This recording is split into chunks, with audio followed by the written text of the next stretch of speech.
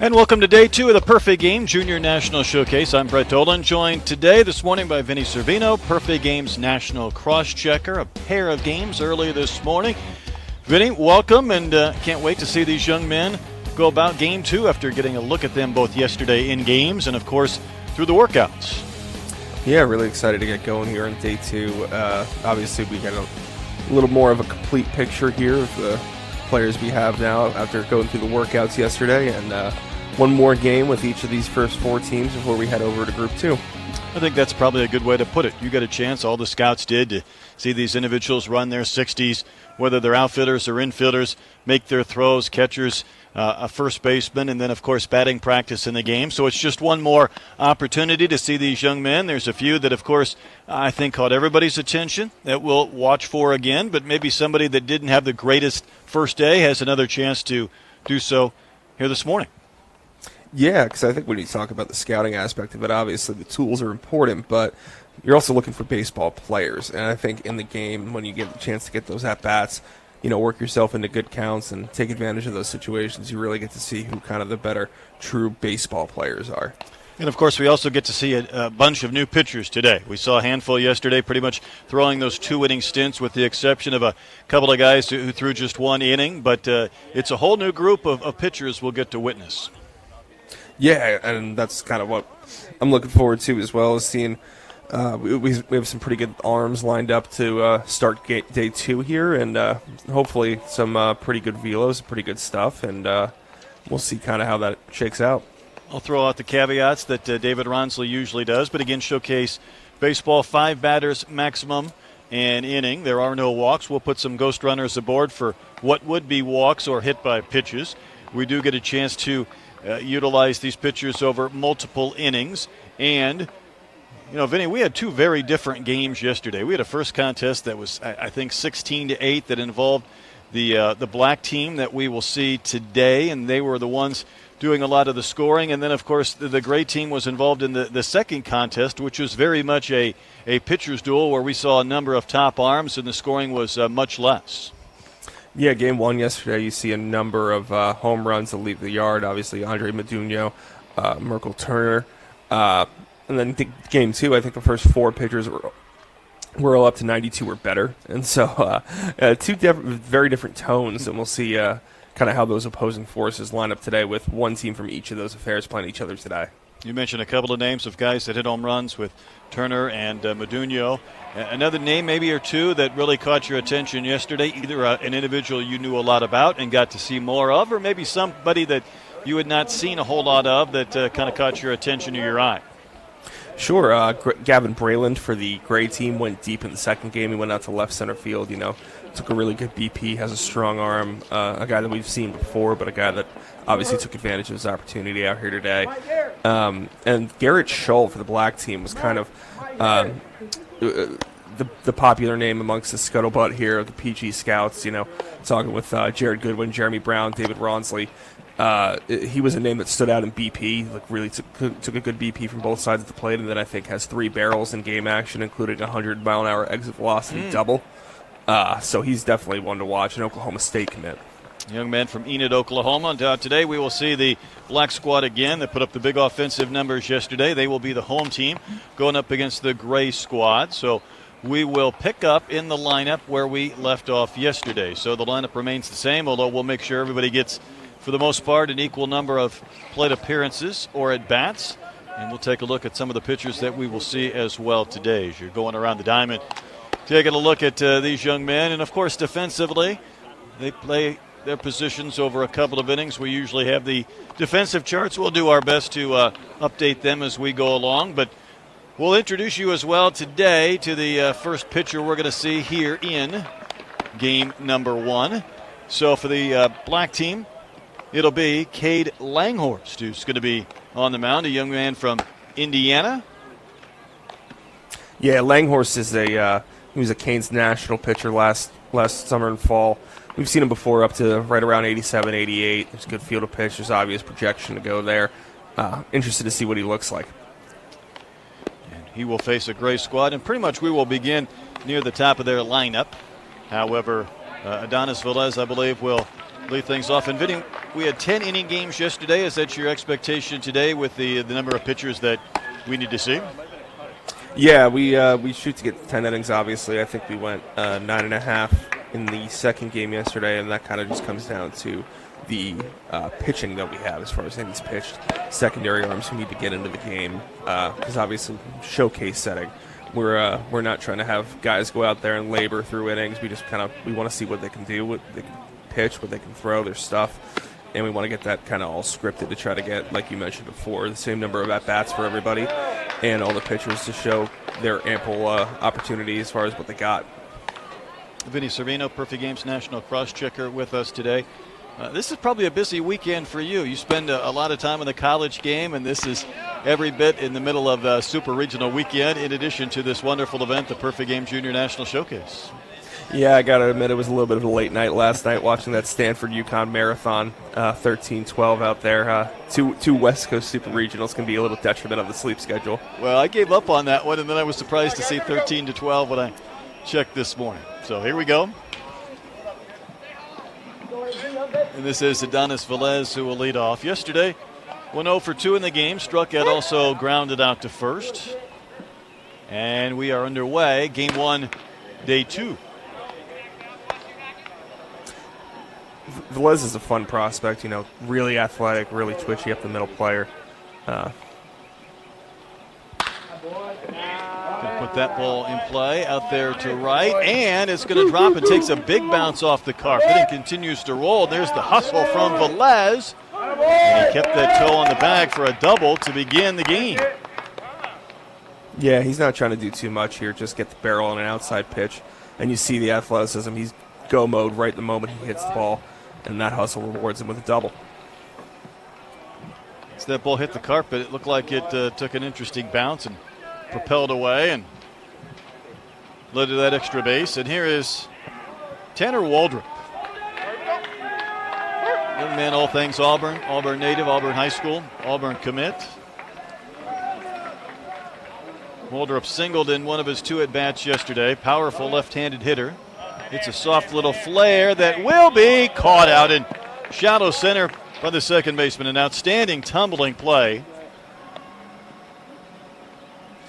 Play was made by Michael Ryan, I believe. Is that Ryan? It is not. No, that's Andy Perez. He's a great athlete. He can be behind the plate, middle infield, third base, shortstop, wherever you need him on the field. He's an athlete, and he makes plays just like that. Fabulous effort. And it brings up Austin Phillips. Let's take a look one more time. Boy, tracked this ball extremely well. That last lunge, though, Vinny, that's tough to be able to come up with that ball. That's what you love to see on a baseball field. You just get a good read on it and let an athlete be an athlete. Austin Phillips, Fort Worth native, Oklahoma commit, South Grand Prairie High School. Facing Langhorst, who's been right around 84. His fastball velocity, that one's going to go to the backstop and provide a free base. Phillips took a really interesting BP yesterday, showed the exit velocity, hit a ball hard in game. Wouldn't be shocked if he gets himself into a fastball only count here to get a pitch to take advantage of.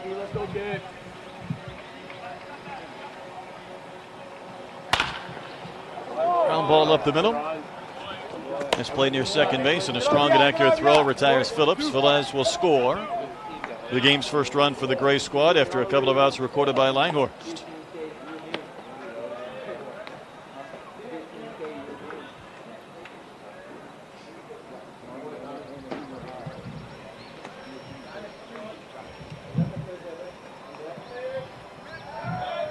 Here's Sean Griggs. May have been off the hands as well. Soft dribbler towards second base. That will end the inning. Vinny, after that leadoff bloop double, 3 straight outs for Langhorst. Yeah, and you see it here, just pitching to contact, taking advantage of the strike zone, working corner to corner there, both halves, and getting some weakly induced groundouts. Couple of plays as well for Andy Perez to end that top of the first inning with the Gray squad putting the game's first run on the board, and the black team ready to come in to see if they can continue what they did yesterday with their onslaught, including a number of 3-run innings. I think they had a 4-run frame, which again, in 5-batter an inning showcase baseball, a little bit tough to do, even with those walks and ghost runners. Take a look at the complex there at East Cobb. Nice steamy morning in Georgia today, Vinny? Not too bad yet. It'll get much steamier as we head towards that noon slot, though. Well, Ford Thompson, left-handed pitcher out of Snellville, Georgia, and Parkview High School will be the first hurler we'll see today for the Gray team. Yeah, you saw a lot of velocity from the Gray team yesterday, and you should be looking forward to a little bit more today with Thompson. Parkview High School, one of the premier programs in the state of Georgia. Thompson will be up to right around 90 or so with really good feel for his secondaries. The Georgia commit. Yesterday, for the Gray squad, we saw Victoria and Jackson Sanders, handful of guys right out of the gates that provided some strong innings. What do you look for when you see a pitcher maybe for the first time or in a situation like this where you're going to get multiple innings? Yeah, so definitely in a showcase setting, what you want to see is just kind of the demeanor on the mound. You'll see that right away. Kind of, you want these guys to be aggressive, right? This is a controlled environment. We don't care if you give up runs here. It's about what you can do. We want to see you attack right away. We want to see your whole arsenal, and we want to see how that plays against your peers of the same talent level. I think we had a handful of individuals yesterday with that 2 innings. Maybe, they pitched well or were somewhat in control of command in the first, and maybe the second was a little bit bumpy. But that's, I think, part of being able to see a guy for an extended period of time. And I got to believe, as long as you guys have been scouting, 8-9 batters face gives you a real good representation of the kid's stuff. And as you mentioned, his demeanor, and just a lot of his intangibles. Yeah, and like you mentioned too, sometimes they might struggle a little bit in that second inning, but that's when we start seeing that second, third, fourth pitch that maybe you don't have the best feel for yet, but it's something that we want to see and we want to see the development of. Eric Chaw's going to lead things off, New Jersey native.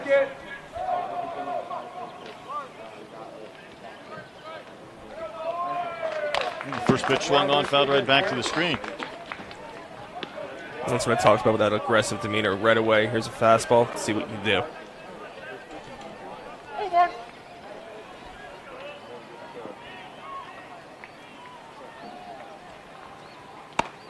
Sweeping, slow, breaking pitch that's cut on a missed. Good breaker there. First fastball, by the way, Brett, 90 miles an hour for Ford. Shot a single yesterday in his first at bat, reached on an air in his second. Fouls that one back and out of play. Let's go. 90-mile-an-hour fastball, couple of 72-mile-an-hour breaking pitches from Ford Thompson. That one is poked out into right center, dropping for a base hit and played at a hop. So Eric Chaw in 3 at-bats has a couple of base hits. Epitome of not trying to do too much there, shortening up on 88 on the outer corner and going the other way. Well, that's a pretty good 2-strike approach.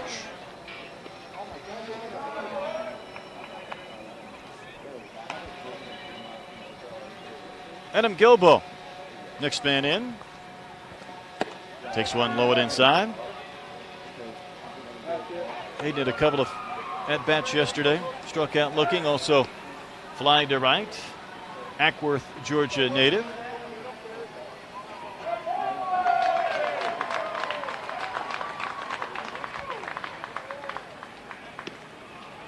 From that high set, Thompson misses up and out. I'm talking about that sweeping 72-mile-an-hour slider. He's got 17 to 20 inches of horizontal sweep there. So just a deadly offering.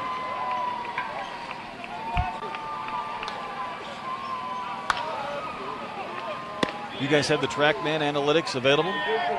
Yeah, we got TrackMan right behind home plate, and that's what our scouts are using as far as when we're taking pitch notes and everything. Obviously, the more data we can get our hands on, the better we can evaluate. Yeah, no doubt. One of the benefits of this complex in this event. This is up and out to the right-handed batting Gilbo. And I would imagine, we saw the big break, but then you get the immediate feedback and data, which helps just kind of reconfirm, what everybody was able to witness behind the plate. That's exactly right, Brett. It's one of those, like, it's not analytics versus old school. It's like, okay, this is what I see with my eyes, and the data backs up those preconceived conclusions. You guys are used to this format. It is a lot of baseball. It's a lot of games, a lot of different players. Some, again, seeing them for the first time, so it does provide a chance to see everybody in this format, but also have the analytics available, all the scouts in one venue. Although today we're borrowing you for television, throwing you in a room rather than being behind home plate. But we'll excuse you at some point, I hope. Put a ghost runner aboard at first, so Gilbo will see nothing but fastballs. And Vinny, there were a couple of times yesterday, I think, when the pitchers put themselves in this position where they were facing the same hitter but had to throw fastballs, is when we really got to see these hitters and these outstanding bats kind of time up and maybe do a little bit of damage. Yeah, exactly. It's one of those situations where it's a wave and a miss. One of those situations where, as a hitter, it's one of those we don't want guys to walk necessarily because we want to see what they can do. And so if you get that walk hit by pitch, it's like, okay, a fastball's coming. You got to time it up, hunt fastball, and see what you can do. One of the home runs Modugno hit yesterday where he was able to foul a few of those fastballs back and then just simply unload over that high fence in left center. Yeah, that was a bomb. 99 exit velo, 394 estimated distance. Oh, my goodness. Gilbo still battling. He's going to chop one by the mound. Thompson reached for it. Decided better of it. Ball was cut off out there in shallow center. But a run is going to score. Gilbo will get the infield base hit and RBI. Eric Cha comes across with the first run for the black team.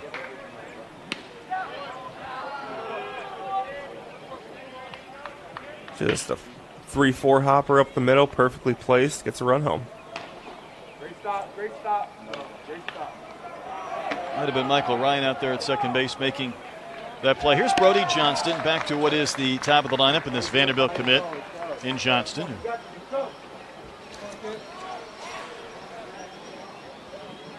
Yeah, this was our, at least my first time seeing Johnson yesterday, and he definitely came across as one of the more intriguing players in the showcase. Had 3 at-bats. He flew out, he popped up, he singled. What stood out to you about Johnston?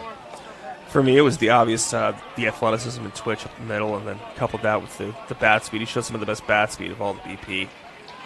95 exit velocity off the tee. Talk about the Diamond Kinetics metrics that we get to. 73 mile an hour max barrel speed, which is comfortably near the top of the percentile. Wow. What is the normal range for young men in this 2024 class, these 15, 16-year-olds we see? The typical average range for max barrel speed is probably somewhere around 60, 65. And so anything above that 70 mark is pretty impressive. Attention getting for Brody Johnston.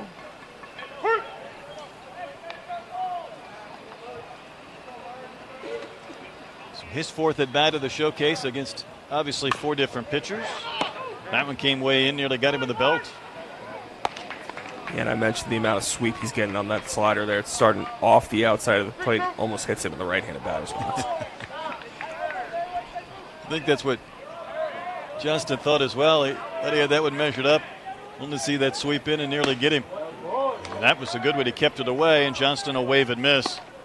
And goes down on strikes for what will be the first out of the inning in the 3rd batter. We got 1 out. Well, you couple that sweeper with a pitch that those hitters are expecting to see in that stays outside or tails away. Nice little mix. Yeah, it's that fastball that tails away and that sweeper that bends right in and just mirrors each other kind of perfectly there, especially in the outer half. Well, this is Garrett Scholl. We mentioned him earlier. He doubled in a couple of at-bats yesterday. The one time he was retired, Vinny, he had a line out to center. So you talked about 3 pretty good ABs. Yeah, that's definitely what stands out, especially in a setting like this. You can go barrel, barrel, barrel, 3 ABs. That's pretty loud.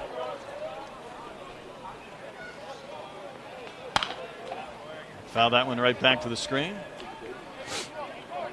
Especially in an environment where each of the 3 at-bats, you're facing a different primary arm, so you never get really a chance to get comfortable, go 2-3 times against the same guy. Each pitcher obviously bringing their best too. Glad you mentioned it. I point that out over and over and over to the point of probably being too repetitious. But I think we talk about the big league game. Do we have a pickoff at a showcase game? I think we did. What a move. So Gilbo was erased at first on the pickoff. Let's see this one again. Oh, I've said it before and I'll say it again. Left-handers cheat. That's just unfair. You see that glide of that drift and that head stayed true to the plate, and all of a sudden the pickoff erased the runner. And Schill takes one down the middle, but we talk about how tough it is in the big leagues when you might see a starter for only a couple of at-bats before this parade of relievers. Well, I mean, you get a different pitcher every time up with 15, 16 people batting and a 5-batter maximum in the showcases. Schill will check. Did he offer? I don't think he did. No. Oh, my goodness. How about that, Vinny? In one inning, we had a pickoff and a check swing ring up from behind the mound. Yeah, Things you don't see every day in a showcase, right? It's, we mentioned it before. It's hard enough as a hitter in the showcase environment. There's no question that it's advantageous to the pitchers, but especially when you've got a sweeper like Thompson's got. That pitch is just nasty. Seeing some of the highlights as well from Thompson.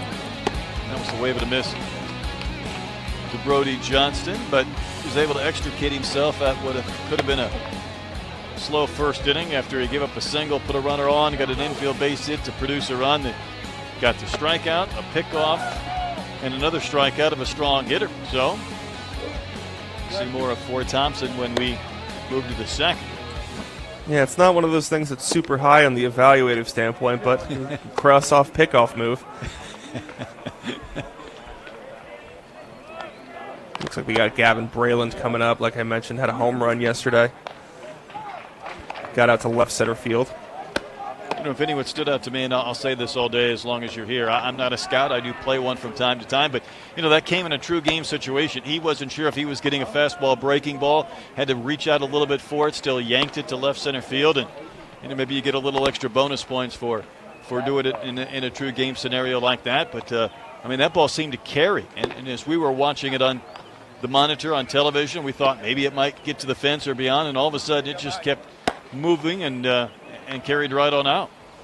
Yeah, like you mentioned, this home run came off a breaking ball.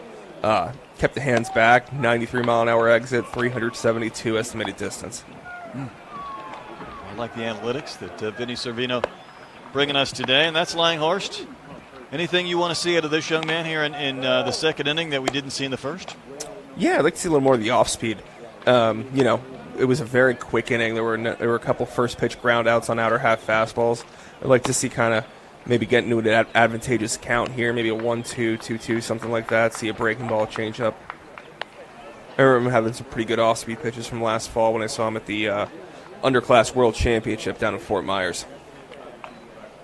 Not everybody uses a pink glove. I will say that's unique. you might remember Langhorst with that thing. Had a pink bat yesterday, a pink glove today, and this is Gavin Brayland. And he mentioned had one of the impressive home runs in yesterday's game. There's a breaking ball for a strike. There you go. He heard you.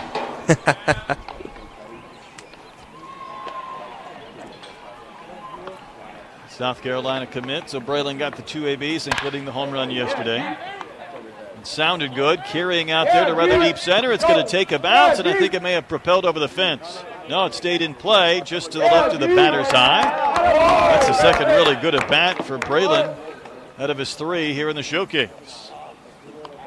Yeah, I know. I mentioned yesterday he sat back on a breaking ball and did some damage to left center. This time just gets an elevated fastball. He shows fastball, curveball, changeup, whatever you want to throw me, I can hit it.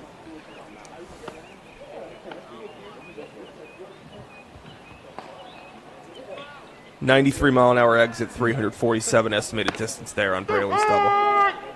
Tracked down by Camacho in center, and that brings up Michael Ryan, LSU commit, Louisiana native.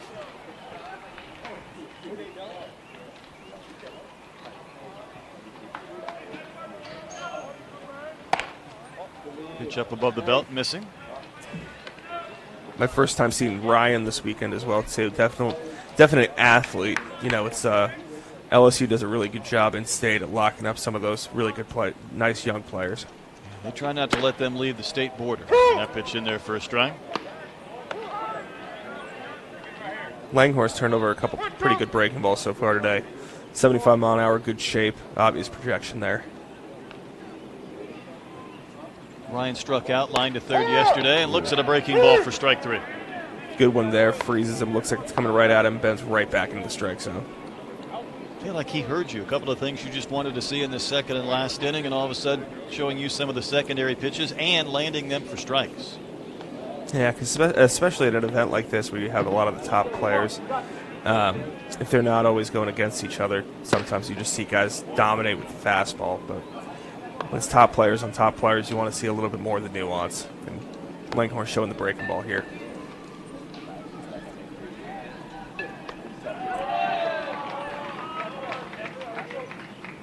Finch the batter. So a leadoff double from Braylon in the second. Ryan went down on strikes.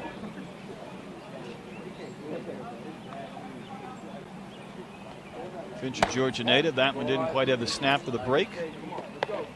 Finch earning his junior national invite from his performance down at the Sunshine East Showcase in Boomba over in Sanford, Florida. He's got a hose. It's a wave and a miss. When did that showcase take place?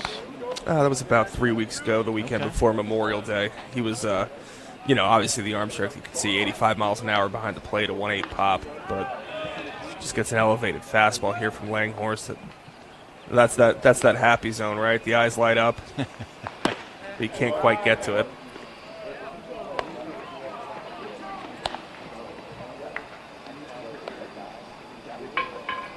Going to sneak in a pitcher here, Jackson Sanders. Yeah, Sanders took BP yesterday. It was pretty loud at the pull side. Obviously, we did not see him hit yesterday because he was pitching. In fact, he threw 2 impressive innings, gave up, I think, a couple of infield singles, and that was it. Part of what the Gray pitchers did in an impressive standpoint. So the Auburn native now will insert him into our batting lineup, always flexible to be able to mix some people around. Yeah, Sanders, another guy, 91 exit velo, 73 mile an hour max barrel speed. Really good for young players, especially two ways. To keep kind of, people always ask me what I think two ways should do, especially a guy like Sanders, top 20 in the class, up to 92 with a good slider from the left side. But it's one of those, like, we don't know what these players will become. So if you can two-way, do it, hit it for as long as you want, Jackson. Well, I think it's great advice. We see it at the college game for those truly elite, or the guys, a lot of times they show up on campus with the designs of doing both and quickly may get pushed towards one or the other. But, as a pitcher, you never know if that arm's going to feel good over the long haul, whether hitting might be the way to go or not. But, for those truly elite, it falls into the category it's a good problem to have if you have to make that decision at some point. Yeah, one of my favorite examples that gets talked about is Austin Riley, former PG All-American that was a little before my time, but most of my PG scouts friends thought they were pretty consensus that he was an arm, and now he's an all-star third baseman. Yeah, I love that, right? I mean, that's fantastic.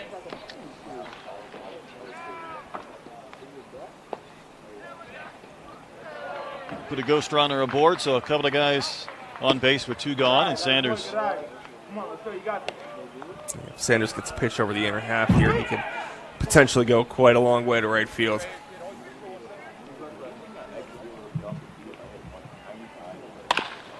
Big hack. Chopper that'll be handled at second base. The flip almost came late, but Sanders is retired to end the inning. So your thoughts, bidding on seeing Langhorst get through this second inning as we see some of his pitches again? Yeah, there's a lot to like here. Like I mentioned, the breaking ball was really impressive this inning. Kind of low to mid-70s, good shape. Definitely going to tighten up as he gets stronger and adds more weight there. Fastball right around, the mid-80s, 83, 84, 85. He was up to 86, but one of those things that'll continue to grow and develop as he fills out, gets stronger. a pretty good highlight package. You can just see the movement, the different pitches with whether it's shape, the movement, the bend, and that'll help him out well going forward with that combination of command. And again, you take a look at the complex at East Cobb. Certainly, just about everybody who's played this travel circuit over the last several decades has passed through here at one time or another. Henry Cordes will be the new pitcher. So we saw Fort Thompson for just one frame, and now Cordes will pitch here in the second. Missouri native. Yeah, Cordes did workouts yesterday, sub 760 up to 87 from the outfield. Interested to see how this is going to play on the mound.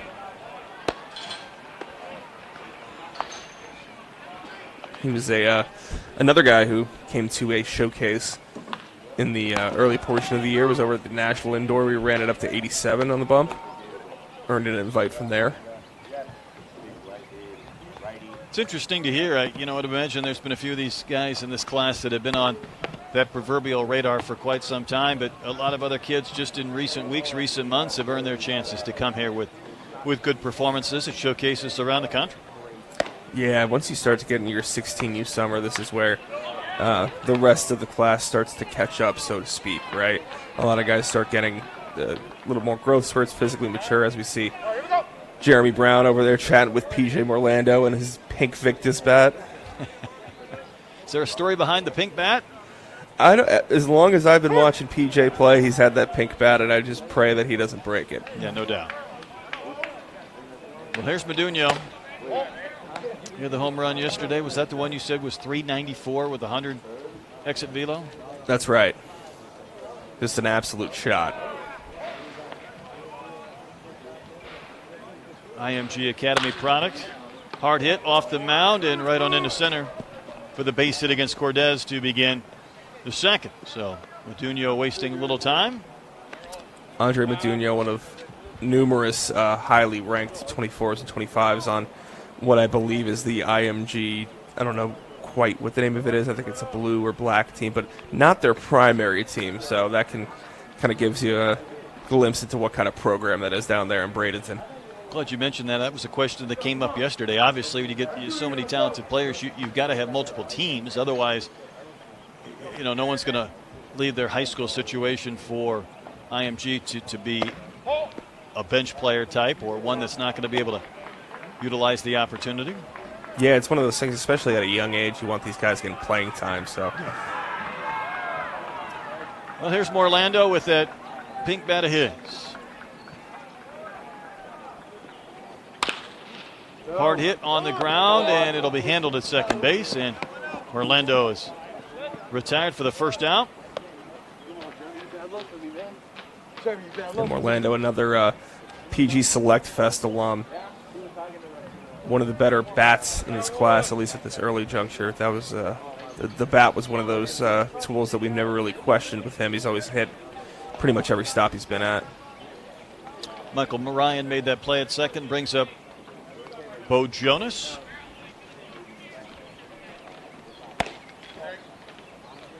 Jonas was able to get 3 ABs. That's the one part about yesterday's game when black team scored 16 runs and oftentimes had 5 batters an inning. These guys were able to circle through the lineup a little better for the Oklahoma commit.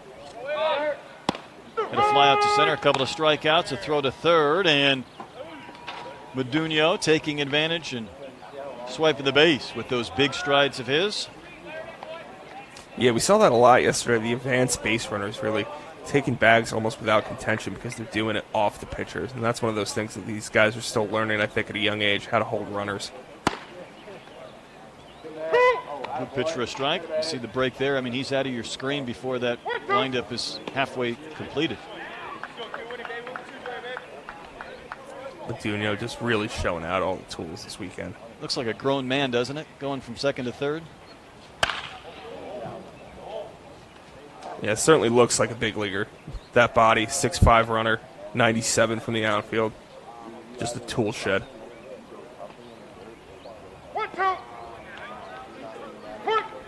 Seeing Cordes 81 to 84 with the fastball. 1 out in the inning. Bo Jonas remains in the box. Yeah, this is the interesting logic here, right? 3-2 count, got to throw a strike. It almost behooves you to throw a breaking ball as the pitcher because even if you walk it, you got to throw fastballs anyway. I like the strategy.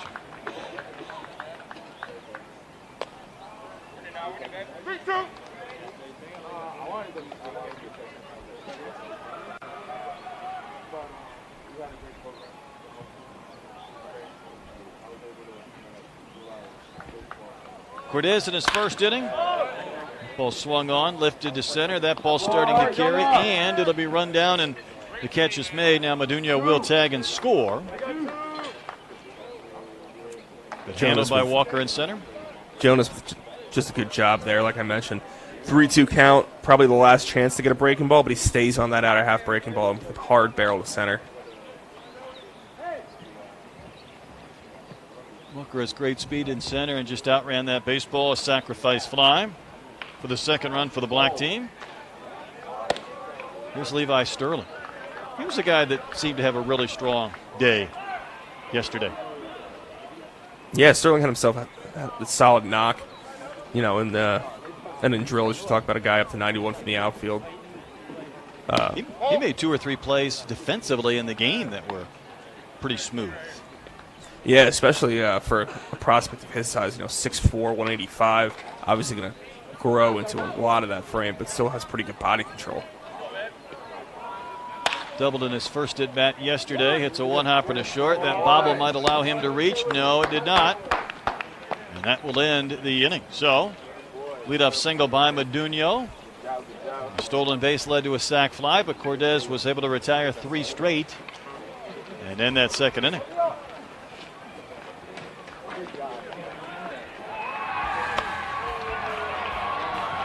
Thought Vinny with this bobble, that ball kicked up for a second, that maybe that might be enough for Sterling to get down the line, but play was made at short by Eddie Peters.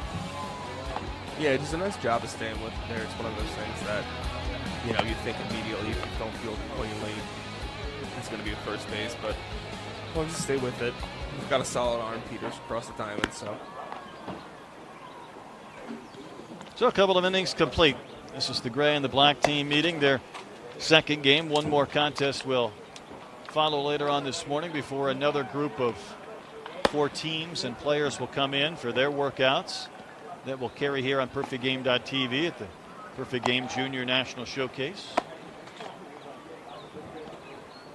Yeah, it's a pretty cool format with these national level showcases. We do the same for PG National later in July down at the Trop, but able to get multiple groups in because obviously middle of June, so everybody's in the thick of their summer schedule at this point. We just saw Sterling bat, and here he is on the mound. So, as you mentioned, Vinny, this is the day where you might see some secondary pitchers. I don't know if we'll see Sterling for just an inning or multiples, but LA native get a chance to head out to the mound here in the third inning. Yeah, the way that day 2 works is that we will see a lot more secondary arms. Typically the starters in these type of settings will go 2 innings. Secondaries will go typically 1, sometimes 2, depending on, guys who had to drop out late for various reasons, or we need to try to get to those. We try everything we can to get to that 10-inning mark just to ensure that the hitters get enough at-bats. Because like you said, we really want to see them get 5, 6, 7 at-bats. Hopefully everybody gets the same number of at-bats too, just so we can really evaluate the in-game hit tool. Here's the self-scouting report from Sterling from his bio. He says he has 4 pitches, able to throw for a strike, and he knows how to mess up hitters' timing. So there we have it. We'll see if that holds true. Get some leg pumps going.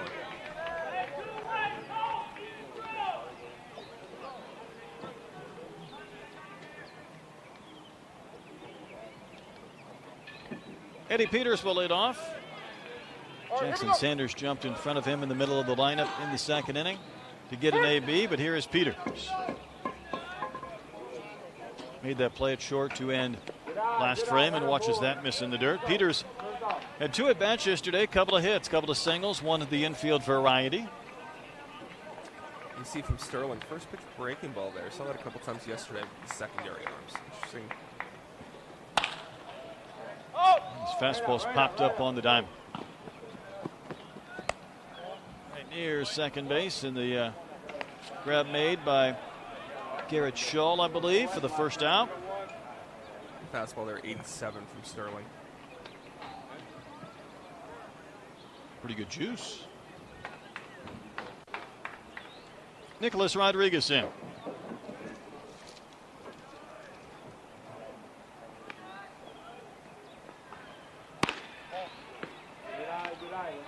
We talked about Jackson Sanders yesterday. Obviously one of the better left-handers in the country. Can be a little erratic at times. Nicholas Rodriguez caught him. Thought he really did an excellent job yesterday. I feel for these catchers in this format. I mean, you're probably catching somebody for the first time. They're trying to utilize their best stuff to get out the best hitters. Yeah, it's tough, especially when there's, like you said, a little familiarity at times. Sanders, a left-hander from Alabama. Rodriguez, a Florida kid. Times you're just, I won't say defensive, you're just trying to hold your own back there and not see too many pitches get away. Try and help out your pitcher as best you can, framing and such. As that lands for a strike from Sterling.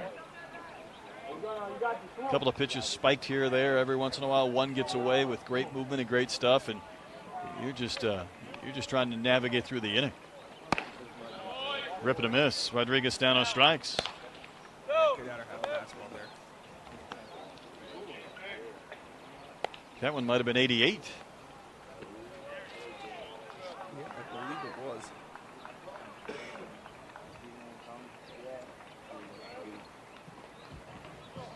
Jonah Weathers, next man in. Weathers had a 2-run triple late in the game yesterday, so he got just the 2 at-bats, getting his 3rd now so far this showcase.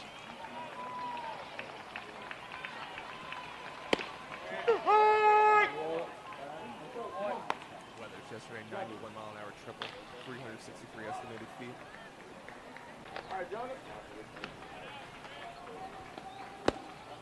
Sterling working with pretty good tempo after getting a pair of outs.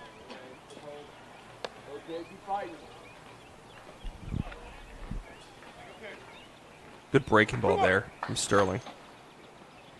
He threw a front door breaking ball at the knees earlier.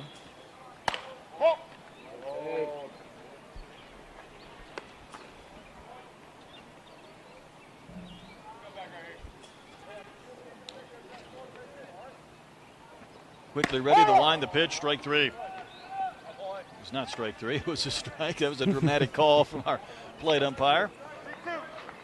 I will say that like him when I'm seeing out of Sterling here. We talked about it before about pitchers who want to hit as long as they can, but sometimes it works the other way as a primary position player. You've got the upside of the mound, might as well keep showing what you can do. Sitting 87, 88 with a pretty good breaking ball there. Firm, upper 70s.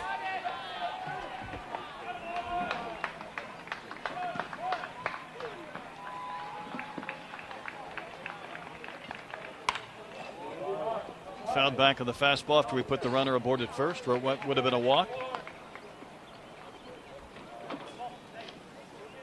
Another good at-bat by Weathers here. Forcing a walk, getting himself in a fastball on count. Let's see if he can do damage. The target set right down the middle at the knees. It's one of the few that's really jumped out of the path from Sterling. Yeah, with these secondaries too, sometimes they don't have nearly the mound experience as primary arms, but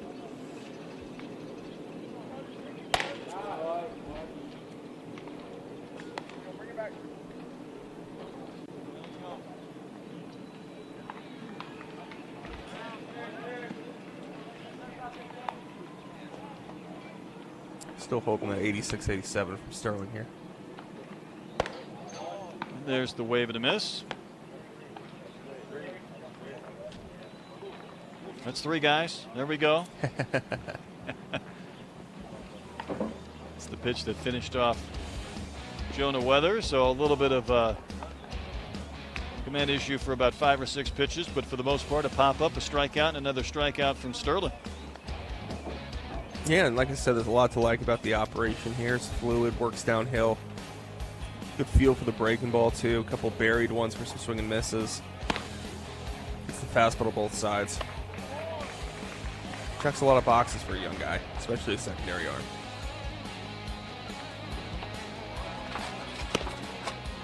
I'm going to send us to the bottom of the third. The black and the gray teams playing their second and final game here from the Perfect Game Junior National Showcase. Saw Cordes on the mound last inning. He'll go back out for a second of work. Cordes gave up a single to Modugno.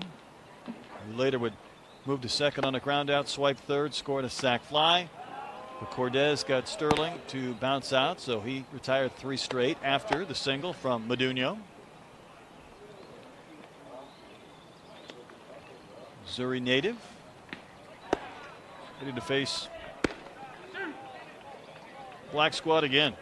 Again, this was the team that put up 16 runs yesterday with a strong offensive performance. So a lot of those guys maybe got one more AB in that game than they might normally have received. Certainly made the most of it. Yeah, anytime you have those high-scoring offensive showcase games, it's always means getting more opportunities in the box. It's hard to score 4 runs at a showcase inning. Hard Or to score 1 run in threes. an inning. You're right. Yeah, I mean that's what we saw in game 2. It was really tough just to get base runners aboard. Yeah, and if you're manufacturing hits, that sort of thing, like sometimes it takes 3 singles and then you're almost halfway through.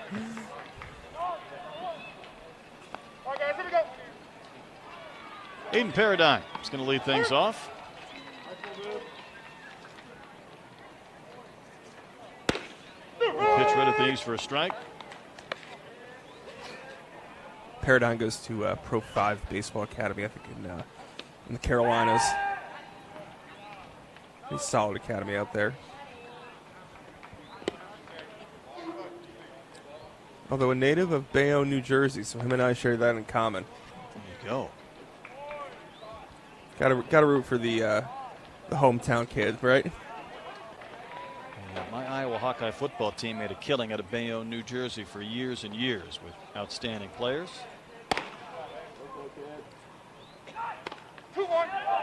Shows you the day for Paradigm yesterday, though. He got an infield base hit. He was hit by a pitch, stayed in the box and grounded out. He would have walked, but he stayed in the game and flew out. Stayed at the plate, of course. Showcase rules.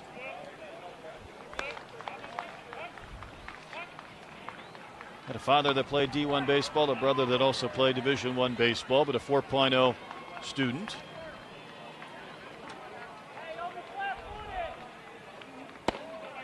That's a little bit up and out. Pointed this out yesterday. We asked these guys their favorite teams and favorite players. We don't get many Thomas Nitos for favorite players, but we do with Paradigm. Wow. That's not one you get every day, right? No, I can't say it is. No, that might be the only one you get all year. But I mean, these guys see something in some of these big league players. Maybe it reminds them of their skill set. That's going to be a wave and a miss. So Cordes will get the strikeout after the ghost runner was put aboard with what would have been a walk.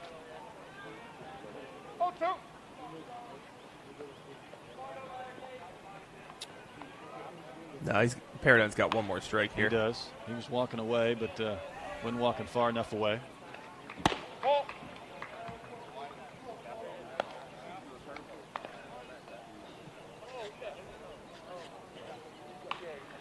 A little confusion because he got a cheeky breaking ball there.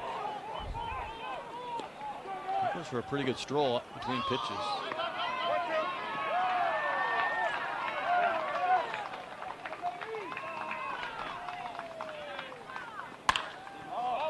Foul back and out of play against Cordes.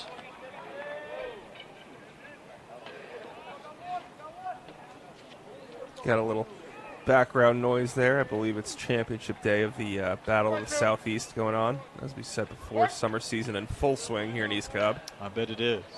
Busy complex, 7 days a week.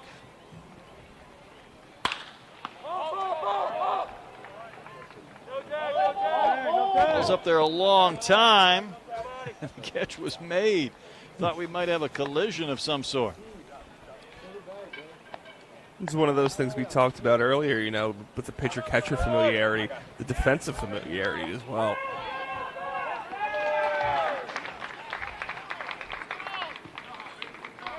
Is that Waldrop? Got to talk, guys. Talk about guys who put forth a pretty good day. Here's one of those in Evan Bloomer. Yeah, Bloomer's a big kid. 6'4", 195. Strength and power off the barrel come pretty easy to him. He had a couple knocks yesterday. Yeah, 3. Oh, 3, excuse me. Yeah, it's hard to get 3 hits in a showcase game. He doubled in a run, couple of singles. He gets another hit today, 4 hits in a couple of games on this circuit, batting 15 or 16 guys, all against different pitchers. And that's you leave feeling pretty good about yourself. Yeah, anytime you can fill out the box score like that, in this type of setting, it's pretty impressive. Bloomer, a Tennessee native, plays for the Memphis Tigers travel team. Another strong student. He had to overcome a back injury when he was younger, fractured a bone in his lower back, and had to take a lot of time off baseball, but made it through the process on the other side.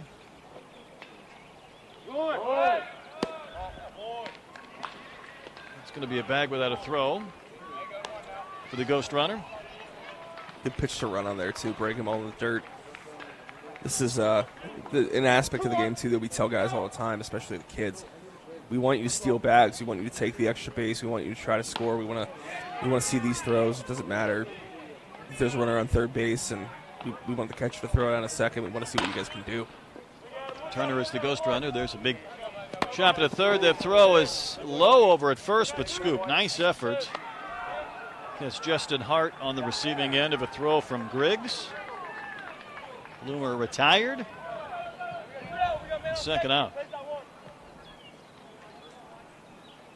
Yeah, one of the more underrated aspects of this in terms of just building out teams and rosters and positional versatility are the primary first baseman.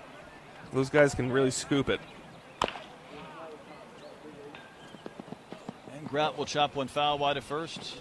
On the carpet, get that true throw, help out the pitcher.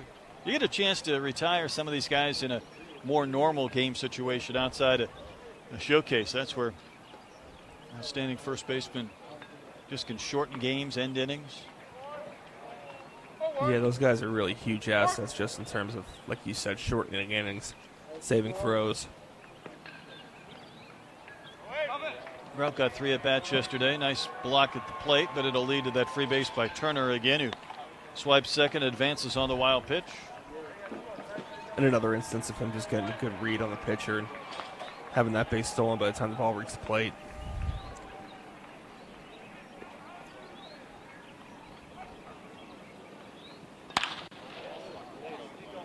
Grout strokes one to center. This ball starts to carry. It's going to go to the fence.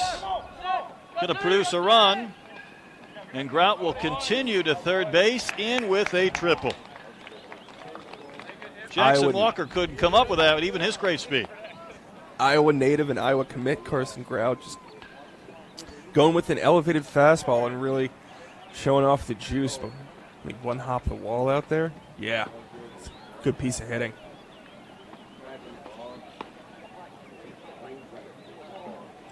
Love it when those Hawkeyes produce. That was a ringing swing from Carson Grout.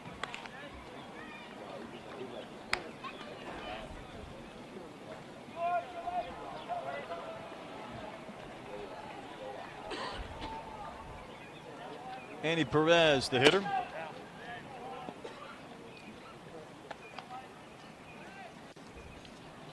Florida native.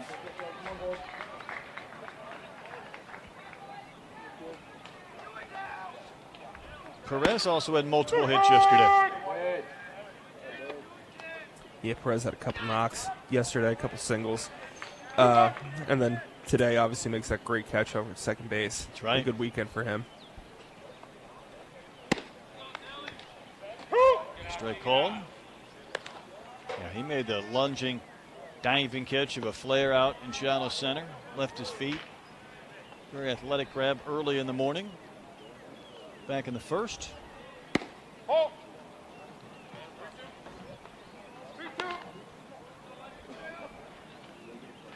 Count is full to Perez with a run to come across this inning on the Carson Grout triple. Black team back to their scoring ways after getting 16 yesterday.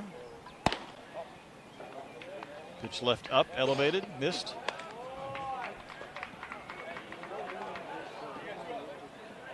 Put our ghost runner aboard. Perez will see all fastballs. No batting gloves for Perez. There's Grout at third after that triple to the center field fence. Throwback type of hitter here in Andy like Perez, right? And a wave and a miss. So Cordes will finish off his 2 innings, gets the strikeout of Perez. It ends the frame. Gave up a run each inning, but once that leadoff base runner got aboard both frames. Yeah, and good Settled placement on an hour and a half fastball there. And that's kind of where he's been locating for the majority of this outing, getting the glove side. Showing the breaking ball a little bit better this inning. Holding that velo though, sitting kind of like 82, 83, up to 4. Nice young arm. And that's the thing with a lot of these guys. It's not always about pure velo when you're this young. You want to see kind of the function of the body, how it works, the operation. Because obviously all these kids are going to get bigger, get stronger, project out.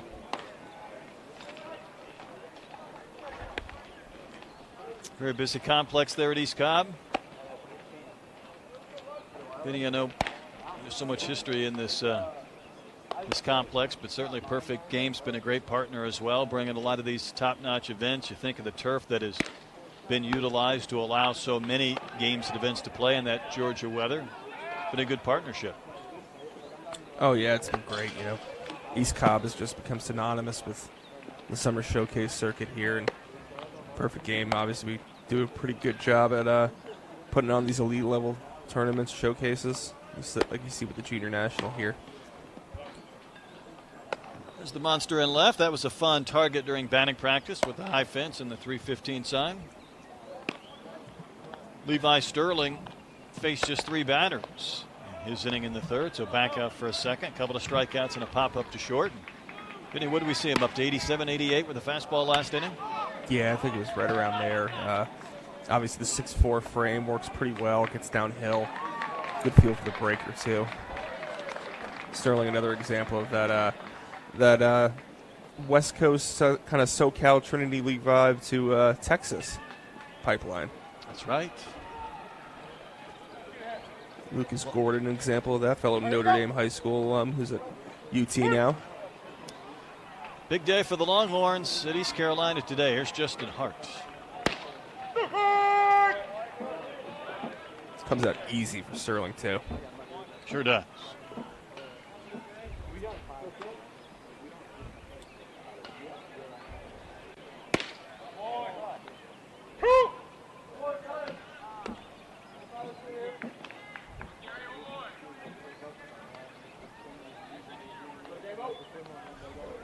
Hart's a White Sox fan, but also a Stroman fan. Sabathia, Tim Anderson. Pitch a little bit down. Young man who works on explosive workouts with his trainer to utilize his whole body, but also trying to get a little bit faster in addition to stronger. Now we have the appeal on the check swing. Just love that sequence there from Sterling. Indeed, that's a swing. That's a K. That's 3 straight strikeouts now for Sterling. 4 pitches in the same spot, that lower glove side corner. Fastball, fastball, fastball, and then breaking ball. Gets the chase.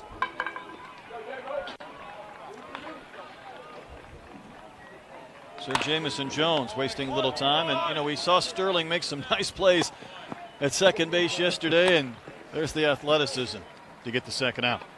Yeah, who says pitchers aren't athletes? I don't think I'd be saying that about Sterling. And he's a pretty good example of what we'd call an athlete on the mound. Agreed.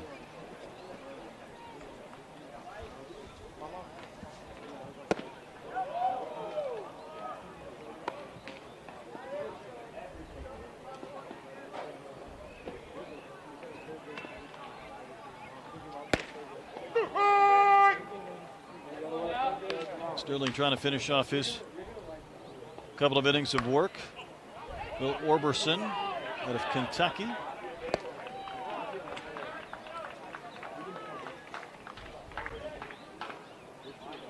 Had a ground out and a strikeout yesterday and 2 ABs. Yeah, Oberson first kind of jumping onto our radars at the WBBA workout showcase last summer.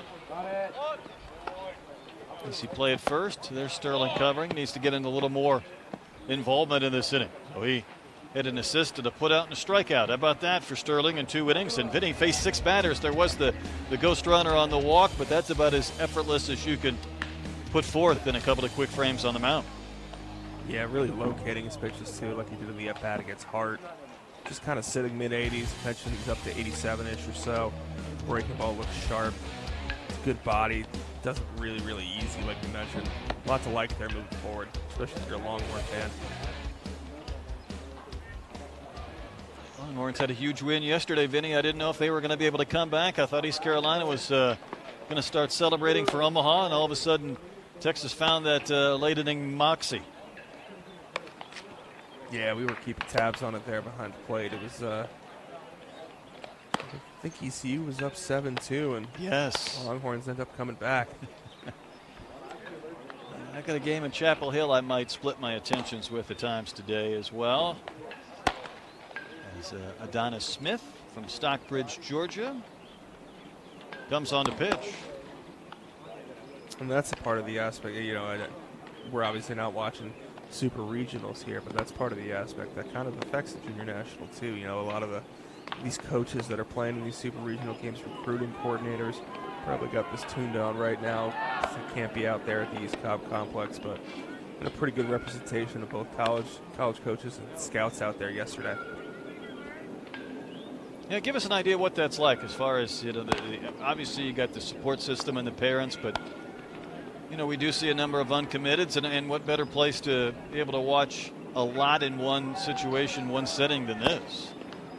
Yeah, I mean, it's just, especially the junior national here, you know, a lot of we really try to get a lot of the premier uncommitted prospects just because, like you mentioned, recruiting coordinators, college coaches can cross off so many names, see so many kids here in this type of showcase setting, and that's what I tell kids all the time as far as getting a true evaluative picture. There's no better way to do it than coming to a showcase. Adonis Smith looks like he's ready to roll.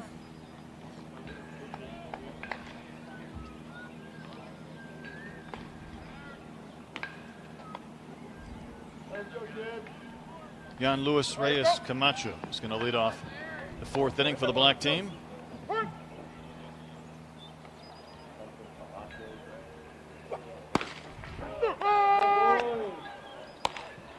Got 3 at-bats yesterday, including a base hit. Bounced to short his last time in. And hammers that one foul wide of first. Seeing 87 on the first couple of readings. That seems about right. We've had him up to 90 in the past, it looks like. Another PO, as we call it, a pitcher only. All right, guys, here we go. 0-2. Point. Ball. Oh, goodness. 1-2. Smith just gets that ball ready to roll. The wind of the pitch. Easy ground ball to second, and a quick out recorded by Adonis Smith, taking care of Jan Luis Reyes Camacho. Handled by Adonis Velez. He's doing a good job pounding the zone there. It's one of those underrated aspects in the showcase environment. More strikes you throw, the more quick outs you get in some cases. John Paul Head steps in, knocked in a run with a single. Also bounced to third and struck out yesterday, the young man from Alabama.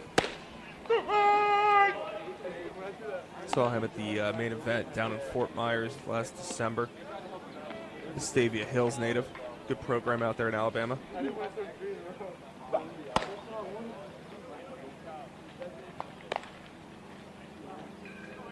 So far, Adonis Smith is pumping strikes. 88 there on that last fastball.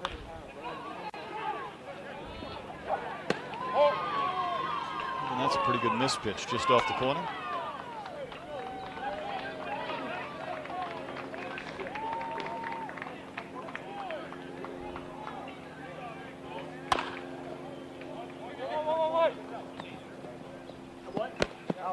And in time with the effort at third base on the carpet. You never know with some of those big, slow bounding plays. I think that was Sean Griggs at third and was, who had to cover a lot of ground, gliding to his left and then make a strong and accurate throw.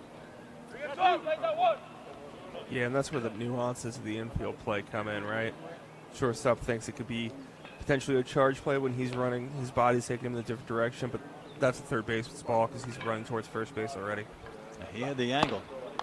It's a great replay, though, showing the amount of ground he had to cover.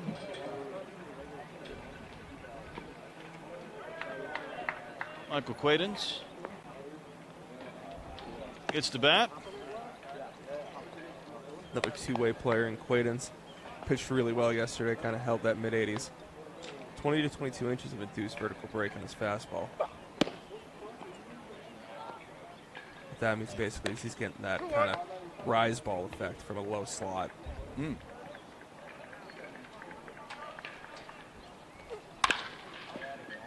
Another chopper up the middle, and it'll find its way into center for a base hit. Not trying to do too much there. Take the outer half, upper 80s fastball and just kind of go with it. Quaidens showed some intriguing skills in BP yesterday. I think he's going to tap into some pretty impressive power as he continues to mature. Well, Adonis Smith has had 3 balls hit on the ground, 2 for outs, 1 for a single. Here's Turner. That one may have hit the glove of Smith. And then the ball was thrown away and ends up in shallow right.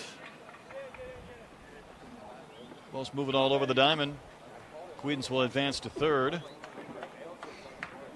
Turner hit a smash that deflected off the glove of Smith.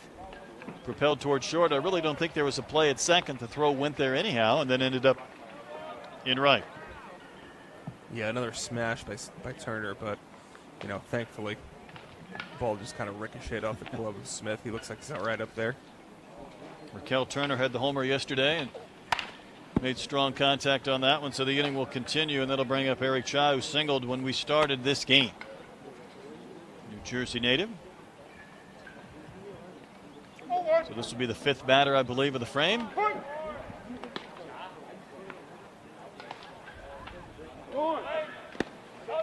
Smith yanked that one, but a pretty good stop, and easily advancing will be Turner. I think that's Braylon behind the plate, so we saw his home run yesterday. That was a hard pick on that bounce at around 90 miles an hour from Smith. Yeah, he's done a really good job back there this game. And another ground ball. Another play, and the inning will end. Eddie Peters at short, so tell you what, Adonis Smith induced a lot of ground balls and choppers, but able to face 5 batters and strand a pair. Yeah, he was really working the outside corner to both left and right-handed hitters with fastball. And if you can do that, you get guys to reach, you get weak ground balls. Lots of strikes from Adonis Smith. Indeed. Fun highlight replay package for Adonis Smith. I would imagine we'll see another inning out of him, but we have completed 4 on. We go to the 5th inning. The black team with a 3-1 lead over the gray squad. And again, this is the second game and final game for each of these 2 teams at the Perfect Game Junior National Showcase. Going to see another pitcher as we go to the 5th inning. Jan Luis Reyes Camacho.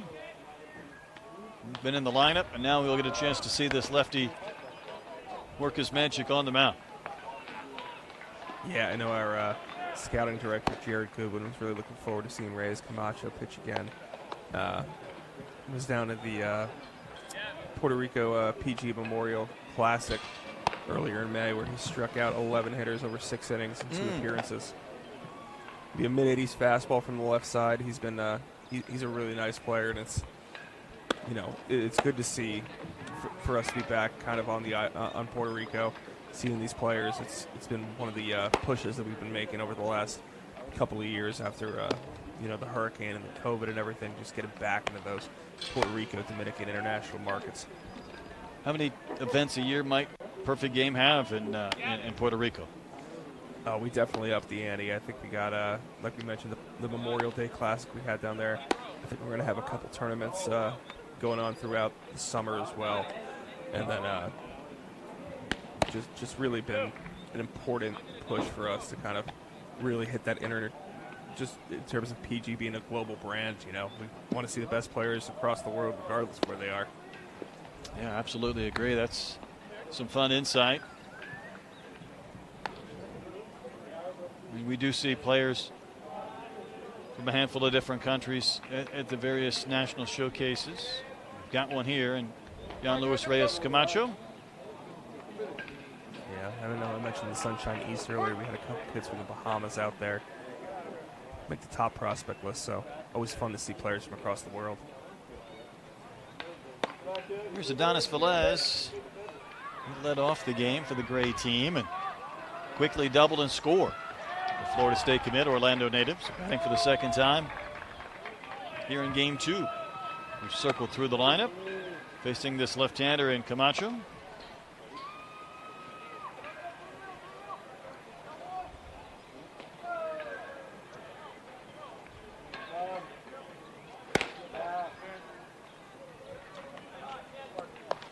See from Reyes Camacho here, kind of big cross-body delivery. Throws across, creates that real big angle with the fastball. Yeah, there is a lot of movement. Ball is going to be caught in foul territory. Reyes Camacho working 82-83 with the fastball there. And like I mentioned, too, he's getting that big cross-body release. It really makes it tough. Is it a little bit harder to command that cross-body release as we see the replay of the pop-up and the grab by Gilbo over near the coach's box? Yeah, you saw the pitch before to Velez. Kind of yanked it a little bit right in on the right-handed hitter.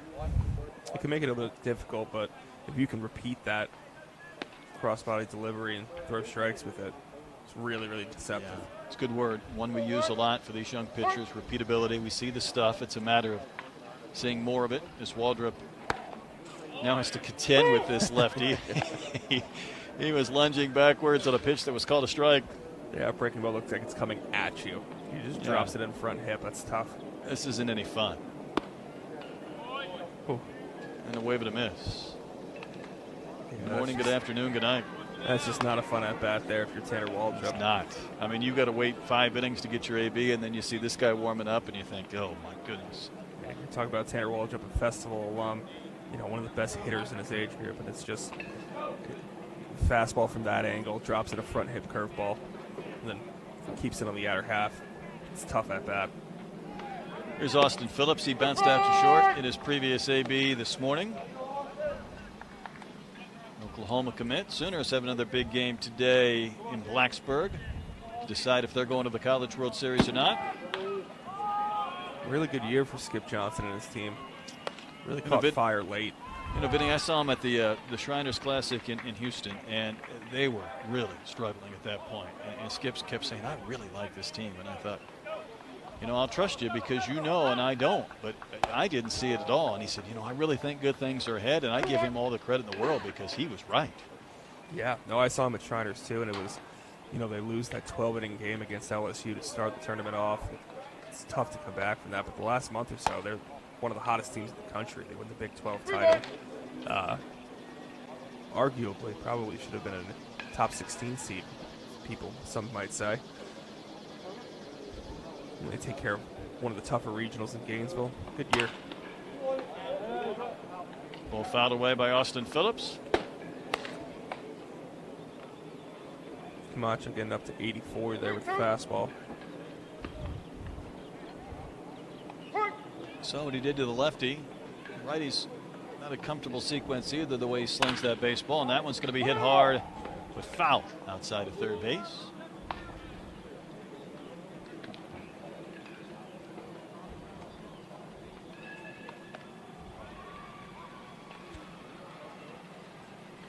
I think you saw the changeup there from Reyes Camacho. Dropped the slot a little bit, just left it a little bit too high.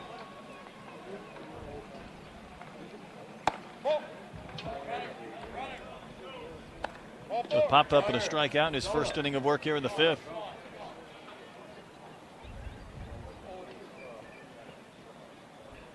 We talked about it with Phillips in his first at-bat.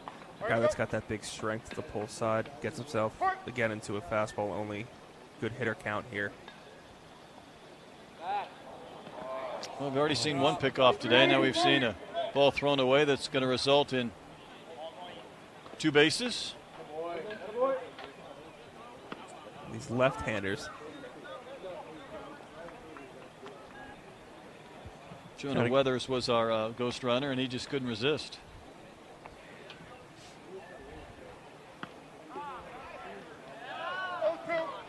Quickly goes from a fastball only count to now a run scoring fastball Yes. only count.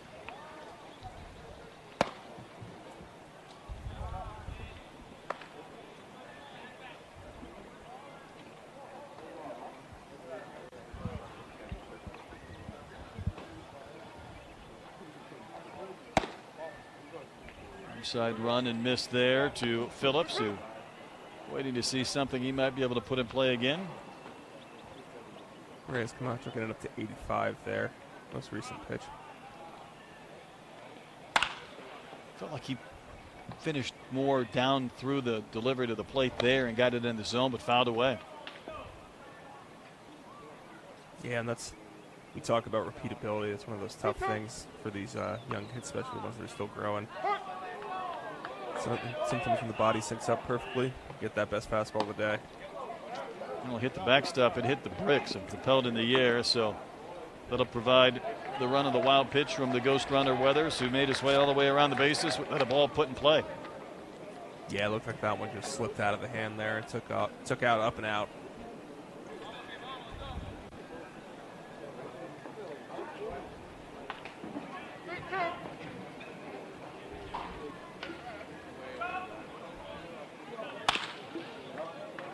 On the ground to third. It's a little bit low, but in time to end the fifth inning. It's Carson Grout, I think, over at third base, so it ends the frame from Camacho. We take a look at some of his pitches again. His inning of work. Yeah, like I mentioned, lots of angle coming at you. Left-handers are just going to have no fun with that. Working that fastball up to 84, 85, kind of cruising there. Good breaking ball. I think that's the best term, angle. It just gave him a different dimension. Bottom of the fifth inning we go, 3-2. The black team in front of the gray squad. Again, their second game. They each played a contest yesterday, so we have one more game for this group to come. And we also have one more inning for Adonis Smith. And he faced 5 batters, but he's very efficient. You got a couple of quick ground ball outs, give up a ground ball single, then an infield single, if you will, on a liner that was knocked down by Smith. Got a bouncer to short to end the frame. So Stockbridge, Georgia native, coming back out. What did we see him last inning? Right around 90 a couple of times or several times? Yeah, right around upper 80s. I think up to 89 or 90 with the fastball. But what stood out last inning was the amount of strikes he threw. When you look at the operation and everything, gets his weight moving downhill, good lower half. And the arm action, really short, really efficient. One of those things we talked about last inning was repeatability. When, you think of kind of the old school scout, you want that long, loose, big-bodied pitcher kind of project out, but something that's taken over recently, shorter arm actions or more efficient arm actions are easier to repeat, easier to maintain. That in turn helps you throw more strikes. It was kind of fun to watch him from that side angle with his warm-up pitches. That was high energy. Pumping those things in there quickly to get ready to roll, working up a pretty good lather. And ready to face, I think Gilbo will lead off the fifth. Indeed, that is the case.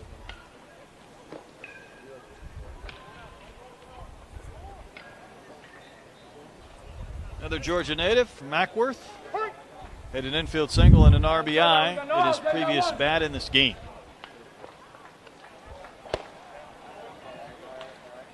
Couple of at-bats yesterday. He was one of the few that did not get 3, so batted early in this contest this morning. One of the few pitches left up, hit in the air, and it'll be deposited into center for a base hit. Gilbo with the single to begin the fifth. Yeah, what stood out about Gilbo yesterday, just in terms of his batting practice and everything, was the amount of power and strength he had. He showed that off yesterday. Had a 90-mile-an-hour exit velocity line out to right field during the game, and this time just goes with an hour-and-a-half pitch. It's a base hit off the bat of Brody Johnston. So a couple of batters, a couple of singles. The second time through the second inning for Adonis Smith. Johnson, the leadoff man yesterday. So we'll be getting right back here to the top of the lineup.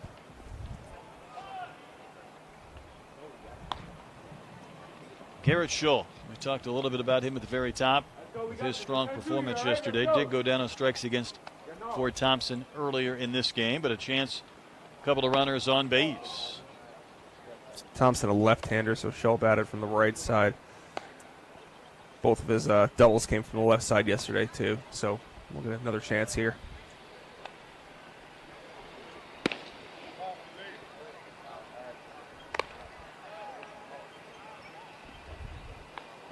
Scholl plays for the Enid Plainsman 18U travel team, an Oklahoma State commit out of Enid High School.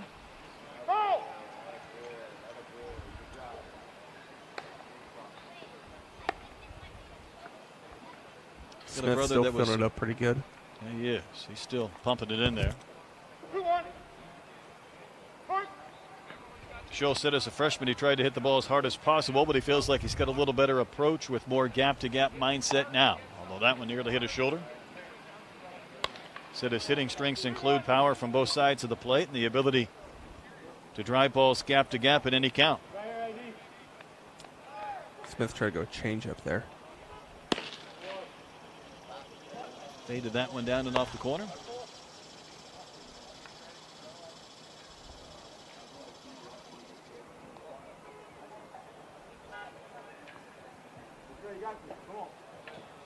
Put our ghost runner aboard, so the bases are loaded now for Garrett Scholl. Third batter to face Adonis Smith this frame, and the second for Smith. Yeah, not the guy you want to go to in a fastball only count here. Good point.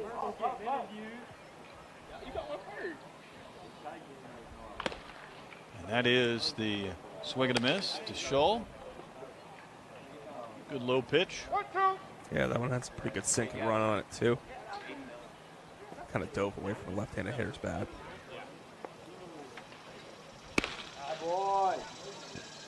Lifts off that outside corner again. So Scholl able to be patient after a couple of singles and a ghost runner walk to load him up. And that's going to be good enough for strike three. And Scholl down looking first out of the frame. Yeah, I mentioned that sink and run on that first pitch. That one just tails right back over the inner half. Sure did. Just enough to go from out of the zone to in the zone. Here's Modugno, singled sharply in the second and scored. Vinny, I just can't get over, you can give us the analytics and the tools, but just the size and the presence he commands in the box. Oh, yeah, I think I mentioned, earlier today. He looks like a big leaguer in that body, in that uniform. You could throw a Yankees jersey on him now, and he certainly wouldn't be out of place.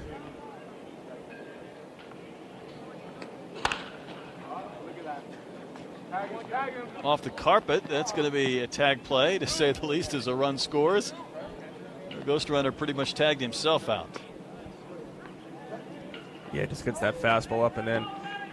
6'5", 200 for Modugno. It can be hard to get those levers through on the inner half pitch sometimes. Just bloops it out towards second base. That's Eddie Peters, who able to make the play or make the tag. Gilbo came across to score. P.J. Morlando be the fifth man to bat this inning with his pink bat, and he didn't get cheated on a big swing.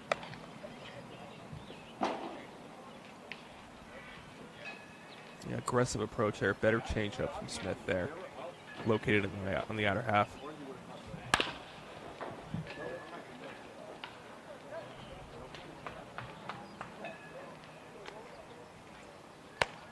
Perry Morlando goes by PJ, Somerville high school native, Canes national travel team.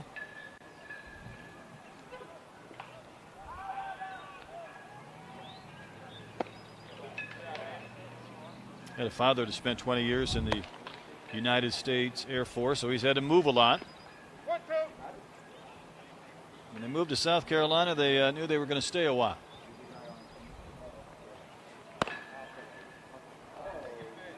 Pretty good sequence here from Smith. Change up for a whiff on the outer half, inner half fastball for a foul ball. Tries to go breaking ball down, then back to the outer half fastball. Let's see what goes here. He turned on that pitch and lifting it in the air, playable right. The catch is made, and that will end the innings. 5-man bat, 1 score. Donna Smith faced 10 batters in 2 innings, but had a couple of stretches where he was pretty effective. Yeah, lots of strikes early from Smith. 3 pitches, all for strikes. You know, we talked about it a little bit earlier. Get to that second inning, start going to that third pitch a little more. The changeup was inconsistent, but he turned over some good ones to some left-handed hitters. Kind of kept that 85, 87 range on the fastball the whole way through. Yeah, that last pitch to Morlando, a changeup that he did a good job getting him out in front on. If that's a fastball, he probably hits that ball a long way. The same thought. Saw an inning out of Camacho. He'll go back out there for a second. Left-handers beware. May not be a fun at bat.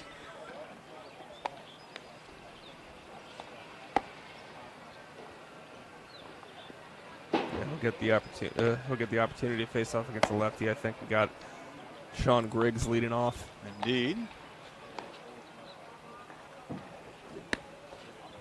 There's Sean Griggs. Got to get yourself into a pretty good mindset here as a left-handed hitter. Not a bad thought process. Yeah. Got to identify the sweep and the movement on some of those pitches. We saw the strikeout to Waldrop, an outstanding hitter who got carved up a bit. It's Griggs who bounced out to second in his only at bat. A young man from Wall, New Jersey, the Niners Baseball Club travel team, an Alabama commit. Red Bank Catholic High School. Pretty good program up there. Turned out Shane Panzini a couple years ago, who I believe got right around $1 million in the draft. Former PG All-American. I think Camacho's ready to go. Griggs said he had to overcome losing in the state championship game last year. It's kind of been the fuel to light the fire going forward. The guy says he can stretch a single into a double and doesn't strike out a lot. Really spends a lot of time on workouts with intense hours of nonstop footwork, lifting, explosiveness, and stretching, just to work on developing greater speed and agility.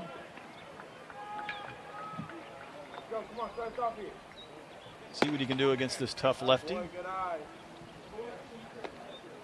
Yeah, Griggs running a 7-0 in the 60 yesterday. Pretty good for a 6'2", 190-pound infielder. It's a strike called over the inside corner at the knees. Good spot there.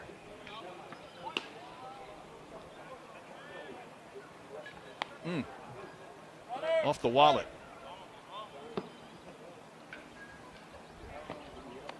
I would say if this is a true game situation, there'd be some lefties that would just kind of lean in and take that thing. Yep, got him right on the wallet. Yeah, because like we mentioned earlier, when you're left-handed, you think that curveball's coming at you the whole way, and then it bends into the zone. And this case, you just realize too late, oh no, it is actually coming at me. Yeah, the last thing you want to do is bail out and have it called a strike, so you hang in there, and then it connects. Yeah, Gave him a little bit of time. Looks like we'll stay in here. Might In a as well, showcase right? environment, sometimes if somebody gets hit and needs a little bit longer, we can sometimes just swap out, but Griggs will stay in. You got the adrenaline going, you might as well step in and hack again. Our ghost runner was off and rolling. Yeah, Camacho pitching out of the windup there. And Jonah Weathers just went ahead and rolled. We saw him last inning causing some damage on the bases when he got a chance to run.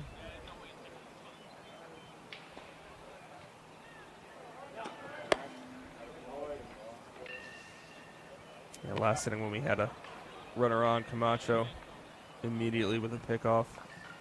Got to the wall. Goes with a pickoff again here. He's going to hang that front leg before the pitch. Didn't miss by much. Towards that outside edge. And that's what you look for, I think, a lot of the times with these crossfire angle pitchers is how well they can locate the fastball to the glove side. They get across that lower half.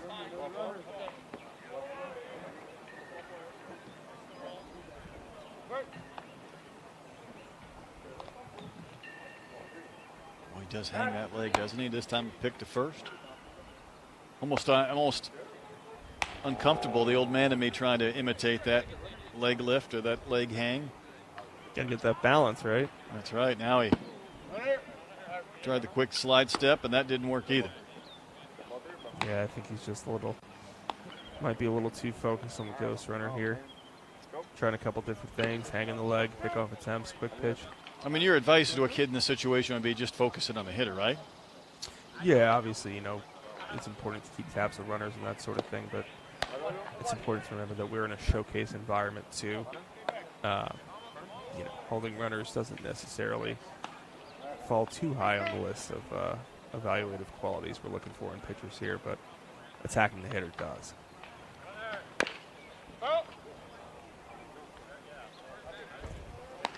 It's one of the things we get asked about often at the showcases, especially when we have our diamond cast going and everything. And parents, hey, what's the score? Hey, what's the score? And oftentimes I'll tell them just flat out, guys, I'm not really following the score. That's right.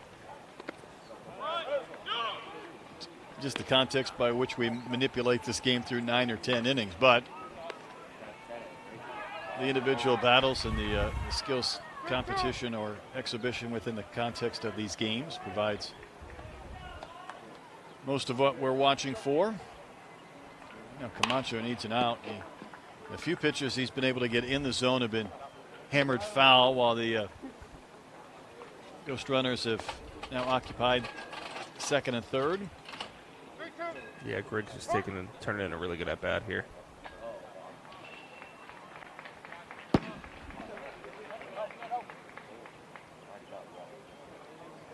Griggs isn't sure if they're going to be 2 feet outside or behind him right now. Yeah, uncomfortable situation to be in if you're a left-handed hitter.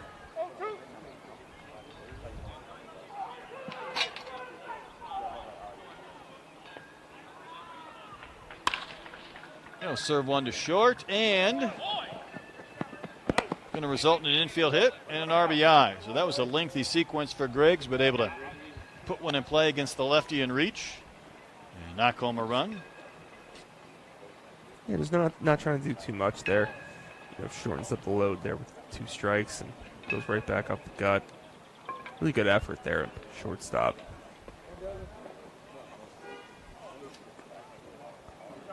Here's Braylon. He doubled his last time in after homering yesterday.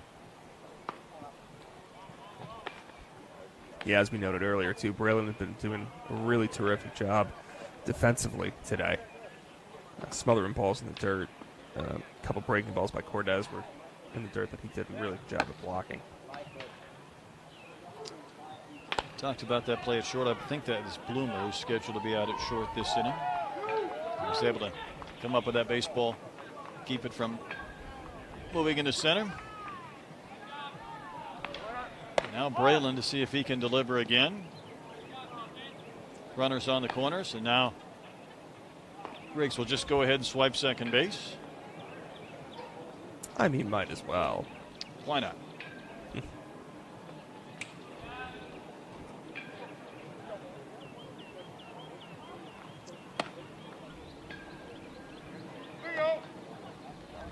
Macho was pretty effective in the 5th, despite the 1 ghost runner walk, facing just 3, but he has really been fighting his control and his command here in his 2nd.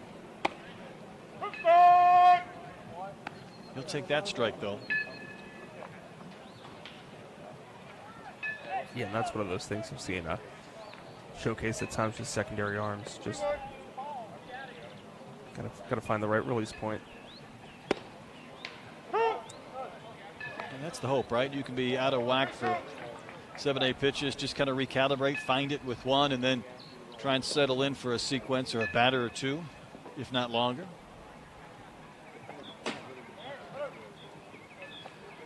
Another one, though, to the backstop and another free run.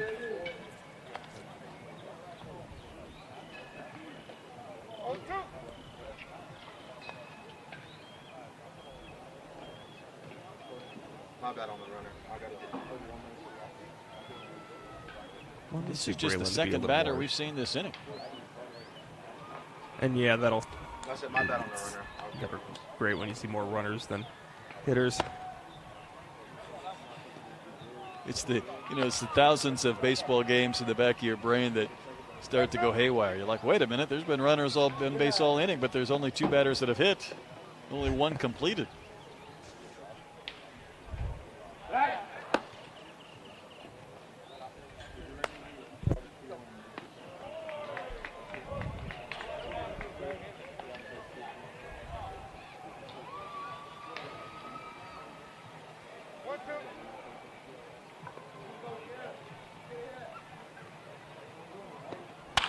Pitch to hit there. And hammered. Dribbling down the line in left.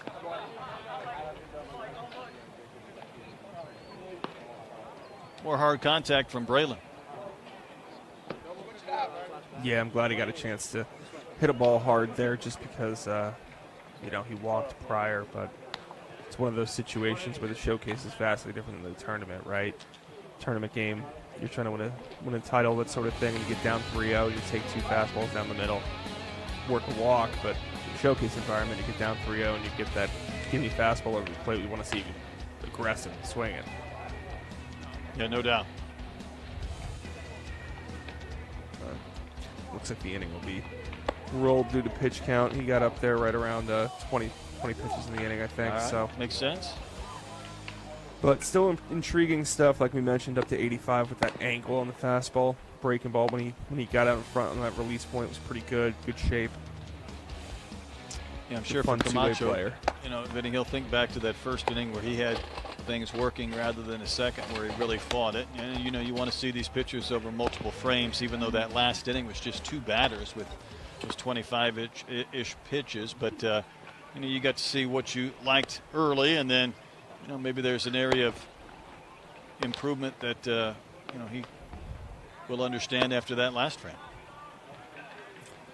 Yeah, it's something we say a lot on the scouting staff, which is when we see players again and again, sometimes players get better, and that's what everybody out here on this field is trying to do. We're not only trying to evaluate them, but realize that they're 15, 16, 17 years old kids, and so a lot of these guys are going to get a lot better, sometimes quickly, sometimes not so quickly.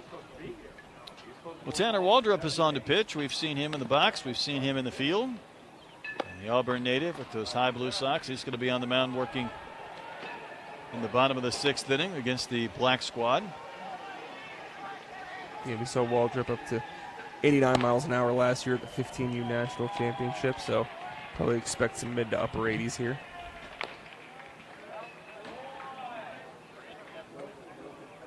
.88 across the diamond during infield drills yesterday. Bo Jonas is going to lead off for the black team. Hit a ball to center. Got a sacrifice flying and RBI in his only at bat in this game for the Oklahoma commit.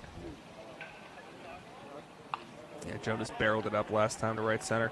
Good piece of hitting on a breaking ball.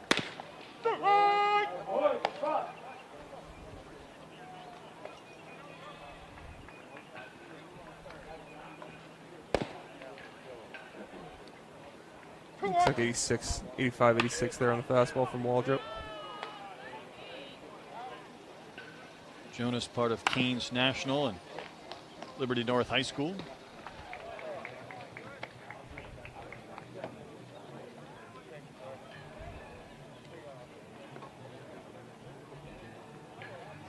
Let's see if Waldrop will stick with the fastball or maybe try to mix in a breaker here with 2 strikes.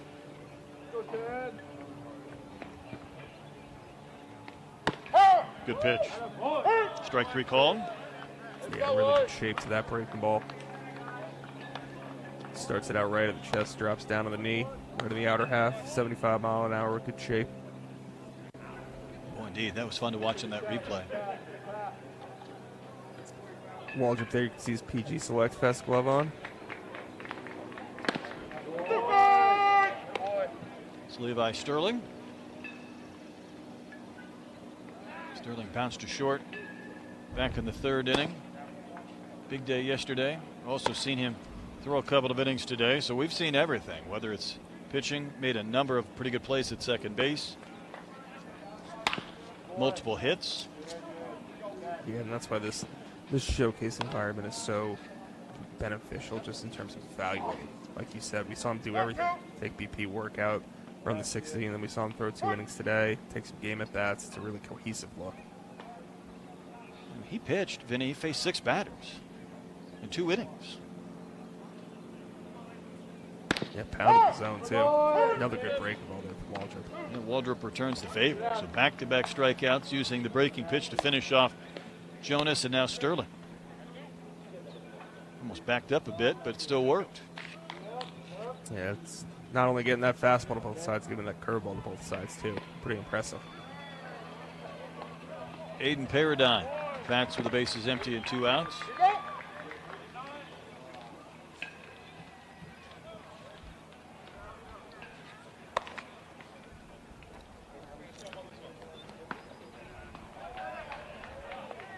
New Jersey native, UAB commit.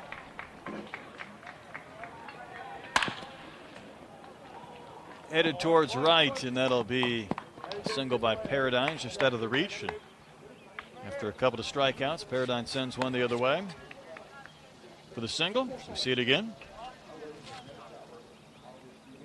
Yeah, we've seen it a couple times today from some guys. Just another really good example of not trying to do too much.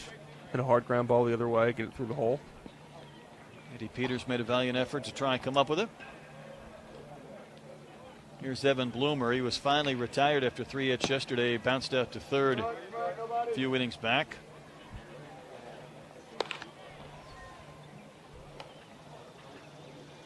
Bloomer also made that diving stop and a ground ball up the middle an inning ago. Yes, he did. Really nice play, really hard play for a 6'4" infielder. It's another guy that certainly has an adult body if you're just walking by the field or popping on perfectgame.tv and seeing him stand in the box or out there in the field. Yeah, long limbs, long body. A lot of room to project there, 6'4".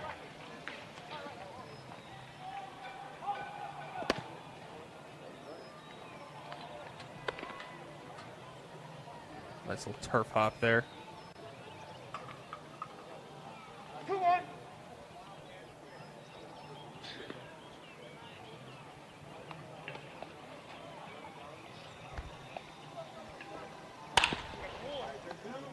On the ground to short.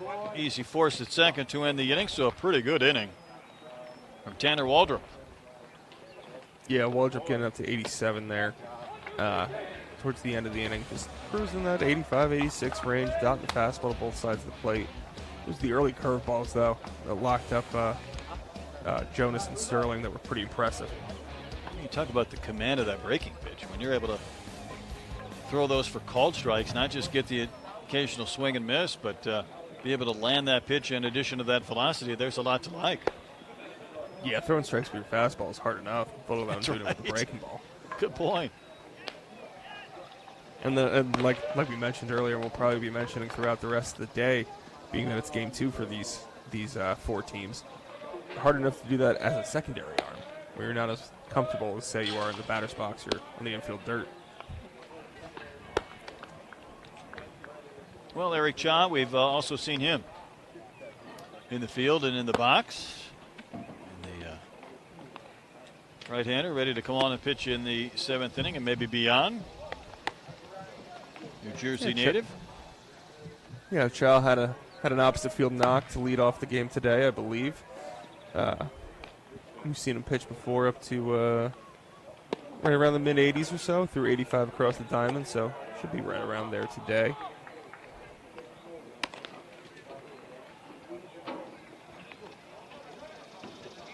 His Korean name is Cha Young-in. But Eric Cha for us, for our purposes.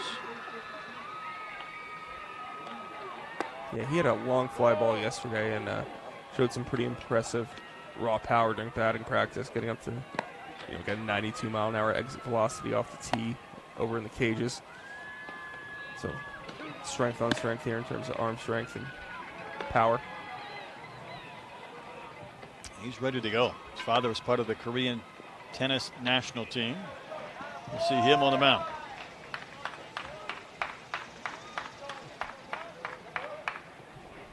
All right, guys, here we go. Point. Felt like he got pigeonholed to pitcher only last year, but worked hard at his hitting to be able to play both aspects of the game. Yet we'll see him on the mound here. That is Michael Ryan with a chop at third base. Ryan's racing down the line, but he's going to be retired. He can help you with that because they'll reset today. You see the speed there from Michael Ryan. 6'6" runner in the 60. Gets that first pitch. It's quick out of the box.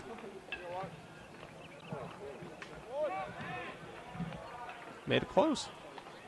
Sure did. I think that's Modugno at third. Is that correct? It is. Yeah, that's him.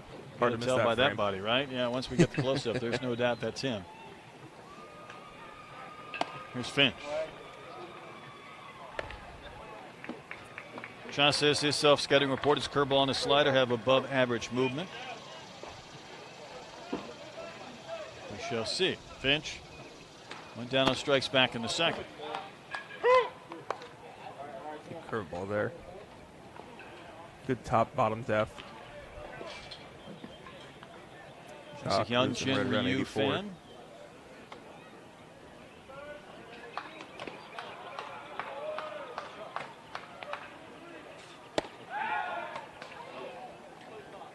Misses high to Ethan Finch. 1-2.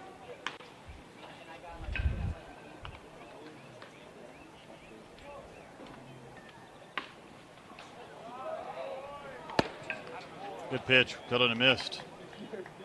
Yeah, look more like a slider shape there. You mentioned he's Sure got did.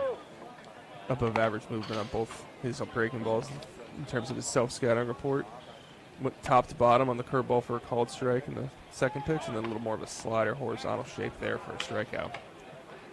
This is Sanders who bounced out to second his only time in. Ball is floated out into left center for a base hit. Sanders, who pitched yesterday but batting today, gets a single in his second at bat. Yeah, it just keeps it short and gets those hands extended. Going the other way on an elevated fastball. Nice piece of hitting. By the way, speaking of scouting reports, I got another one on Shaw. You tell me if you believe it. I'm looking at it and I'm not sure. He says he can kick a field goal from the 45-yard line, which would be a 55-yard field goal with his left foot. Are you buying? Oh, my goodness. I mean, if he can kick a 45 to 55-yard field goal, he might be in the wrong sport. That's what I'm saying. Kickers make a lot of money to not get Yes, hit. they do. For 20 years in the NFL.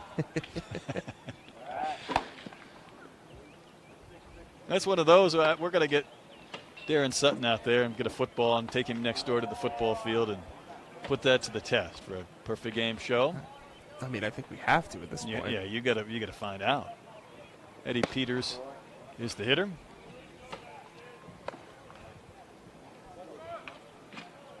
Shaw getting up to 87 on the fastball in this inning. Just kind of sitting right around 84, 85.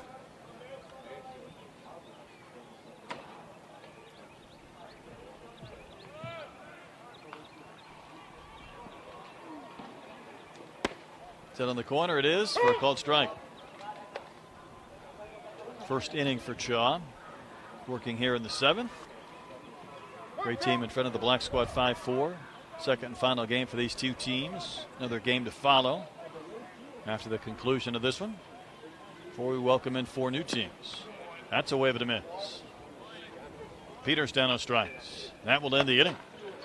Pretty fun frame from Shaw. Yeah, pretty good one.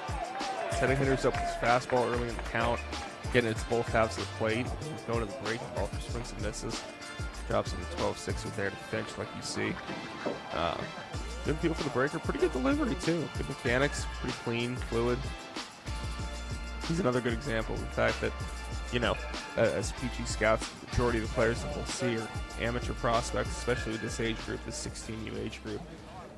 A lot of multi-sport guys like Shaw who could kick a field goal 55 yards with his left foot. I mean, there's a couple of goalposts about a quarter of a mile from East Cobb. I think we need to grab the ball and let's go. Let's find out.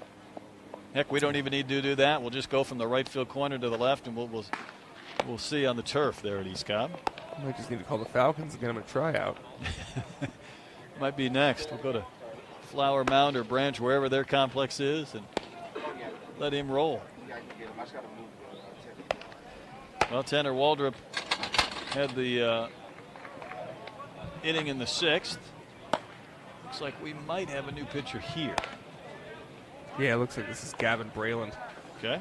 who we had talked about earlier, obviously, with his defensive skills. And like we mentioned with Sterling earlier, too, getting a cohesive look at Brayland. See him take BP and work out. A couple innings behind the dish, hit a home run in game, and now we get to see what he can do on the mound. What would the Georgia Premier Academy be? Would that be an IMG type school? In a sense, yeah, it's a training academy. There's a couple players from the Georgia Premier Academy here, and they come to our academies showdown over in Hoover, Alabama, and they play a pretty impressive schedule. You might remember first rounder and PGL American Daniel Espino, Yep. a graduate of the Georgia Premier Academy.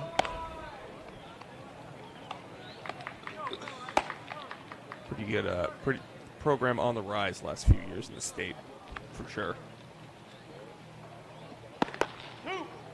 Rather than needing a couple of more warm-up pitches before he's ready to go here in the bottom of the 7th inning. So we've seen him hit the home run, and now we'll get to take a look at him on the mound. Yeah, he does have a big arm. 89 miles an hour from the outfield and during drills yesterday. Talking about a homer yesterday, a double, a single, an RBI today. Those metrics you mentioned. And now a chance to pitch. This is Carson Grout. Grout tripled to the center field wall and knocked in a run. And it's only AB today. Yeah, fun matchup here to start the inning.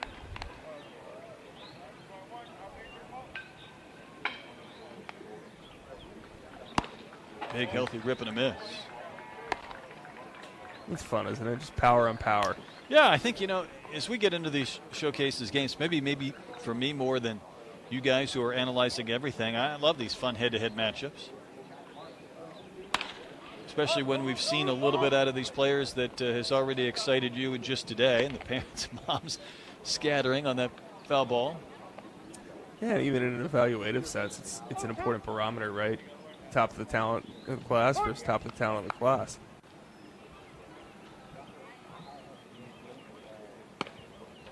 Side run and a miss there from Brayland.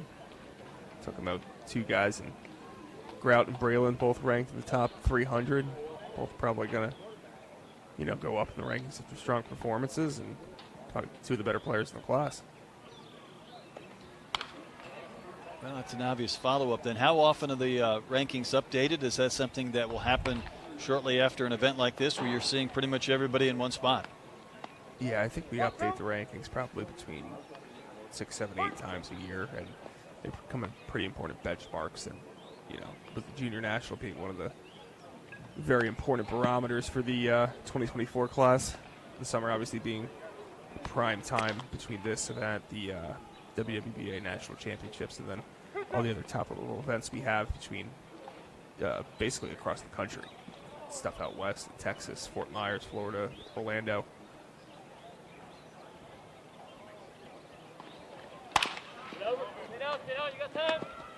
Several hopper to second base. Grout's going to be retired as Brayland retires the first that he faces. Michael Ryan at second. Yeah, you see him choke up a little bit with 2 strikes, and even though it's not a hit, it's still a good at bat from Grout there. Brayland working 86-87 with the fastball right now. Next in is Andy Perez. Breaking ball lands for strike 1. Yeah, better breaking ball there. You saw he threw one last at bat, got to the backstop, shortened up on it there for the strike.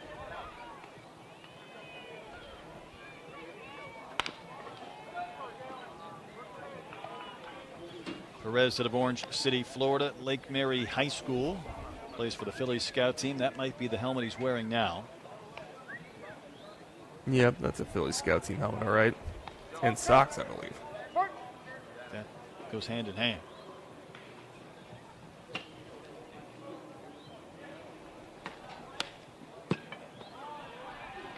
Says he has high-level bat-to-ball skills, makes him a tough out at the plate. The sneaky pop. I always like sneaky pop. But he says, never a doubt in my game, playing with confidence 24/7. Wakes up before 5 a.m. daily to do some heavy lifting and then hacks in the afternoon and speed and agility drills. Puts this one in play. Ball going to hang up. It will and be caught in left for the second out. Yeah, you know, we talked about it with Andy and a couple other different prospects, but these are the best players in the class who are here this weekend, and everybody's waking up at 5 a.m., getting their lift in before they even go to school. You know, it's not only the talent on the field, but guys who are consistently working off the field to get better and better, and it's fun to see. Good point. Even at this young age, there's a certain determination, dedication. Here's Camacho. We've seen him pitch and been in the lineup throughout, his second at bat of the game. Bounced out to second in his previous AB. The young man from Puerto Rico.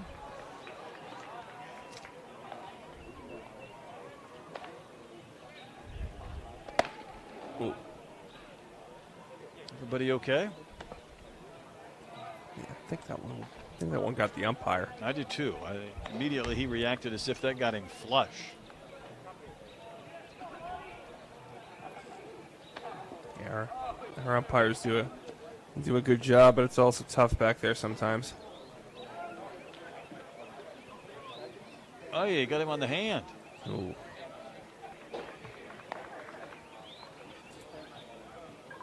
Looks like that ball did not get the hop that Rodriguez wanted. It did not.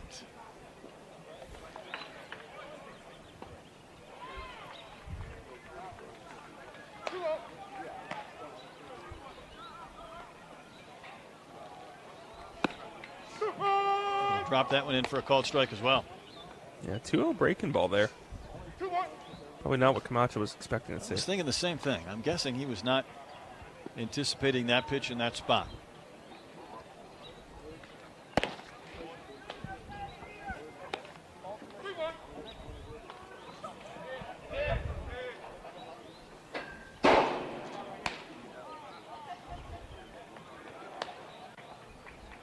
Three balls and a strike to Camacho. It'll put a ghost runner aboard after a couple of outs, after a ground out to second, and a soft fly out to left. Put a runner out there. Again, this is the first inning of work for Braylon after Waldrop pitched one in the sixth. Some secondary pitchers working one inning today rather than multiples that we saw yesterday.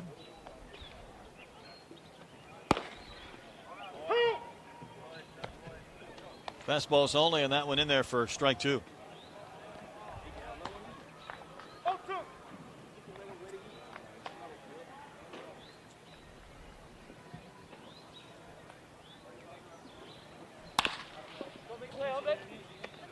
It'll be an easy flip to second for the force that will end the frame. So three batters faced for Braylon in the eighth inning. Couple of ground outs and a fly out.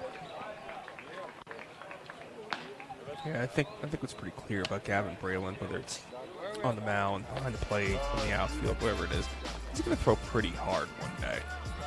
Big-bodied kid, long and loose arm action in the back, really follows through well. He's going to end up throwing pretty hard, I think, when it's all said and done.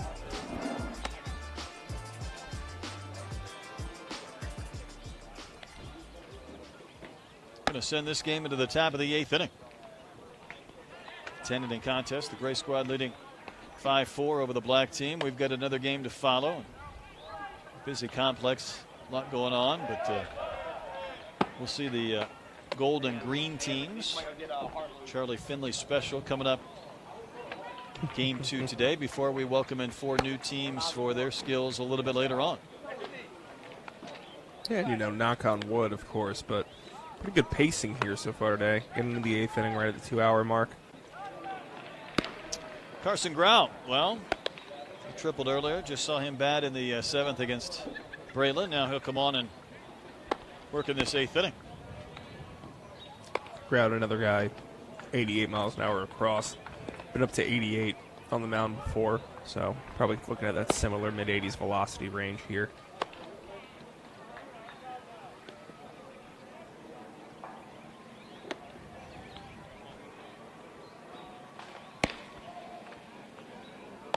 Some of these non-true starting pitcher types, especially in formats like this, they're used to kind of getting ready quickly or kind of throw a bulk of their pitches on the mound rather than in a bullpen session, because he batted last inning. I mean, he led off the bottom of the 7th. And he's back out there to work in this 8th. You don't want to give up those ABs to pitch, right? You want to make sure you get those, and then you go out there and do whatever it takes to get ready to work on the hill. Oh, yeah. And secondaries, obviously. A lot of the secondaries that we'll see are kind of, I just need 4 pitches. I'm good to go.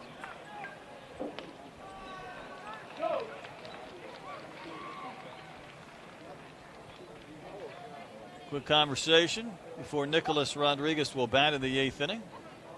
I said quick, maybe an extended conversation.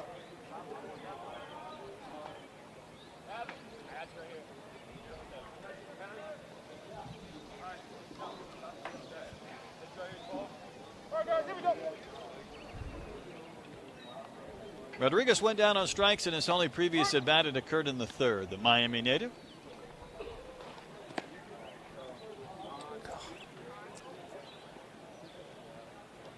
Our umpire taking a beat in there again. Where that one off his foot or something, or where did that get him? It looked like the foot of the shin or something. There was a thud, wasn't there?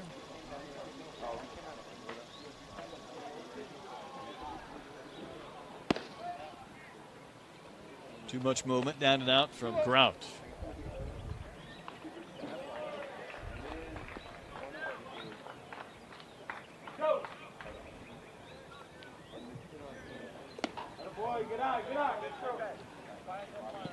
He's going to get a little jumpy behind the plate now. Grout has been all over the place on 3 straight to begin his sequence. Yeah, no, I mean, that happened. Those fastballs are skipping and coming in at 88, 89. Yes, they are. Coming in hot off the turf. 3-0 hack from Rodriguez.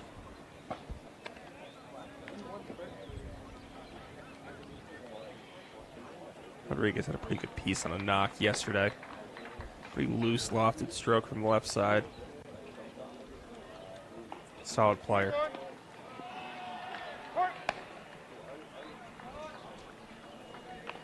Lefty with an open stance.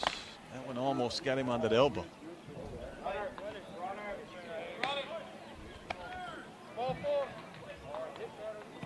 Put a ghost runner aboard over at first. And Rodriguez, of course, stays in the box. Got a need runner, guys. There we go.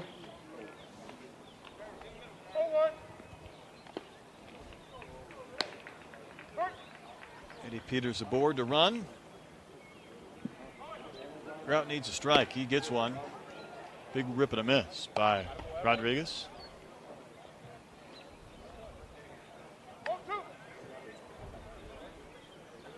That sounds.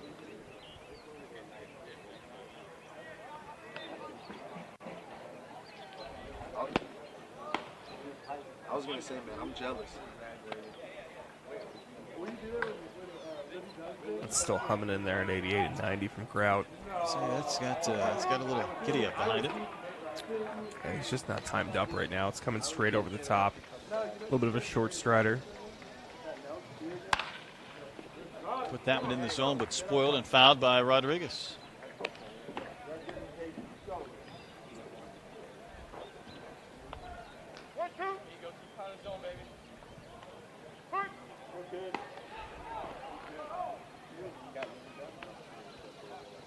First inning, first batter for that matter for Grout. He'll get the wave of the miss, so he will win the battle of attrition against Rodriguez. Yeah, all of his strikes that at bat came over to the arm side, part of the plate. Gets another one there, just right there on the black, and Rodriguez swings through it. Jonah Weathers has been one of our ghost runners a lot today, so we've seen him running the bases, but he did go down on strikes back in the third. Talked about his game yesterday where he hit a triple and knocked in a couple of runs in his last AB. Yeah, the guys that always volunteer to be the ghost runners, those are definitely among the favorites of the weekend. First look at a breaking ball there from Grout there, first pitch. We'll see that one again. Yeah, had a lot of depth to it. A little bit too far on the arm side, but there we go. He's finding his release point now. Indeed he is. Back-to-back strikes for Grout.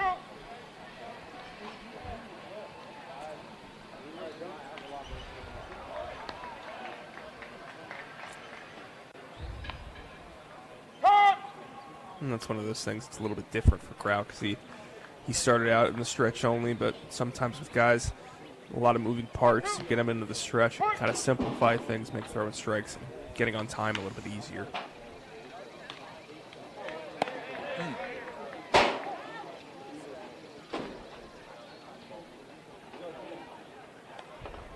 that's part of the battle, being a secondary pitcher, position player. And again, as we mentioned, he was hitting last inning, so got to try and lock in, simplify things at times. See Weather shortening up maybe just a bit.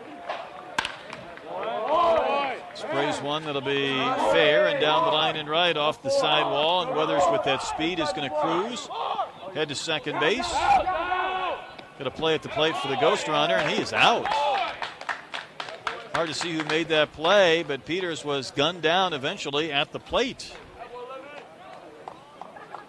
Yeah, good relay there, but to go back to Weathers for a second, just a really nice piece of hitting. Like you mentioned, he shortens up, he takes the inner half fastball, goes the other way. Had a hard hit triple yesterday, and then good tag there by the catcher. Get him in the chest area before he can sneak that backhand in.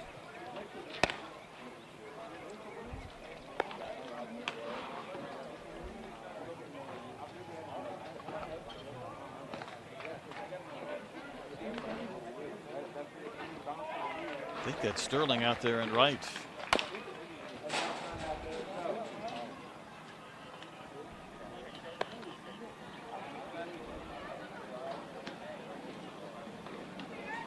Justin Hart went down on strikes in the fourth inning.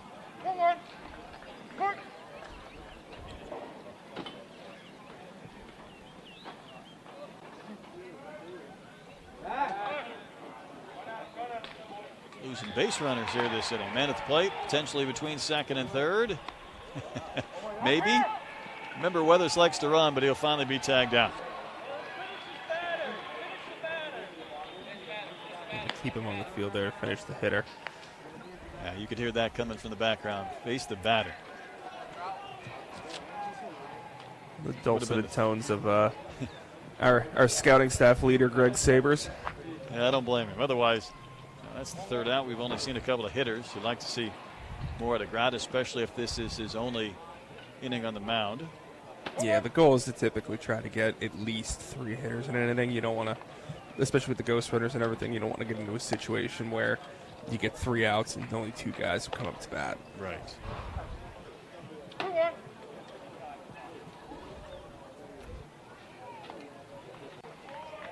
Two balls and a strike to Justin Hart, batting here in the 8th against Grout.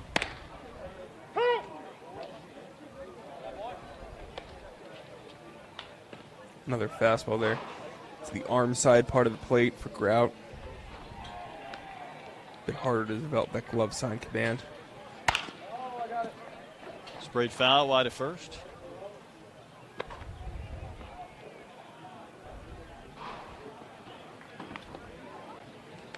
Throwing a couple breaking balls in this inning, none of which have quite got into the strike zone. So let's see if we can get that, maybe get on top of that a little bit better and try to get a swing and miss here low.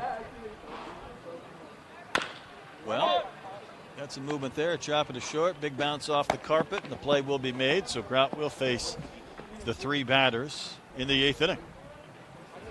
Yeah, and he got on top of the breaking ball there. Looked good. Best one he's thrown today. And it's coming at you 88-90 there with the fastball. And be pretty explosive at times, obviously. Struggled in terms of getting strikes there, that first hitter. But then once he kind of got into his groove, he found it. Had a pick off. Got some swings and misses. Solid little secondary arm there. Carson Grout. Good one to finish on. Good pitch. Breaking ball to get the ground out to end that inning. 5-4 Gray over Black. We're at the bottom of the 8th, first game today, day 2, the Perfect Game Junior National Showcase at the East Cobb Complex outside of Atlanta. Brett Dolan and Vinny Servino, he is the national cross-checker with Perfect Game. We've seen these individuals now for nearly 2 full games, but a couple of innings left, and see some new arms as well, I think. There's a little confusion. Justin Hart, well, he just batted, and now he'll grab the ball and begin to warm up on the mound to pitch here in the bottom of the frame. Yeah, this is towards the end of that second game is when you start to get those secondaries who, oh, it's my turn in the lineup, I got to go hit, and they're going to go warm up, and it can get a little confusing, but Hart threw 81 across from first base during drills. Been up to 83 on the mound before previous PG events last fall. That was an interesting look coming from the left side there.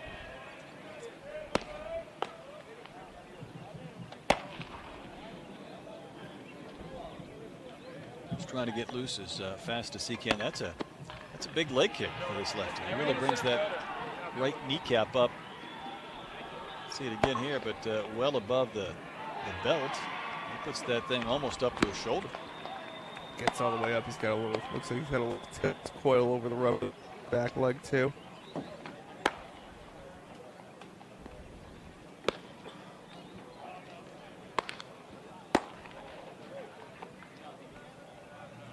Almost reminiscent of an old school windup, huh? I was thinking the same thing.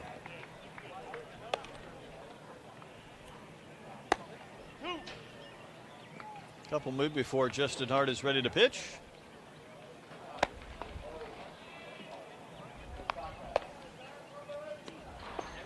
Over these last couple of innings, we've seen Braylon and Waldrop each throw one frame. Adonis Smith had a couple. He was pretty effective. Cortez had a pair. Ford Thompson went just the one inning in the first. Hart will gather before he's ready to work. John Paul Head is the first man due up, and is here in the 8th inning. Bounced up to third in his previous AB.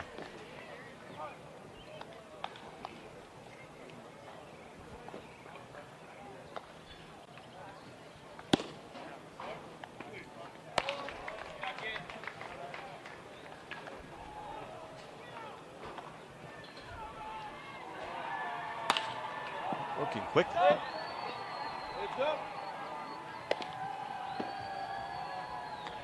Working quickly, coming right at him. There he is.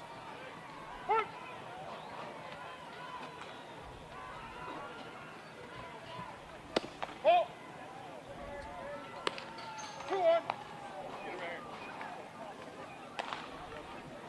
84 and a couple of pitches from Hart, ready to rock again. And ran one way down and in to the right-handed batting John Paul Head. 2-1. It looks like he's still trying to get that release point down on a consistent basis.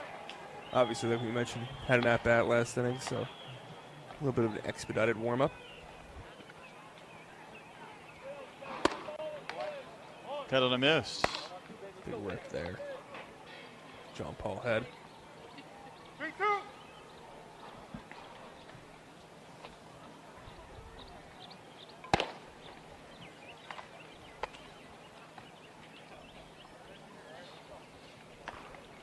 Put a ghost runner aboard at first on what would have been a walk. 2 up, 3 down. Nobody out. 0-2. What you got? Let me know. Go right here. Fastballs only now in this sequence. Go. Had a little bit of life or sink. Yeah, when he's getting on top of it, he's really creating that downward angle, that little sink and run there at the bottom of the zone. 0-2. Point.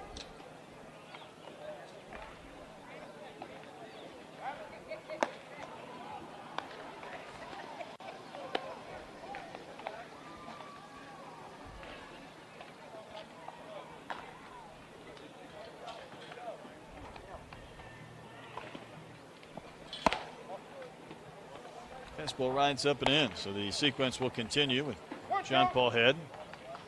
Bumped up a couple of notches in velo over the last 2 pitches for Hart, from a few at 84 to up to 86, maybe an 87. It looks like we're going to get in a couple 87s there on the diamond cast. We've obviously got the TrackMan behind home plate as well.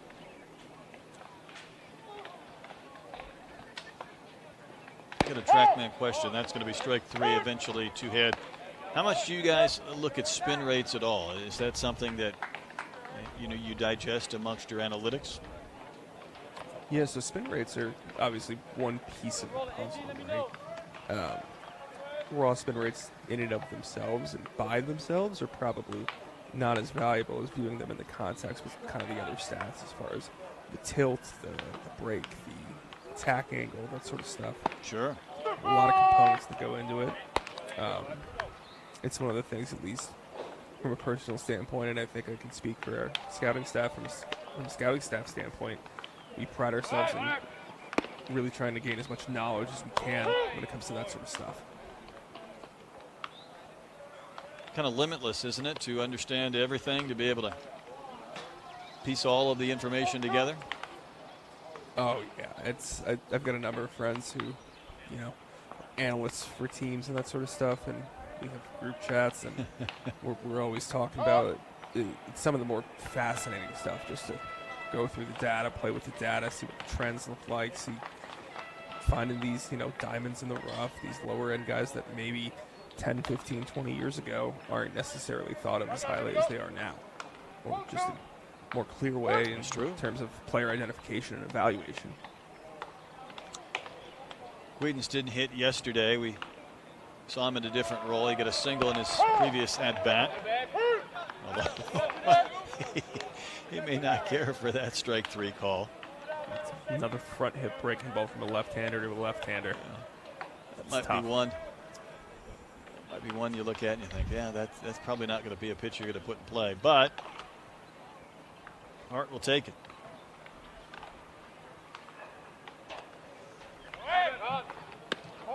Ostrander will steal third base. As we get another chance to look at Mercall Turner, who hit a 2-run homer yesterday.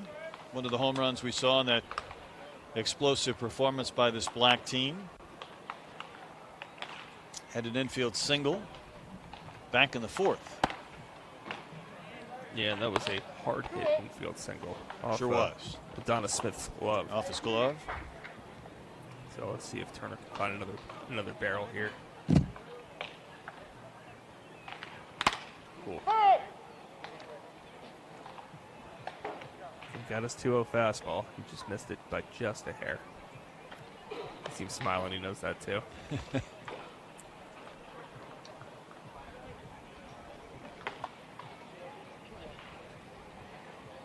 2-1.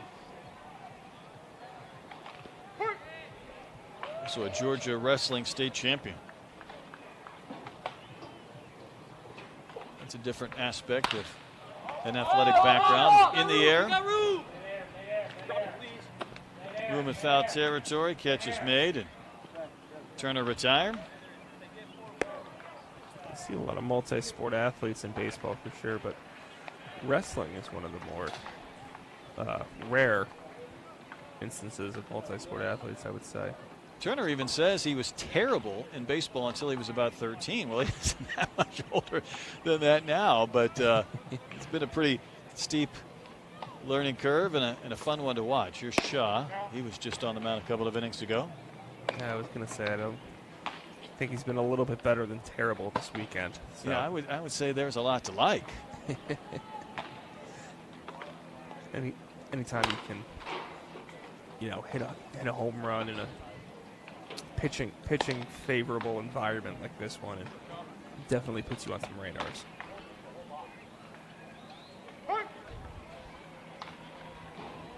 He's also been another one of the common ghost runner variety. A foul ball coming from an adjoining field to interrupt the proceedings briefly. Yeah, that's the beauty of amateur baseball, isn't it? If you're a MLB fan, watch a lot of pro baseball, college baseball, even one stadium, but amateur we go all over the place.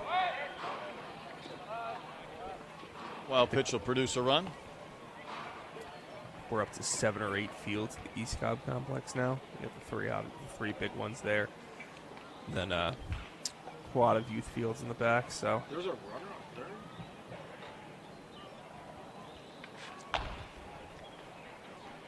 Yeah, it makes for a fun day walking around, seeing all the activity going on at various fields. I think I was there last for an 11U All-Star game in August. yeah, I believe that's where we have our 11U Select Festival. That's right. PG Youth Festivals have expanded some. In terms of having multiple fields at one location is huge for, like we talked about earlier, between scouts and college coaches, able to see so much at one location really makes their lives a lot easier. Makes our lives a lot easier too as PG scouts. I have no doubt about that. Here's 2-2. Not close.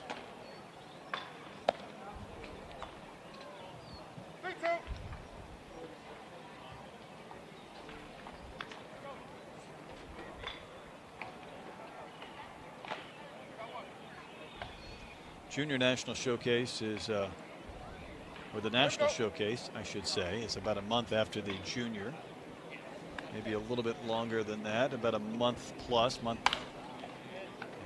5 weeks might be the best estimate. So, what is the big event on your calendar between now and then? So I'll be down at the Ultimate Baseball Championship East, UBC as we call it. One of my favorite events. We do it down in West Palm Beach, the Astros Nationals facility. It's 10 of the premier travel ball organizations from 14U to 18U. I'll be down there for that.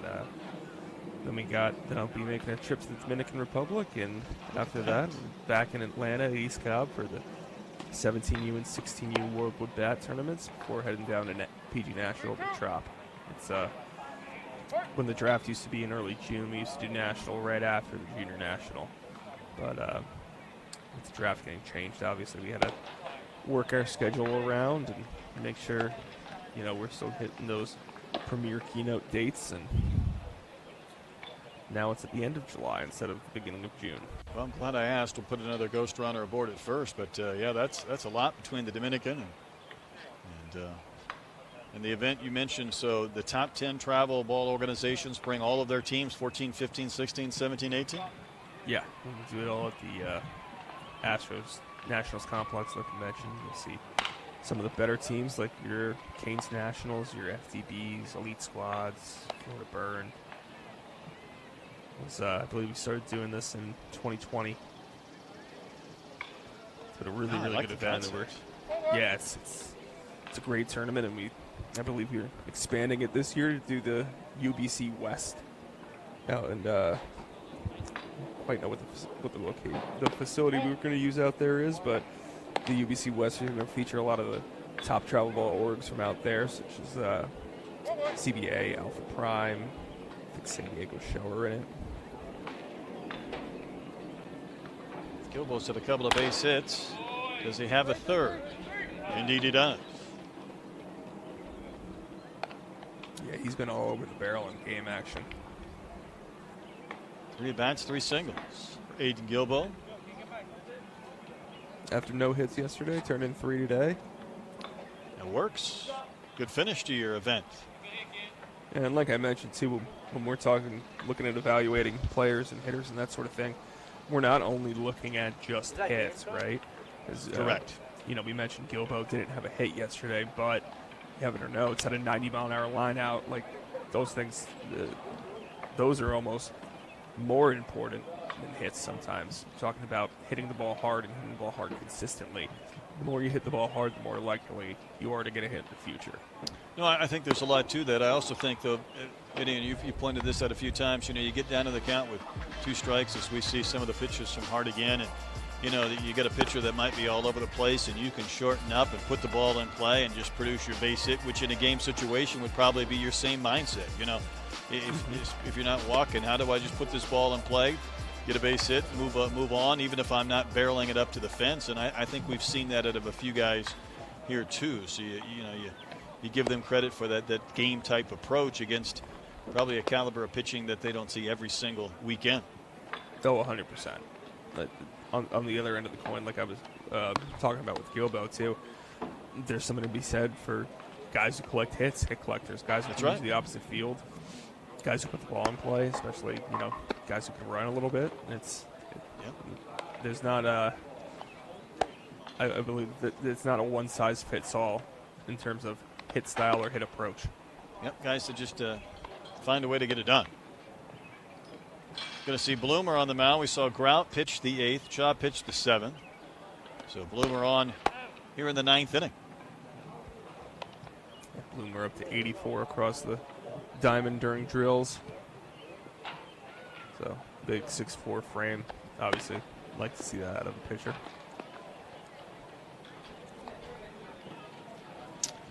His self-scouting report is a 3-pitch mix, throwing consistent strikes, fastball in the mid-80s with low 70s changeup and upper 60s curve. So there you got it from Bloomer. All right, guys, here we go. Will Orberson is going to bat here in the 9th inning. Yeah, real simple mechanics here from Bloomer. Get the leg up, get downhill over the top.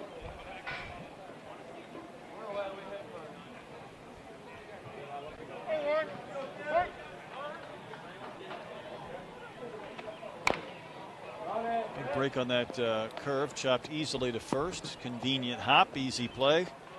And Jones retired. Yeah, you can tell that breaking ball caught Oberson a bit off guard there as he just looked to fight that off, but unfortunately kept it fair there.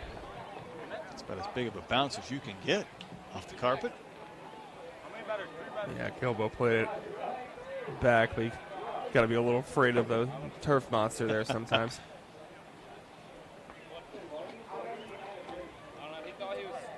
Adonis Velez, next man in. Jackson Walker was a guy in the lineup who we saw play yesterday, but not in there this morning. Maybe another commitment or event, and there's that breaking ball again. Good shape there to the breaking ball. But, yeah, like I mentioned earlier on the broadcast, we're kind of in the middle of the swing of things on the summer. A lot of guys got multiple places at once. Another soft ground out, 2 gone. Good hustle there by Velez. Ran a 6.8 and 60 yesterday, so got some wheels. Tanner Waldrop back in, his 3rd AB of the contest, a pop up and a strikeout. We've also seen him throw an inning.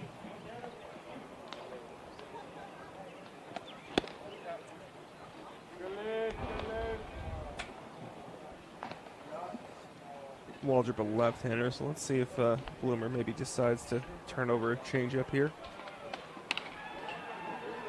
His fastball fouled back. 85, I think, on the last couple of fastballs for Bloomer.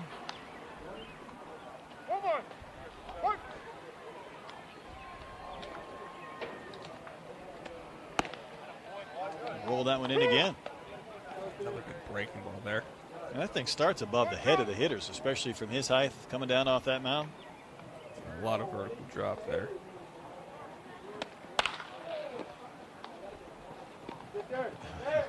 Traffic jam between 2nd and 3rd, and that ball will dribble away. Yeah, but like we mentioned last half, hitters hit, and shortens up with 2 strikes, goes the other way, gets it right in that hole that's in between short and 3rd, and just can't get to it. Duno and Perez arrived at the same point at the same time.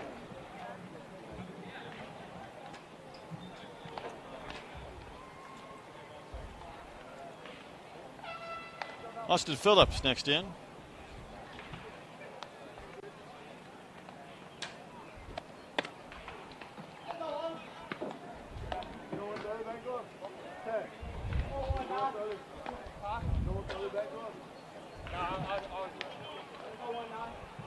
Phillips 0 for 2.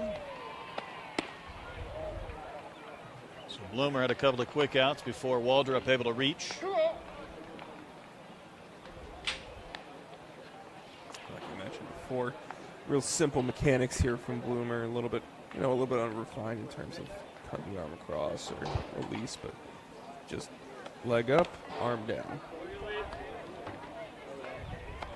Didn't quite get the snap quickly enough on that curve. He's landed several for strikes, for called strikes. It has not been a swing and a miss pitch. I think the hitters give up on that when they see that coming out what looks to be high before the drop. Spray down the line in right, and that is into the corner. So Phillips going to have multiple bases, and got to believe he's going to keep right on rolling for three easily. Yeah, it's For a good Austin job. Phillips. It's a good job by Phillips. Not try to pull the outer half fastball. He gets it right on the black there and just goes with it. Still gets the barrel on it. Still hits it hard. And then he shows off the speed too, getting all the way around to third base. He ran a sub 760 yesterday. For a guy that's 6'2", 185, it's pretty impressive.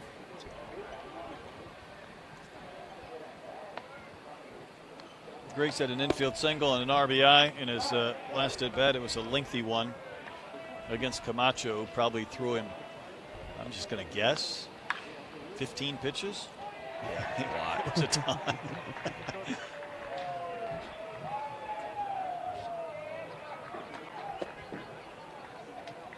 Griggs, I believe, was also our ghost runner who got thrown out of the plate a couple innings back.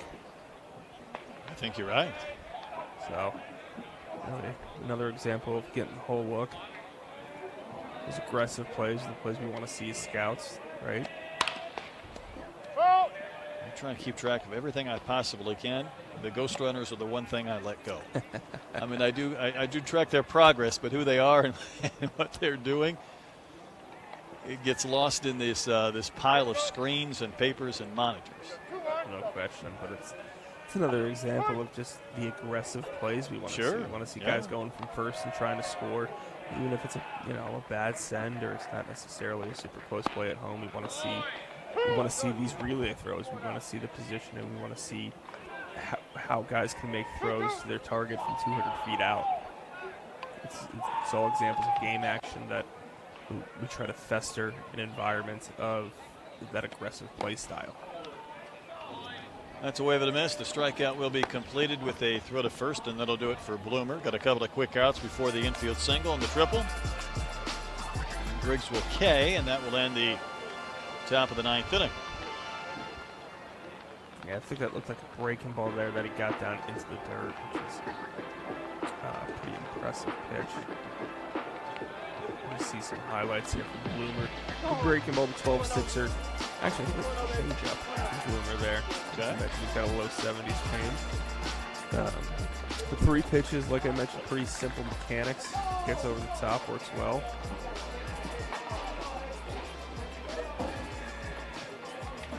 I think that might just be it. Is that it? I see some green jerseys manipulating on the field already, so maybe they're moving in. That's the game. Vinny, are you back for game 2? Yes, I will be. All right, we'll step aside and take a break. When we come back, we'll have the finale of this group before we move on to the skills session for another 4 teams. So we just witnessed the gray and the black, and we'll be back soon. For Vinny Servino, I'm Brett Dolan. As always, we appreciate you tuning in on PerfectGame.tv for the Perfect Game Junior National Showcase.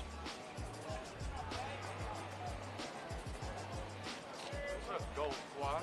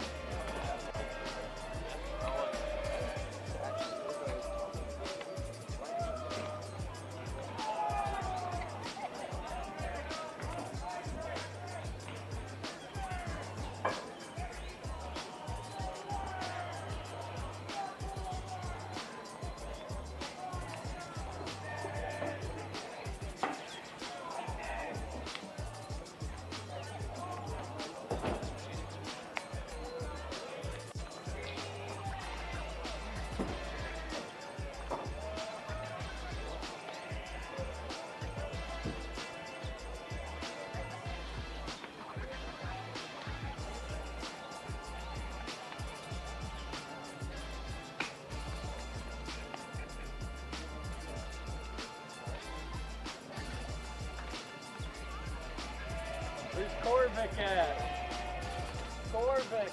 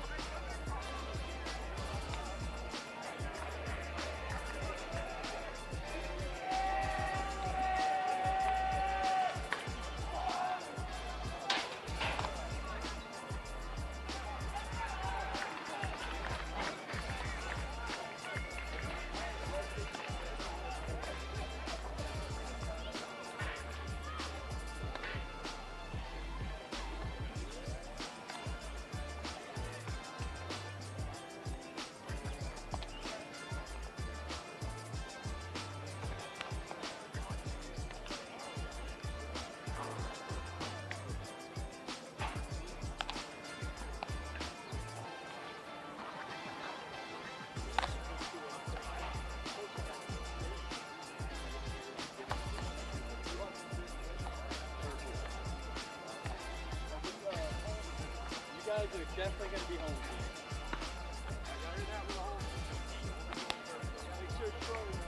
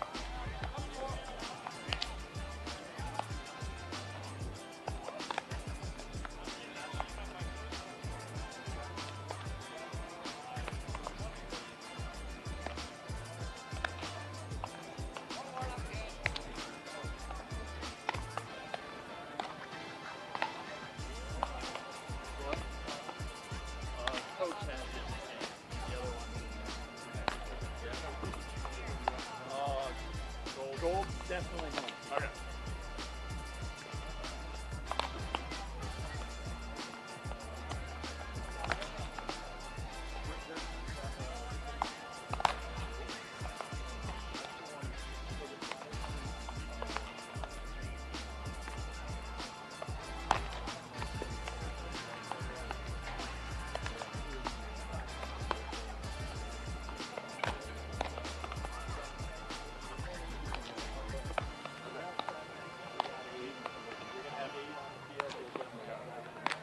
We'll figure it out. I'll let you know, like, he's actually going to try to go through the last guy again. Throw against you guys, see if you guys needed that. Yep, thank you.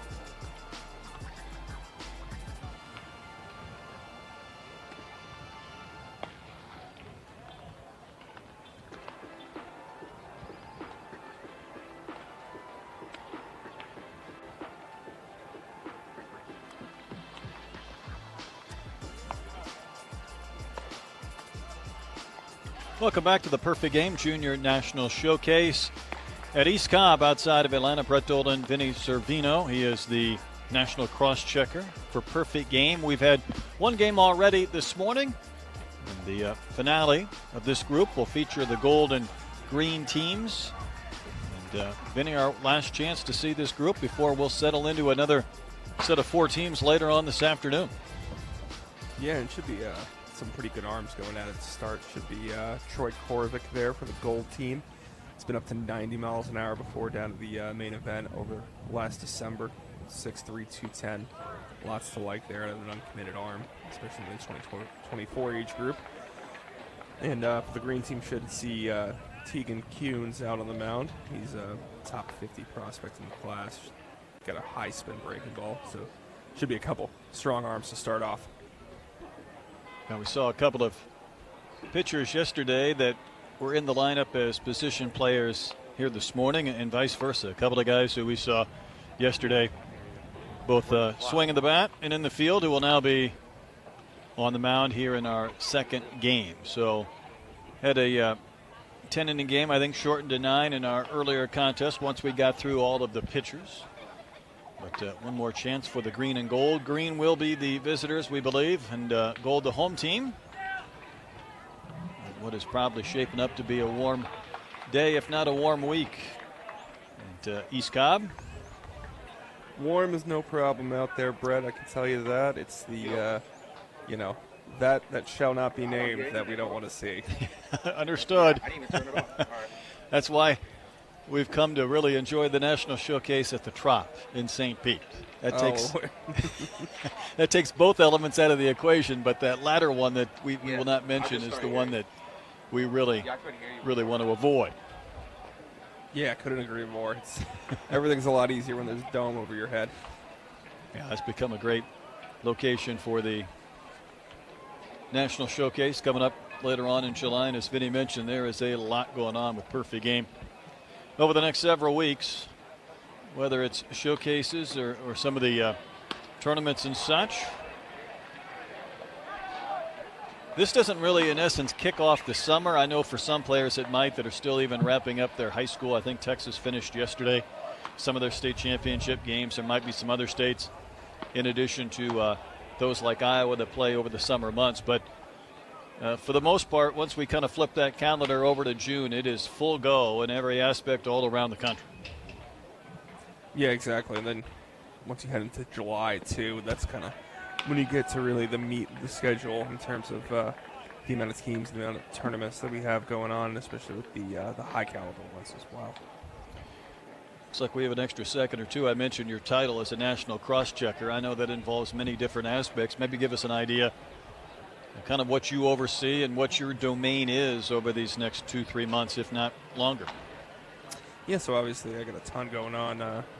As we talked about on the broadcast in Game 1, I do a majority of our college stuff along with Craig Cozart, Coach Cozy, as we affectionately know him, who coached at the NCAA Division I level for over 30 years. And so we do a ton of the college coverage in terms of rankings, college player reports, that sort of stuff. And then I'm also heavily involved in the draft, myself along with fellow national cross-checker Brian Sikowski. And because the draft got moved back to July, the month of June is a lot of preparation in terms of getting our draft list out, our draft reports updated, talking with scouts and cross-checkers and analysts and stuff, and getting kind of into a good place as we head into that July draft, while also looking an eye forward to the class of 2023 to get them ready for their upcoming draft cycle. How are we feeling about this draft being moved back? Are we used to it? Do we like it? Is it going to take a little getting used to? I think it's going to be something that is probably going to be in that same area for the foreseeable future as, MLB tries to grow the popularity of the draft and that sort of thing. But I can tell you from our perspective, it was definitely not fun. I'm sure, I won't name names, but there's some scouts I've talked to. Not very many scouts love the idea of doing it around that time because they're also they're kind of in the same boat in terms of trying to turn the calendar over to the next year's draft class while also having to wade through the finishing touches of this current draft cycle. Well, that's what I was going to ask. I mean, you start to have that overlap period where you feel like you should be moving on to the next group because they're out in events and showcases and tournaments, whatever the case may be, and or summer ball, summer league, and you're still waiting for the completion of this year's draft. So I got to believe that's where the body calendar suggests it's very difficult. Yeah, exactly. And then you have other instances such as like major summer leagues now, and even the Cape Cod League are getting guys that are draft eligible this year. And so the scouts that are going to the Cape and stuff normally to get their follow lists in for the next year class of college guys, you're talking about guys who are still eligible, will be eligible in a month or so, that are still out there trying to get their last looks in on the Cape. Is that a little bit of a gamble for those individuals fearing maybe an injury of some sort so close to the draft? I suppose, but I think most of the guys that are willing to go there and continue to throw before the draft, those are guys that are just probably trying to boost their stock in any way. Once the season's over for a number of the high-end prep arms, high-end college arms, you're probably not going to see them for the rest of the year. Makes sense. Vinny Servino, Brett Dolan, I believe we might be waiting on some umpires. There's a gentleman wearing the Notre Dame gear. He's ready for a Super Regional Game 3 in Knoxville today. I tell you, that was I'm nervous for the Fighting Irish. Sometimes I wonder if winning Game 1 of a Super Regional is the worst possible scenario. You know, you talk about the pressure and the anxiety, and you realize how close you are, and you feel like you're in the driver's seat, and all it takes is one more win, and that Game 2 switches everything. Well, it's not only that, but unfortunately for Notre Dame, you had to go to Mississippi State for your Super Regional last year, and then this year facing the best college team we've seen in the last 10 years, probably. It's a tough ask for Jared and crew, who's done a phenomenal job at turning the program around. Yeah, they've been fantastic. Tennessee has clearly been head and shoulders above everybody else. I know the curse of being that number 1 seed all together too well, going back to last year, and it'd be fascinating to see them in Omaha, but Notre Dame gets a couple of runs early and gets a lead. There will be some pressure in Knoxville. Pardon me if I'm incorrect, but I think the last number 1 overall seed to run the table was Miami in 2001, 2000. It's an incredibly hard thing to do, to be that number 1 from gauntlet to gauntlet. It is. Well, we're waiting on umpires. I think we're going to take a brief pause.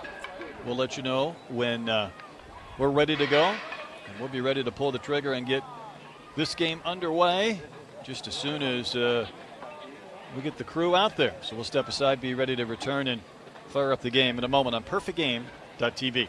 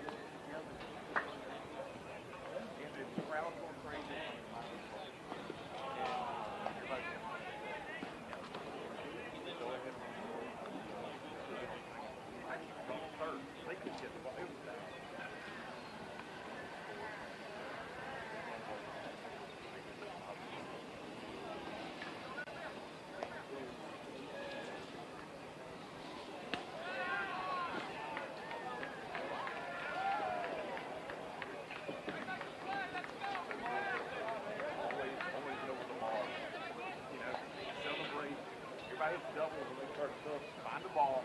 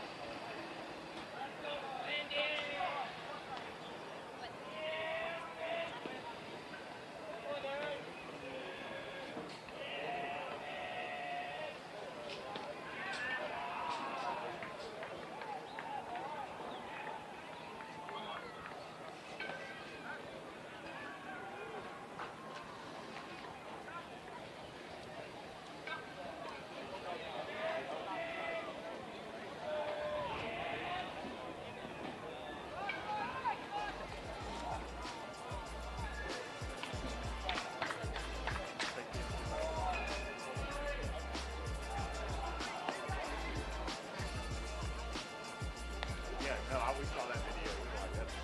That was right before. Yeah, it was, I saw we saw it on Twitter.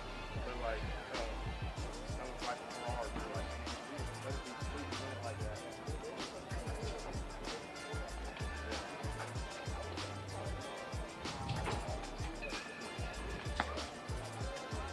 It looked cool. It looked like it was just like 3 minutes. Ours is kind of cool. Like, we got a good little home. We got that way.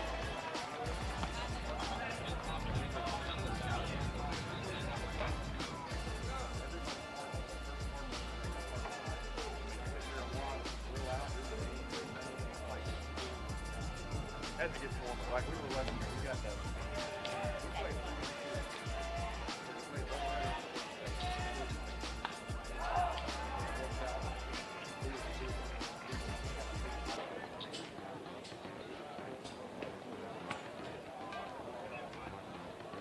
Now you could go on the road when it gets down, especially I think when it gets to the final day.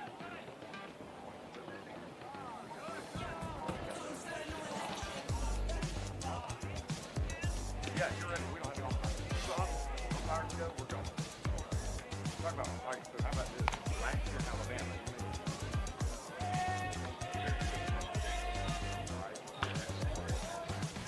I gave you bottom 7, all right? They got the winning stations and running climb all the way. You got him up to the cannon. That's 6 rows at home. No shot. Safe. Game over. They come running out. Dog pile like in the cookie box here. Okay? Not going nuts. He left early. So they appeal it over the third base up goes. He's out. So now this dugout goes nuts. And so the inning's over. They didn't win. The video, he didn't deserve. They messed it up. So this team in the top of the 8 scores 9 in the top of the 8 and wins the state championship. How heartbreaking would that be? Like,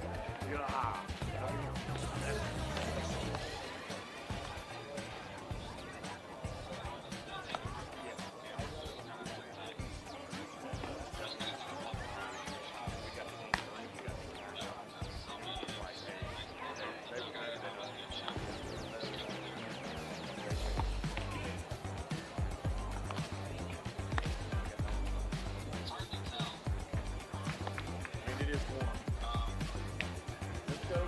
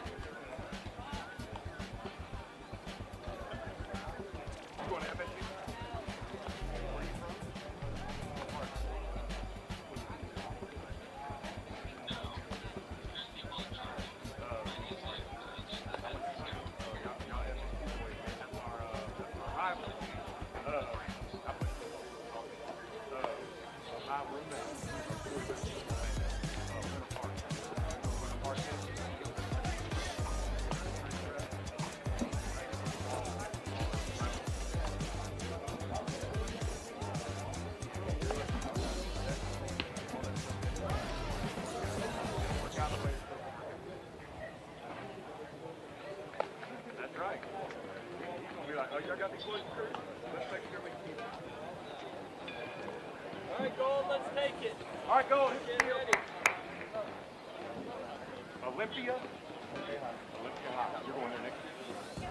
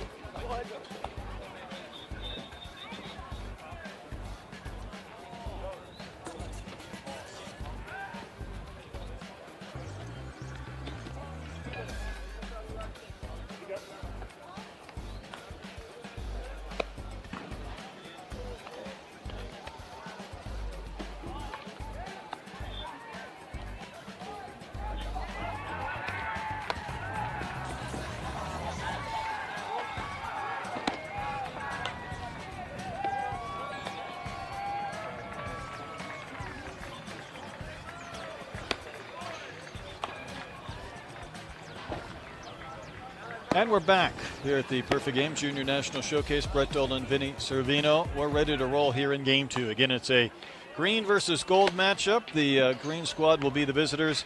And on the hill, as we just discussed a little bit earlier, is Troy Corvick from the gold squad out of Miami, Palmetto Senior High School. From Miami, they're ranked just outside the top 100 in the country.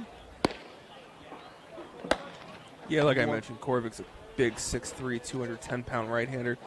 You can see there, big body, big arms, and long arms and legs. He'll work up to right around 89, 90 miles an hour with the fastball, so should be some good velocity coming here in the early innings.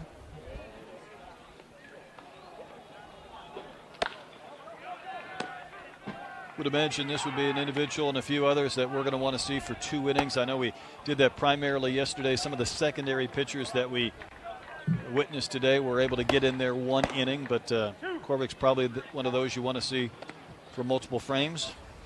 Yeah, he's a primary right-handed pitcher. I say as you know, he also tripled yesterday in game, but he'll definitely get his 2 innings here on the mound.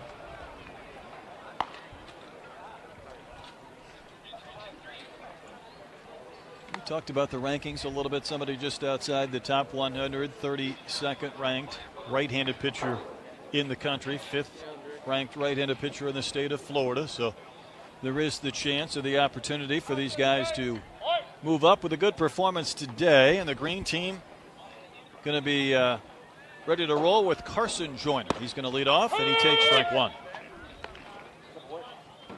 Yeah, Corvick being an uncommitted right-hander, like you mentioned, just outside the top 100. I'm sure a lot of college coaches will be keeping close tabs on this one. Saw Joyner yesterday throw an inning. Also had a couple of at-bats, a strikeout and a comebacker.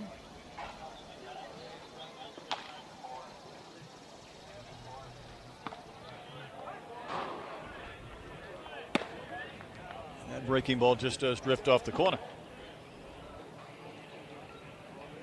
Corvick already touching 88 with the fastball.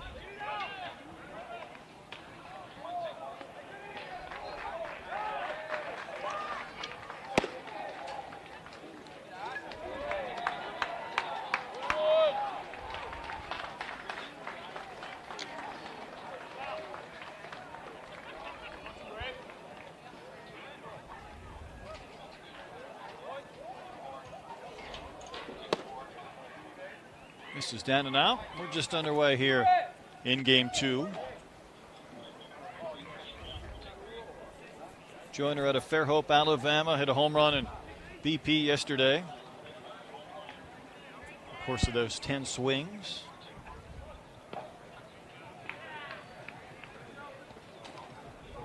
Yanked that one.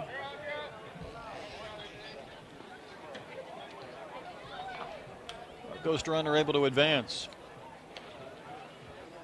Yeah, you mentioned Joyner hitting a home run in BP yesterday. Another guy, a strong, physical right-handed hitter. Exit velocity 90 off the tee. Definitely has that strength to the pull side. 5'11", 205. Strong kid.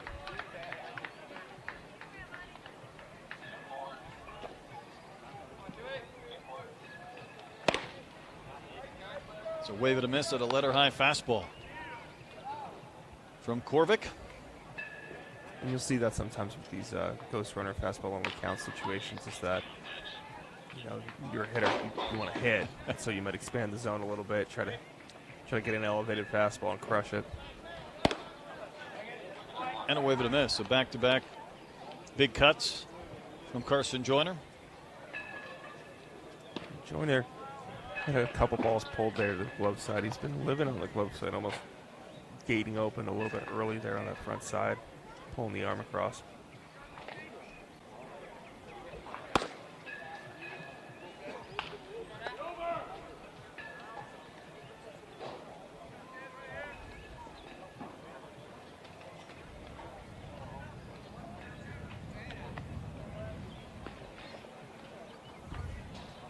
Corvick trying to settle in here in the top of the first inning. Ball hit well, but foul down the line to the left of the pole near that 315 sign and maybe up towards the parking lot. And Joyner trying to remind us of the power he showed in BP. Yeah, he's seen several now where he can start to really hope to time that fastball. Maybe do a little bit of damage.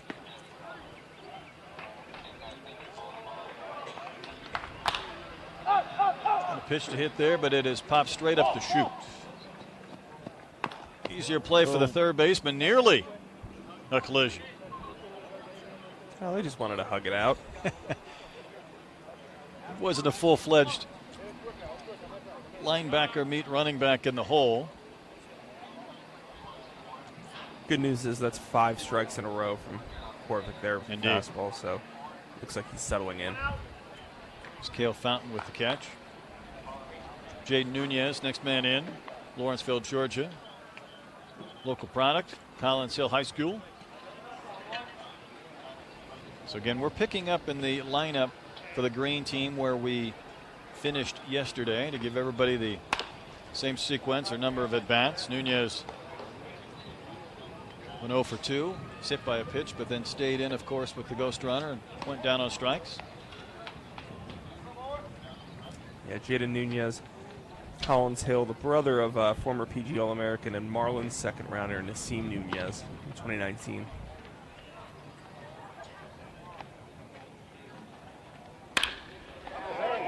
Serves one sharply to center, dropping for a base hit. Our ghost runner will turn third and score sliding on the base hit from Jaden Nunez, putting the first run on the board.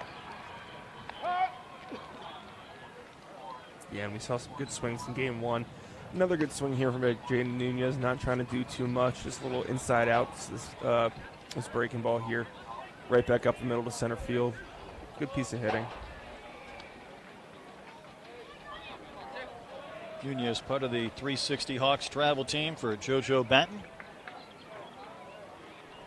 You mentioned his brother already. 2018 PG All-American. Here's Jackson Thomas. Thomas, another performer from the Sunshine East earlier in May down in Sanford, Florida. Good tools, 6'6" runner, 89 from the outfield. Yeah, he was one of those guys I think caught our attention yesterday. Nunez will advance to third. I think a combination of, you're right at the cusp of 90 from the outfield. You mentioned the 6'6" time.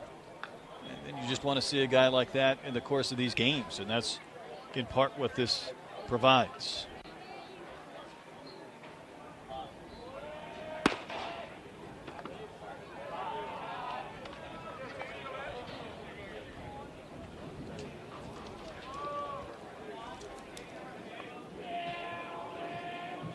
Thomas had a pop-up and a comebacker yesterday in his 2 ABs.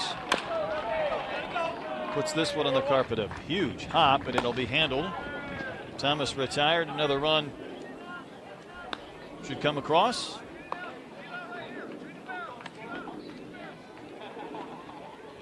Play made by Marin. Manuel Marin at second base.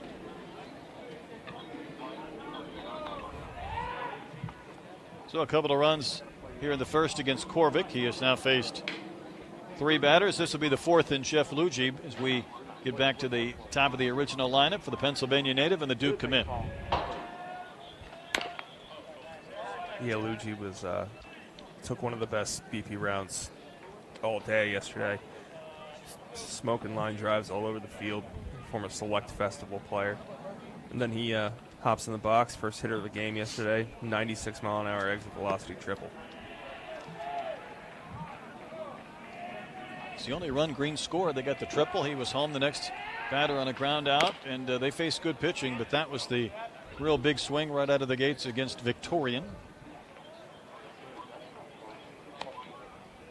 Yeah, how about that opening matchup yesterday? Coleman Mayfield and Landon Victorian. That's fun. Oh, yeah.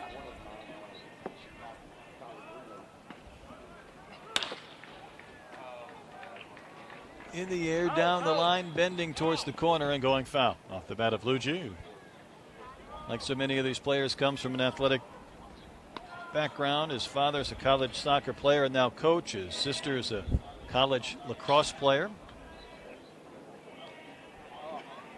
Yeah, two Duke commits so far this weekend, and That's right. Luigi and Andre Modugno really shown out.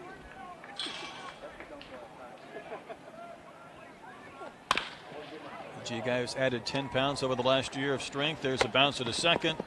Play made by Marin, and that will end the top of the first inning. So Korvik able to kind of settle in after fighting it for 10 or 15 pitches or so. Got a couple of bounce outs to second to end the inning, and we'll see him again later on in the second as we take a look back at a few of his pitches. Yeah, it's a deeper plunge there in the back. He's coming straight over the top at hitters. Working up to 88, living kind of in that 84, 86 range. Bigger breaker there in the low to mid 70s too. He ended up throwing for a strike a couple times late. So the Gold Team ready to take their hacks here in the bottom of the first inning. Bring you back inside complex here in East Cobb for the Perfect Game Junior National Showcase. This group of 4 teams rounding out their day and a half. Just about the time you feel like you have a pretty good concept of this group, you'll get another 4 teams. Meanwhile, as you pointed out earlier, Vinny, ready to go on the hill is Tegan Coons from Gettysburg, Pennsylvania, and NC State commit. Yeah, Coons had a massive summer last year. Worked right around that upper 80s range, probably touched 90 or so. Breaking ball's the calling card here. It's a firm, sharp breaker, big depth, spinning up right around 2,800.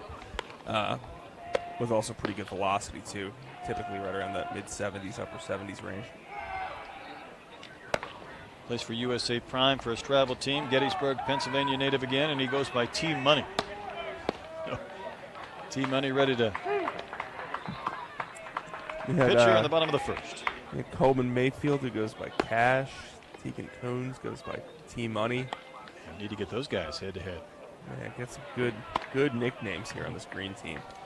Coons' self-scouting report, he says 5 pitches for strikes. You know, you might be happy with 2 or 3, but we'll see how many different pitches he's going to work in or mix in.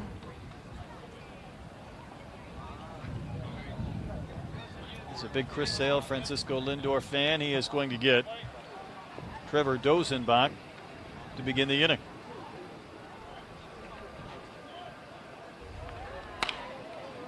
First pitch swung on, fouled right back to the screen. Dozenbach, another one. Really impressed during the workout portion of the showcase. Really twitchy, athletic kid, 6'6" runner. He had a hit yesterday, too.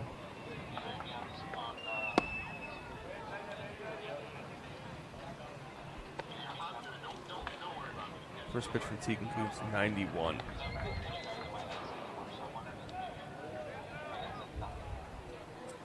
Dozenbach knocked in a run with a single in his first at bat. Also hit into a double play and bending out of the way, and lucky that one didn't clip him.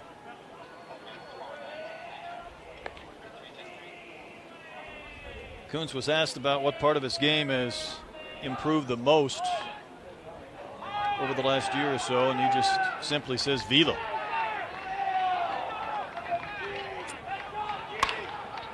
Easy enough sometimes, right? Yeah, right. You don't have to overcomplicate things. What's gotten better? Throw hard. I think that last one was at 91. Might speak to that.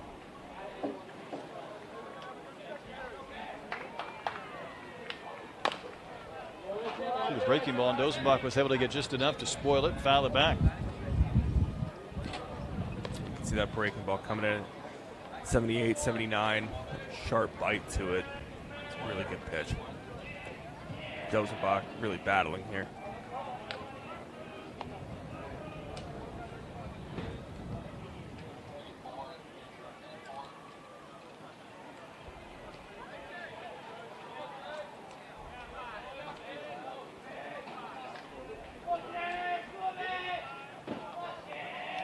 Turning into a pretty good battle.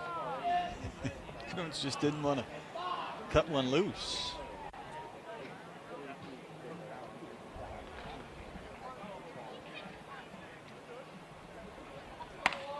A little bit of a unique windup from Coons as he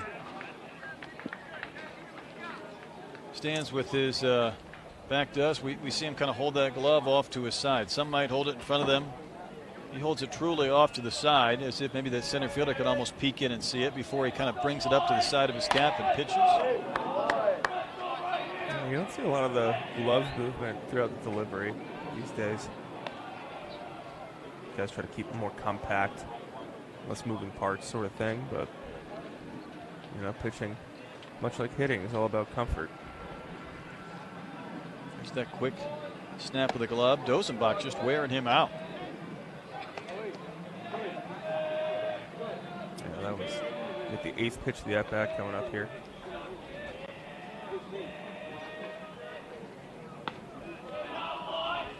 Sometimes in a showcase you want to show all of your pitches. You really don't want to do it in the first batter. That is strike 3. Dozenbach will take it looking, although the throw to first will have to be lobbed over the runner to get the out and complete the K.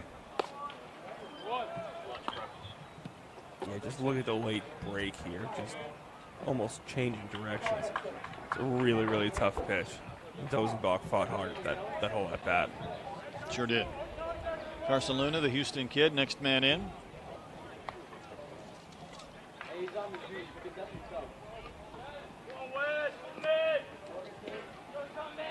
Luna, similar to Jackson Thomas, earned his invite to this from the Sunshine, Texas showcase earlier this month. St. John's High School product. Got a base hit yesterday. Facing some top-notch velo in Tegan Coons here this morning.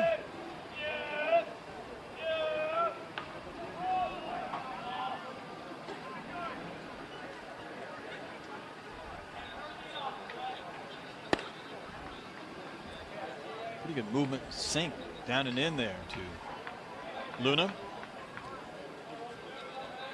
Breaking ball for Coons, spinning right at 2,800 RPM.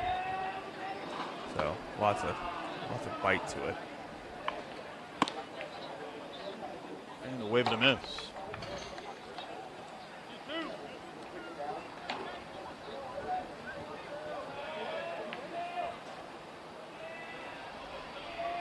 So Dozenbach struck out looking, but Coons really had to work to get the K. He's going to paint one here on the corner to Luna. Back-to-back strikeouts looking. Yeah, and you saw in that at-bat, he turned over a changeup there for the second swing, and this changeup's getting a ton of action. And he's killing spin on it right around like 12, 1300, I think it is. The fastball not only coming in at 90-91, but it's got almost near perfect backspin on it, right around 12-15, 12-30 tilt. Really gets that carry. It's going to get right on top of bats, and hitters are going to swing under it as a result. Well, I like those analytics. Good add-on. Jay Slater in. Swings and fouls one off the catcher for strike one. To 92 on that last strikeout, by the way.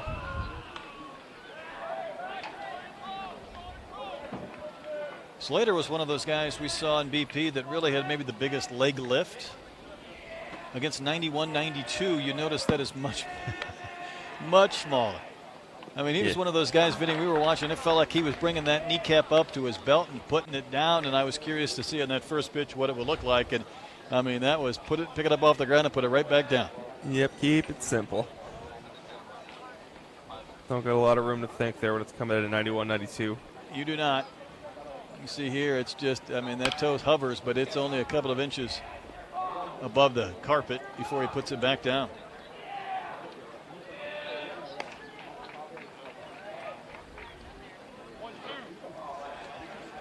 Couple of strikeouts, and Jay Slater batting here in the bottom of the first inning.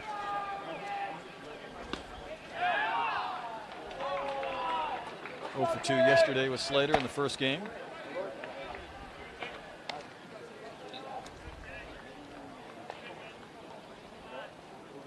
Slater yesterday had a couple caught stealing throwouts from behind the plate, too. Yes, he did.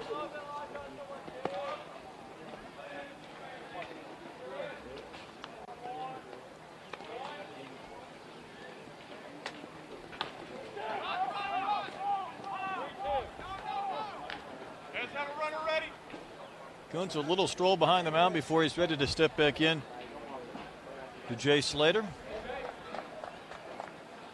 Down to get a low pitch and sends it into left for a base hit. So a good sequence from Slater to be able to put that ball in play. Yeah, really nice job there by Slater. Gets a 3-2 breaking ball down, kind of perfectly executed, and he just keeps the hands back just long enough. Fires him for a short line drive left. Really nice piece of hitting there by Slater. Good at bat. Michigan kid, Michigan commit, I should say. Able to get the base hit. Good look at Jay Slater. And you've gotten seen the whole arsenal by Coons already. You know, kind of, as we mentioned, cruising 90 with that 12 o'clock tilt. A ton of bats going to carry there. And the breaking ball. It's fun to watch. Here's Raymond Gonzalez. Should mention that battle between Slater and Coons, kind of a Pennsylvania kid battle, but won by Jay. Jeremy Browner, National Director of Festivals. You see behind the plate trying to get a little bit of video. I'm sure to put out on Twitter. But he's texting me right now telling me reminds him of a young Carter Stewart. How about that? PG All-American. Well, you read off some of the analytics earlier and the spin and the movement as Gonzalez takes down and out. Now, that's always the name that, at least for me, I don't see the volume of players you do, but I mean it's hard to forget a guy like Carter Stewart. Oh yeah, you're talking about absolute spin monsters with the breaking ball. Stewart north of 3,000 RPM pitching overseas right now, but you know, like I mentioned, Coons coming in right around 2,800, still comfortably above average for his age group. Every once in a while when Carter Stewart will do something, someone's always tagging me in a tweet or a post where I'm standing in the dugout interviewing him at the All-American Classic. We're talking about that same thing. We're talking about the spin.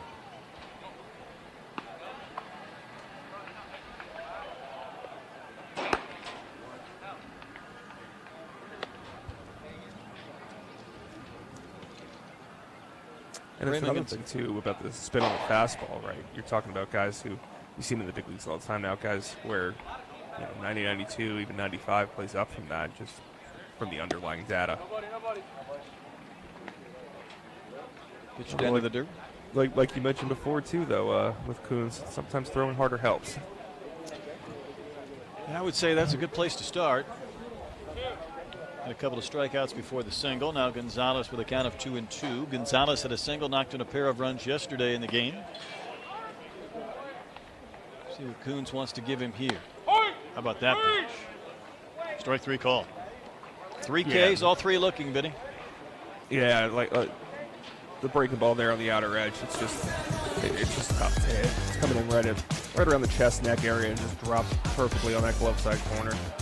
You see it multiple times here, just dropping it in, late break, almost looking like a change directions. That was looking to change it there to Luna, I believe.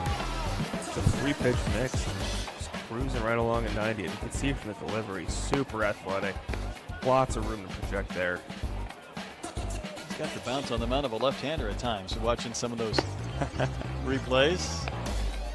That was a fun first inning. Slater got the base hit to his credit. 3 strikeouts around that hit.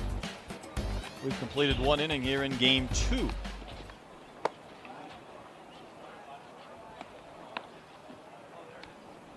It's a green and gold matchup today. A couple of runs scored by the green team in the first inning. And Corvick, who worked around a walk early, gave up the single to Nunez for an RBI. Ready to go back out there for a second frame. Anything you want to see out of him here in the second that maybe you didn't see enough of in the first? Yeah, just a little bit. I think a little bit more consistency just in finding that release point. You know, he struggled with the first hitter, but he found it later on. Show that 3-pitch mix like we talked about. He's a big kid, so a lot of room to dream on there just in terms of the frame and everything. And it's pretty easy velocity, too. It's not a ton of effort. Pretty simple on the mechanics for Troy Corvick. Going to look at Curiel, Key, and Mabius here in the second inning. So some pretty good hitters, which will add to this test for the young right-hander.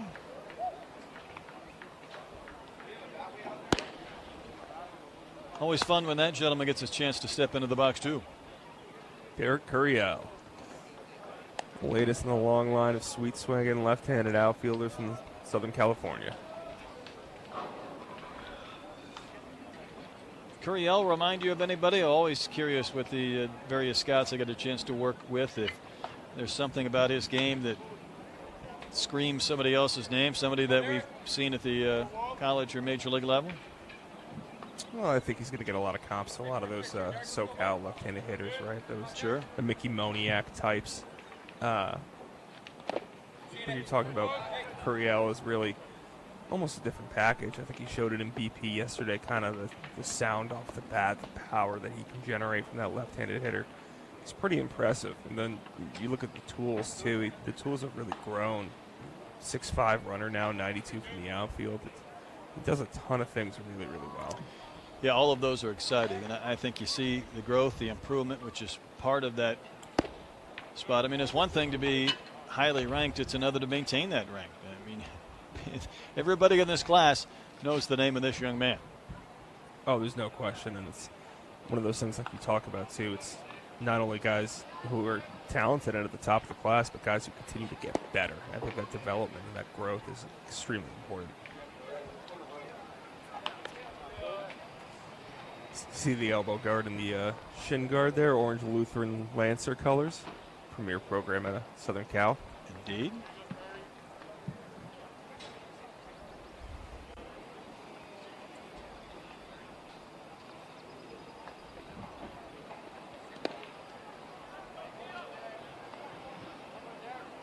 This is kind of what we saw early last inning from Corvick, just trying to find that release point, get a little more consistent in terms of throwing the strikes, as opposed to right now he's just getting on top and spiking it a little early. And this is, like I mentioned too, we got a 3-0 count here to Curiel. Normally, game situation, you probably take 3-0 here, but you can't walk, so I want to see if Curiel really lets it rip here. I think he wanted to, but it was just around the hands.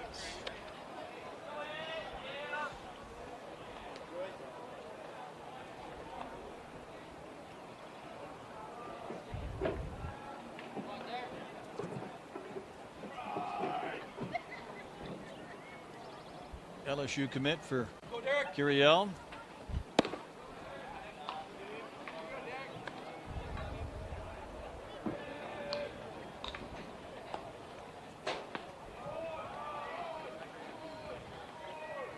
Is that frame where you think it's going to be from a height standpoint, or is there more to come as well at 6'3"? That's hard hit and into center for a base hit. So the ghost runner put aboard will motor on to third, and Curiel waited patiently for something to put in play and gets the single. Yeah, another hard barrel here from Curiel. Yesterday had a tough left-on-left slider from Jackson Sanders, stayed with it, flipped it into center field. This one was much more well struck. And, to answer your earlier question, I think there's a lot more to come from a lot of these players in the class now. Like we talked about last game, guys like Andy Hernandez were waking up early, 5 a.m. Everybody's working out in the gym. Everybody's really, really working, as opposed to, half a century ago where baseball was just for fun, for sport, and now everybody's at the top of their game athletically and physically. And so these kids from an early age are working hard and grinding, and you see that with Curiel, and a lot of the fruits of his labor are showing. Fun to see. Jaden Key had 3 at-bats yesterday. Swings to the breaking ball and chops one foul outside of third for the Hawaii native. Yeah, Key was part of a really fun Hawaii elite team last summer at the WWBA National Championship, and he's one of many talented players from Hawaii, and one that I'm glad that we get a chance to see here. I know Darren Sutton was spending some time with him yesterday. I bet he was.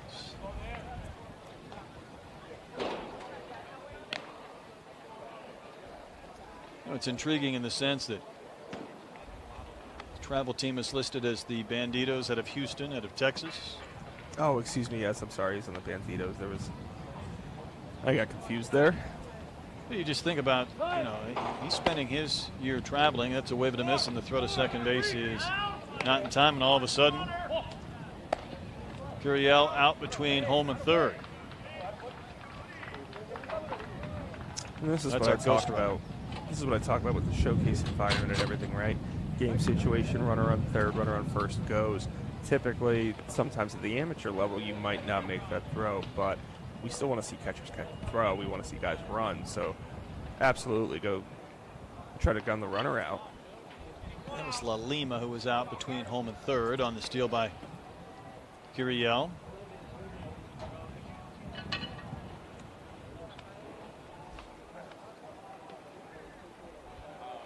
Here's Burke Mabius. What do you think about Key? I mean, he's spending most of his summer not anywhere near Hawaii or a beach. He's traveling around playing at these events.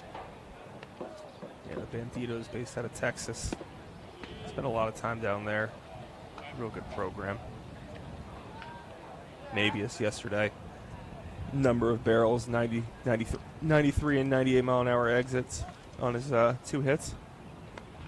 Really impacting the ball hard. Yeah, he had a trip late in the game.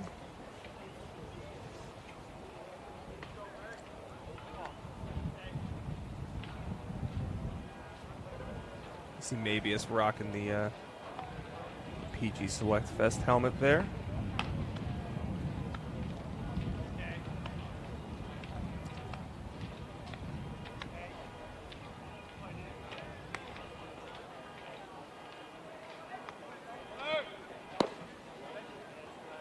Big movement, big wave and a miss. Yeah, one of the better breaking balls Corvix turned over today. Good depth there. Starts it right at the chest, gets just below the shins.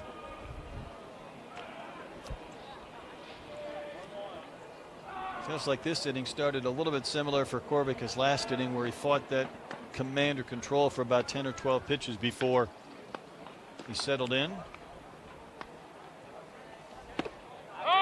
Paints the outside corner to Mabius.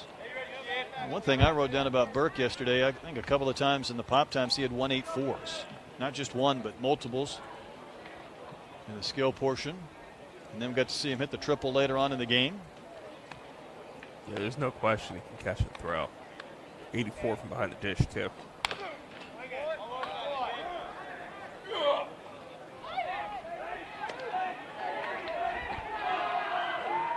Nevada native and a TCU commit. The other thing to note about Mabius, 6'9", 460 runner. Pretty good for a catcher. Certainly looks like an athletic frame as he takes and watches one fade down and out. Yeah, and like we talked about, sometimes these second innings are a little bit longer for pitchers.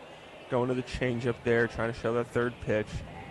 Even if it's not quite your most comfortable pitch right now, guys still want to see that third pitch so you can be a starter.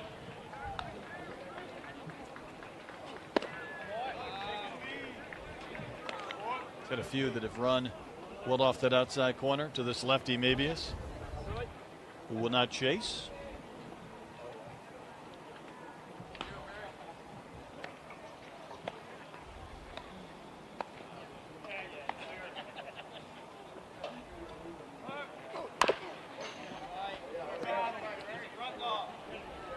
Seen a couple of guys, Curiel was able to just patiently wait for a pitch and would spit on ones up and out of the zone. Guy like Mabius has spoiled several, laid off a few that have carried out of the zone. Yeah, and this is where it gets tough for a guy like Korvik, right? You open the inning against the number 1 player in the class, and here comes another top 50 or so kid in the class, and Burke Mabius.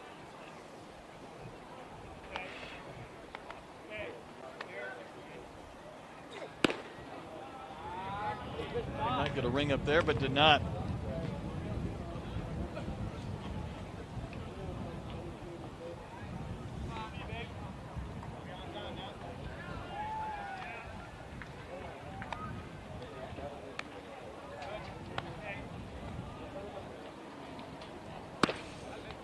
Big rip and a miss. Like you mentioned before, Brett, it's one of those tough situations to be in if you're a 16-year-old kid. Like, you get Derek Curiel on second base. He's the first batter you face in the inning. And like you mentioned, every kid out there knows his name, knows he's the number 1 player. And so all eyes are on you.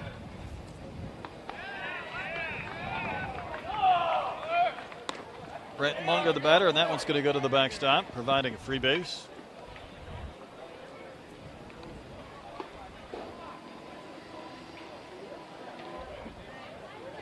Munger, another super physical right-handed hitter that we liked a lot during BP. Took advantage of that high wall out there on the left. Absolutely. The monster, a 315 with the high fence in left field. Had a couple of home runs over that here in the course of the games. Yeah, Sweeping, you breaking can sneak ball. some. You can sneak some over that fence at left field if you're a right-handed hitter, but if you get a hold of those and hit some into the trees, it's a It's a pretty tough shot. Indeed, yeah. You send one to the vegetation of the trees, you've earned your tour around the bases.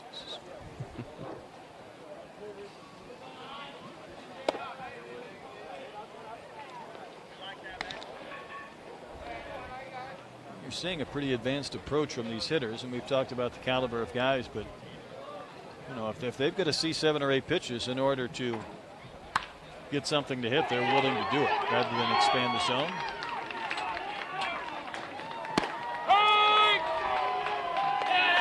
Yeah, it's one of those things we talked about, right? The approach and the showcase for like a game versus a tournament game you're trying to win.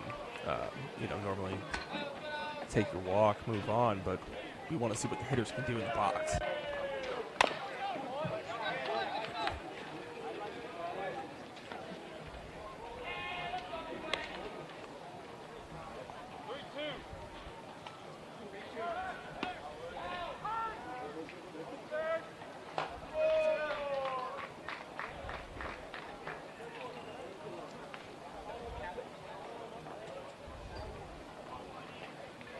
And another pitch to Munger.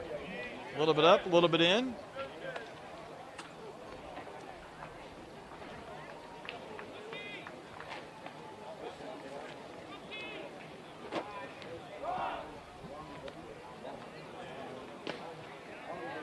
Velocity's been in that 83, 84, 85 range.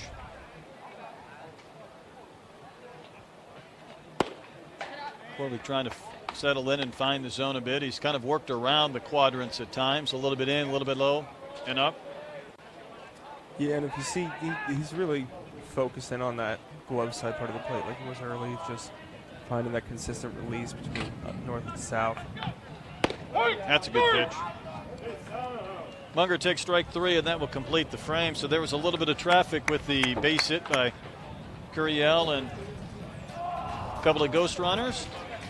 Also lost one between home and third, and then a couple of strikeouts to Mabius and Munger. So Corvick had to work, Vinny, but he was able to strike out a couple of good hitters the last two he faced. Yeah, and he made some good pitches there at the end, too. Like we talked about, the breaking ball to Mabius. He showed first swing and misses from the better ones he threw, and just locating in that low corner. He's, like you mentioned, he's getting a little nitpicky there around the times, a little inconsistent with the release, but you're still talking about a big 6'3" right-hander up to 88 and kind of cruising in that mid-80s range. And he showed 3 pitches, including a pretty good curveball. Cloud cover overhead today in Atlanta. May it stay there and stay that color. Precisely correct. Well, Coons was fun to watch in the first. I'll ask you the same question I did with Corvick. Anything you need to see in this the second inning that you did not see in the first? Yeah, I think he obviously we're talking about the elite of the elite competition here at the Junior National, but he had a couple long at bats. I'd like to see him maybe put away hitters a little quickly. He had a couple 8 or 9 pitch at bats last inning. And for when you're talking about a guy who's a top 30 prospect or so in the class, you really like to see just more of a quick shutdown inning in the second than he did the first. But he showed off 3 pitches.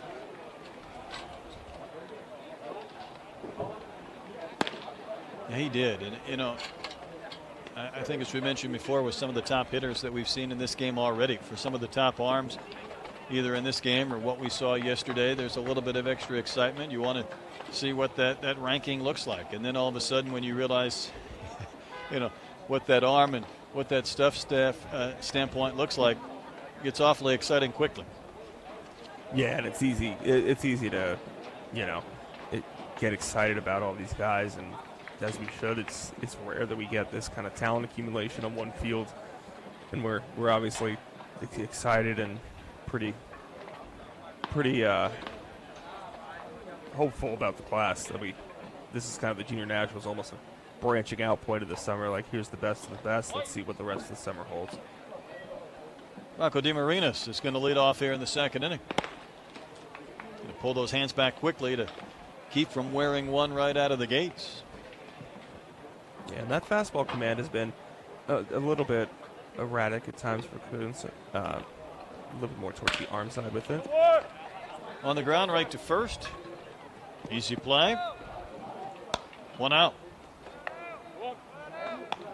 Brush him off the plate with 90 up and in, and then located there down in the glove side. That's 2 totally different looks there on the same pitch.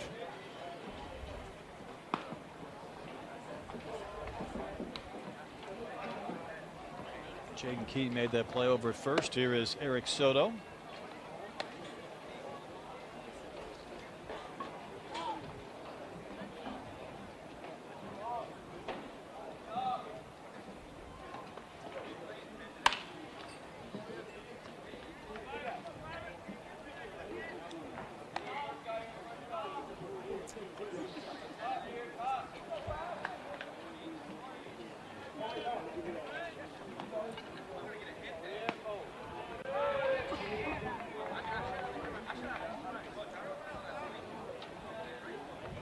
One on the way to Soto down in the dirt area.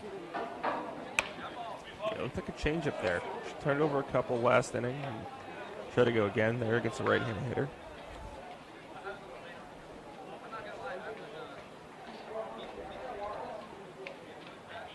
Soto, the Pompano Beach, Florida native.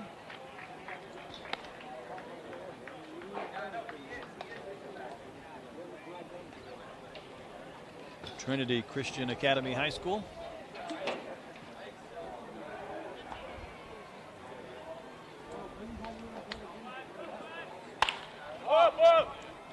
Popped up and playable over near second base. Grab is made for out number 2.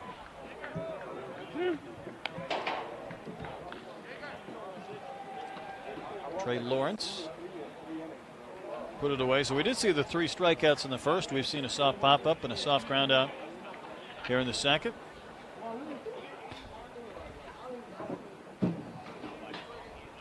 For Lucas Ramirez.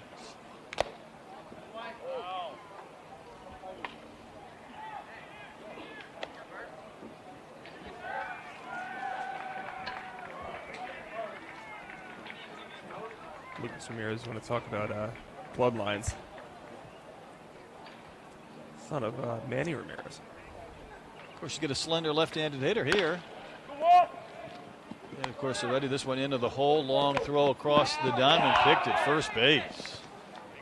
That was a nice play on both ends. That was key at first. The shortstop, Eddie Reinders, I believe, and that was a nice effort to retire Ramirez. And a 1-2-3 inning for Coons. And you see this one again, Vinny, but 2 innings with 1 single and 3 strikeouts for Coons. Yeah, and you saw the emphasis there a little bit on the change in the second inning, but pretty dominant performance by Coons. 3 punch outs in the first and a quick inning in the second. Still 88-90 there in the second inning. Holding it pretty well. Really athletic kid. Lots to like.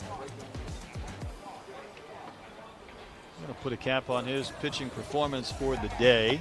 We've seen Korvik for 2. We've seen Coons for 2. So both of the starters able to get kind of an extended pitch count or face a number of hitters to be satisfied with their opportunity in this game. Yeah, like we mentioned with the primary pitchers, we want to see them kind of have the opportunity to show all 3 pitches, to face different situations, whether it's working from behind a count, working in a plus count, working at advantage or disadvantage, and really kind of see how they handle themselves out there. Enjoy our views from center field at the Perfect Game Junior National Showcase at East Cobb. Green team ready to bat here in the 3rd inning. Knight, La Lima, and Lawrence, the 3 scheduled hitters. Should have a new pitcher on the mound as well for the Gold Squad here in the 3rd. Indeed we will. Ian White.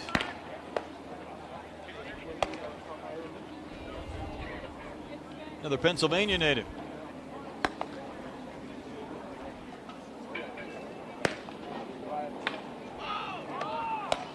Tell you a little more about Ian White as we move along through this inning.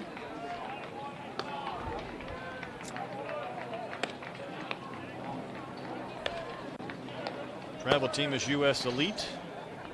Played in the USA NTIS games in Cary, North Carolina.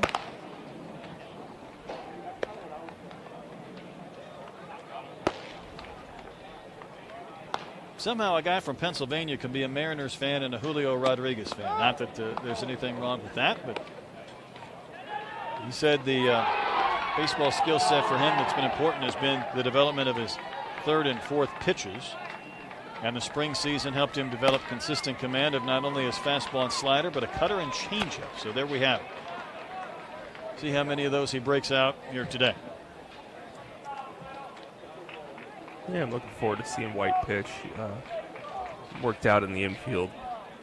Threw 87 miles an hour across. We've seen him up to 87 with a bump before. So, like you mentioned, a 4-pitch mix. That should be pretty fun. Jay Knight out of Winston-Salem, North Carolina. Take strike 1. Knight got 3 at bats yesterday. A couple of ground outs and a strikeout.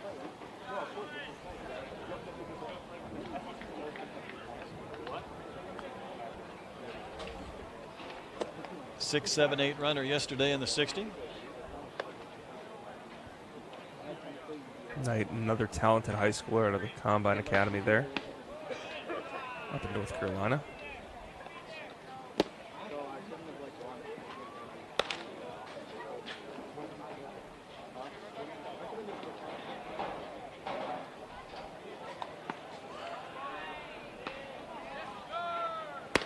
White's next pitch, good low strike, swung on and missed. Because of that operation, the way he's working, the way the arm comes across, he's cutting that 85, 86 mile an hour fastball, and it's just moving right off the barrel. And that pitch had a little late movement, but spoiled nicely by Knight just to see another. Yeah, so far he's living kind of right there on that glove side edge.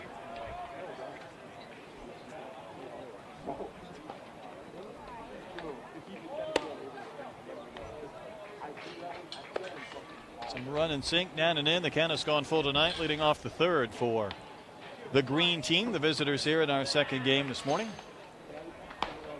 We'll move into this afternoon.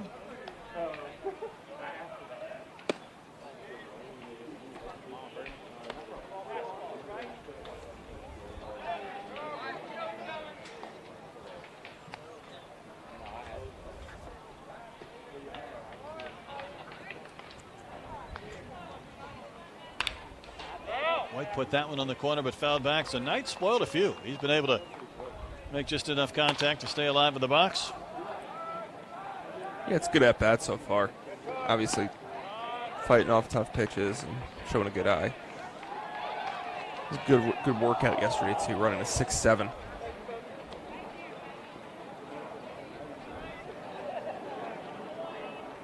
Not only a top 200 player in the class, but another premier uncommitted bat here this weekend. Pitch was requested up, but even that one was spoiled away again by Knight. Seen a handful of hitters already in this game do that exact same thing. Just keep taking pitches out of the zone and spoiling pitches that are in.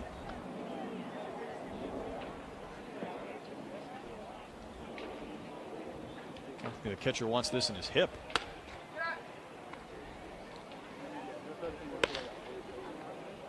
Put that ghost runner aboard at first on what would have been a walk.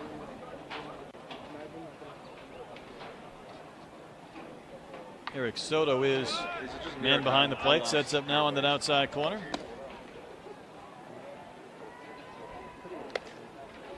I hear you now, but it's like in the background. It sounds like you're on somebody else's. So this has become a lengthy sequence. Yeah, it sounds better, yeah.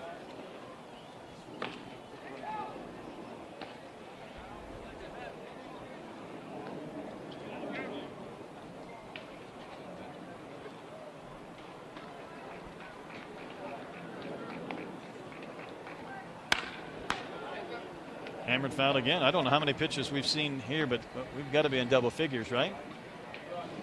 Yeah, it's been quite a bit so far. Thinking that was the 13th pitch of the at-bat. Wow. White's still living 85, 86 though. This is the first batter he faced. He might go for 20. He might reach that pitch count before we get through one batter in one inning.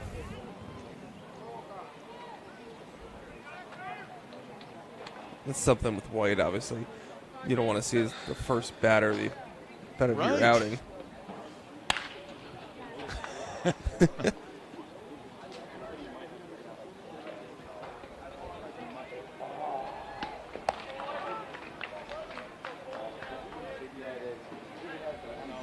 Might need a timeout in the middle of this sequence.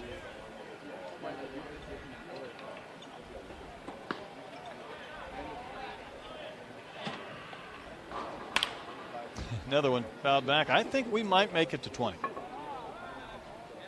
We need more baseballs for one. There's a bucket that needs to be emptied.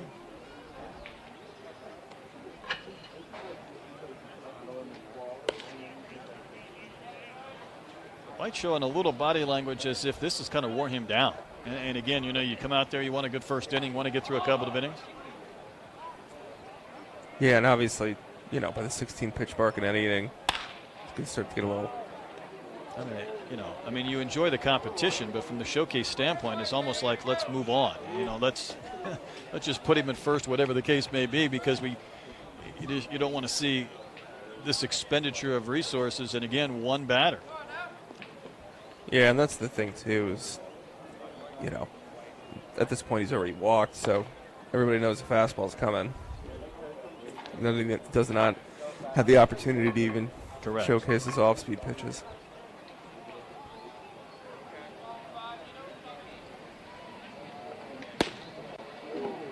But that might be close enough.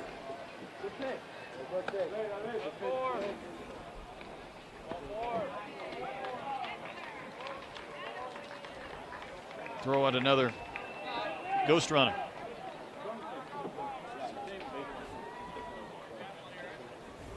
That alone forces a little bit of a timeout.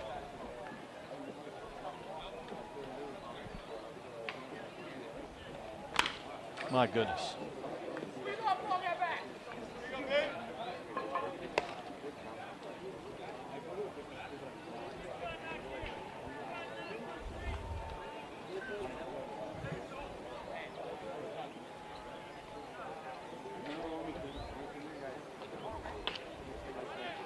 I think he's been in that fastball only count for about, I'd hate to guess. We got to be right at 20 now, right? We got to be close. Yeah, I think we're right there. That plate umpire had a chance to end this a few pitches back, but didn't bite on that knee-high fastball.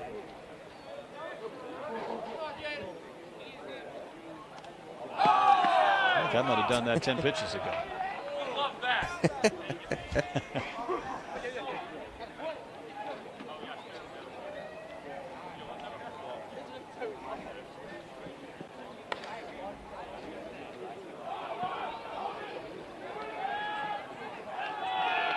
We've got one batter and we're 3 ghost runners in.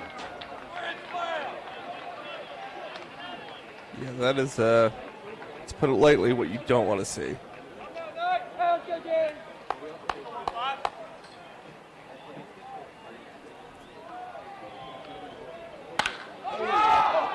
And that one is tagged. Going to take a bounce, going to plate a couple of runs.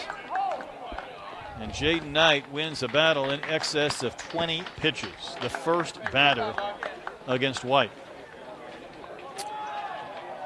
Yeah, but if you're White, too, you're almost sort of relieved.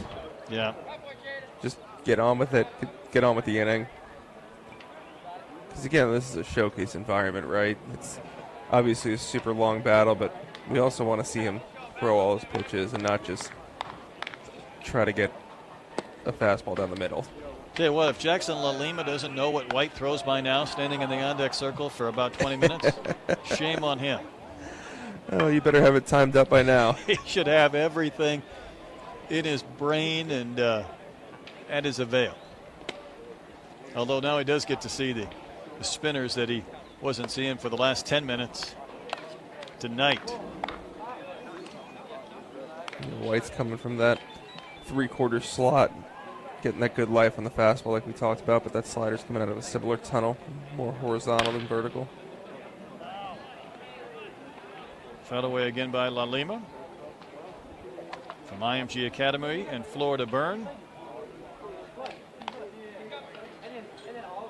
By the way, the Diamond Cast looks like there was a 22 pitch at All right. for night. I think I called that after about 11. Looked like we were going to flip that odometer over. You had the over 20 and you nailed it. It was just a comfortable swing by Knight to spoil him, and he wasn't chasing pitches out of the zone. And at some point you thought he put one in play, and he finally did, but waited till the bases were loaded. LaLima will put this one in play, but will it stay in play? It will not.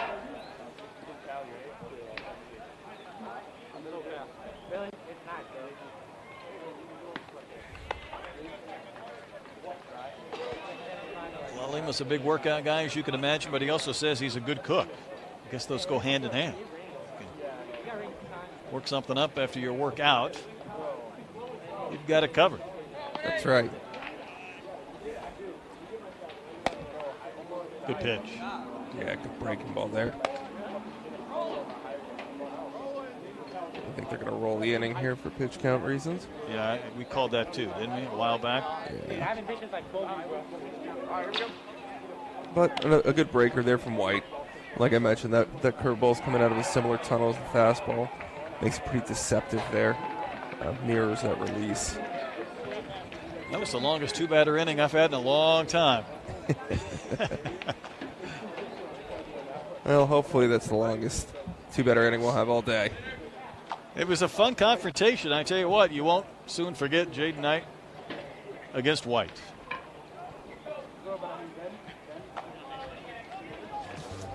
Go back and take a look at a few of the pitches as well. From Ian White. Yeah, and that fastball from White just playing really, really well on that glove side corner low. Pretty adept at landing the breaking ball there, too. A couple times where he just cut it a bit too much towards that left-handed hitting batter's box, but when he spotted that up, it's a pretty tough pitch. New pitcher as well for the Green squad. This looks like Calder Glassman, New York native, Notre Dame commit, inside the top 90 players in the country. Yeah, Glassman goes to Poly Prep up New York, one of the bigger prep schools up there. I actually got a chance to see Calder throw earlier this spring. They come down to Florida, play over Baseball City in St. Petersburg for a week. You see that a lot with northern schools, Midwestern schools get down to the south for a couple games there in February, March when it's a little bit too cold outside. As part of the USA Prime National Travel Team, Michael Phelps is coach.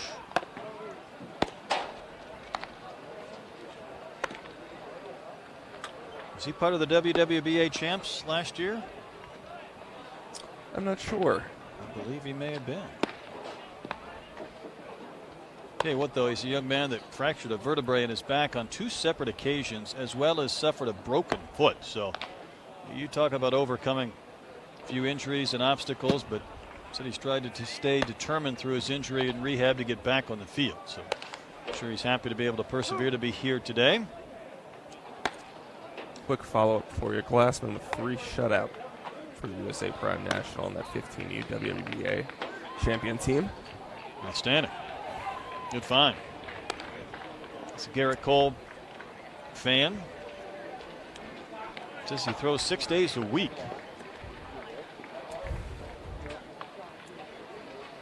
His 6th day this week is here at East Cobb, and the first batter in be Robbie Mello.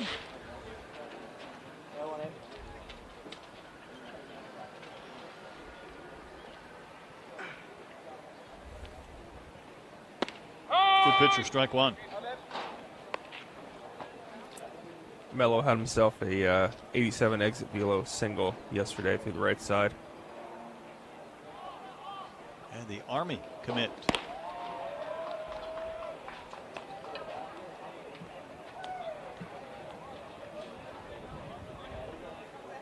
Looks like we got 88 there on that first fastball by Glassman.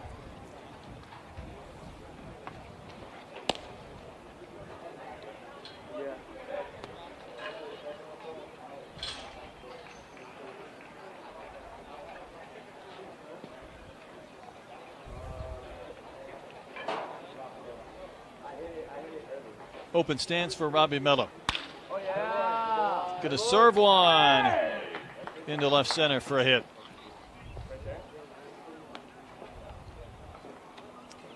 Really nice piece of hitting there by Mello. Gets that change up at 80 miles an hour, just dives out and away from a left-handed hitter, but he keeps his hands back. You know, that front hip, excuse me, and he's able to get the barrel out and line it to the other way. So a couple of singles, couple of hits in his 3 at-bats so far in the showcase. Jose Carlos Hernandez, next man in. Dribble it to short. Can they turn 2? They will not get 1. Be a little funny English or spin coming off the bat on that squibber towards short. I think we might have gotten a case of the eyes going before the hands go there. You're right. Probably wanted to turn 2 and had it in his head and just didn't look the ball all the way in. It's Jeff Luigi at short, believe, unless that's changed. Here is Jordan Fernandez.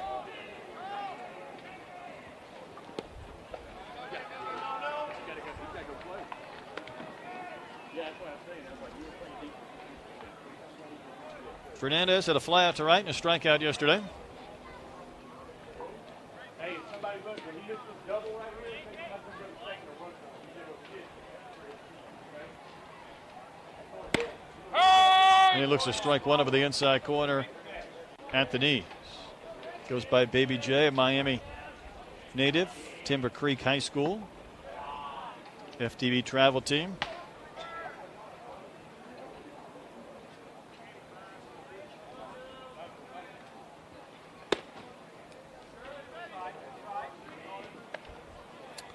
There's been a little bit of action happening here early, obviously, but I think that pitch there was the first time Glassman really missed his spot. It's been sitting 88, 89, just up to 90 with that last one, but getting a ton of life, the arm side there. He really gets into that back hip, and it's looking good. Pitch blocked nicely.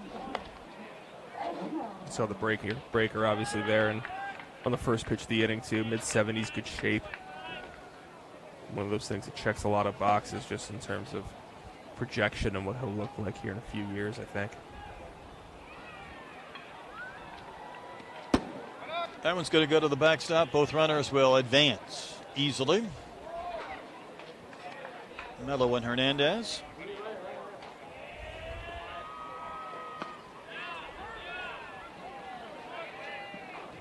So instead of getting a chance for a force on the lead runner or a double play, a couple of runners stayed on, both moved up. And now Fernandez has a chance to play a couple of runs for the Gold team. Not scored yet today.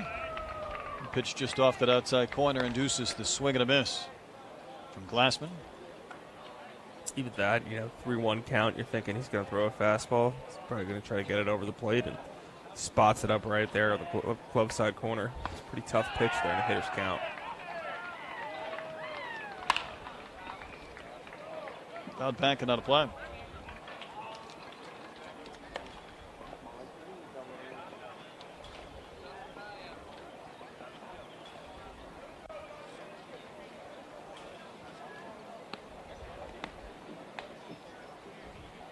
First three batters for Glassman working here in this third inning.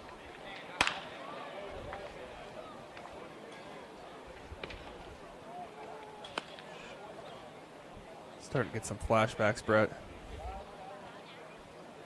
A lot of foul balls here. No, I kind of just reset myself, to be honest with you. Good battle by Fernandez, though. Like I mentioned, Glassman's spotting these fastballs up. He's not giving him anything to hit.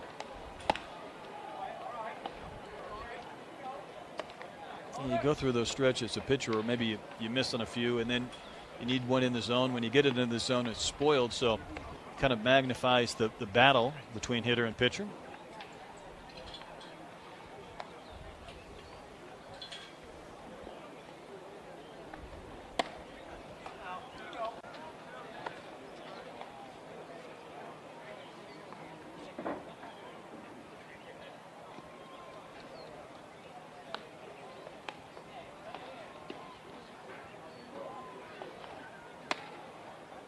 That pitch count might become an issue for Glassman at some point this inning.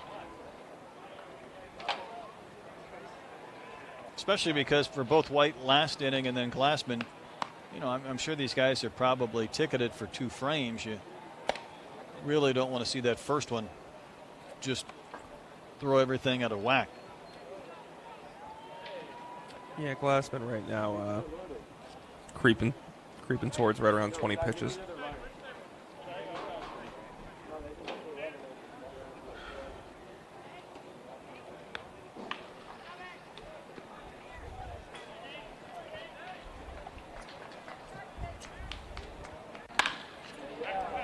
That one's put in play.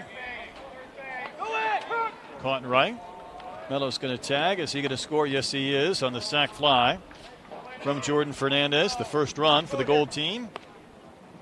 Unearned one for that matter, but nonetheless, Fernandez able to drive home the runner from third with nobody out. Yeah, and he gets another fastball here, obviously, and just goes the other way, gets the ball into the air, into the outfield. More than enough room there for Mello to come home and score. Brings up Trip Capers. Popped up, struck out yesterday in his 2 ABs.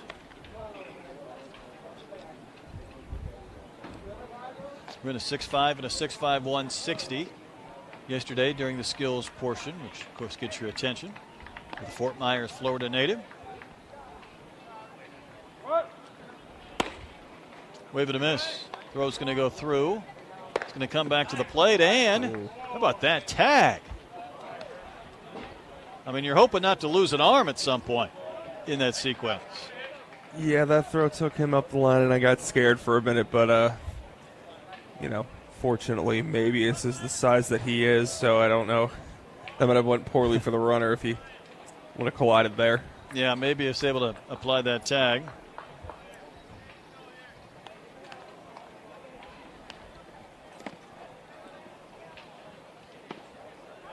Maybe it's listed at 6'3", 190, but he looks a little bigger than that. Yeah, he did. And, he was both running, moving up that line, trying to catch the baseball, make sure he didn't miss the runner all in one fell swoop.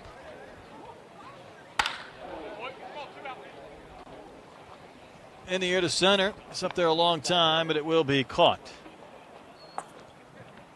Another Plays barrel made. bow for Jason Bello.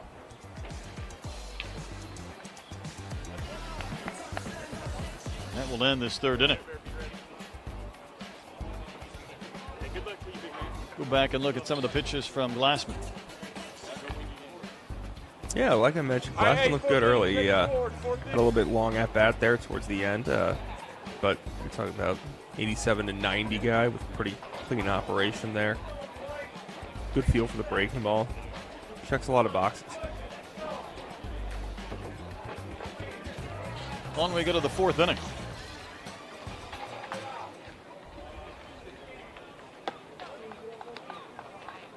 To hydrate in that dugout for the brief break. It's 5-1 lead for the green team. They've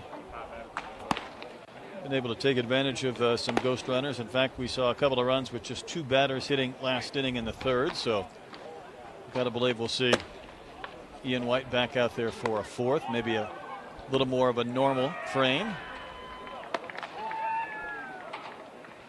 Yeah, it And looked a like chance he to was catch his breath. Looked like he was in a good groove there at the beginning of the inning, and then that right at bat obviously just turned into a long one. But he can locate that fastball to where he was in that glove side low corner there. He should be able to hopefully get a fair bit of ground ball action.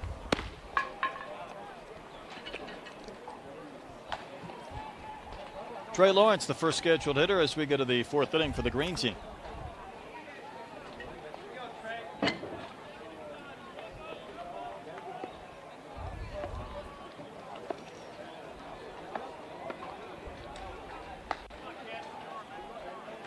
Lawrence struck out all three times in yesterday. Almost wore that one around his belt.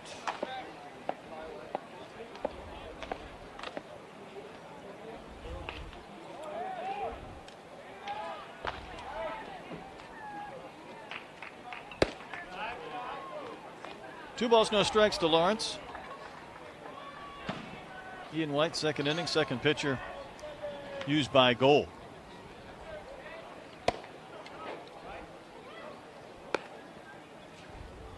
His follow through look a little off, kind of falling or tumbling. Yeah, that's spinning maybe. Yeah, it's almost spinning off that front foot to an extent, as opposed to the directions just carrying him a little bit.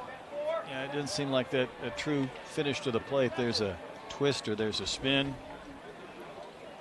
Yeah, it's almost it's almost a little bit of a recoil, right? It's one of those. Good point. I believe the term we use in scouting is almost fighting his front side. Instead of following through direction, he's almost spinning off that front foot. And I'm guessing, Benny, when you're spinning, you're seeing results like that. Balls going in different directions. Yeah, a little more erratic instead of being able to command up. Put the ghost runner on. He might be quickly erased and will on the double play from Lawrence. Well, that's a way to erase that ghost runner. Get a couple of outs. Yeah, you know what? You might have walked one, but you get two for the price of one there. Had a couple of fielders nearly losing a glove or an arm, but hanging in there to get the out. This is Henry McDonald.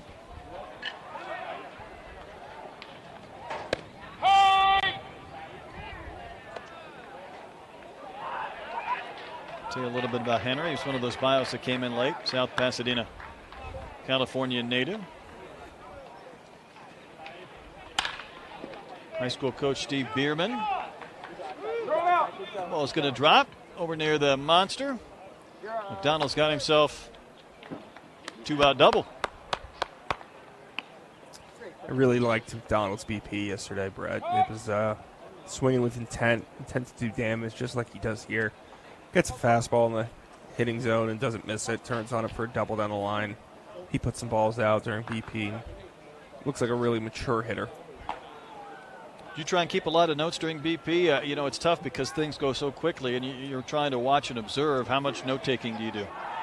Oh, a fair bit. We got obviously we're pretty well staffed here. We got our notes, got our videos. Take the notes on a laptop for added speed. Look at that. I like it. Eddie Reinders, the hitter.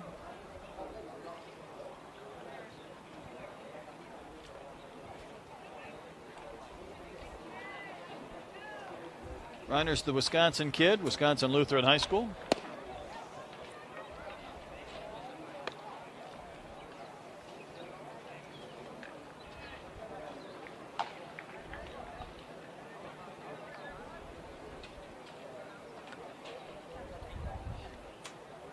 Plays for the GRB Rays.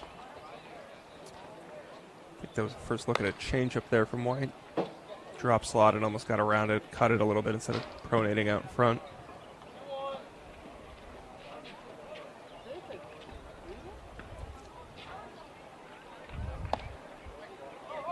Ball pop away. We don't need a collision to the plate either. Everybody get out of the way. McDonald will score.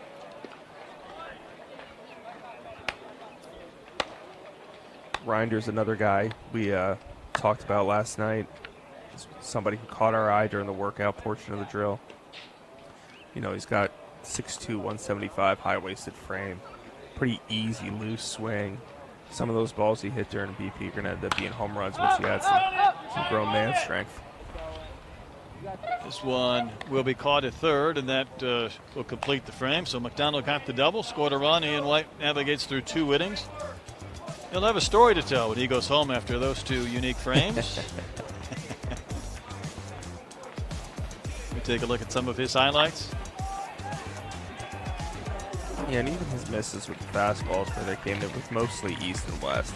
Correct. And that was more of a, like we talked about before, a little bit of a follow-through issue, I think, at times. But he kept that ball pretty much right around the needle waistline for the majority of the outing.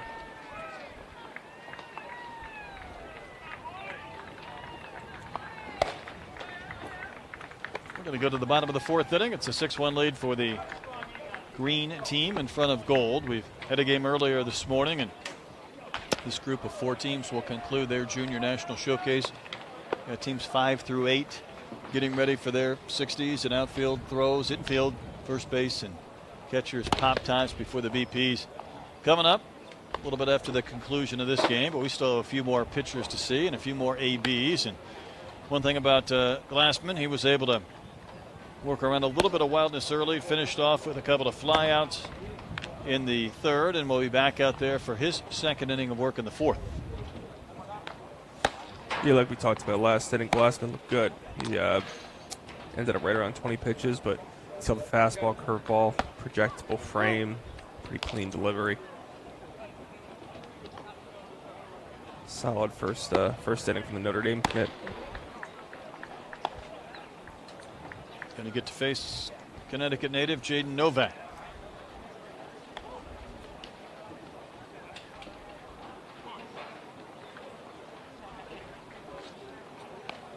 Might be Trip Capers. We'll see.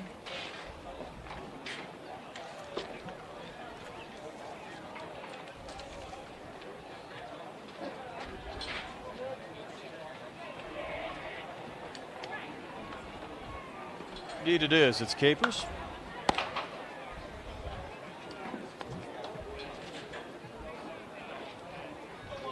Capers, we talked about the tools. 6'5" runner in the 60. Yeah. Showed out at the Mid-Atlantic Indoor Showcase earlier this spring and earned his invite to the Junior National. Competing out here this weekend. How many invites might come out of a showcase like that? A few, a handful? Yeah, I mean, it depends on timing of everything, but from the indoors and the Sunshine Showcases, we get that opportunity to kind of identify that talent that's taking that next step, and guys that have proved to us and shown us that they need to be at our national level events.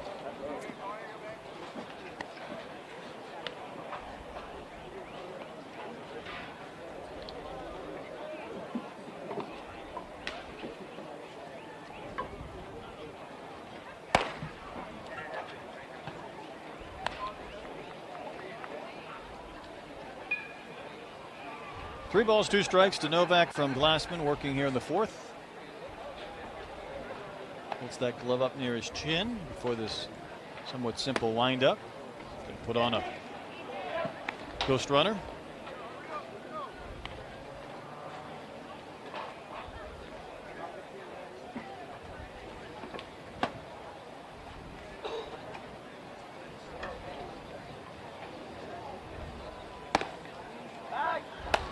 Seen a few base runners picked off, erased, thrown out of the plate in the last day and a half. Maybe more than you might expect in any showcase setting. Well, and I think you got an 84-mile-an-hour arm behind the plate like Burke Navius does. I think you probably like to throw it down and keep those runners in check. Might want to show that off a time or two. Going to get a force at second. No double play back at first. So the ghost runner raced on a fielder's choice.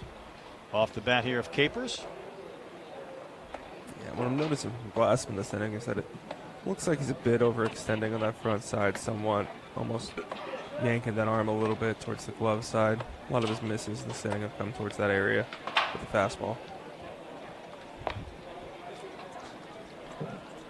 This is Novak, the College of Charleston commit.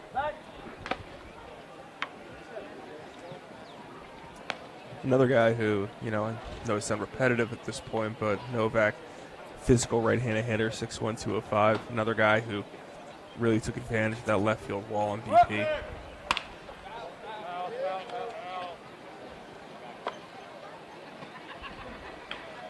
He says he hits every day, a lot of bat speed and power. Tell you what, Drayden, I'd agree with your own assessment. Yep.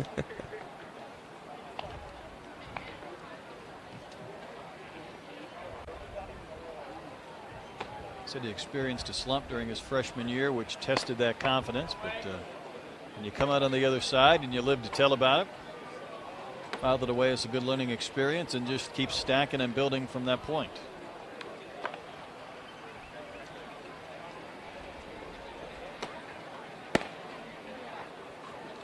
Fastball misses low. It's a good takeaway for Novak. As we know, baseball's a game of failure, right? Work through those slumps, and it looks like he has. Otherwise, he wouldn't be here. Tough pitch to handle on that throw down. Somewhat close, but not in time. Get Capers. There's that 6'5" speed on display. Tell you what, though, that throw was on the money after a bounce. Pretty close. It popped off there at the end. It did. You got to keep that tag down, especially on these turf fields when you might go sliding right on by. Oh, yeah. Novak flies one to very shallow center. Catch is made. For the second out. These fields can get quite a bit slick, especially if there's been a little water on them or something. But even when there's not, as you saw, there were Capers slides a little bit too far. Here's Miles Davis. Iowa native. Iowa commit.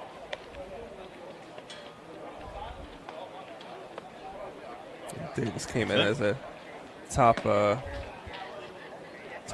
100 or so prospect, I believe. It's Andre Wood. Do they sneak in one of the pitchers here? I think they did. Oh, it is Andre Wood. Yep.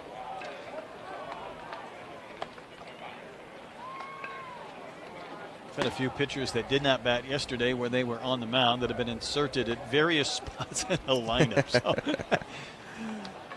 the Leander, Texas native.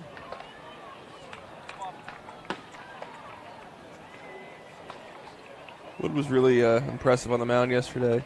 Kind of holding that 86-88 with 3 pitches. Really good changeup. A lot of action there.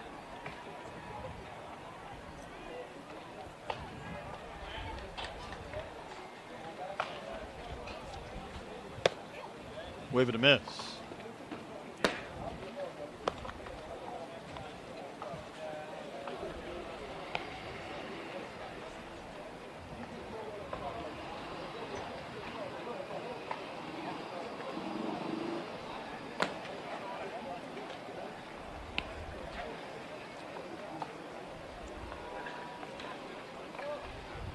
Double outs this inning, and that is on the corner, strike 3. So Wood will go down looking. Good placement from Glassman to finish off his 2 frames for his performance at the Junior National Showcase. Yeah, 88 there on the last pitch from Glassman. You know, he battled through some strike command issues at times, but there's obviously a lot of ingredients there. There's plenty of width to the arm. It's a projectable body. Breaking ball looks good, has depth and shape. Working up to 90 and kind of sitting in that upper 80s range. We've completed 4 innings on their way to the 5th, the 6-1 score. The green team in front of the gold, which just provides a little bit of context as we move our way through 9 or 10 innings today. And there's a few fans and kids coming in. They got some little ones pulling the bags in. And I would imagine, Vinny, just about every field in use today at some point for some event or another. Yeah, I think most of them are.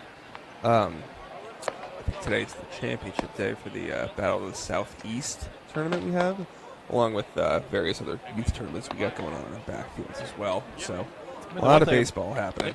And the one thing about the East Cobb Showcase, or the East Cobb Complex, is you have fields of all different sizes for some different age groups. Oh, yeah. Older kids, younger kids. Junior National is obviously just one age group of the 2024 grads, or 16U age. So a lot of other players rolling in at various ages. New pitcher on the mound, though, as we go to the 5th inning. Looks like Michael DeBenny, another Pennsylvania kid from Chester Springs, East Campus High School in Dowington, ready to work. We got a pressure. Must be Northeast Day today. Yeah, we got. Feels like the last couple of days we've had a lot of our Pennsylvania natives, few Iowans, few Illinois natives, with some Floridas and Georgias mixed in. Yeah, that's the beauty of what this national level showcase will look like. DeVinny goes by V Dizzle. That's his nickname, so that's a new one.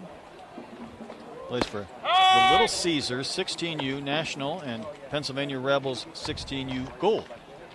I think we're back to Carson Joyner, which is where we began this game 5 innings ago. And indeed, that is the case. Back-to-back breaking balls there to start his outing for, was it V Dizzle? V Dizzle. All right. Capital V, space, capital D, and Dizzle. He said he was invited to the 14U National Showcase, could not attend because of COVID, so he's attended the summer and fall WWBA the past 2 years, and countless other perfect game tournaments, as he says. Loves to come down south. 14U National Showcase is one of my favorite events. Jeremy Brown, who I mentioned earlier, our National Director of Festivals, he does such incredible work with the 13-14U age group, really the youth stuff overall, and we get the 14U National down in Florida every summer at the beginning of August. Joyner went down on strikes. There's Nunez, who knocked in a run right out of the gates today. Really good feel for the breaking ball early.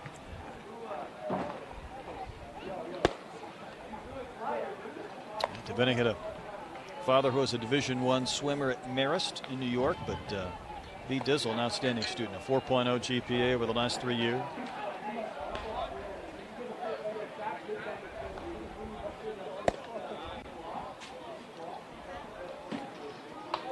Self-scouting report says heavy fastball with a good bit of run to it. Strong late-breaking slider. He can throw at any point in the count whenever he needs a strike and a strikeout. And a low splitter that the bottom drops out of and gets whiffs on 0-2 and 1-2 counts. And he mentions a hammer 12-6 curveball. So there you have it. Vinny, you've got the entire scouting report, and that one's tracked down on a soft liner to short. Well, I was going to say at least the early part of the self-scouting report looks to be true in this case. Working right around 83, 85, and you can see that ball's really sinking and running to the arm side. The slider, there's obvious comfort and confidence in. You know, he threw the first 2 pitches of his outing were sliders, and it's clear that he can bend that ball in for strikes. Here's Jackson Thomas. A little bit of run right there.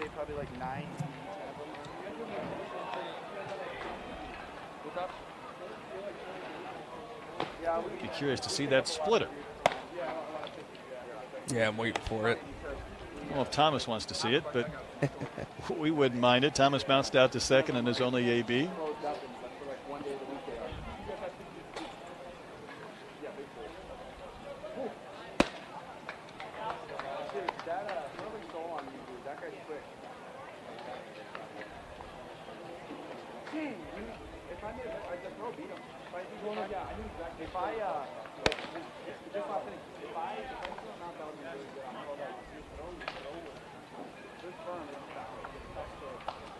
Some stirrup socks on Deviney.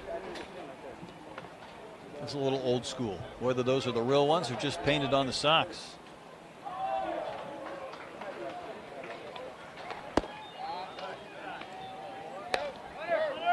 Going to put a runner on. Ghost runner after what would have been a walk to Thomas. Those last 2 breaking balls that threw, it looked more like he was slowing down a little bit on them, a bit lower velo there, instead of just letting it rip and letting the physics do the work for him. Guiding them just a little bit. Yeah, just casting that front elbow out just a little too much.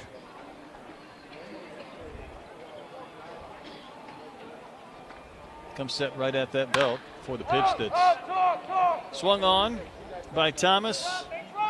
Playable, I would say, and it is not. How about that big bounce? Ooh. And it took such a big bounce, there was no force at second base. If you're a pitcher, that thing's up in the air long enough, you want somebody to catch that thing. Yeah, it's a good job by Mabius to read that and kind of know where he's got to be. He goes back initially, but that ball just hangs up, and that big bounce in the turf's going to give him enough time to get there. Gonzalez and Ramirez, I believe, were the 2 out there attempting to secure that. I think that was the splitter there. I think that a lot of action. A lot of action to the arm side.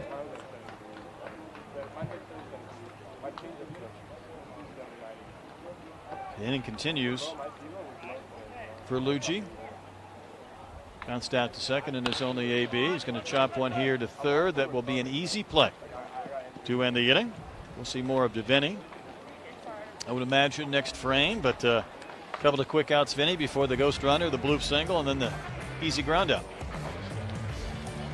Yeah, definitely a sinker slider type guy here. Vinny, obvious confidence and feel for it, working in the low 70s, and that ball's sinking and running. I think he got up to right around 86 miles an hour with the heater. Get a lot of life to the arm side there. And you got just a look at the splitter there in the first pitch to Luigi. So it sends us into the bottom of the 5th inning, 6-1. Green team in front of gold.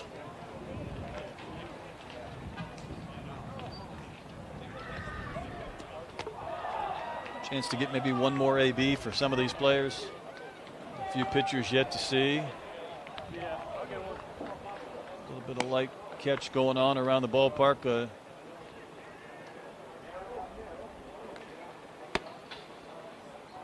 Gold ready to send up top of their lineup. Davis, Marin, and Fountain. Yeah, before we got crossed up there, Davis was a big winner yesterday, just in terms of workouts. Took a really good BP. Saw it in the infield. He's a strong prospect. Another Iowa native, I believe. Yes, indeed.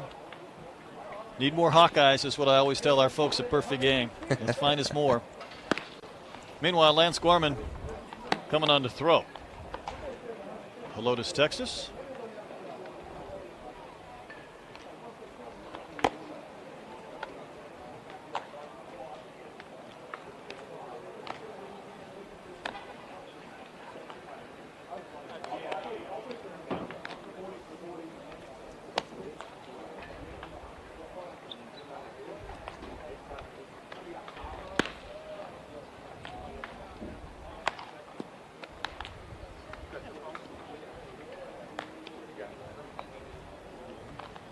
Gorman, the 125th ranked right-handed pitcher nationally, the 12th in the state of Texas. He's hit 88 previously for some velocity at Perfect Game event, so see what we get today.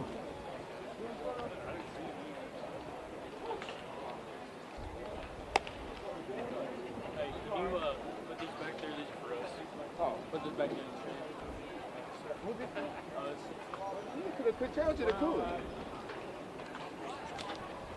So the Texas native Helotes is about an hour and a half away from Uvalde, community that we've heard a lot about in recent weeks. He's not far, of course, from San Antonio. Here's Miles Davis.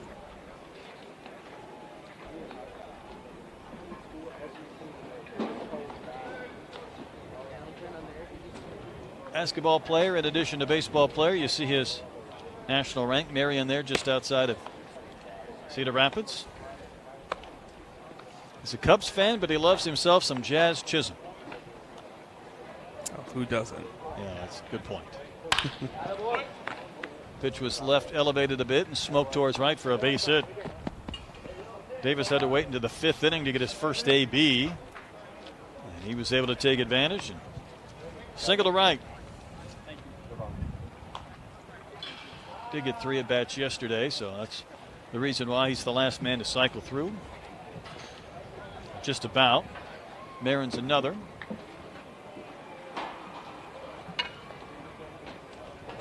Tennessee commit inside the top 45 in the rankings. Singled in his last at bat yesterday in the course of 3.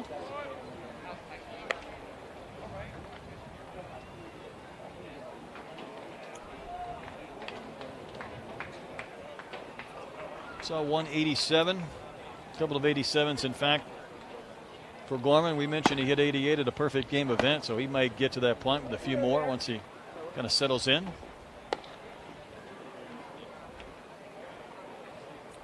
Yeah, and he started off Marin there with the first pitch slider, cold strike.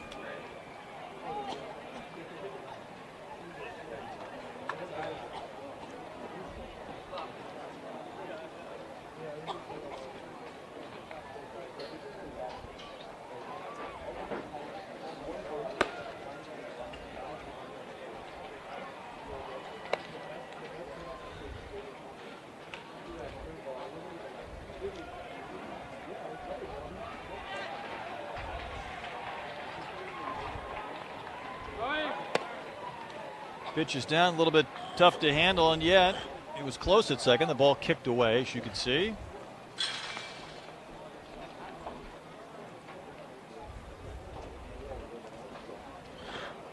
Boy, a better throw, and Davis is going to be out. Or if that ball had been scooped. Yeah, pitch that's just above the dirt there. Gorman. Maybe it's one hops it down there. That's key behind the plate. Oh, excuse me. I think. Don't take my these defensive charts. We assume that they're correct, but at this point, I know some guys are heading out of town, or a few that were maneuvered around just a bit. Yeah, getaway day can get a little hairy just in terms of innings pitched, batting orders, positions. Breaking ball, and it was hit hard to third. Played nicely. How about that effort at third base? I think that's Jaden Nunez over at the first base side. Let's see who was able to secure it at third. How about that throw from one knee? Yeah, kind of just exactly how you chalk it up for a third baseman. It's more reactionary over there at the position as Trey Lawrence gets ready for the next pitch. But immediate dive, get up from the knee, little sidearm throw, right on the money. Just back to my defensive chart. This inning it has Lawrence at first and Nunez at third. So that was not the case. They got the right duo. They were just in different positions as Fountain bats. That's where our Perfect Game crew does a good job following up with some hero shots just to let us see indeed who is at these respective positions after a nice play like that. You want to give credit when credit is certainly due.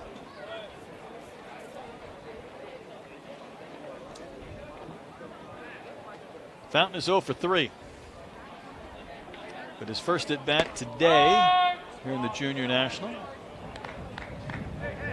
That ball got away on his path back to the mound of Gorman. No advancement.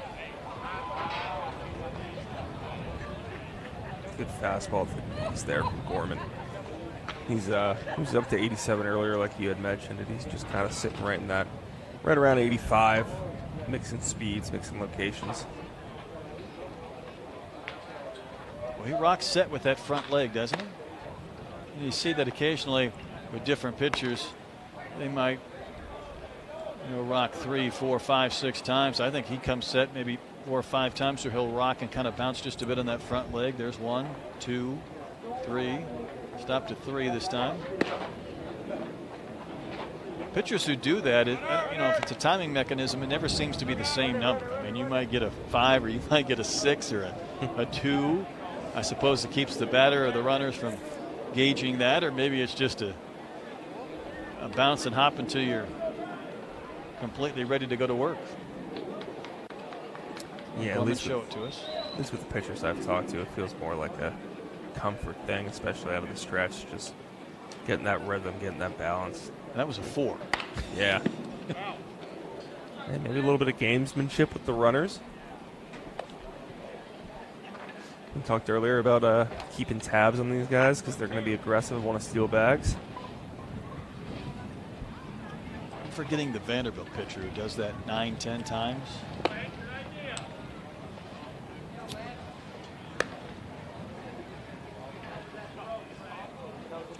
I know Vanderbilt had Ethan Smith who used to do multiple leg pump in his windup. Fountain trying to pick one out. Good contact out there to right center. Started to drift, but we're going to have a double play back at first. Ball didn't have quite the carry I thought. Our ghost runner was erased on a line-out double play. Yeah, to end the inning. It's a smart play out there in center field too. Even if you wanted to try to get the runner home, it didn't look like you were going to have the option to just the way the direction was taking him.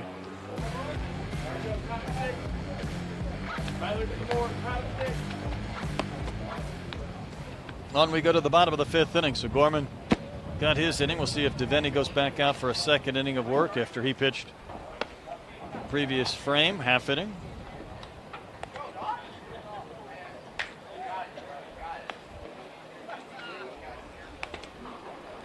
Brett Dolan, Vinny Servino here to complete our second game. We've had about 3.5 of our 4 contests so far, so each team gets 2 games. Indeed, Devaney will be back out there. He had a strikeout, got a soft liner to short, put a ghost runner on, single, and then a fielder's choice, so fairly efficient, even though faced the 4 batters.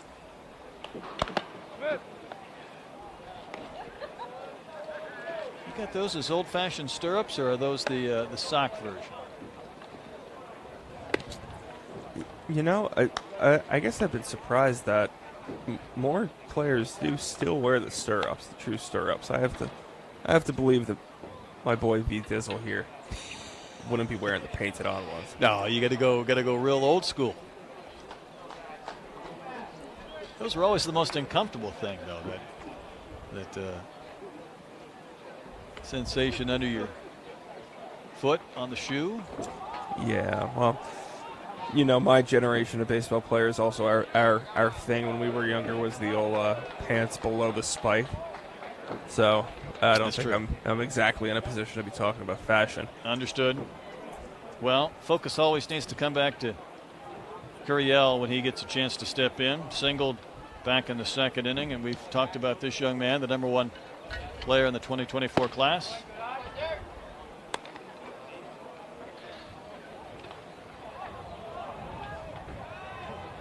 West Covina, California, Orange Lutheran.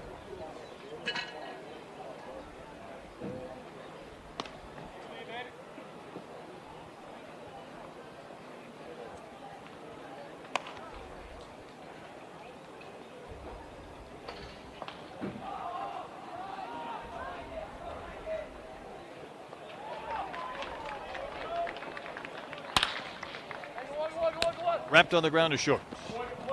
Play be made. Curiel racing up the line, but retired to begin the 6th inning.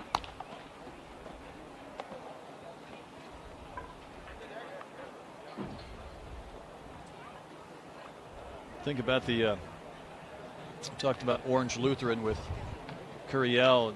Can't help but feel a little bit bad for a Jay Serra product in Royce Lewis, who continues to have massive amounts of ACL injuries for the Minnesota Twins. Yeah, it's really tough. Just terrible. The former PG All-American, first overall pick. Saw an interview with him, talked about his recent injury, but you know, anybody that knows the kid has been around him. Obviously, Brett Kay over at Jay Serra, PG friend of the program. Lewis's attitude seems to be extremely optimistic.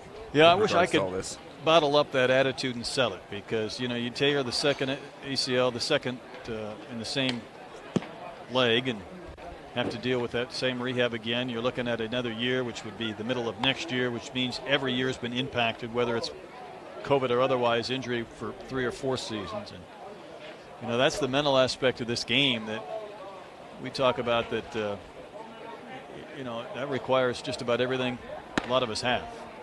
Fight through that. Key will wave and miss against Devenning. Whitney ripping off some pretty good sliders here. That was a good one. Well, if he's going to open up the playbook, so to speak, on his repertoire with his self-scouting report that we ran out, then we might be in for a treat these last couple of batters. Something I thought Landon Victorian yesterday did a really good job of showing all 4 of his pitches pretty consistently. Strike 3 call to Key. This is one we hadn't seen very often from Deviney. The old front door slider there to a right-handed hitter. Looks like it was set up away, but he still dropped it in on the front hip. Pretty good pitch.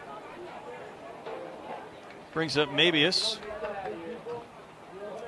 Strikeout victim earlier.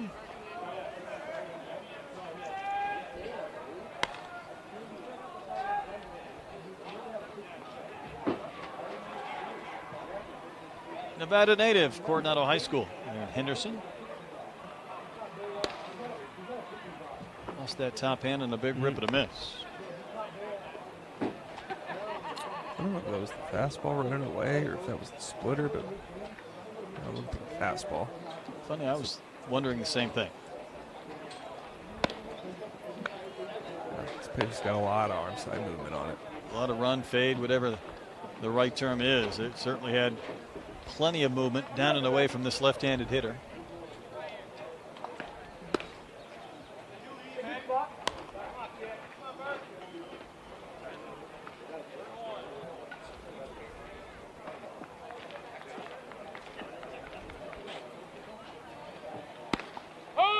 Strike called for so many pitchers at the highest level. You know that run is a gift, and these young pitchers that have that ability to move the baseball, just trying to harness it, trying to figure it out. Rip and a miss. How about Devenning? Bidding for his 2 innings. Yeah, lived up to his scouting report, I'd say. Filled up the strike zone, sitting right around 83, 84, 85 with the fastball. Slider feels really good. Turned over a couple of those splitties. Got a lot of good action. Like we were talking about, you know, everything's moving out of the hand, so it's really, really hard to keep up with that, and creates a lot of deception because of it too. Fun watching these highlight recaps we put together on the best pitches from our pitchers in the inning, and whether it's the called strikes or the swings and the misses. Yeah, you mentioned earlier that it's one of those gifts that everything's moving. Reading a story earlier about Graham Ashcraft, new big leaguer for the Reds, and how nobody wanted to play catch with him because the ball's moving so much. And he realized, hey, wait, maybe this can end up being pretty good for my pitching career. Yeah, I like that. It was a guy who came up through the AAA ranks way back in my Pacific Coast League days by the name of Brandon Webb, who had some movement on his sinker that was, you couldn't manipulate it or predict it or even guide it. You just turned it and cut it loose. Talk about one of those guys that, unfortunately career cut short due to injury, but that 2, 3, 4 year stretch, he's without a doubt one of the best pitchers in baseball. Yeah, pretty special. Lance Gorman goes back out there, and he gave up a single to Davis, the first man he faced, but settled in, got a ground out, got a line out double play. Dozenbach will bat. We had Bello. He jumped in, didn't he, or a different spot in the lineup and he flied out earlier? Because he is scheduled up, but I think they moved him. Batting instead of Capers or in front of Capers and Novak. Yeah, back in the third. Bello had the fly out to Yep. center field in the inning a couple frames See, that's ago. what I'm talking about. We're moving these lineups all over the place just to keep us honest. Make sure we're paying attention. Well, that's why there's two of us, because we're both multi-screening. A lot of monitors and tablets and computers. And oh yeah, they're participating in front of us as well. So Dozenbach, and he led this thing off hour plus ago, facing Gorman here in the bottom of the sixth inning. Just one run for the Gold team. It came in that third. Scored in a sac fly from Fernandez. That's it. So maybe some pretty good pitching overall by the Green squad. Started out by Coons and then Glassman and now Gorman. Dozenbach led this game off with I believe it was 8-pitch at bat on a called strikeout against Coons. Really, really battled and fought off some really hard breaking balls.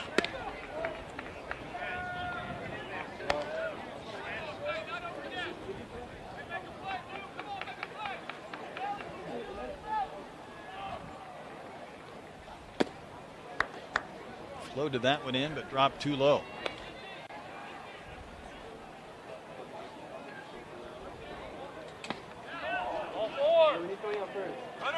Going to put a ghost runner aboard.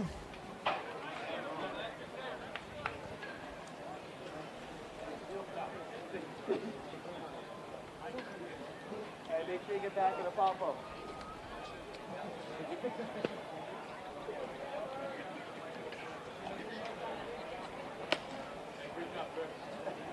Can't pick the ghost runner off right away. Got to let him settle in. That's one of those, you just walk the guy and now you're going to try to pick him off too. Just ran out of the dugout, found a helmet. That's Capers. Gorman couldn't handle that one. That chopper from Dozenbach will put a couple of guys on base. As we talked about, Dozenbach's got 6'6" speed, so even if Gorman was to get a glove on this, we're going to have to field it cleanly, otherwise not going to have a chance. Yeah, once that ball trickled away, there was not going to be a play. Here's Carson Luna. He also struck out to begin the game against Coons.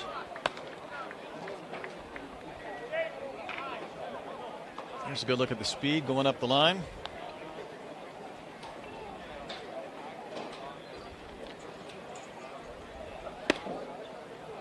Wave it a miss by Luna. One of those plays, too, that when you're extended out over that outside and you just get caught out in front of it, you're already halfway outside the box. Helps you get there a little bit faster. Sometimes you run that out due to anger, right? You don't barrel something Yeah. up as a hitter, and you're just irritated, and you're just going to run out that steam for 90 feet. That's Make right. somebody pay. Even if it's yourself, right? That's right. It's a flushing of some sort.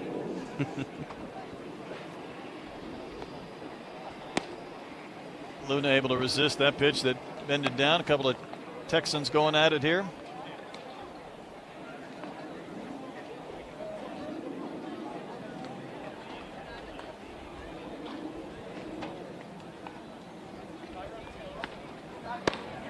Good pitch for a called strike. Luna down looking for the first out. Fastball there. There's a good bit of run there to the arm side. Just grabs that corner there over the inner edge. Looked like it was going to be out of that outside corner coming out of the hands. It finished on the inside edge. Yeah, that ball had real good life to it. Locked up Luna. Here's Jay Slater. He had a nice at bat earlier, delivering a base hit against Coons. Didn't try and do a lot, just put the ball in play. And got his single, got his hit.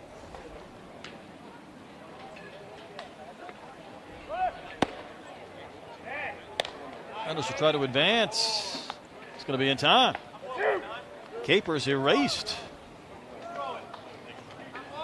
What I noticed there by Slater, that leg kicks back. I was curious, right? Without quite that same velocity. Not quite 90-92 anymore, so.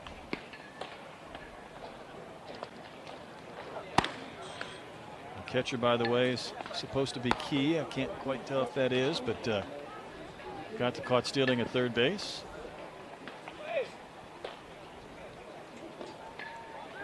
Two gone. We'll see how much Slater races that thing in the air here. That's going to propel away.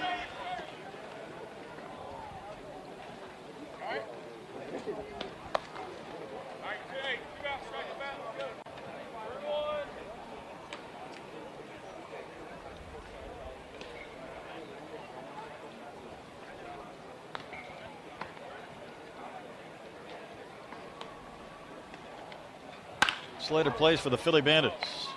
Michigan Wolverine commit. So his team ended up winning in Fort Myers at the PG Series. Got to play with a lot of talented athletes.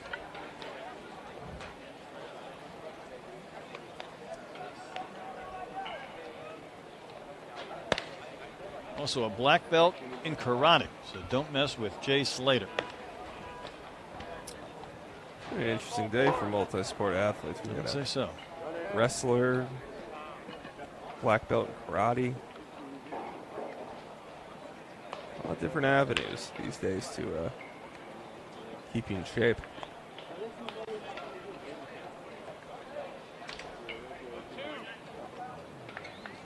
Really been trying to work on staying on plane with pitches in the box.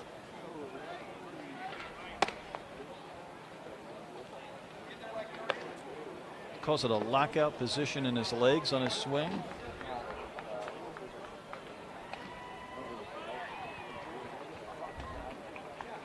Count's gone full, trying to pick up his second hit. Almost got hit. Slater's also right up on that plate. He is. I got that hands leaning over the plate to an extent. Where those hands are, they are clearly over the dish. On the ground to third, there was a bit of a tumble, and that throw to first. Nice Wow, effort. I think that's Trey Lawrence again.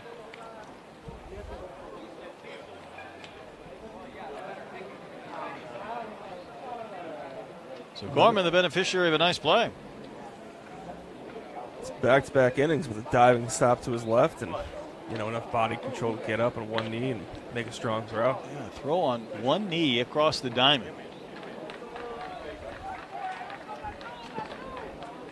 Ends our sixth inning, 6-1 our score with the green team in front.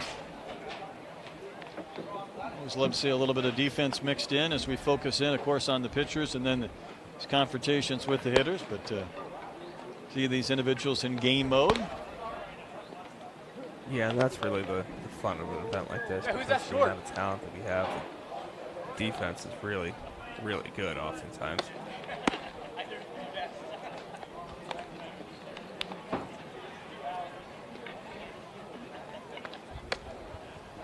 Perfect Game Junior National Showcase there at East Cobb, bringing you back in the field. And see the scouts assembled around the plate area, and parents up in the stands trying to find a little bit of shade. Hey, I'll get a second. He can go short. All right, do it. I heard that conversation in the background. I'm just going to take my defensive charts and throw those away. I heard I'll go to short, you go to second. Well, here's Eric Soto. We've seen him catch, and now Soto will come on to pitch. After DeBenny went 2 innings, 2 scoreless. Let's see what Soto can do on the mound.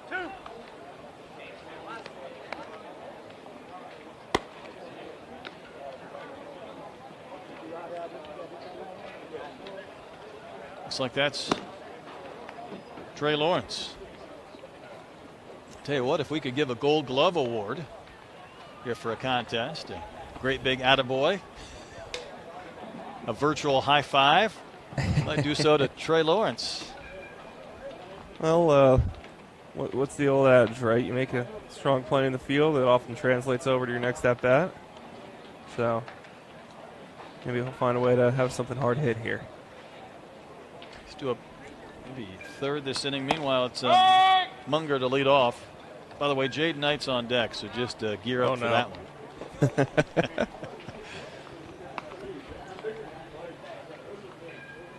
Munger went down looking on strikes in the second against Korvik.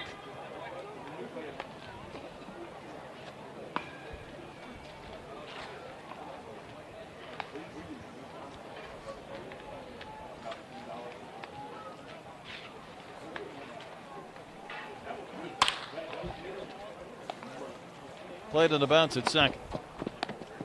Easy play to retire Munger, and now let's settle in for Jaden Knight. And when he came up in the third inning against Ian White, all he did was see, we'll take a look at this replay first on the one hopper off the bat of Munger. Up to second, maybe a funny little bounce off the turf there, but Jaden Knight saw 22 pitches.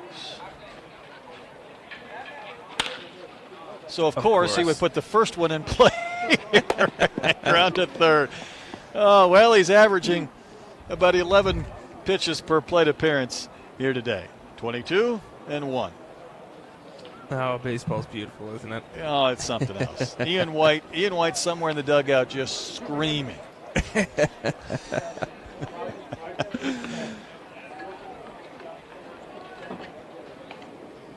Jackson LaLima, he probably didn't even have his helmet on yet. He was thinking, I got a little time here. From the IMG Academy.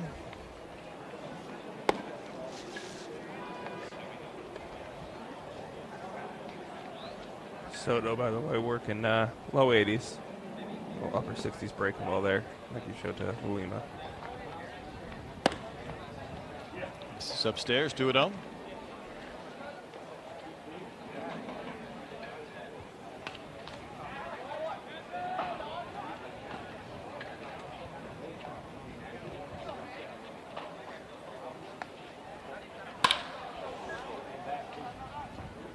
Glove to center, playable, and caught. So Soto had about as quick and efficient of an inning as you can put forth. A couple of ground outs and a fly out. It's stretch time here at the Junior National. Yeah, quick little, I believe it's 7 or 8 pitches. Throwing strikes with a fastball, mixing in a breaking ball to keep them honest, pitch to contact. What we like to see out of secondary arms. Throw a lot of strikes, get a lot of weak contact, let your defense work. Indeed. Maybe take advantage of just a little bit difference in hitting speed, velocity from some of the predecessors. Gold ready to come to bat in the bottom of the 7th. Should be on to see, well, there's Lawrence. Seen him at third, now he's going to go back to first. Almost hate to take him off the hot corner.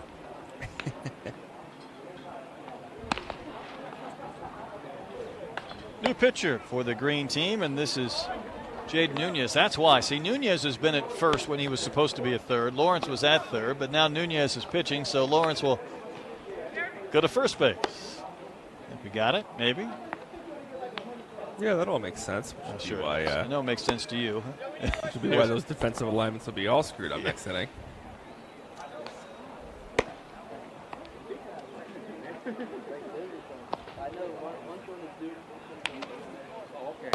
Nunez, Georgia native, trying to get loose here before he faces the Gold Squad, who scored just their one run that came in the third inning, and that was it.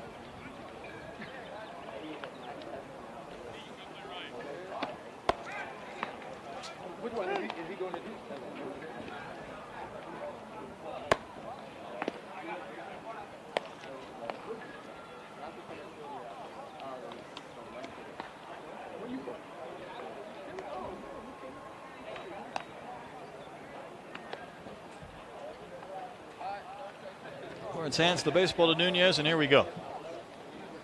Raymond Gonzalez should be the scheduled hitter, and is. Struck out looking back in the first. That was against Coombs. Tell you what, when you bat a lot of players, you see good pitchers. Your team doesn't score a lot of runs, you'll bat in the first, and then you'll come up again in the seventh. A little bit of a wait. On the carpet to short, handled easily. A little bit of a high throw, but Gonzalez retired. That's one of the unfortunate parts of a showcase schedule like this. Is it can be a couple innings in between your at-bats, especially a low-scoring game like this. Or six. Or six? Yeah, that's a lot. Rocco DeMarinis. Require a ghost runner after being hit by that pitch.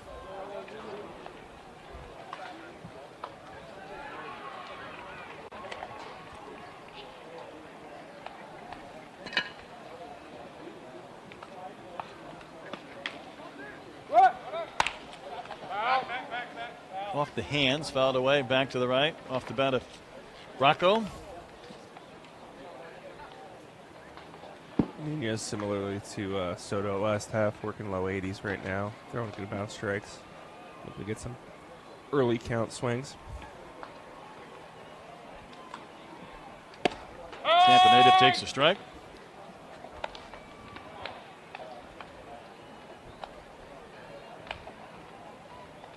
Try and be around the zone for Nunez.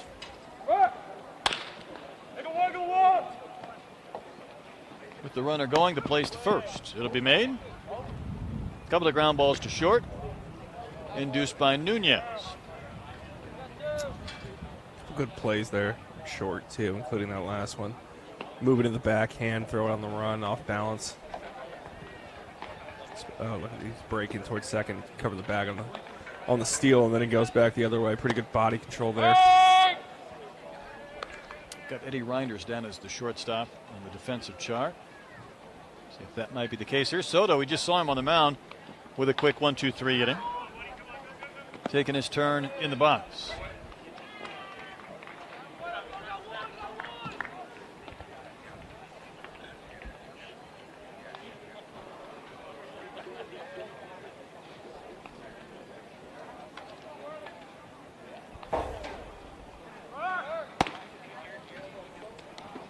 Throw on the money there would have easily gunned down our ghost runner, but it was in foul territory.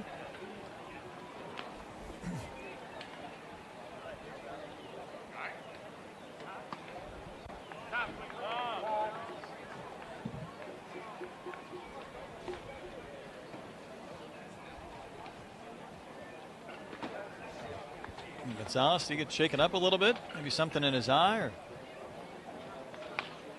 he's got the oven mitt on, so I was wondering maybe he went sliding by the base, but he's okay. Yeah, maybe a little dirt popped up or something. I'm not sure.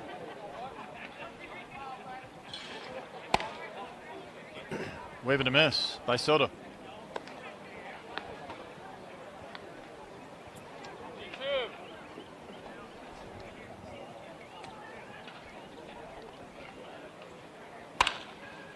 Big breaking ball. Dropped into right. Going to chase home the second run for the Gold team. Yeah, another case of just good approach here. Nice move with the back leg and just stays on the breaking ball and goes the other way. Doesn't try to do too much.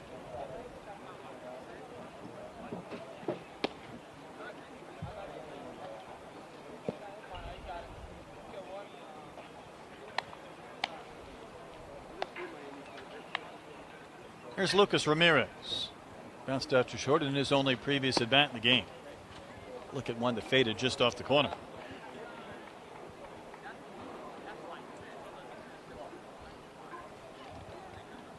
American Heritage High School.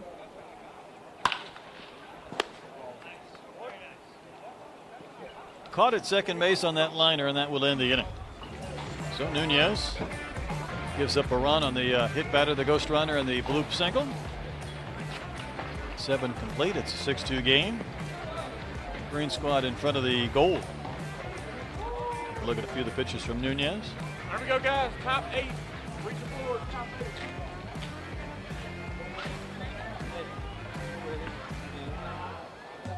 Got to find some shade there in Georgia. There's a lot of trees in the complex, and there's a lot of people under those trees with the lawn chairs.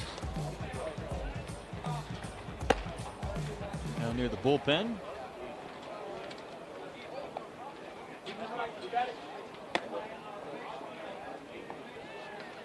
Become a big part of the perfect game circuit for so many different events, showcases, and tournaments. Meanwhile, Trey Lawrence, he was hoping to bat last inning after his stellar defensive plays. He's going to lead off this 8th, and also against another new pitcher, Miles Davis. So Soto pitched 1 inning, was very quick and efficient in the Iowan Davis. Going to work here in the 8th.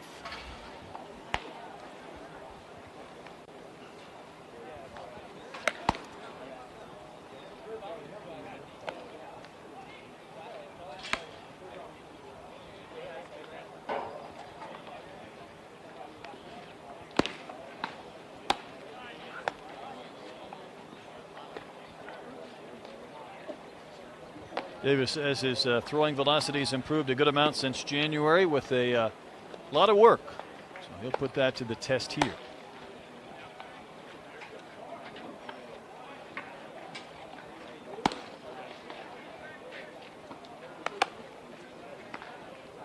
Seen him at perfect game events up to 88.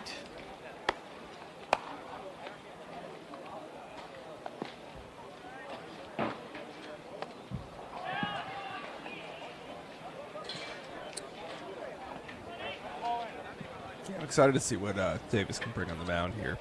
You know, it's one of those fun, let the athletes kind of do what they can do on a bump, see what they can run it up to. About to find out. Florida native Trey Lawrence in. And takes the first pitch strike from Davis.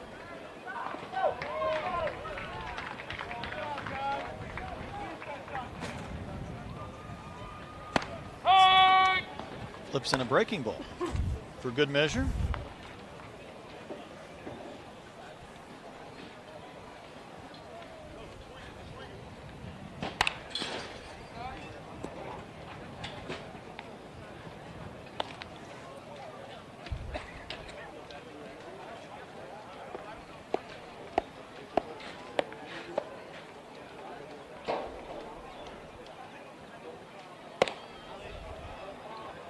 Pitch was requested up, but missed way up. Lawrence would not chase.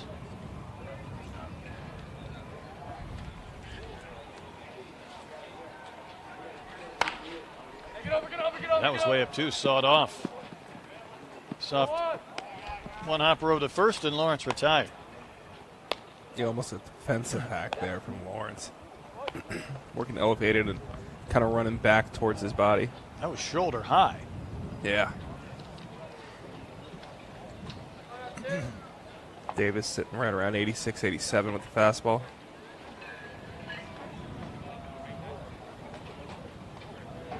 Henry McDonald doubled his last time in. Watches that one go right behind him. Looks like it nicked him. All right. Put that free runner aboard.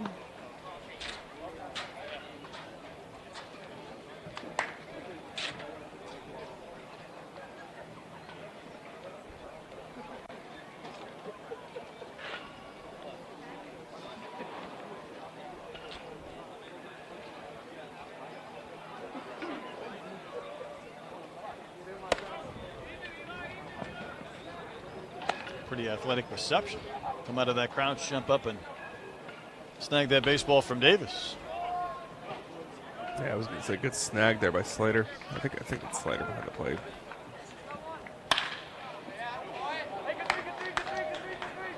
Second time today, McDonald's put a good swing on a baseball. 2 at bats. He had a double earlier and a single. Yeah, 2 barrels now. You look at what I said earlier in terms of took a good BP, doubles in game, single through the hole. He just stays connected really well with that back hit. Really drives through. He's got plenty of bat speed. He's a long, balanced kid. A lot to like here from an offensive perspective. Come on, G4. This is Reinders. Popped to third in his previous at bat. Chased that high one and fouls it back over the screen and out of play.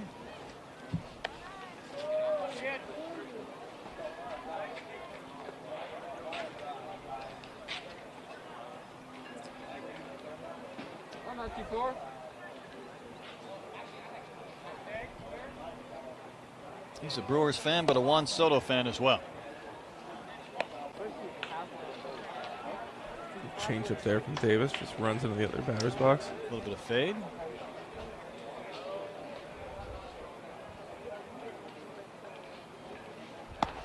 Good eye.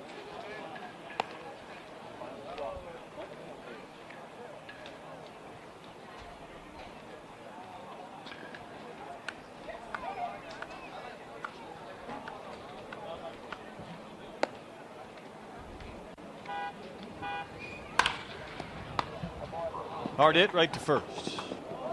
Reinders is going to be retired. Both runners move up on the second out of the inning. Both plays have been made over at first by Hernandez. Yeah, like you mentioned, good piece here from Reinders. Just couldn't find a hole. One hop to the first baseman, but pulls those hands inside, which allows him to get that barrel out and onto it.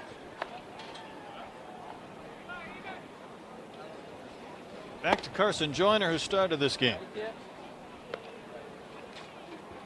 Popped to third, also gone down on strikes.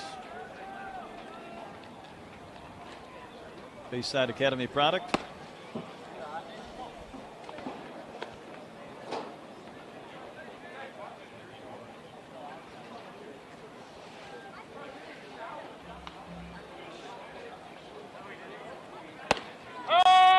And a high strike given to Davis.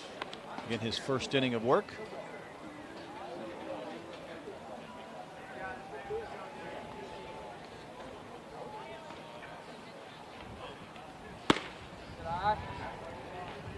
Starting to work that velocity up a little more. I think he might have got up to an 87, maybe an 88 earlier.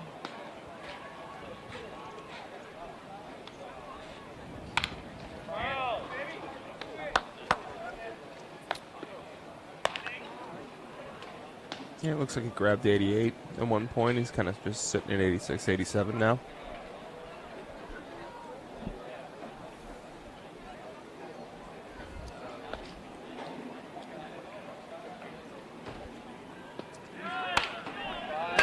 Fouled away again.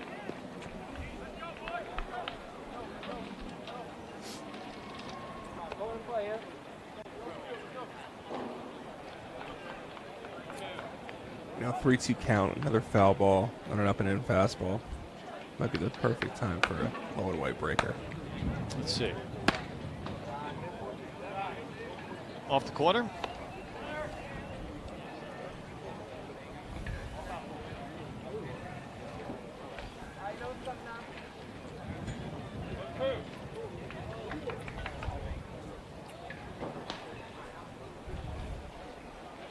See if Davis can come back and get the K. He did not.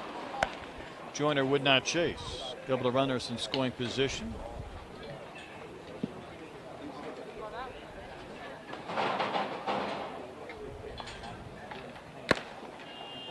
And a good pitch. Foul tipped into the glove of the catcher to win the inning. Davis with the K, navigates to a couple of base runners with a hit and a hit batter. Yeah, like I talked about at the beginning of the inning, it's one of those let the position player be an athlete out there and just kind of see what he can do. Not quite sure how refined he is from a pitching perspective, but ran it up to 88, kind of sat 85, 87. Curveball's got good shape, some power to it. Showed you a changeup to a left-handed hitter, but kind of all you're really looking for out of the secondary arm. I would agree. Around the zone, show up multiple pitches or pretty good velo. Send us into the bottom of the 8th inning. The Gold team got a run last frame. They're trailing 6-2. Saw Nunez pitch last inning. So again, one of the position players that has come on and continue seeing a different arm. This is Brant Munger.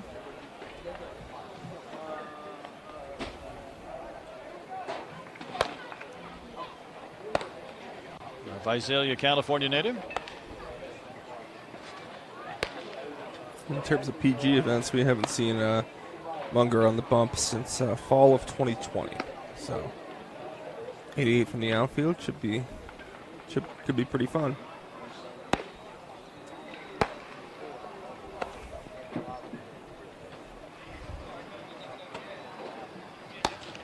Gives us his self-scouting report. Goes through the hitter breakdown and defender breakdown, but doesn't give us a pitching. So may not be something he does every single week. Does say, though, what has improved the most over this calendar year since back to January 1st as far as pitching is just mechanics and accuracy, and I think they probably go hand in hand. Accuracy, mechanics, mechanics and accuracy. Yeah, it's something we talked about with previous pitchers that we've seen today. The guys that a little bit more control, a bit more direct towards the plate seem to be having more success in terms of command. Robbie Mello leads off from that open stance. Seen a couple of those choppers in no man's land on the carpet, and that'll be another.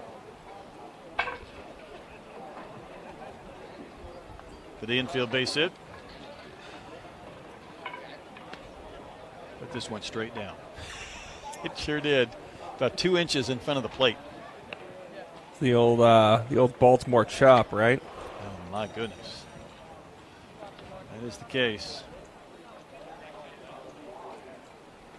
Jose Carlos Hernandez reached on an air his last time in, sprays this one down the line and left, but foul.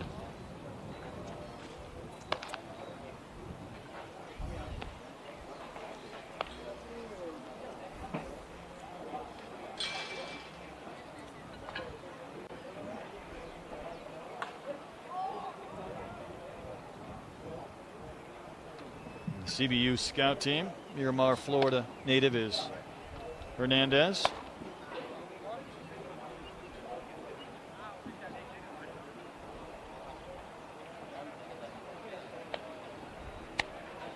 Committed at the age of 15 to FIU.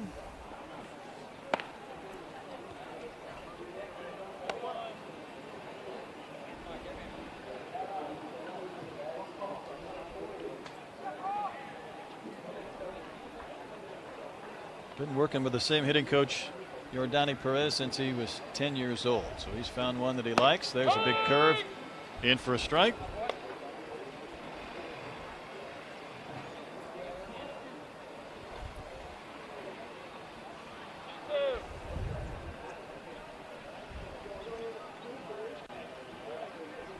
Leadoff infield single by Mello on the high chopper.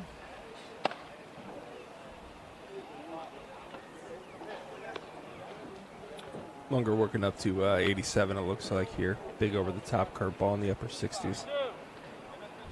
Go, runner ready. Runner ready.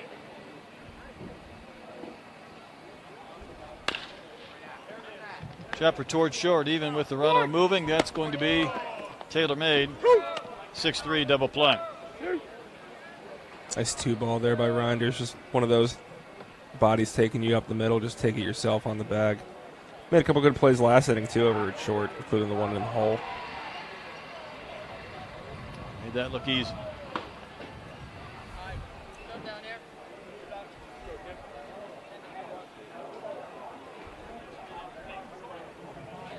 Jordan Fernandez flew out to right, got a sac fly in his only plate appearance here in the game. Orlando native.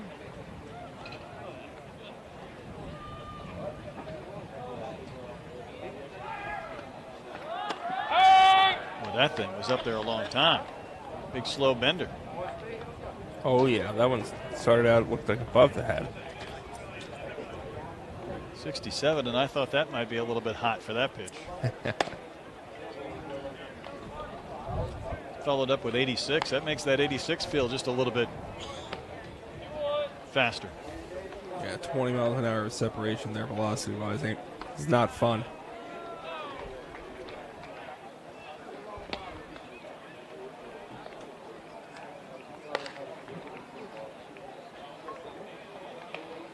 Munger, another guy out here today with some stirrups on, it looks like.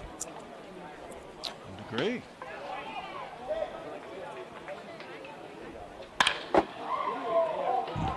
Sounded loud out towards right center field. It's going to take a bounce, go all the way to the fence.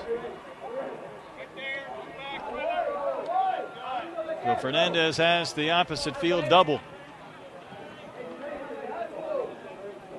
Yeah, going with an outer half fastball here, right on the black, and just not trying to do too much with it. Still gets a pretty good piece of wood on it. Able to hit it hard into the opposite field gap, and gives him a stand-up double. A lot of gear to get off first.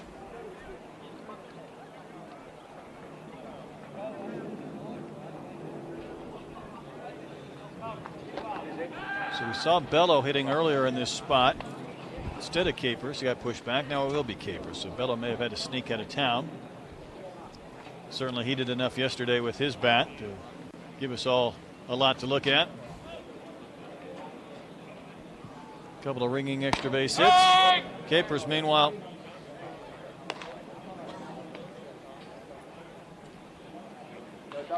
rolled into a fielder's choice. Tough breaking ball to handle, especially if you drop it in the top of the zone like that.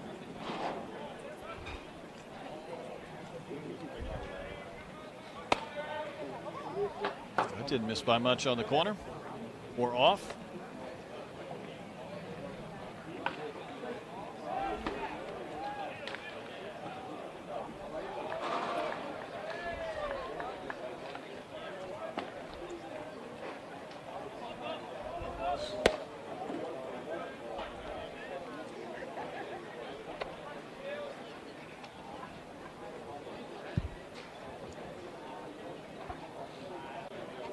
Two-out double by Fernandez. And a 2-1 pitch on the way to Capers.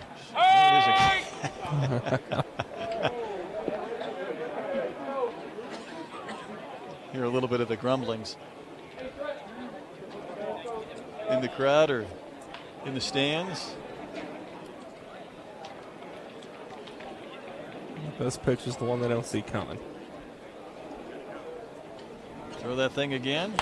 Come back with a fastball, and it's going to be popped up. Munger wants to take it himself. He's capable. Inning over. So looks around the infield single, and the double play helped. And the pop-up will end the inning. Push us into the bottom of the eighth. Take a look at some of the pitches from Munger this past half inning. Hey, good luck, guys.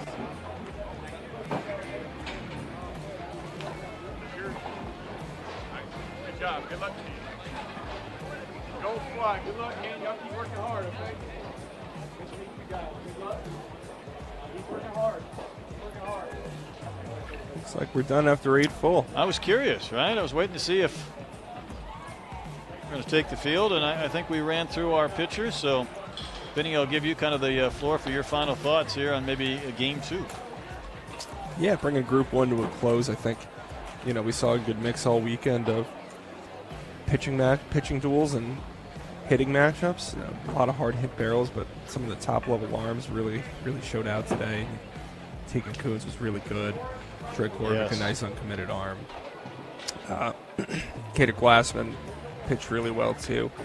It's a solid mix for this 24 class of guys that not only have premium stuff, but guys who can pitch too. And you see a lot of good defensive work too, particularly from the shortstops, guys like Reinders and Miles Davis, and of course Trey Lawrence, a couple highlight reel plays there too. So. Hey, Vinny, appreciate it. We'll see you again later on this week. For Vinny Servino, I'm Brett Dolden. We'll come back more. We'll welcome in 4 new teams with our skills portion. And maybe 20, 25 minutes or so, but we'll step out. This is PerfectGame.tv.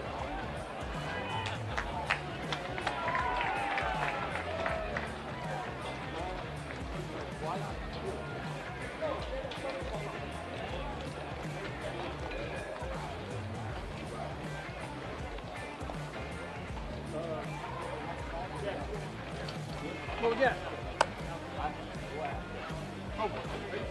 What did I do? Just go through it. Okay. On over in town, I'll let you know. Got you, Rick.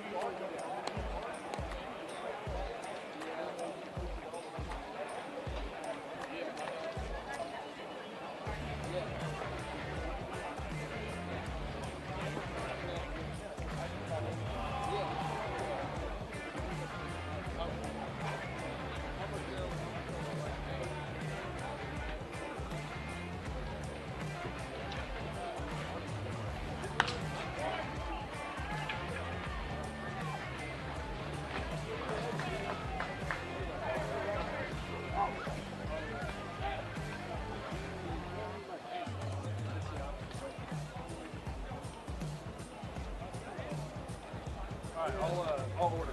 It's the one on Chastain. Like if you take like a left out of it, right.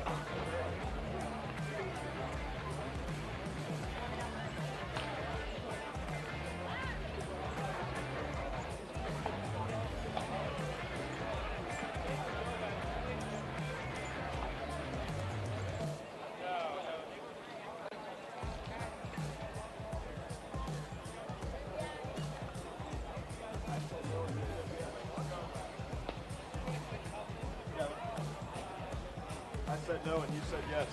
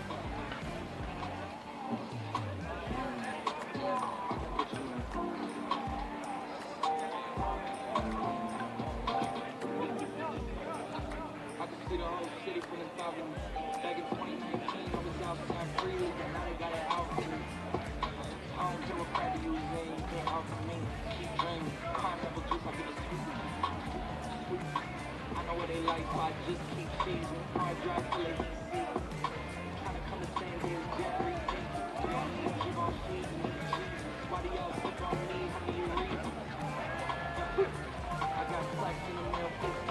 Shout out to my UPS workers, the jar receipt.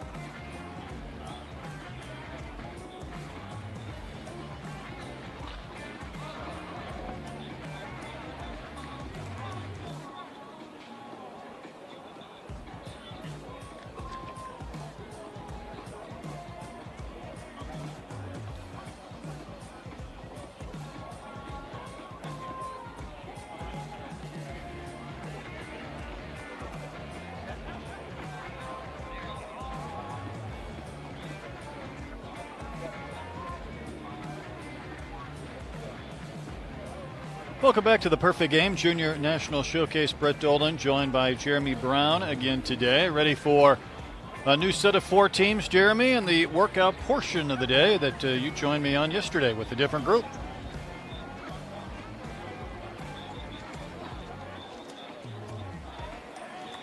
Just finished off a couple of games this morning,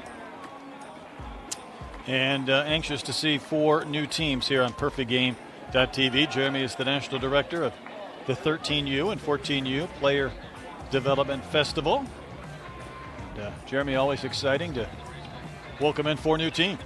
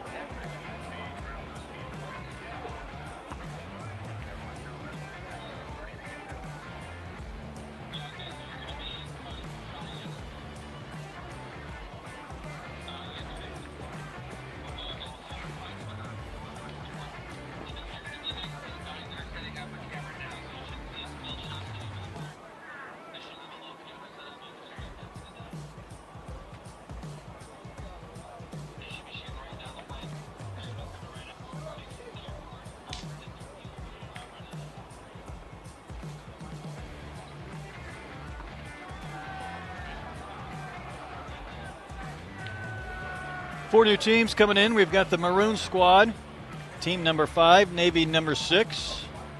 Also got the Orange Squad number 7 and Purple number 8. So we've got some 60s. We're going to crank out first.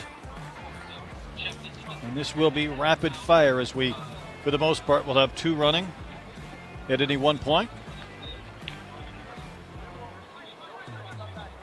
Looks like our Maroon team just about ready to go. Jeremy, are you able to hear me?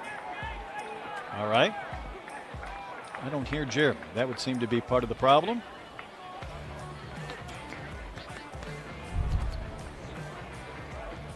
Can you hear me now, Brett? We got you now. All right. Perfect. I need all your expertise You got it.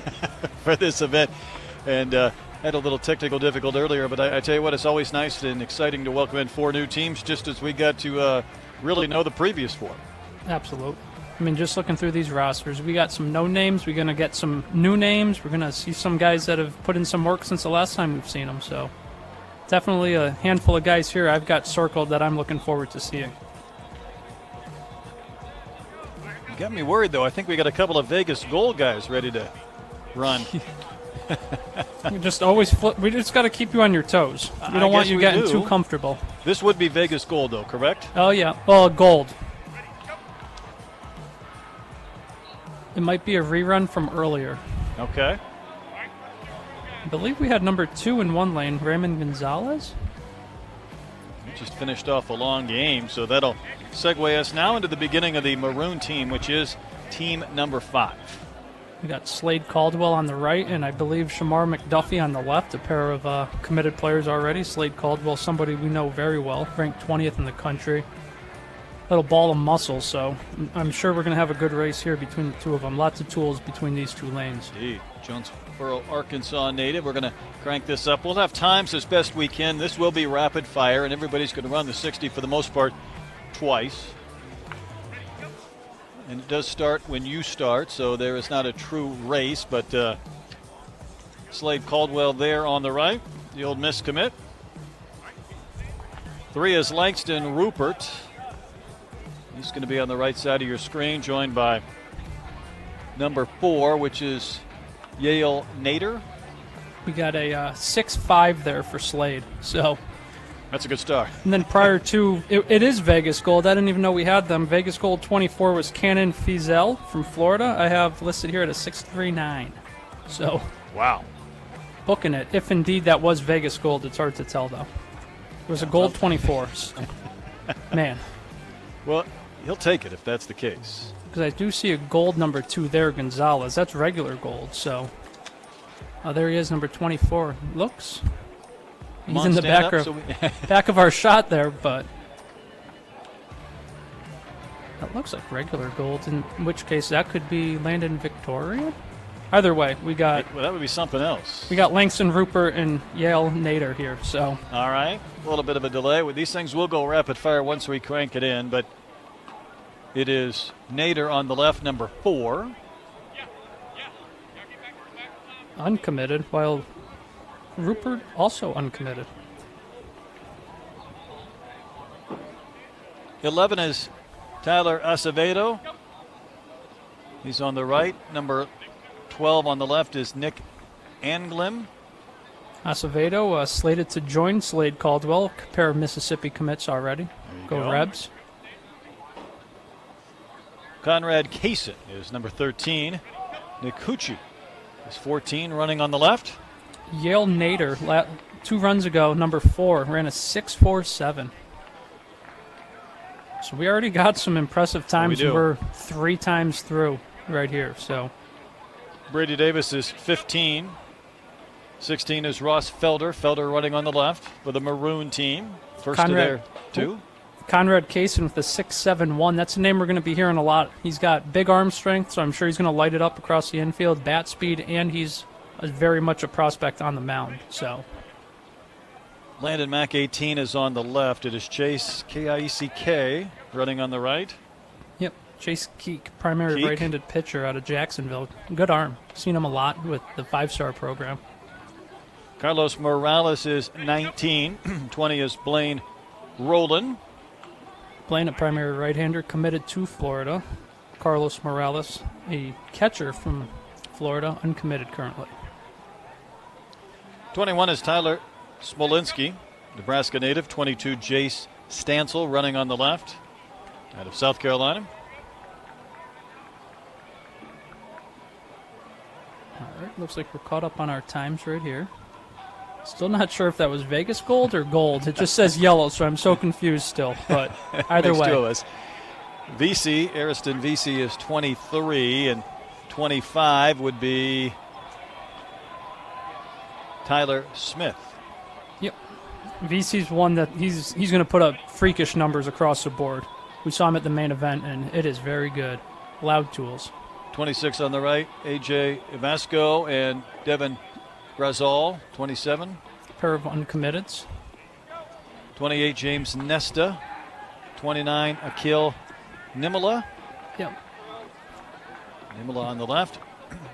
Akil's brother Arjun is somebody we will be seeing at the national showcase here shortly. Arjun, he's a big-time prospect in the 2023 class. Got our last maroon in our first. We're just keeping you on your toes. Yeah, no, they are. That red 1 is, or that's red 19, Evan McIntyre out of North Carolina. And the last was Tanner Sauls, maroon. So I think we're going to cycle back and run our maroon squad again.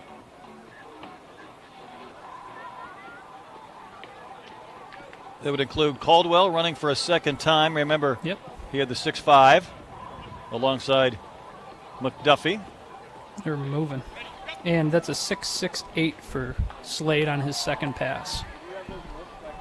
Rupert on the right. On the left is Yale Nader. Nader had the 6.47 previously.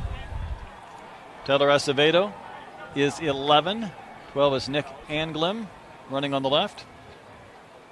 We don't often see the Rebels leave kind of the southeast-ish area, but it speaks to Acevedo's talent being a New Yorker for them to come up and get him. The SEC, they love it. Conrad Kaysen on the right. Nick Cucci from Tampa on the left. Kaysen of Kaysen. Mississippi State. Yep. Took the words right out of my mouth. And Cucci for South Florida commit. You had Kaysen a 6.71. First time through, yes. Yes, Okay. indeed. Waiting to see if we get any updated numbers here. One thing we saw yesterday, the days blur together, but it was just yesterday when the guys ran a second time. There was, that small improvement, and that's why you run these things twice, just to get that opportunity, maybe to knock just a little bit off. For sure.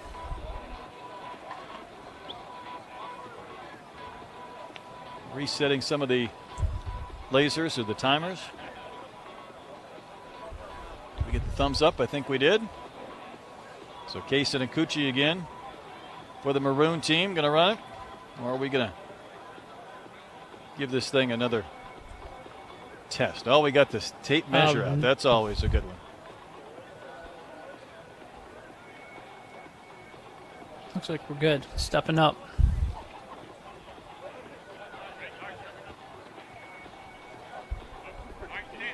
Give us the numbers, the 13 and the 14 again. Yep. And we're off.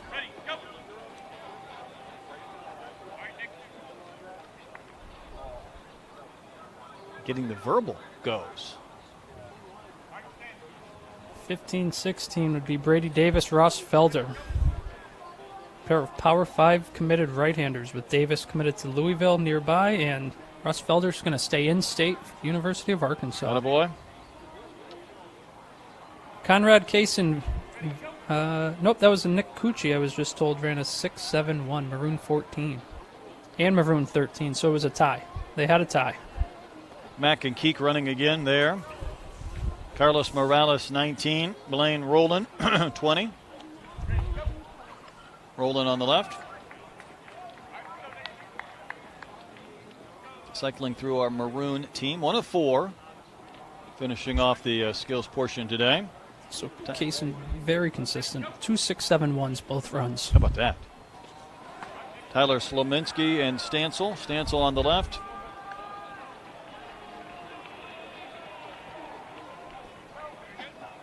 Harrison VC is 23. 25 Maroon is Tyler Smith. VC can really catch and throw the ball behind the plate. That's one. Once we get to catcher drills, you're going to say, whoa. All right, we'll pencil that in. We'll look forward to that.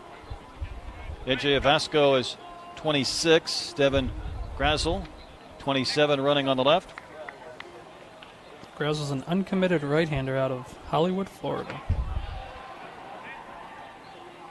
28, James Nesta. 29, Akil Nimala, running on the left. Nesta, primary right-hander out of North Carolina, ranked 46th in the country and uncommitted, so you know when he toes the rubber, all the schools will be watching. As they should. Tanner Sauls again running on the right, mixing in a red 19. Evan McIntyre, red 19, ranked 190 in the country. All right, so on we go to the Navy squad running for the first time. We got Clayton Anderson from Georgia and Ben Fischel. Fischel is 3 on the left.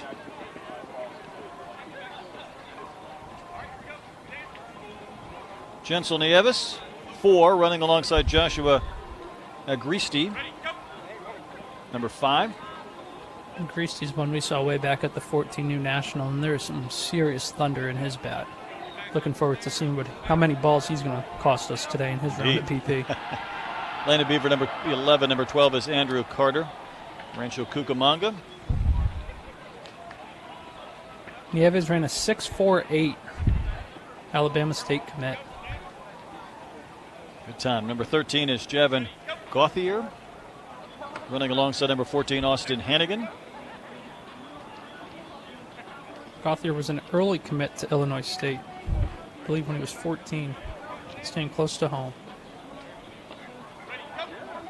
17 is Charlie Kilcullen on the left. On the right is Alex Hernandez out of Georgia. Number 15 and 17, we saw 16 Bryce Clavon run yesterday. 20 is Rodney Pena. 19 is Jaden Ovalis.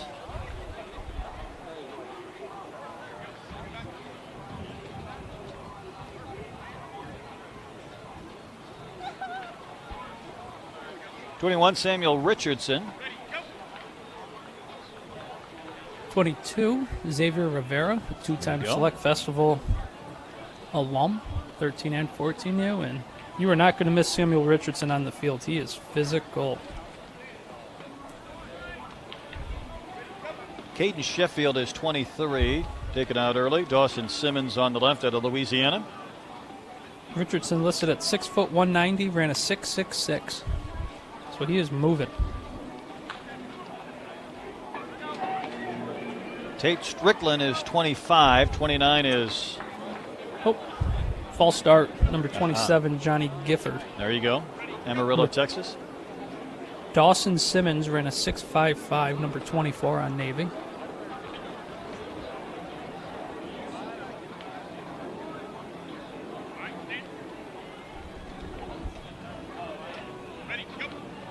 One more Navy athlete to run. Here he is. Jackson Bellhorn. I believe he's the nephew of Mark Bellhorn, who he just impressed at the Sunshine East during his time on the mound.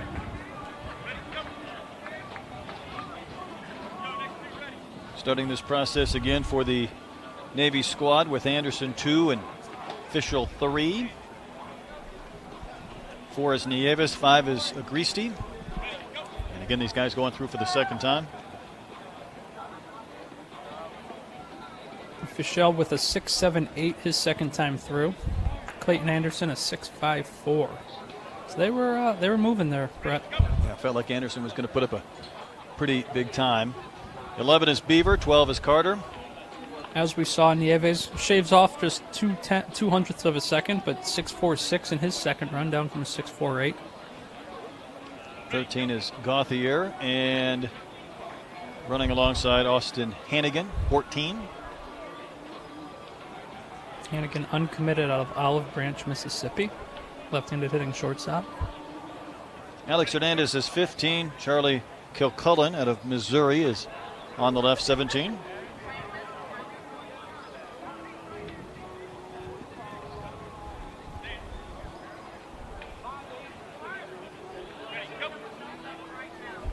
(19) Jaden Ovalis. 20 is Rodney Pena out of New Jersey. Pena, primary right-handed pitcher, ranked 142, uncommitted currently. Samuel Richardson ran a 6.66. He's running again. He's on the right. Xavier Rivera, the catcher. Catcher should get a jump start if they can take it. Rivera just about closed the ground. 23 Sheffield, 24 is Simmons. Simmons ran a 6.65. Richardson continuing our trend, down from a 6.66 to a 6.62. That's worthy of running it a second time. Shave a few tenths off. Tate Strickland is 25, a Tennessee commit, running alongside Johnny Gifford, 27. Amarillo, Texas. And Bellhorn, no one wants to run with them. They just want to stick with their team. But it's okay. Can't match that hair. That thing's flowing in the breeze. Bellhorn will run his second time. Maybe 25 to Tate Strickland here. It says 667 as we get numbers fed to us via text.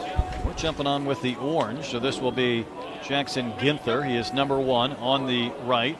Alongside number 2, Jacob Paletto out of Miami.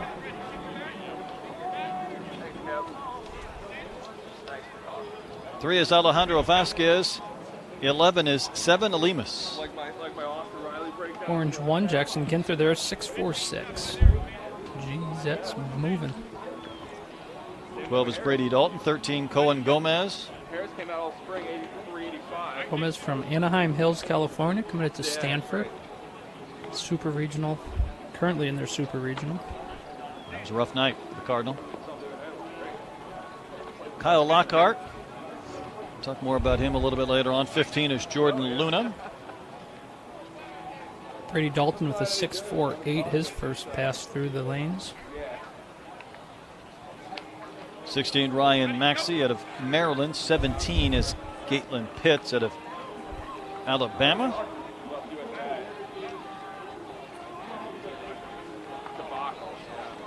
'20 is Adrian Jimenez on the left, running alongside Nicholas Vega, 18, from New York.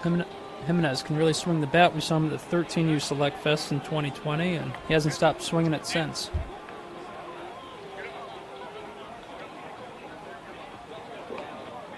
I think my texts are coming in waves. It says Orange 2, Jacob Paletto ran a 6.68. A little delayed, but a time nonetheless. Yeah, 25 and 27 there. 25 is 25, Trey Majetti. There you go. 27, Roberto Barreto. Tell you what, we got some names in this group. 29, Dane Most. 30 is Ethan Rosa. 32 is Eli Stevens. And 33 on the left is Alexander Umlin.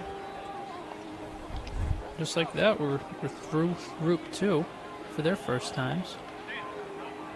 So back to the top as far as Orange. Ginther on the right. Number 2, Jacob Paletto out of Miami on the left.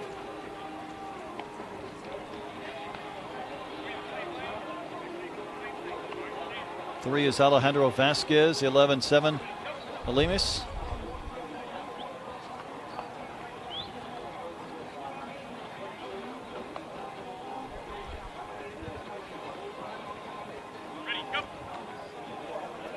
Running for Orange is Brady Dalton, Soxy, Texas. 13 is Cohen Gomez from California. Second time through here, Ginther 6.51, Paletto 6.71, and a Brady Dalton at 6.59. Jordan Luna 15, Kyle Lockhart 14. 16 is Ryan Maxey. 17, Catlin Pitts. Kyle Lockhart there with a 6.67, friends with Texas Cap native. 18, Nicholas Vega. 20, Adrian Jimenez.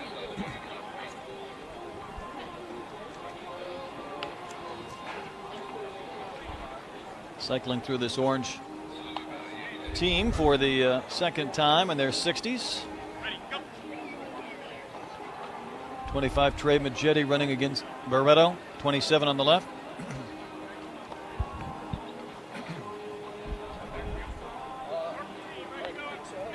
One more Orange player to run.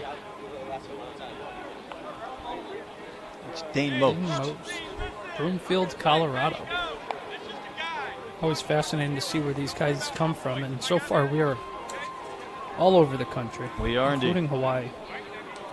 Elijah Clayton is number 1.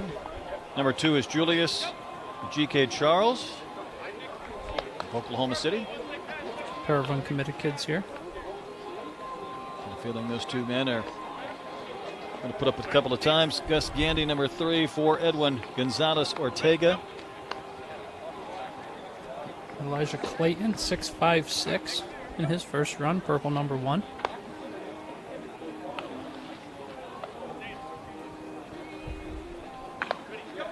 On to our next group. 14 is Cody Fuller. 13, Charlie Caruso out of Pasadena.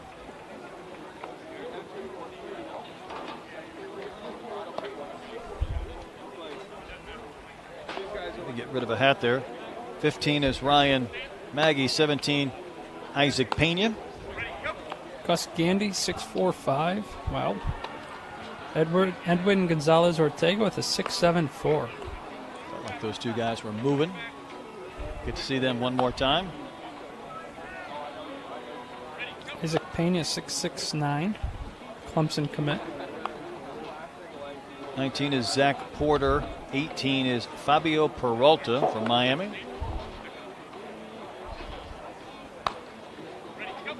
Cycling through our purples.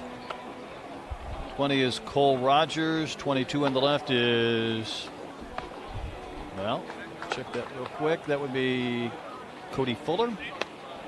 Fabio Peralta, ranked number 10 in the country. Somebody I haven't seen yet, but I'm excited to see. Just ran a 6.55. 28 is McKay. 26, Akovoi. Yep, Isaac. A catcher out of Hawaii that we've seen a few times. Hakovi. Akovoi. 31 is Hector Roca. 33 for purple. Running on the left is Shane Green. Sean Green. We're going to cycle back to the top. We got a couple speedsters up here. Clayton is number 1. He ran a 6.56, if I'm not mistaken. Yep, number 1. G.K. Charles is number 2 out of OKC.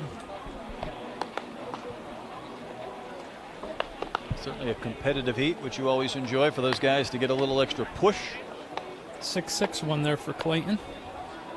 A little bit down from his previous one. On the left is Edwin Gonzalez Ortega. Waiting for a split second. Gus Gandy on the right. He ran a 6.45. 14 is Cody Fuller. 13 is Charlie Caruso.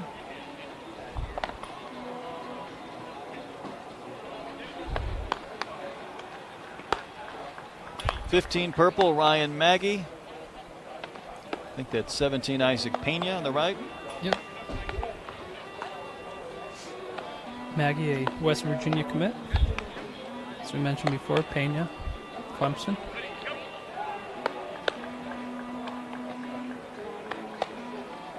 '18 is Fabio Peralta, running with Zach Porter. You said Peralta had a 6.55, I believe, the first go. Yep.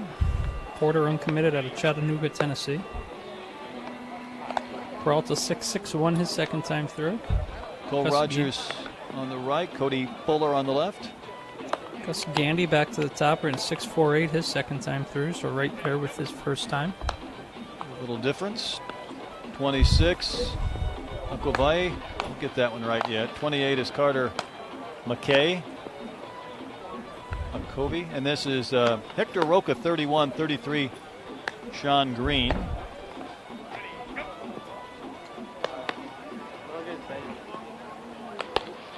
Just about circling through our purples. We run all through the teams at this point. I'm double checking my program because that seemed fast, but yeah, that's it. Doing math on my fingers for how many teams after 4 is, but we're through it. We have found our way through the 60s. The game has this down pat for how quickly we can run through each of the 4 teams.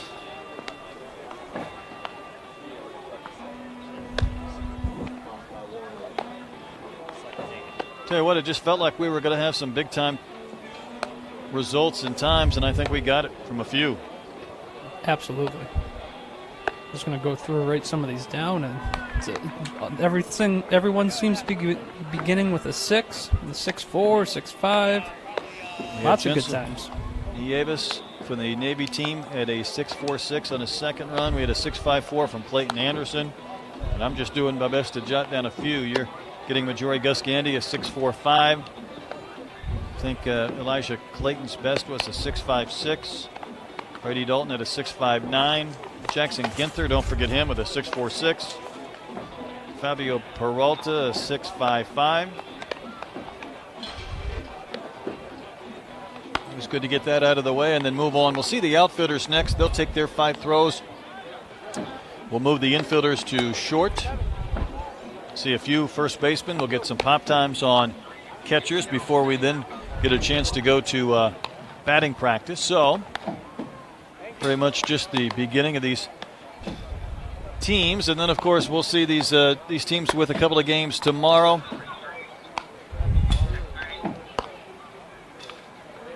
They'll start things off on Monday with a pair of games. Let these guys here finish getting hot, but like you mentioned, it's a well-oiled machine, so they got it down pat out there on the field.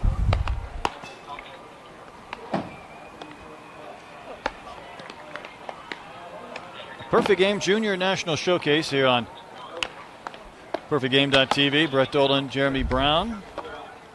David Ronsley has joined me as well. Vinny Servino was a part of the 2 games we had earlier today. Once we get through the workouts today, and again, we have another stretch tomorrow, Tuesday and Wednesday, remaining only for the games to finish out. So everybody gets their opportunity for a couple of games, and of course there's 60 should they choose. Outfield and infield, we will see some that may do both, or first baseman and catchers.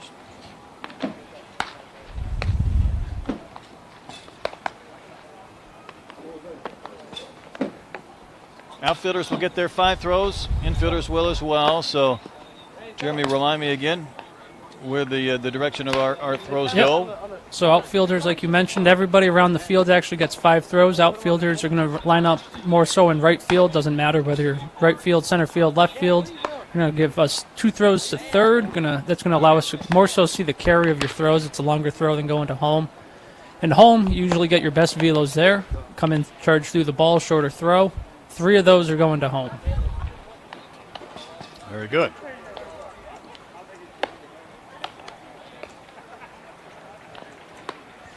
Again, the teams that we are cycling through today include Maroon, Navy, also saw Orange and Purple. So those will be the 4 teams that we will see not only in this workout but in the series of games over the next couple of days. In all, we have 12 groups, so we'll have 3 different sessions, these workout sessions. Got an army of Perfect Game employees down there to help too. Not only just hitting the fungos, but setting everything up for the 60s, the lasers, marking out the distance. Everything they're doing on the field here is getting measured. 60s, they're throwing. We got the PG Tech cages. We got the radars for all the pitchers once they jump on the mound. Exit velocities, bat speed, hand speed, time to impact. All sorts of everything for these guys to fill up their PG profiles with. All right, Jeremy, as far as the PG Tech, would this group have gone through that already prior to this workout, or will that come at another time? Nope, that will come. It'll be 2 teams will be on the field, 1 shag, 1 hit. The other 2 will be in the cages getting those testing numbers put up. And then they'll flip-flop. Got it. So obviously we got the BPs that'll come after this session. Right. Yep. BP still to come. We lost a lot of baseballs yesterday, and just judging off some of these names, I bet you we're going to lose even more today. Yeah, we really get a chance to enjoy the BP sessions with the 10 swings, or for the switch hitters, the few switches that we see, 6 from both sides. Yep. I think we might be just about ready to get these outfielders rolling.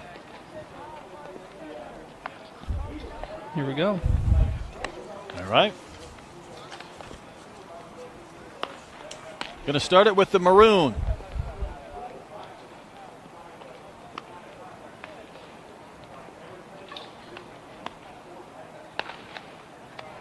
My title has Director of Select Festivals, or however it's actually phrased. Slade is somebody we had in our games the last 2 years.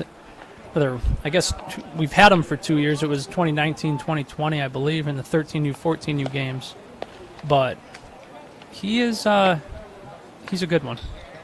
Full of fast twitch muscle. It was actually 2020. He was a 13U Select Festival in Oklahoma City. Last year, 14U out in Fort Myers. And he's one that he may not be overly physical compared to some of his guys, but the way he swings the bat and the way he plays, you're not going to mistake Slade out on the field. And he's got an awesome first name. Yes, he does. And I could see there could be some quick twitch in Slade Caldwell, the Arkansas kid, but the Old Miss commit. And Old Miss had a huge day 1 in their Super Regional. Yep. But an in-state matchup against Southern Miss. Nothing like getting that state fired up when the other big team in the state is not in the tournament but won the national championship last year. So Yep. kind of a hotbed. Got some of the Super Regionals on here in the background. Got Tennessee up 3-1 on Notre Dame, and Oklahoma's up on Virginia Tech 7-2. Both games are their 3rd game, so tied 1-1, winner take all here. Next trip, Omaha. It's a fun weekend. Next weekend will be as well at Omaha for the College World Series. This really the full-fledged kickoff for this group of athletes before a very long and important, busy, and enjoyable summer. Yep. See a lot of these guys coming up, whether it's the Ultimate Baseball Championships, UBC, East or West. We got the WWBAs, the World Series. There's a couple other invite-only type showcases, such as the Junior National throughout the summer, whether it's the PG All-American games, like the Class of 2024 games. There's a lot of cool stuff that we continue to implement and put on the schedule to give these guys an opportunity to While we shine have at time, the biggest levels. Jeremy, tell me where and when your 13 and 14U games are. Yeah, so the weekend of August 20th will be our 13U game. This year, we're moving it, since we've had it, it's been at the University of Oklahoma. This year, we're moving it to Knoxville. So I don't want to say it's a coincidence, but once we announce that, Tennessee goes on a run. So, and then, Slade Caldwell. Go ahead, Jeremy. oh, and then 14U is still Labor Day weekend at JetBlue, just as it has Yep. been since our first game. But Great yep, host. you can see Glade here, see Slade here. But he kind of just comes and attacks the ball. He's a center fielder. He can cover ground in both gaps with no issue at all. I mean, he's one of the types you could have him and just one other cover the outfield by themselves. Just that type of read, that type of closing speed. So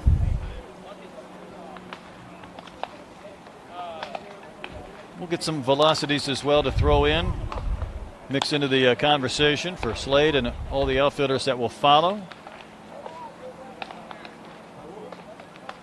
Of course, he ran a 6.560 earlier. he can move. This is Langston Rupert, Charlotte, North Carolina.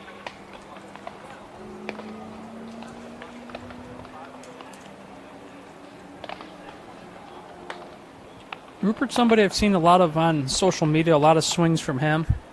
And you always come away impressed when you see him, so it's good to see him now in person, get to break him down and see him over the next couple of days worth of games. No doubt about it. He's gone through his throws to third, now loading up for a handful towards the plate. Working through the baseball nicely, getting on top with a short little arm stroke. But plenty of arm quickness.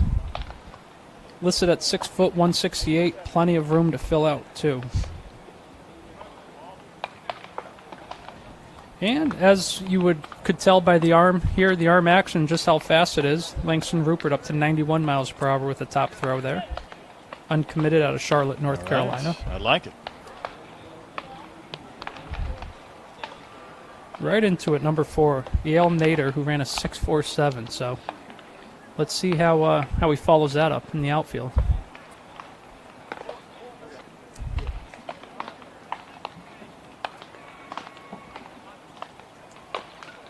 Nader out of Kissimmee, Florida.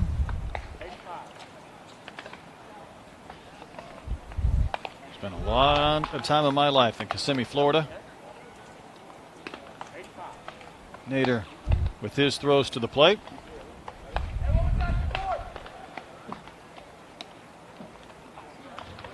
Comes through it. See if we get a couple of velocities coming reading through or not for Mr. Nader.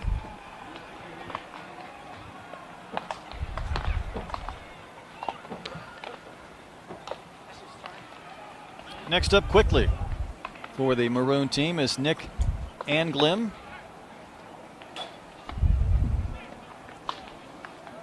Out of Omaha, Nebraska. A lot of these college teams hope to go visit him out in Omaha here in the next week you mentioned. So Indeed they do. we've had a good run of Nebraska kids in this event already. Last year, this year, we just finished with Kate Fountain, the FSU commit, in the correct. Group 1. Last year, Cole Eaton was a standout in the outfield and with the bat, committed to Tennessee. You see here as Anglim comes through his last one, ranked number 330 in the country.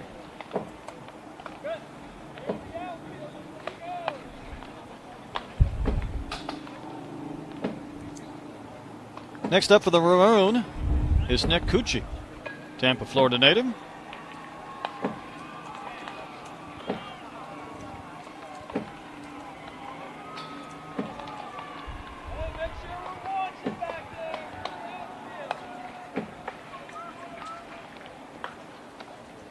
Cucci's completed his throws to third, now working towards the plate for the final 3.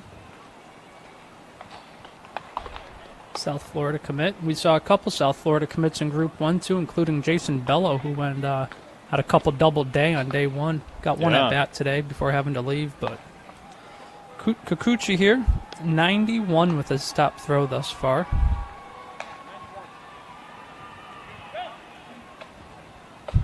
That'll do it for Cucci. Tell you what, we don't even waste any time. This is Blaine Roldan from Plant City, Florida. Next man up. He Primary, is a Florida commit. yep, primary right-hander committed to Florida, ranked 58th in the country. Big, strong body, 6'2", 200. So if you're ranked high, you're committed to Florida. Primary arm, odds are we're going to see some big arm strength here from Blaine Roldan.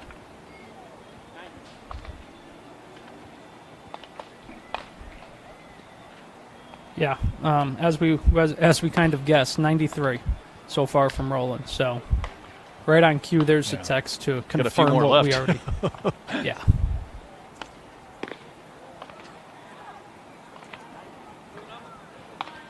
That'll do it for Blaine. So a good number he'll like, I'm sure, 93 from the outfield.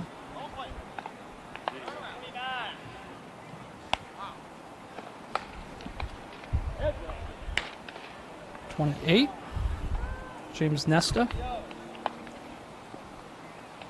Kind of in that similar breath there with Blaine Rowland. 6'5", primary right-hander, ranked 46th in the country. So we add that up. I think it's going to equal some big arm strength here from the outfield.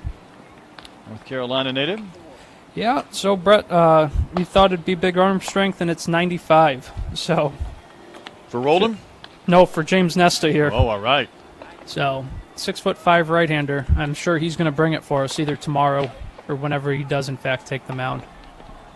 He's got another throw to see if he can top 95, although that is a See that arm strength and the whip coming through. He really uses the Indeed. length of his body. So,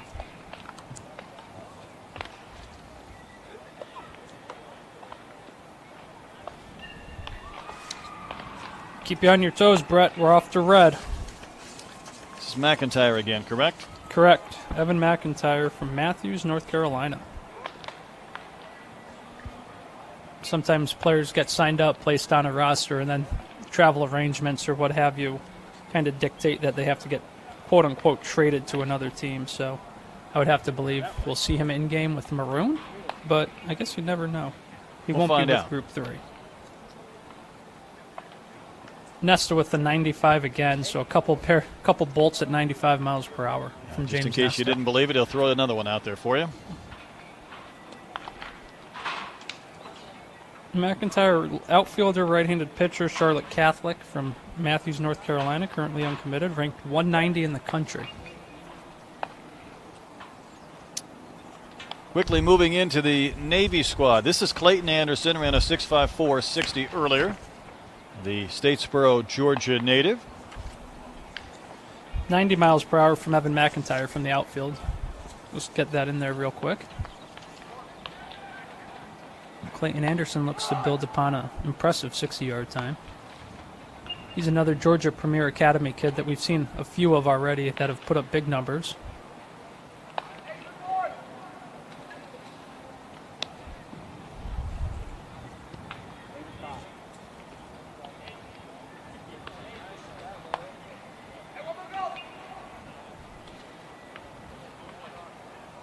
That'll do it for Clayton Anderson. Two of his high school teammates, Gavin Braylon and Markel Turner, both hit home runs in-game for their How about teams that? in Group 1. So Wasn't that something? we got to see if he can keep the trend going for the Georgia Premier Academy guys. Anderson hit 93. This is Ben Fischel out of New York. And Clayton Anderson continues. Yep, Anderson 93, just as right on time.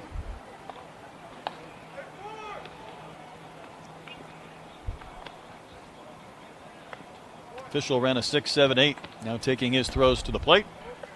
Got the split screen working for you to see the result in addition to the mechanics of the throw or the bobble first. I was just on the Tappan Zee Bridge coming back from the Sunshine Northeast.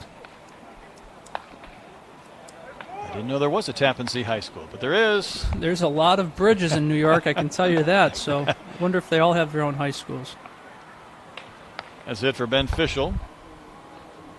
Again, starting to work towards team number 6, which is Navy, and I think we've already moved on and have to Jensel Nieves out of Kissimmee, Florida, who ran a 6.48 and a 6.46.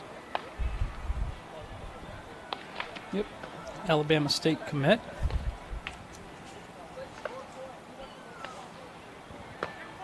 Our second player, teammates with Yale Nader, who ran a 6.47.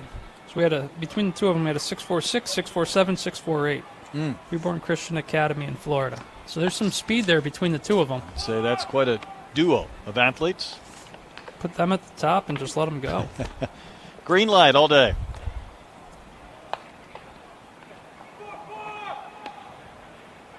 So Nieves loading up into his throws, working to a higher slot. On line with that last throw. Do it for Chancel Nieves. This is Landon Beaver, Alabama kid. Smith Station, Alabama. 6'2", 185 pounds. Primary first baseman, left-handed hitter.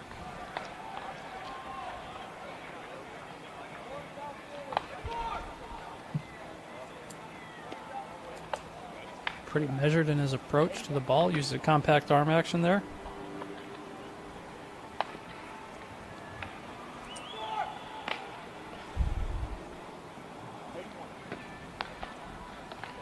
Group of catchers waiting at the plate to take a few tosses and help everybody out as we go through these outfitters on Landon Beaver of the Navy squad, and he has completed his 5 throws.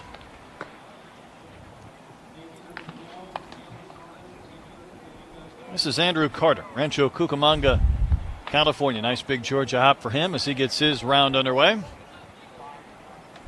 This is Damien High School, a school we often see. Seems to always produce a guy or two each cycle through, so. Carter, 6'2", 175 pounds, primary outfielder, secondary right-handed pitcher, right. Somebody we don't have ranked yet, so he's done something somewhere recently for us to have caught notice and extend an invite to him. Looking forward to seeing what he brings. A chance for a lot of individuals this week in front of all the PG scouts to maybe make a move up in some of the rankings or get on that radar. That's it for Andrew Carter.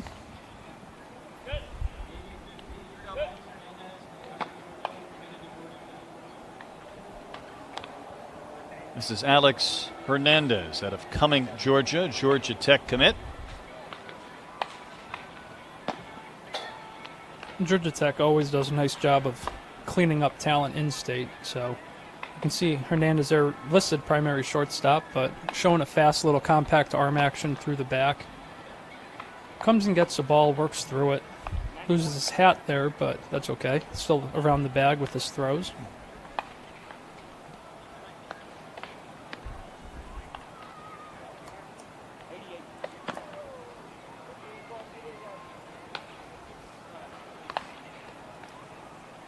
Another throw for Alex Hernandez. That'll do it. He'll get his hat and move on. Next up will be 17, Charlie Kilcullen from Moscow Mills, Missouri. Got a left-hander.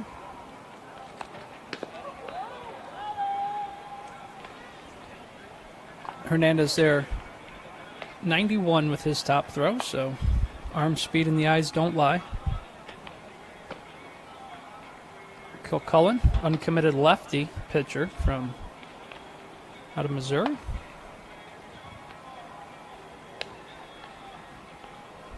As I mentioned, I have some of the super regionals on in the background, and David Lamanna, a junior national alum of his own, national showcase alum, just tied at top 7 with an opposite field bomb. Top 7, 3-3 Tennessee. Kilcullen, somebody will get to really bear down on, 6'2", 190 once he takes the mound. Primary pitcher, he'll get his 2 innings, either game 1 or game 2 for the Navy squad.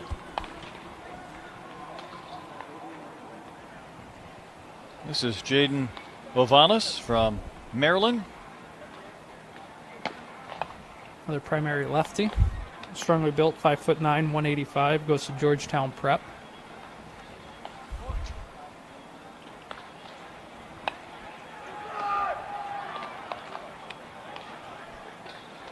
The catchers yelling out their directions out there.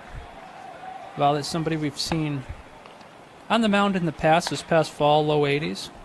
Expect to see a jump from him up when he takes the mound at some point here in the next day or two.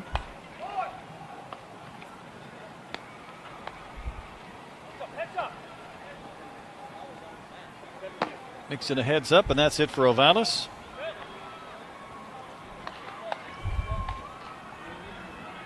Dawson Simmons out of Marrero, Louisiana, ran a 6.65 just a few moments ago. A couple Louisiana guys on Group 1 there made a name for themselves.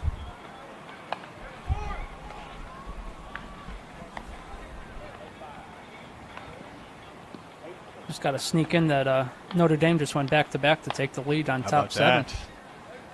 that? Every time I keep looking up, they're celebrating at home. See Simmons there come through the ball, showing off a quick arm. Going to add to that 6.55 already to keep filling up the stat sheet. And he's nowhere done growing. If you just look at that body, 6 foot 170 with lots of room still to fill out.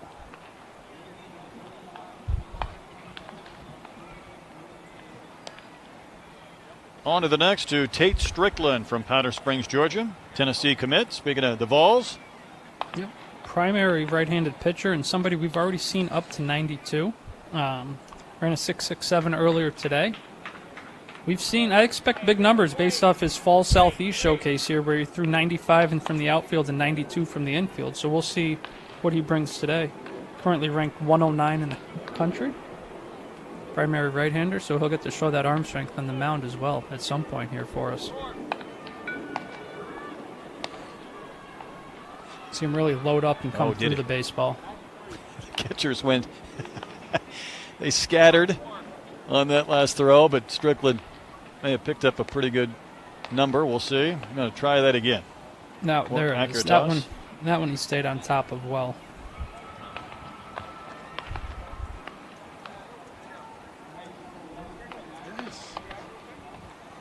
See if we get something come through. Yep, there it is. 93 for Tate Strickland. Good for what, our second best today? Tied for second behind the 95s from James Nesta. I think you're right. Jump on over to Orange. This is Jackson Ginther, Monticello, Georgia, Eastern Kentucky commit. Another member of our 6'4", club. Had a couple of them so far.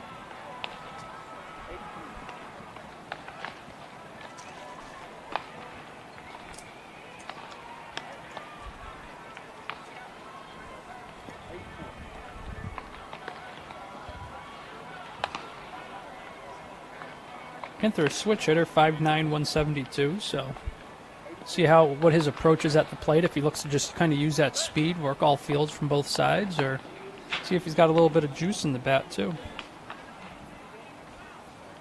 Next up, Jacob Paletto, Miami, Florida native, uncommitted. Uncommitted, but can move, as we just saw in the 60. First throw, he really was coming through the ball well with his lower half. Always like to see when somebody stays through and works through the baseball rather than just kind of grip it and rip it. So see him take an extra step into his release there, but staying through the ball.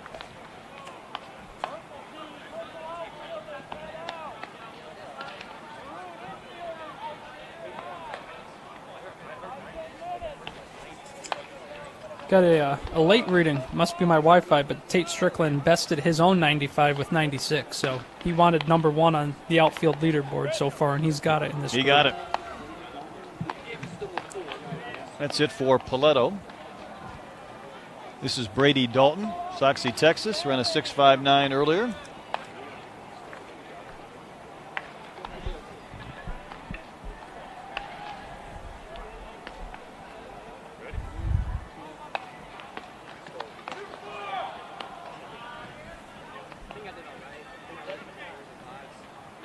Long projectable frame, 6'1", 180 from Brady Dalton.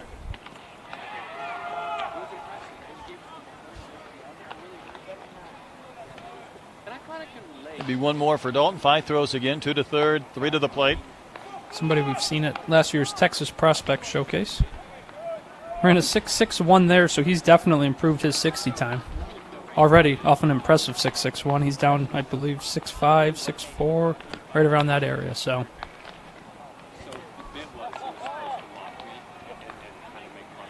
This is Kyle Lockhart, Friendswood, Texas.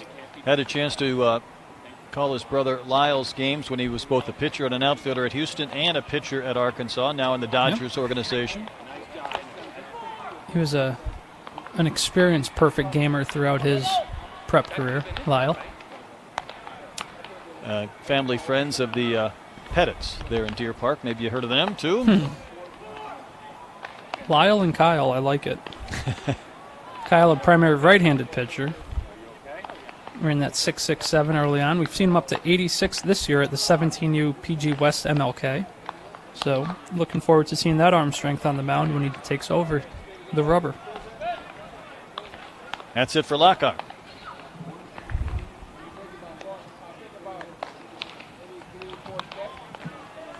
This is Adrian Jimenez, Sugar Hill, Georgia. Showing off some of his versatility here, primary infielder. Yeah. Short little arm. You've seen him. Seen him flash some leather in the dirt. So, looking forward to his infield round as well. Got to face some good competition this spring.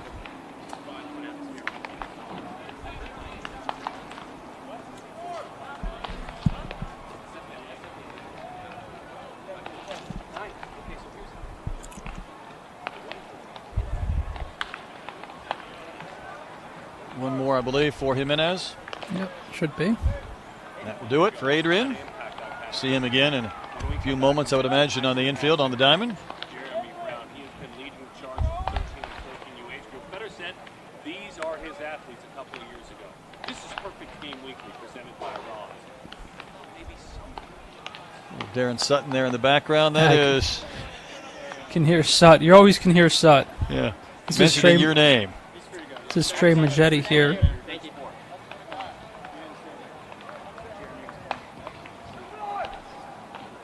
6'2", 160-pound switch-hitting first baseman from Lawrenceville, Georgia.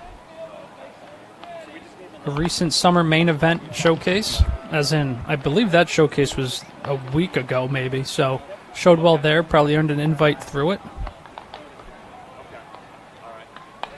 I'll act it out, but yeah. And you can just see with his frame there, he's long arms, long legs, high waist, so he's nowhere done reaching his physical peak. Yeah, more to come for Magetti.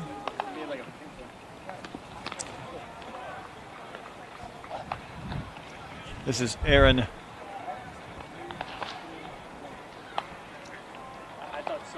Babib, am I pronouncing that correctly? I'm not sure, but Bebe? I'm going to let you take a crack All at right. it. Break down the very best players at this event. After all, this is the man who sees these A babe? scout more than anybody. At the A handful of these kids fill out the forms for us that also provide a pronunciation. I do not have one, however, from Aaron. Aaron B. Up to 85 last fall, so he's got some arm strength to him. Long, 6'3", 190-pound build. Left-handed hitter. Currently ranked in that 500 grouping. But you can see that arm really works. Got some whip to it coming through the baseball. That's it for Aaron B. And here we go to the purples with Julius G.K. Charles.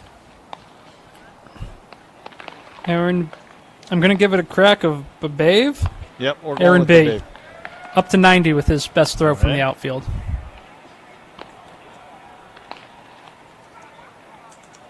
Oklahoma City product here. Heritage Hall High School.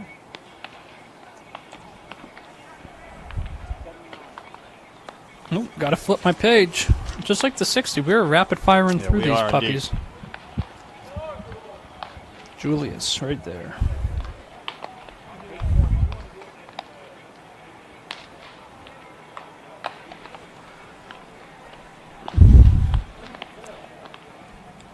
Comes through it there with his front side. Long arm action through the bat. Gets it through on time, though. Is this Edwin now? Looks like Edwin Gonzalez Ortega, Puerto Rico. Primary outfielder in a 6'7" See him really come in and attack that baseball. Stays quick through it, fields it, doesn't lose any momentum.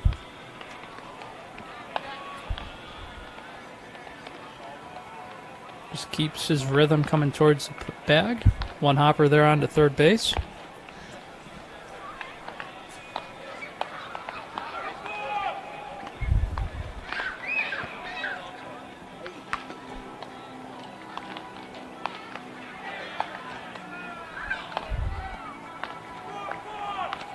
All right. I'm not sure he's here because he hasn't run, but next up would be number 11, William Baker from Queensland. I don't think we had him in the 60-yard for purple, but maybe he decided not to run.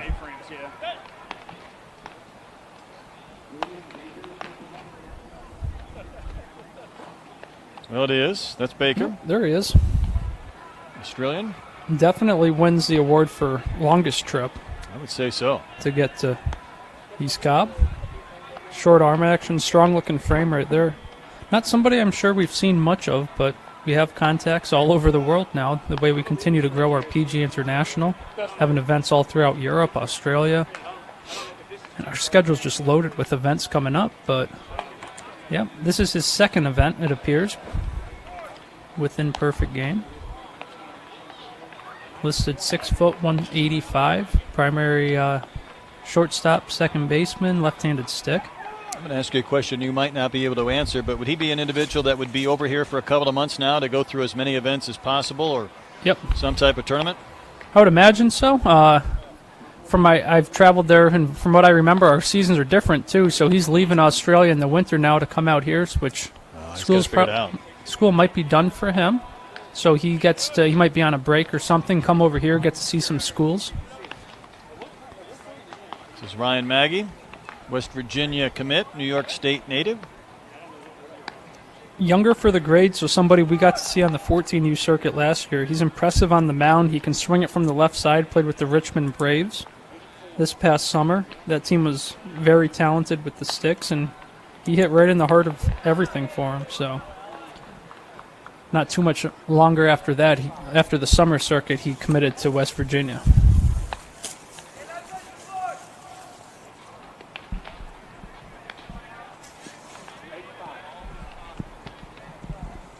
That's it for Ryan Maggie.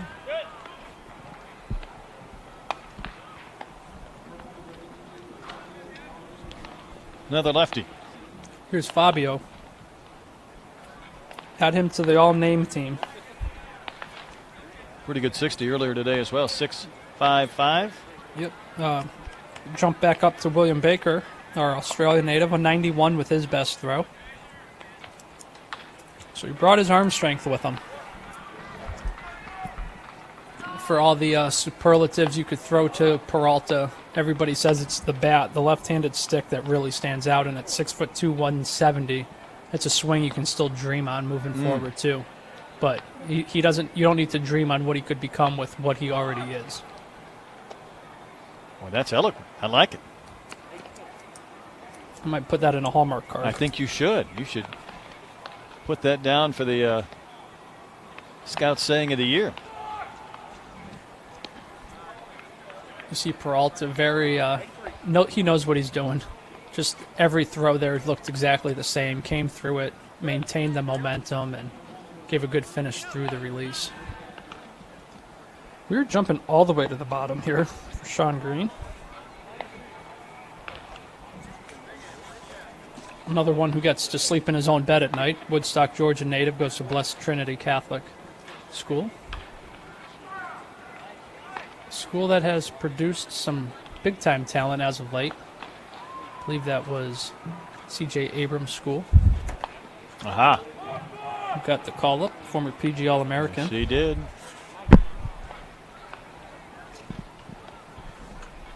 We gave him a little flavor of that ballpark. Absolutely. Him and Mackenzie Gore threw, It's true. That's right. for him, and before you know it, there he is, drafted, and now he's a prominent big league arm for him. See Green really getting on top of that ball. 93 miles per hour with his best throw so far. Strong kid, and he knows how to incorporate that into his release. Primary outfielder. Nice round. Well-oiled machine moves on. Yes, that completes our 60s and our throws from the outfielder. So now we'll move the infielders over to short for their version of 5 throws.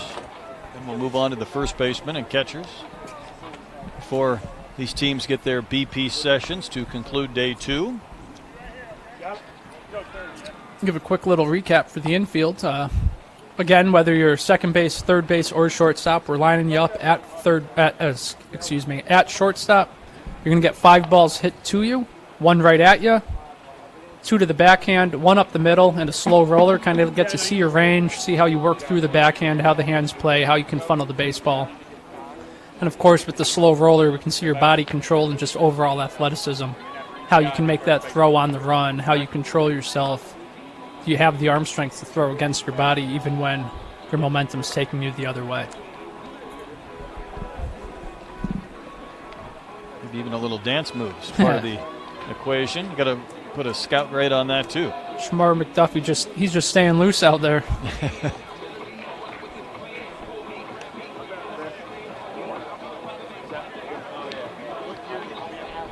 Brett Dolan, Jeremy Brown, day 2 of the Perfect Game Junior National Showcase. Complex at East Cobb is in Look full at Jared usage Goodwin. today. Look at Jared Goodwin moving the A-frame.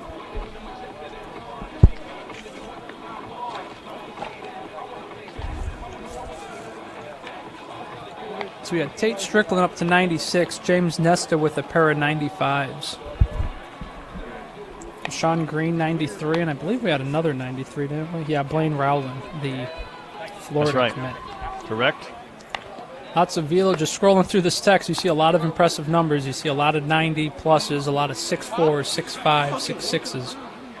So, another electric group thus far.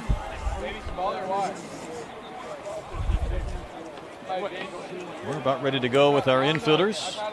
Shamar McDuffie was the individual out there ready to be the first victim. Kennesaw State commit.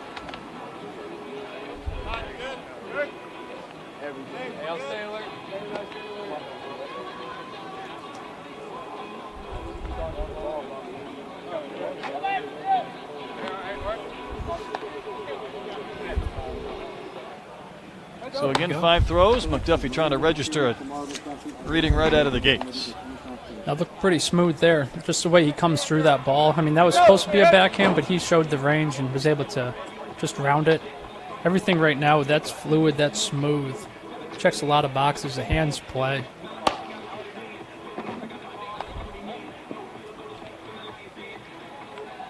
That's a Going long up the run. middle. He's I'd be 15 out of feet on the breath. right side of second base. But he made the play, so you get to note down the range there. And as we talked about the other time, drop the arm slot, able to throw from different slots. That was a nice round from Shamar McDuffie. Good start for our infielders. Langston Rupert, North Carolina native, up next. He was a 90-plus guy from the outfield for us.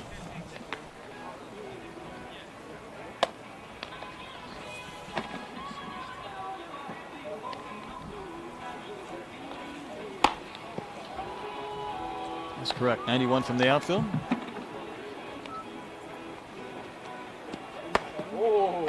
Rupert, primary outfielder, so getting to show off some athleticism here, taking reps up in the dirt.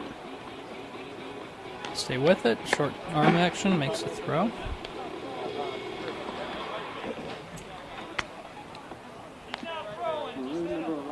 Tyler Acevedo.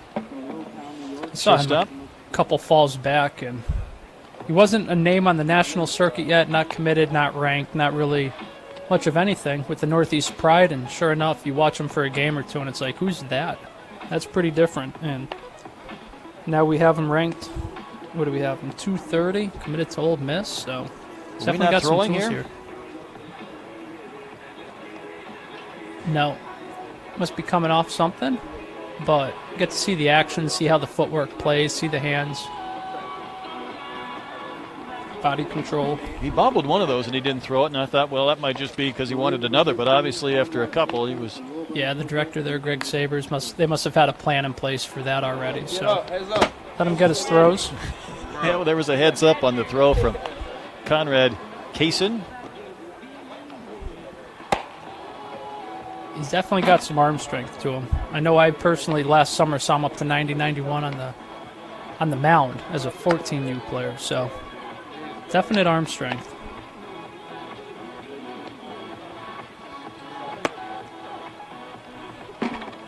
Good looking body there, full of twitch, ran a 6.71 twice, so he's consistent there. Nice little funnel. Drop the slot, make it look routine for him.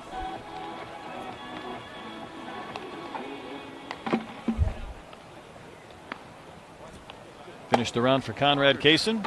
He is no stranger to perfect game events.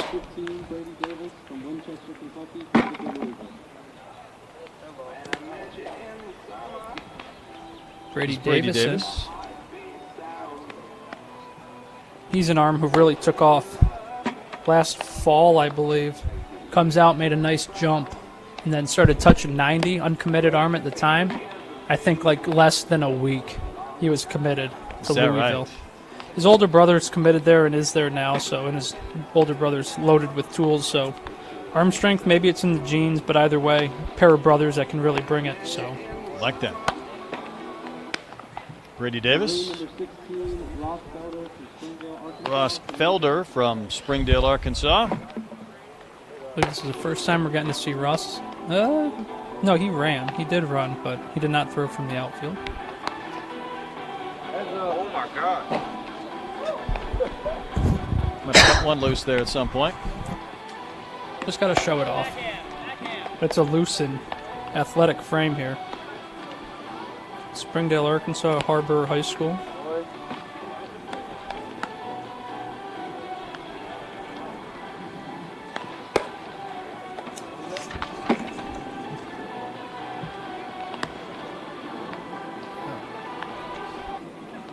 Come through, it makes it look natural. Might be a pitcher, but makes a slow roller look routine.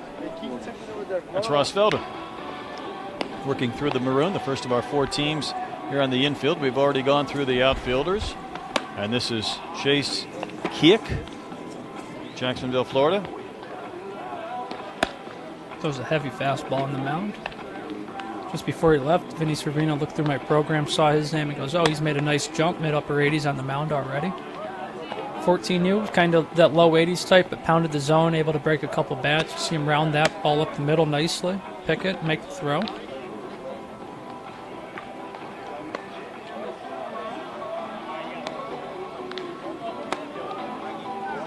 That's it for Chase. Maroon 18, Landon Mack. Landon Mack up next, Columbus, New Jersey native, Rutgers commit. Good year for the Scarlet Knights. Another player out of a powerhouse program, being Bishop Eustace.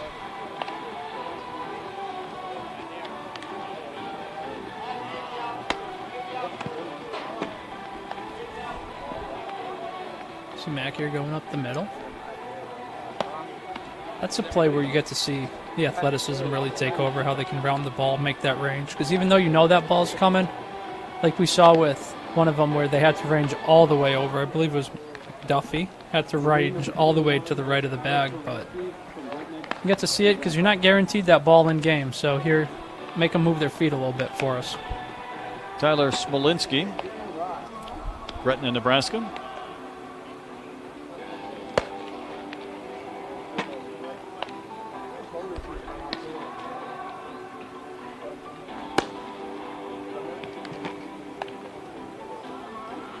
Couple events under his resume. Was a preseason underclass All-American this year. Smolinski was.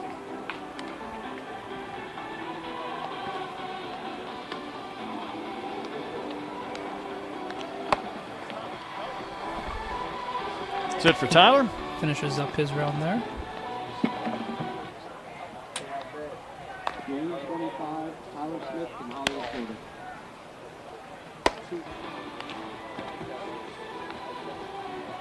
Tyler Smith listed as a catcher. He'll take his ground balls as well at short. 25. Right, that one in quick. I'm doing the same thing.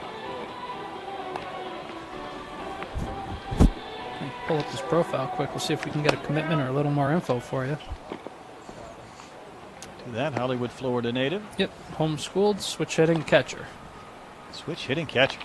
Gotta love it. Indeed. Also has the athleticism to jump up the middle for us here. From Hollywood, Florida. Maroon number 27.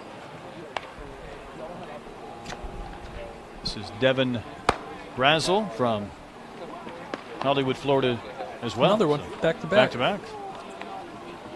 potential summer teammates. Primary right-handed pitcher, 6'2", 180 pounds. Might be a pitcher, but he picks that backhand pretty cleanly.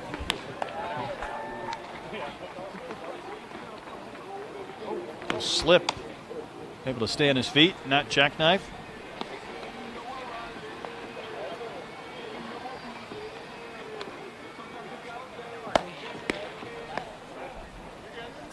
That'll do it for Devon. Akil Namala next up.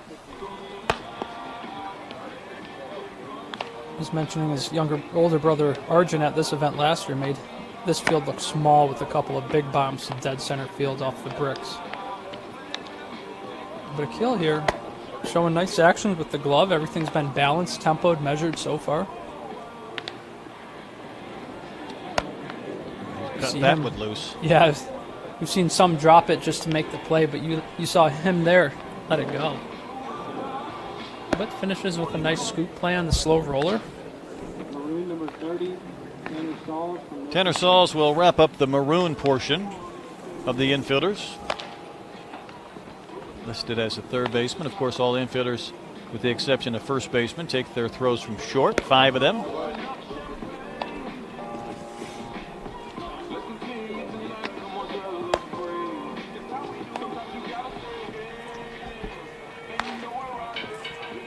Showing off the range to his left and up the middle.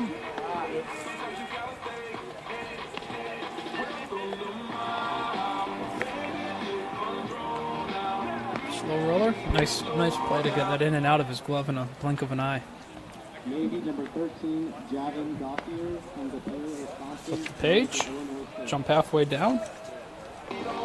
Underway with Javin Gauthier. Gauthier. Shorter arm stroke there.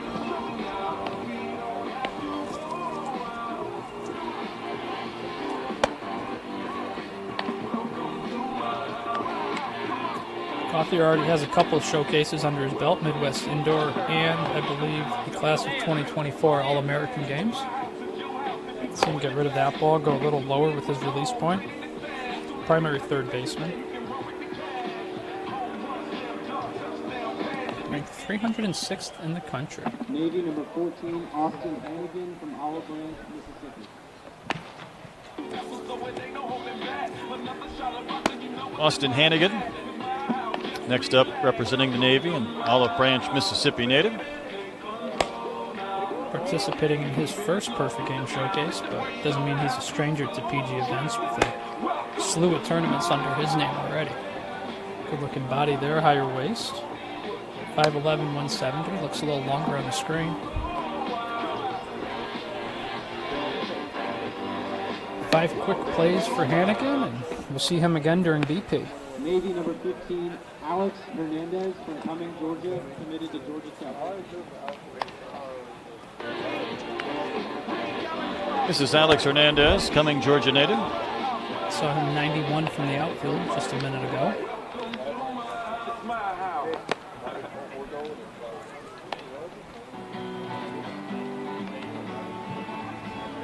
Really letting it rip across the diamond here.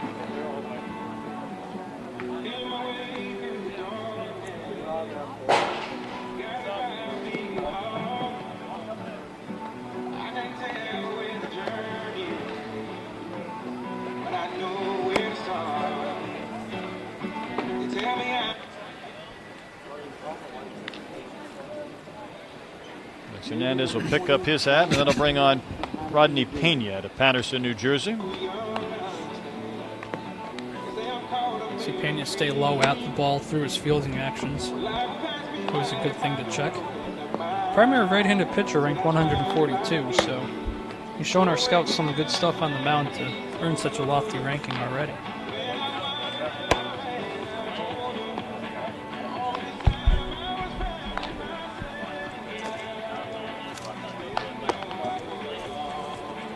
It's usually that play to the left and up the middle where the hat goes. Looking through Pena's profile, bunch of 88s, 89s, even a 90 last summer, so definite arm strength there for the New Jersey native.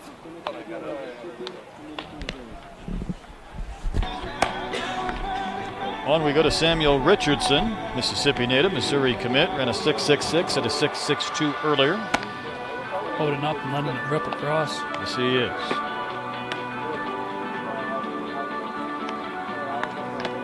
Has that physicality you often associate with the hot corner. Once you start swinging the bat, it's going to just further line up with the profile of your power hitting third baseman. See him come through that one and let it fly across.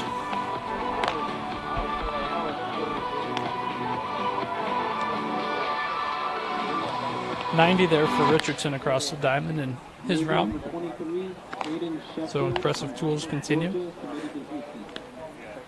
This is Caden Sheffield, Ackworth, Georgia. How about that? A Houston Cougar commit.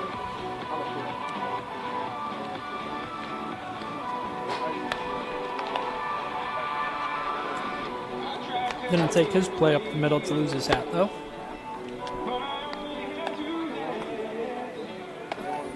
See him go ranging, two hands, and funnel it cleanly. He was going for the velo on that one.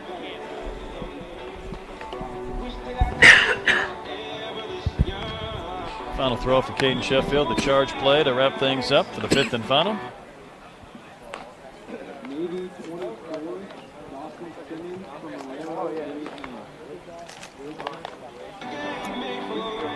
Caden got his 90 across the infield. Oh boy, this is Dawson Simmons.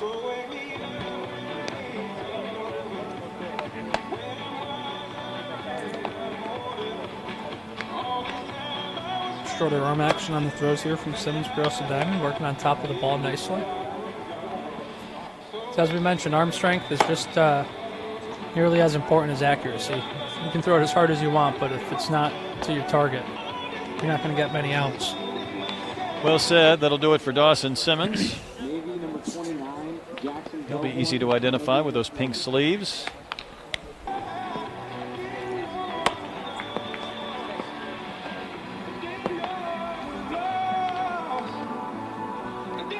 Jackson Bellhorn. Another one with a shorter arm action, primary pitcher, so that I imagine will help him lead to a bunch of strikes on the mound. Keep it short, makes it easy to repeat.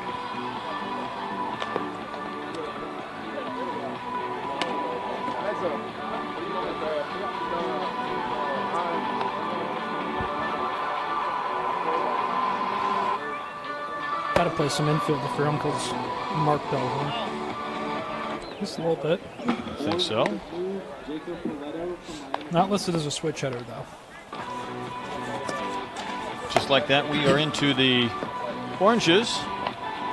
Jacob Paletto, Miami native. And a 6.68 and a 6.71, his two-time through the 60-yard. Switch hitting primary outfielder, secondary second baseman.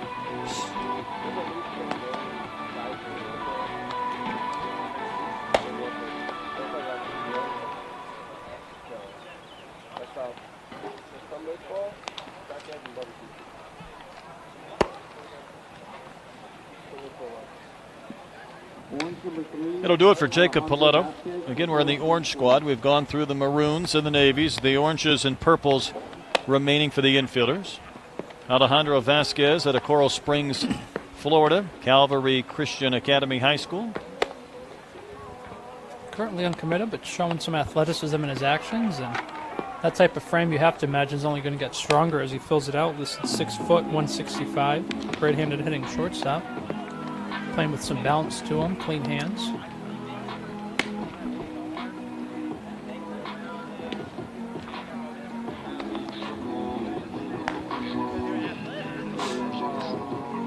Couldn't get that slow roller. Always like to finish on a positive note with that. See if he gets one more. That'll do it. I think that'll be it. He'll get a chance in game to redeem himself, I'm sure. Over 20 innings for his team this weekend. Jordan Luma,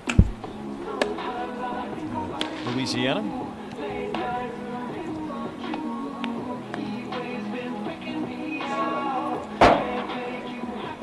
That hit with a thud at some point. Yeah, another one with a shorter arm action. You got to see the footwork and the range there as he had to go far to the backhand. Little bumble, but still stays with it, makes a throw across.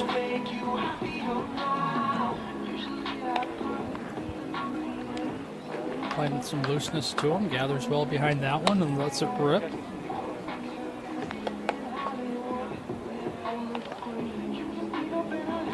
Last one for Luna.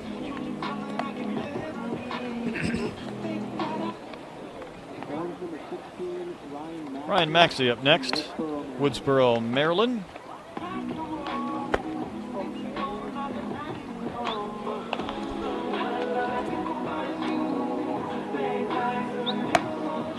Seems to be letting it go pretty good across the diamond here. Say so. He's got a little bounce to his step. Left-handed hitter. Georgetown Prep.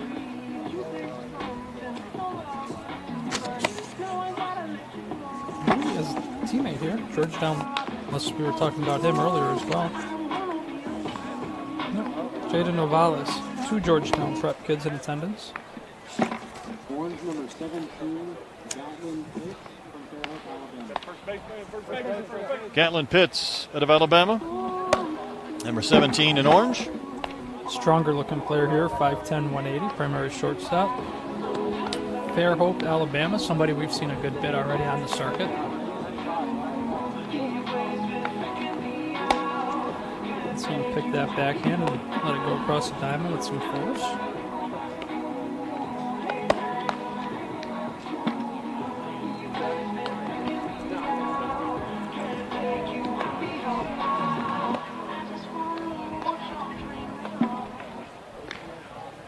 Orange number 20, Adrian Jimenez from Sugar Hill, Georgia. Adrian Jimenez, Sugar Hill, Georgia native. Lost that head on the very first throw, so he'll kick that thing out of the way and continue must on. Be some wind. Had that A-frame flying too. Yeah, it did. Couple of them. They're down. Short arm action, seeing him get on top of his throws as well.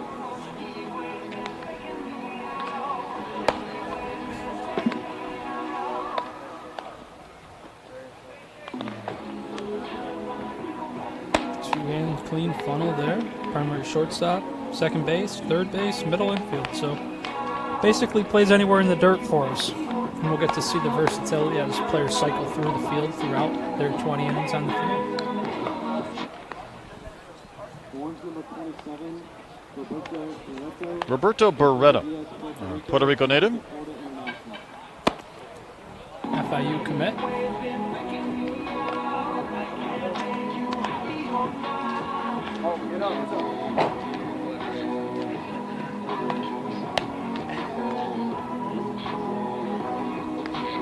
See him there, that long full arm action through the back, lets it rip across, 6'4", 190. Currently ranked 258. Arm kind of acts as a whip for him coming through.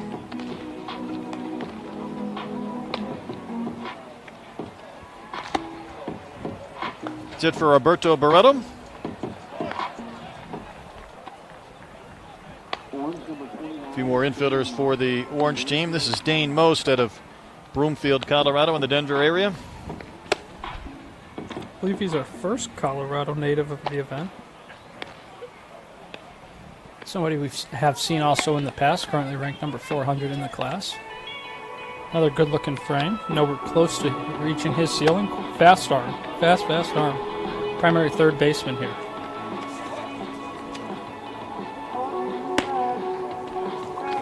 Letting him rip across pretty good.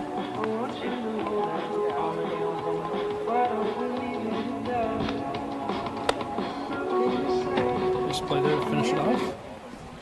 Purple number 1, Elijah Clayton from Oak Park, California. Jeremy, I'm going to let you take it through the purples, and I'm going to rejoin you in just in a couple of minutes. Oh, absolutely. All right. I got it. Elijah Clayton. Me and Elijah are going to kick things off here. 6'5", 6'1" in his first go-around of the event. You see him here going backhand. Drop the slot, quick little arm. Oaks Christian High School out of Oak Park, California. Another player who's joined us from across the country. See those long strides coming in on the charge play. Maintains balance to finish it off. Purple number 3. See number 3 here, Gus Gandy, excuse me. St. Simons Island, Georgia. Switch hitting shortstop, Gus ran a 6.45 and a 6.48, very consistent, meaning lots of twitch there. And you can see it in his actions with the athleticism.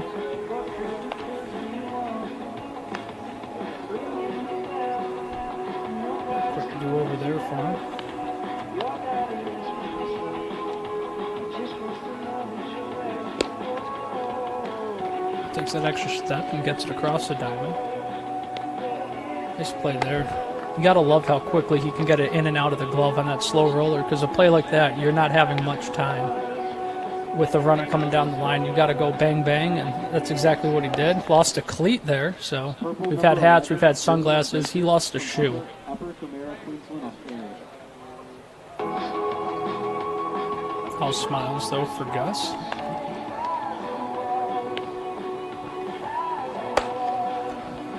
Number 11, William Baker. This is our friend from Australia. Through 90 or 91 from the outfield. Got to show his arm strength. Now he's at his natural position of shortstop.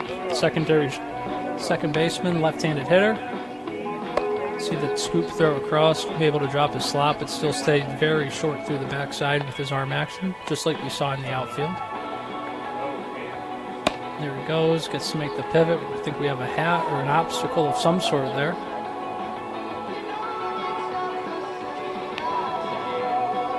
That's okay. We'll get to see him, I'm sure, make that play in live action at some point. Continuing on with the purple team. We're getting his slow roller from Baker, and he makes a play, drops a slot, get him his full round. 15, Ryan Maggie from Peru, New York, committed to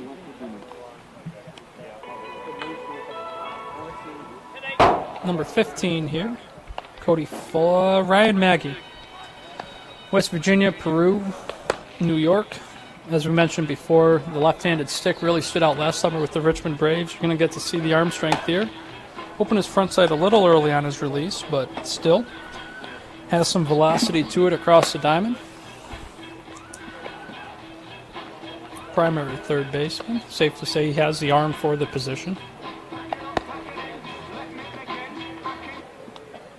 Purple number 17, Isaac Daniel from Charlotte, North Carolina. We got one text, going to backtrack real quick. Orange 17, Gatlin Pitts, big arm strength, mid-90s across the diamond, so certainly the arm to play the left side.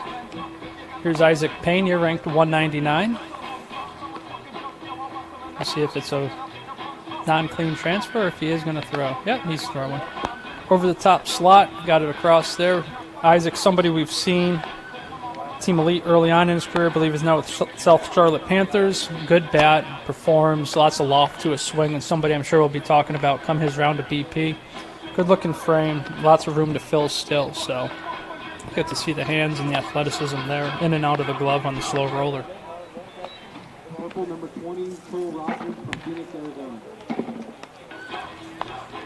Skip a couple down to Cole Rogers, 5'9", 155, Mountain Point High School, Phoenix, Arizona. Primary shortstop. See Rogers just take one quick extra step there. Looking over my shoulder, I see Notre Dame dogpiling, so they're on to Omaha. I believe 7-3 was the final score there. Tell you what, there's a curse, isn't there, for that number 1 overall seed? Man, they had it, and then they were up 3-2, back-to-back bombs, and Notre Dame's dogpiling as Cole Rogers here finishes his round. Nice play there to finish it off. Cole's somebody with that 500 ranking right now, but got to show off his athleticism and actions there in the dirt. A few more left here for the Purples. This is Cody Fuller. Cody, see that we had 2 14s listed, so Cody's 22. Then when I believe 14 was running, that must have been Brock Lansville, younger brother of PGL American Cole Lansville. Either way, we got it figured out. Cody here showing off some arm strength and quickness to it, working to an over-the-top slot on his throws.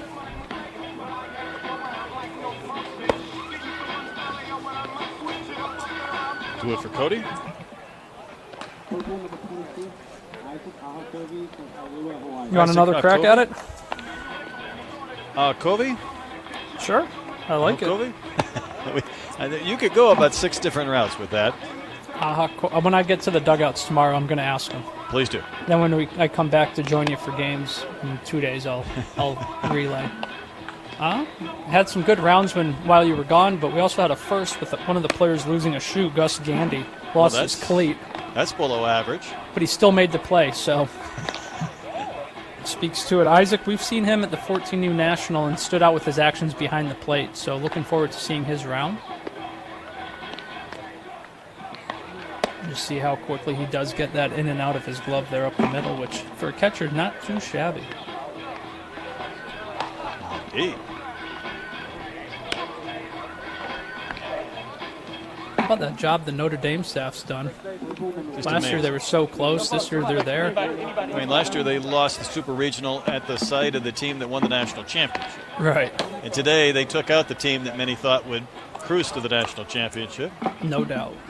Hector Roca here from Miami.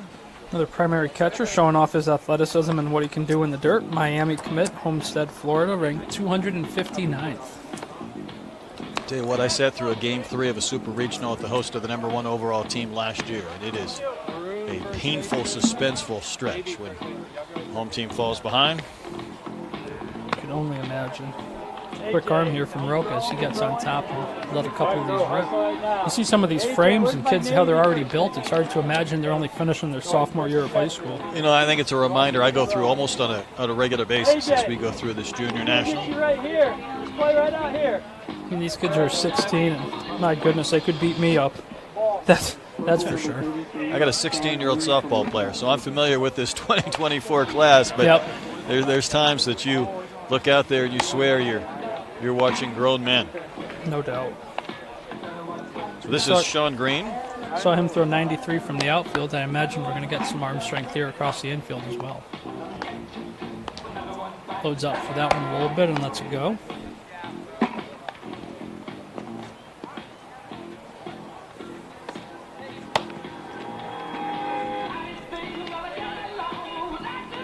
He's making the most of this day for Sean Green. Absolutely.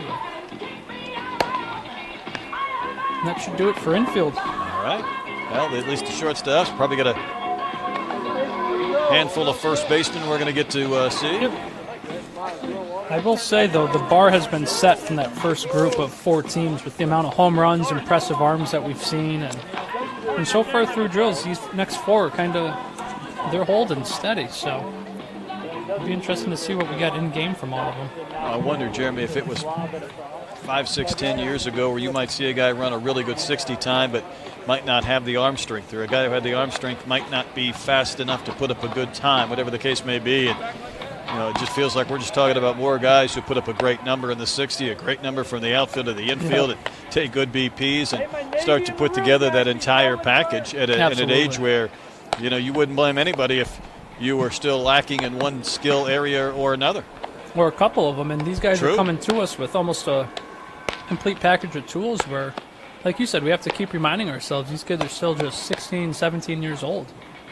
You know, in the games we had today, when Meduno would step in the box, you'd be like, Yeah. he's what? Right? He's 14? Yeah, Tegan Kuhn's spinning breaking balls at RPMs that you don't often see in the big leagues, up to 91. Like, Ford Thompson's even younger for the grade. Like, just turned 16, up to 90 from the left side with real spin. It's nuts. Kevin Braylon hit a home run yesterday and then a double to deep center today. Tell you what, the number of guys we also saw with impressive offensive performances that would step on the mound maybe for an inning or look good, or those that threw a couple of innings that would get in a game today to swing the bats that weren't able to do so when they were pitching, and just continues to add to this all-around baseball player development that this country's become so good at. And quite honestly, Perfect Game's been good at as far as identifying a lot of the kids that need to be here. Always a fun time.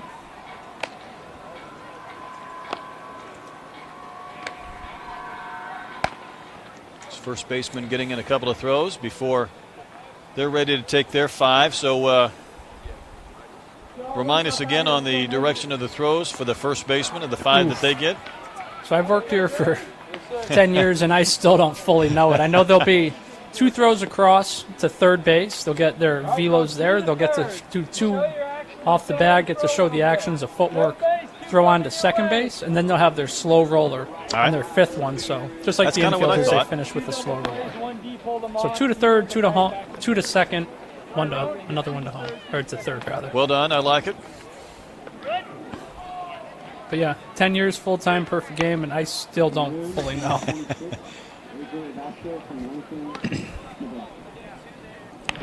This looks like AJ Vasco. Is this for Manic? Oh, 26. AJ Vasco. Right? Yeah, Maroon, 26. You are correct. Hold them on. Lincoln East, one of our Nebraska kids. 2 of them on this team. 3 of them on this team. Our guy Kylie Peterson's a Nebraska native, so he's going to love this team. Gets to see him drop his slot there, control his body really well. He's got some long levers, but 6'5", 205. He did a nice job of repeating and maintaining. So. I think up next for Navy is Joshua Agristi.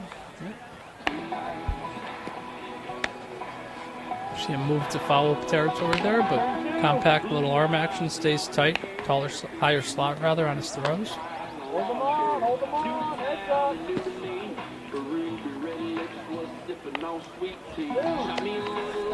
All right, keep it in the face.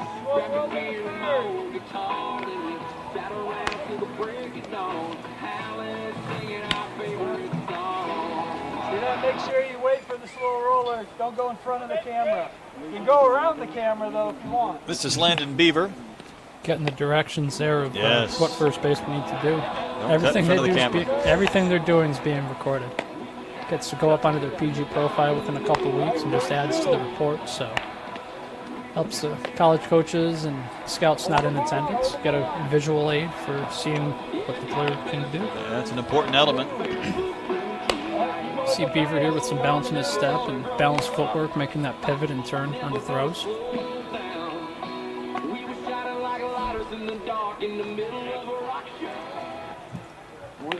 That's it for Landon Beaver. We're already on to the next. Yep. This is Javin Gauthier from Wisconsin. No, this would be Orange 13. Cohen Gomez. Stanford commit. Indeed it Anaheim is, Hills. jumping ahead. Another good-looking frame here with long limbs, primary right-hander, 6'3", 205.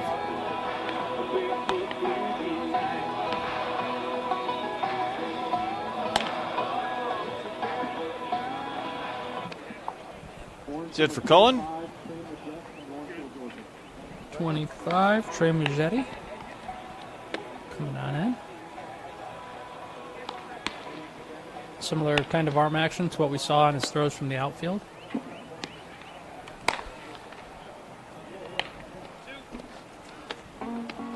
Lawrenceville, Georgia.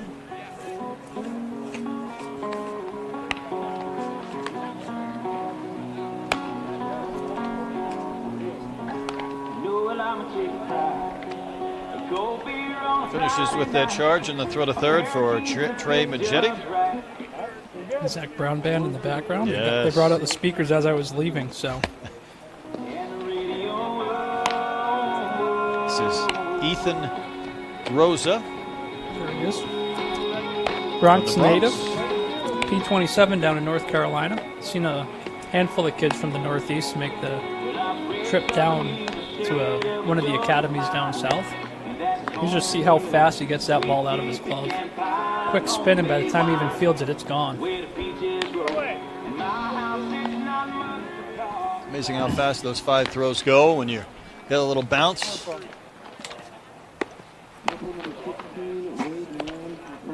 He's just taking ground balls, so. This is Wade Mann. I thought I heard him say he's just taking ground balls, so no throws for Wade. Kearney, Missouri native. Scoops that one for us. Big, strong body. Went ahead and made a couple of throws. Just not throwing across the diamond, just making the short throw. So no, doesn't let it rip, but that's okay. Primary pitcher, so maybe we'll see him throw later. Didn't want to really let it go across the diamond. Carter McKay, Arlington, Tennessee. Another uncommitted talent, but from my years of doing junior national, man, within a week you're going to start seeing some of these names making their Twitter posts and announcing where they're going to college at the next level. Yeah, I think that's an interesting aspect to this, and I don't know if we've talked about it a lot, but You know, there's guys that are making their move up the rankings and those that are going to be making their moves towards some commitments and verbals. Absolutely.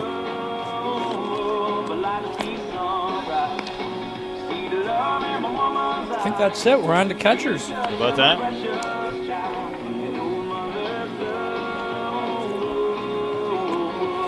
This was an area yesterday, Jeremy, when we saw some of the pop times, and I'm certainly not a catching expert, but I was kind of blown away by several of the times that we recorded. Yeah, oh yeah. All the sub-twos. Absolutely. Of course, there's no batters, so they're going to be a little lower than an in-game pop, but still it gives you kind of a sense of the mechanics and just their field to explode out of that crouch as long as we can keep them low. Give us, like we were mentioning, give us your true game actions. It doesn't matter if you're half standing because you're not going to be half standing in a game. So let us see what you can do. Let us see you come out of that crouch. Start low. Show us your flexibility. Show us your lower half movements. How much ground can you gain with your footwork? How does that arm play? Is it you got true carry down to second base? Are you accurate? All sorts of little things that we all look through. We got a handful of scouts down there on the field watching right now, watching everything they do from the setup to the release to, literally everything they can break down they do. So. No, I think that's well explained. See our infielders down at second base, ready to take the throws from our catchers. Trying to cheat there with that number and look at my book and see who that possibly could be. 19 Carlos Morales? Or 18 Landon Mack? Thought I heard 18.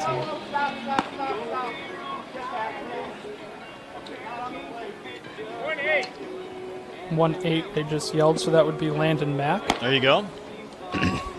But the graphic says Carlos Morales, so it's either Carlos or... No, because there's 18 standing, so this is Carlos Morales, 1-9. 18's out there at second base, shagging. See him pop out and explode towards second base with his throws. Gets it out of his glove quickly. That's a type of release that you could see playing over in game action.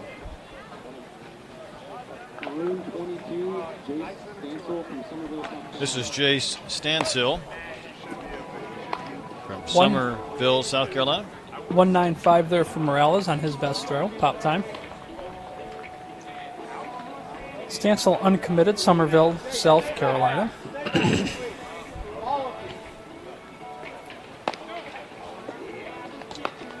An arm there as he lets one fire down. Got the two-piece mask, so we're going to have to wait a second for him to gather his belongings.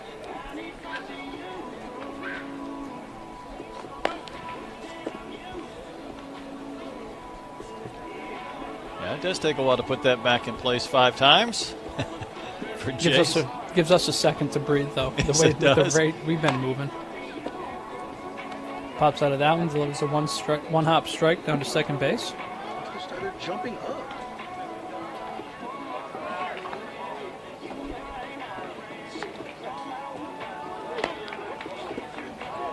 There's the good throw down to second in the air. Jace Stansel. Ariston Vesey here, number 23. This is the big-time arm strength. Stansel with a 192 best pop.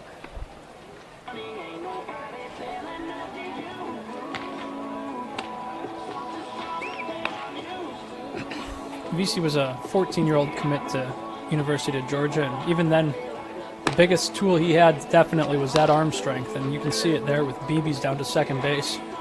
The offense has quickly caught up to him. The catch and throw is as good as you're going to find right now.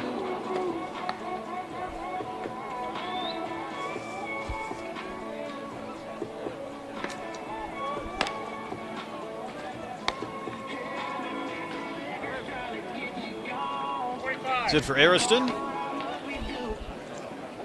Through the maroon team. Again, we have the maroon, the navy, the purple, and the reds, the group of 4. Tyler Smith. 189 there for Vesey with his good best pop time down to second base. Tyler Smith's our add in here, the switch hitting catcher. See him transfer that down near his hip, gets it out quick.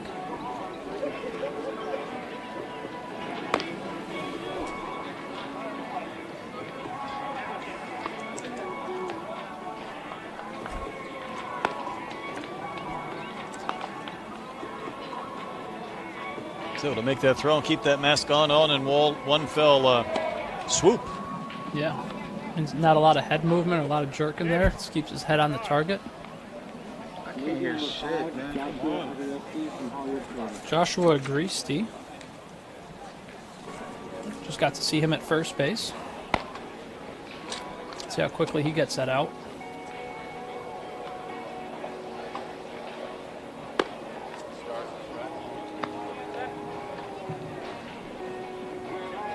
Really gained some ground with his lower half.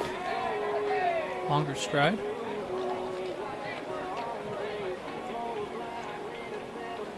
But this is a right-handed stick here who he's going to could very well cost us a couple baseballs come his round of BP.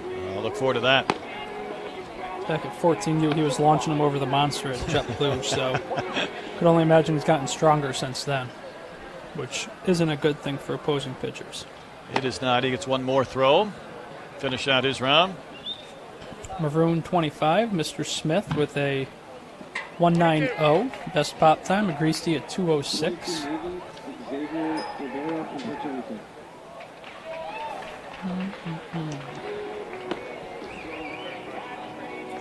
This is Xavier Rivera, another Puerto Rico native.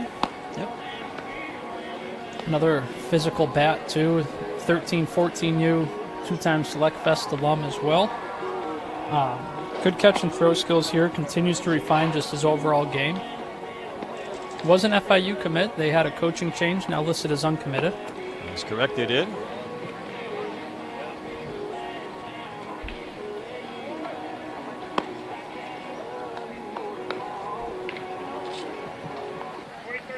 It'll do it for Rivera. 203 his best pop for Mr. Rivera. Looks like this is Caden Sheffield and is. 187. We know he's got some arm strength to him. Saw him throw a 90 earlier today. The drills.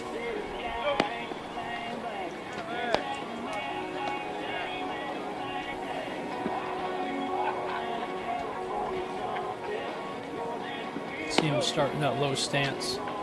Gained some really good ground with his lower half coming out of the crouch.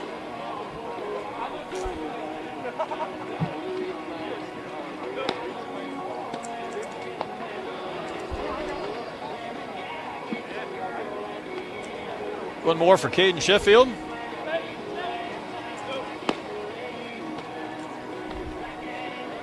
a bounce to his step, too.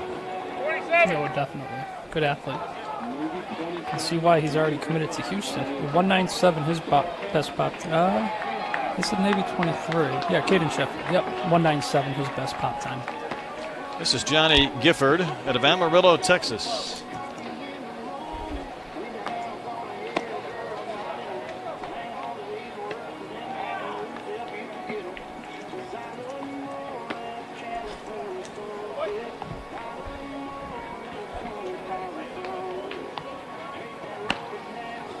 Another quick transfer there out of the glove for Gifford.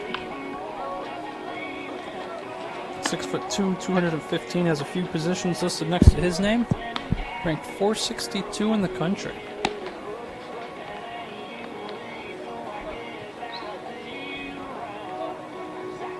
Got Arkansas up 1-0 in the Arkansas UNC winner. There you go. Arkansas's up 1-0 in that game. They are indeed.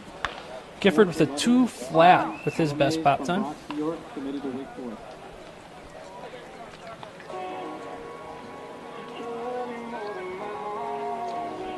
Seven Alamace. Wake Forest commit out of the Bronx. All Hallows High School. That's where Stephen Alamaeus went. Drafted, high draft pick by the Pirates after a good career at Tulane. Have to imagine there's some family ties there. Same high school, You're right. same last name. In some capacity.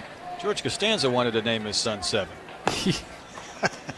First one to throw from his knees, and it was a strike down to second Look on at the hop. that. Orange 18, Nicholas Vega, 203.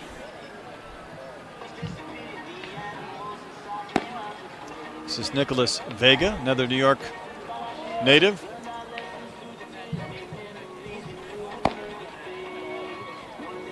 Churchill High School, top 1,000.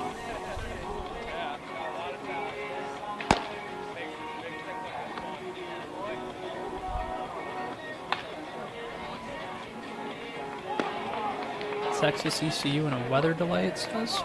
That's a winner-take-all, I believe, right? It is, correct. A big comeback yesterday for the Horns. Looks like the Pirates were going to be headed to Omaha. If you had Connecticut and ECU, a couple of teams in there, it'd be what a wild trip to Omaha. That'll do it. Skis, baby. Vega is no stranger to perfect game events. He has a bunch on his resume already, including a Sunshine Northeast appearance in 2021. Orange 918, Vega with a 1.95. This is Eli Stevens from Warner Robins, Georgia. Houston County, a team that just constantly produces talent. Drew Burris, one of the big names there right now. 2023, I'm sure we'll see him at the National Showcase come their time to shine. You know, it's funny, as Stevens was putting his high school down on the form, I said, wait a minute, that's the high school Jake Fromm went to. And I scrolled down and he said, my sister went to prom with Jake Fromm. And I said, well, go figure. There we have it. Small world. Charlie Caruso, the purple team represented by a J. Sarah Catholic High School catcher. 197, Stevens' best pop time.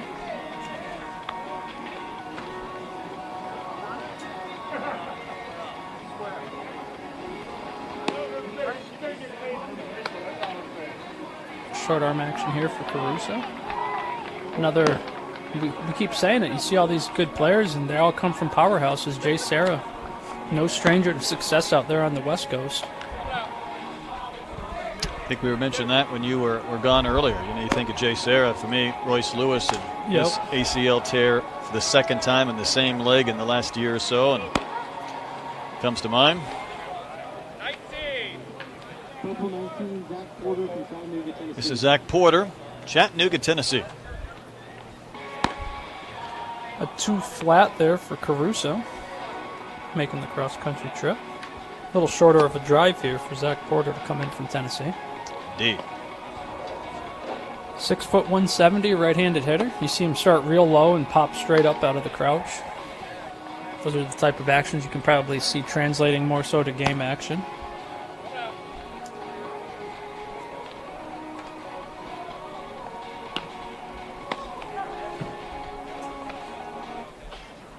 That's it for Zach Porter. Purple 26, Isaac Ahakobi from Kailua, We're just Hawaii. continuing to rip through here. Isaac Covey. 197 for Porter.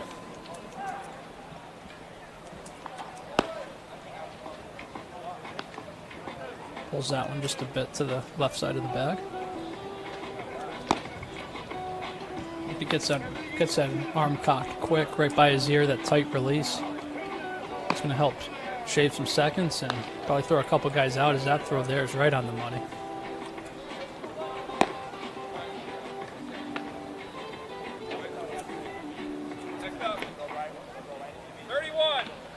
.31, you can hear Vinny Servino yelling. Hector Roca. 203 there for Isaac Ahakovi. Okay, not only a Florida native, a Miami commit. Somebody we got to see take infield, and that's when we started talking about the physicality of this group, and he's still sports that behind the plate.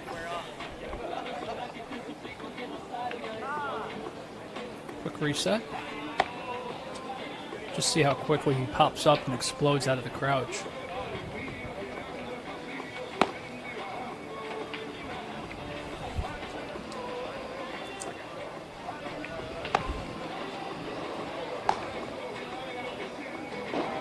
Arkansas just doubled it up with a home run from Webb to dead center. Right as Roca delivers a strike down to second base. There we have it. Good baseball all around.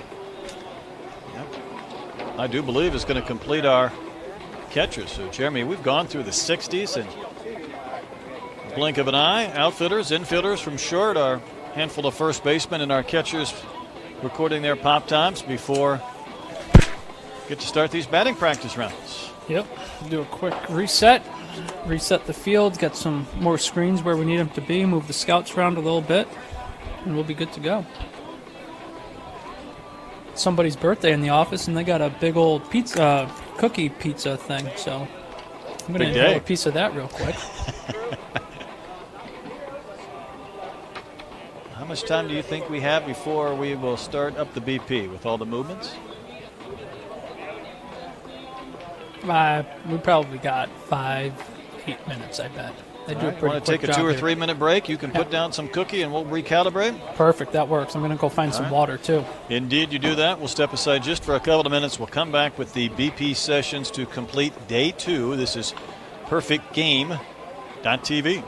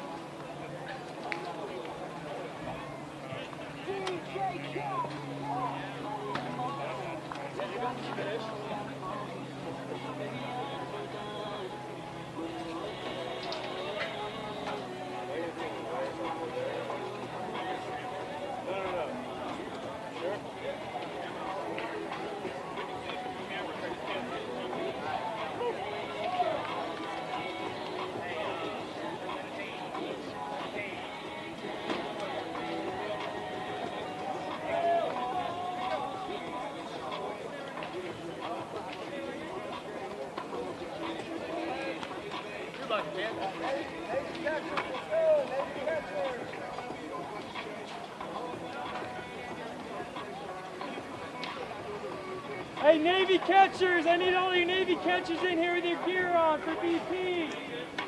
All of you, Navy catchers.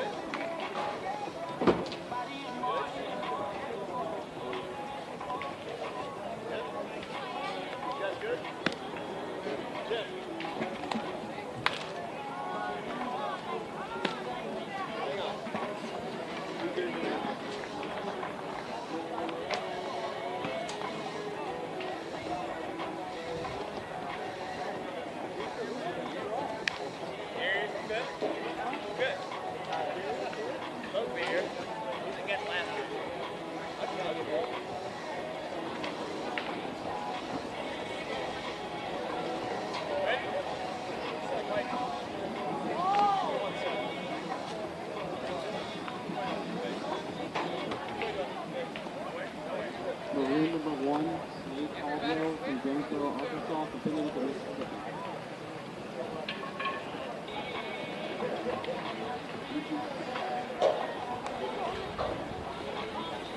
Ready to go with BP, Jeremy, and how about Slade Caldwell to crank it up for the Maroon squad? Might as well start hot and heavy right away. And man around a 6'5", the Ole Miss commit.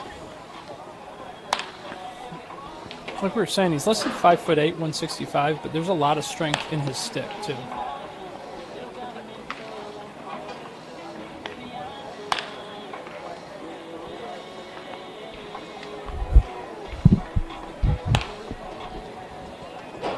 Ten swings again, switch hitters. A few that we may encounter. We'll get 6 from each side of the plate.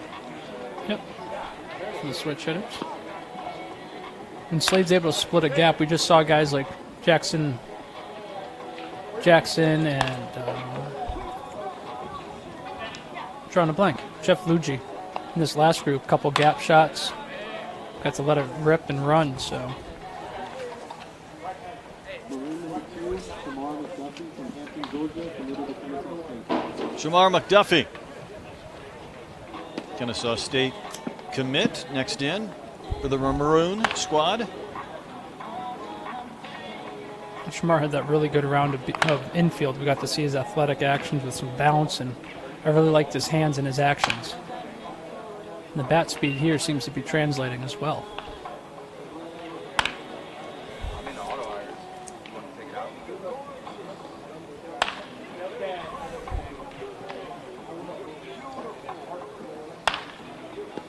See him repeating that stroke, working middle pull side. Lots of hard barrel contact so far.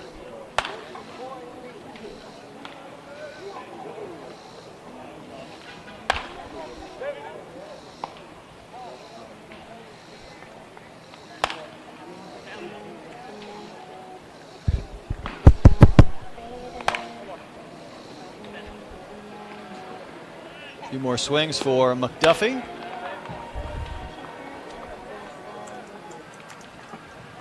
Maroon number 3, Langston Rupert from Charlotte. This is Langston Rupert, Charlotte, North Carolina native. We've seen him throw 91 already. Now we get a chance to see him swing the bat here in BP with 10 swings.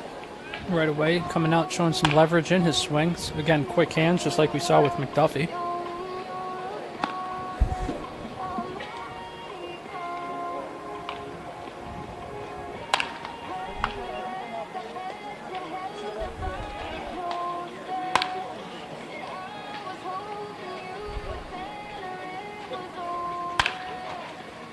Middle pull side contact here so far. Got some strength in his hands. 90-91 from the outfield, so has some juice to him in the arm and showing some juice in the bat.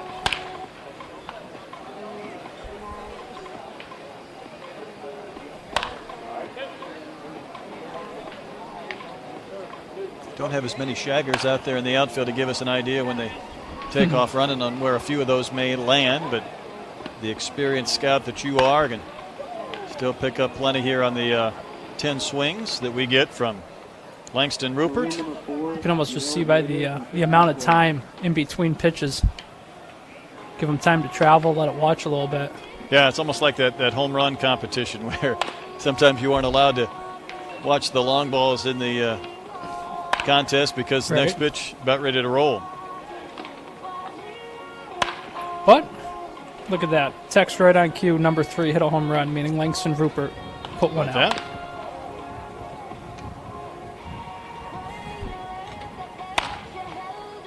Hill Nater, 6'4" runner. Getting to see a little contact-oriented approach here, linear path through the zone, getting the barrel right to the ball, keeping the hands inside. Clearly you can see the comfort here working to the pull side. One of 2 players from the Reborn Christian Academy in Kissimmee, Florida.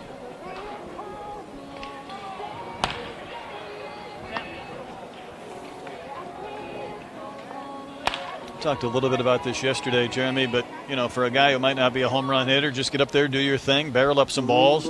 It's not all about the longest drive competition here. It's about, you know, showcasing yourself over those 10 swings. Absolutely, and that's something we saw. We just mentioned it even with Slade Caldwell, Jackson Walker in Group 1, Jeff Lugie. Like, they're strong, but at the same time, they're not going to sell out. They're going to let the speed, which Yale has at a 6.47, and let the barrel, just find the barrel, split a gap, backspin it, and run. Like, that's your element of your game that stands out and sets you apart. Why not use it to your advantage? Tyler Acevedo, Ole Miss commit, New York native. Next man in for the Maroon squad. Liked his actions. He was one who didn't throw across the diamond, but had some bounce to it and softness to his hands picking the baseball. And showing some fast hands here in the box.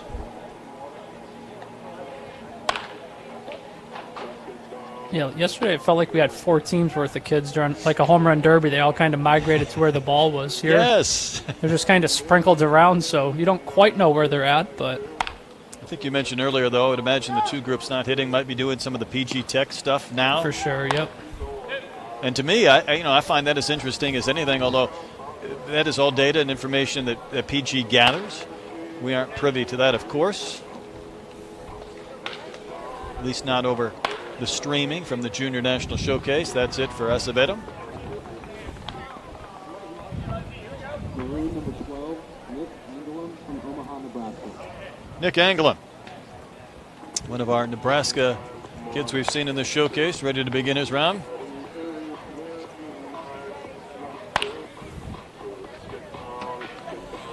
Yep, Nick Anglem. See that barrel kind of starts rested on his shoulder, but strong kid able to get it through on time through the zone.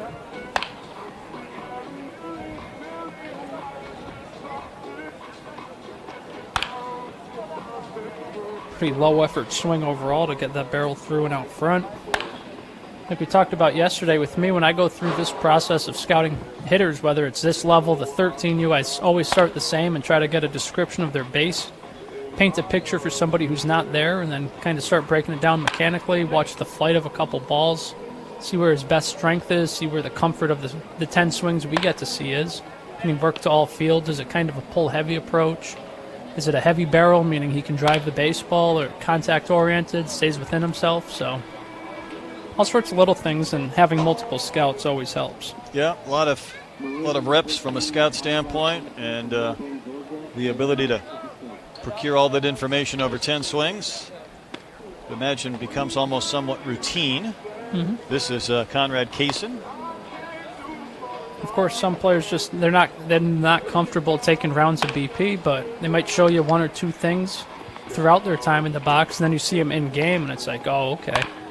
You might not be able to. You don't have the best rounds of BP, but you take some of the best swings come in game time when it matters the most anyway. So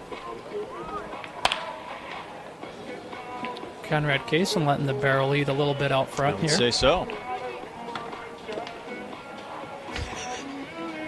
I was just thinking of those catchers. They hold that glove out there the entire day and almost never utilize to catch a ball. It's always put in play. And then the one you're kind of not expecting it, and the hitter does the take, and it rattles around your cage. You zone out just for a second. Conrad Kaysen with a home run already in his round, but I mean, with those hands and bat speed, it's not surprising to me, and I'm sure not to you. Just looks easy on that swing. Nick Cucci, Tampa, Florida native, South Florida commit. Saw him throw 91 from the outfield. Now he'll step in for his round. See, even just from that center field angle quick, how he moves into contact. He starts so open, but he gets more or less closed with that front side. Strong looking body and able to lift that one out. We'll have to wait for a text to see if any of these clear the wall, but certainly strong enough to do, listed at 6 foot 183.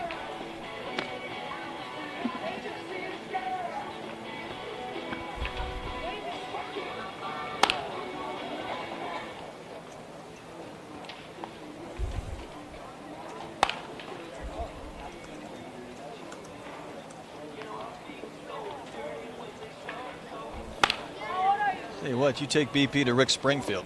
That'll Just give like you a little.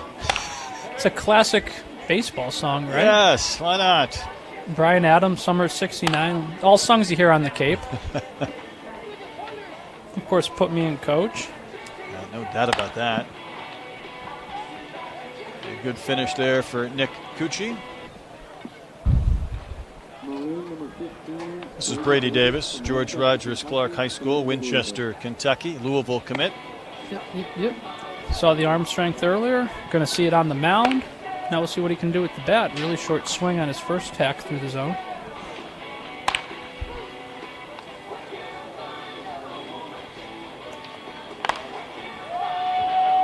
You can hear the oohs and ahs there on that last one. See if he got all of it or what. This is some very serious bat speed strength combo here. And it's very short and repeatable. We'll see if it translates into live action, but for right now, he's putting a hurting on some baseballs. On time with the front foot for the most part. Said that. That one went back and over the screen, but for the most part, it's been a fun sequence for Davis. He's going to like that one a lot. Blast that one back up off the L screen. Take a glance over. Arkansas is making a pitching change as UNC has 2 on, 2 outs, top 6. There's a good barrel there to end it. Didn't pull it fully, but a couple hard barrels there for Brady Davis. Ross Felder, speaking of Arkansas, Springdale. His high school is about 15 minutes or so away from Baumwalker Stadium. Easy commit there, I'm sure, for him and for the Razorbacks. He enjoys that opportunity. I know he can really spin the baseball when he's on the mound, so. Old Miss, Southern Miss kicking up, 0-0 bottom 2. Winner advances as well. We got a little bit of everything here. The future of baseball here and current present of college baseball. We'll bring it all to you.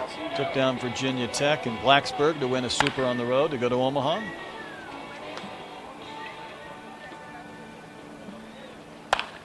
Short shift into the contact here for Mr. Felder. Seems like a pretty simple approach for Felder. Not a lot of moving pieces. No. Handsy swing, but getting the barrel out front. More than enough to get the baseball through to all parts of the field.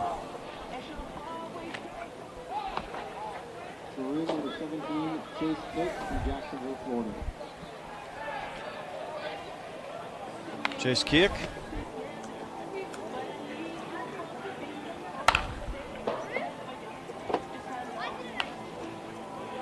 Jacksonville, Florida.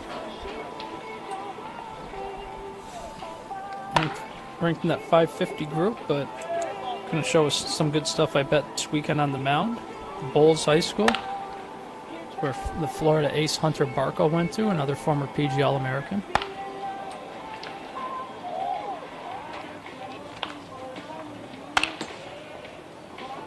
Yeah, there's that weight there on the backside.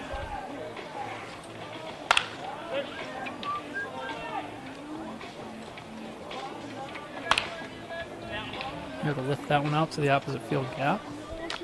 Coming up on his 10th swing here shortly. Do it for Chase. Maroon, number 18, Landon Mack. Landon Mack, next man in, Columbus, New Jersey. Rutgers Scarlet Knights commit. Comes out of the gates hacking. Yeah. We thought the same thing. 0 time. There's your catcher receiving the ball there. A rare miss from Mr. Rico on the mound. But those are some hands and some bat speed.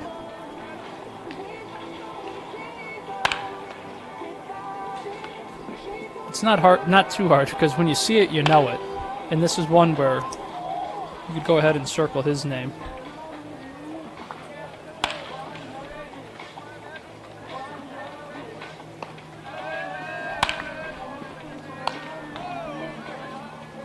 Haven't been getting any texts about home runs. I don't know if they're following them, because I feel like a bunch of these from these last few hitters, there's Mac been just some hit chances.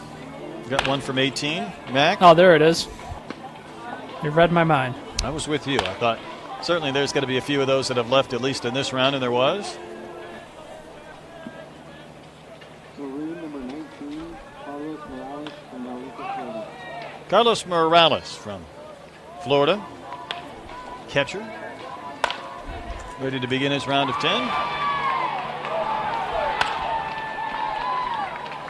He's our first catcher to go on the day. Valrico, Florida.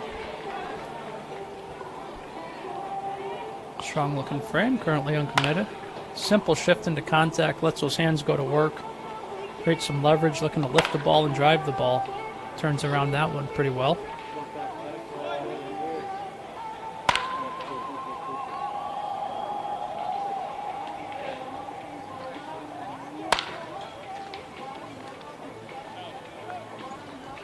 Hit a home run as well from Morales. Yep.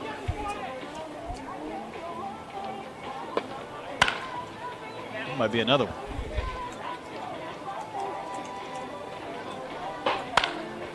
I mean, ranked 500, currently uncommitted, and puts on a BP round like that.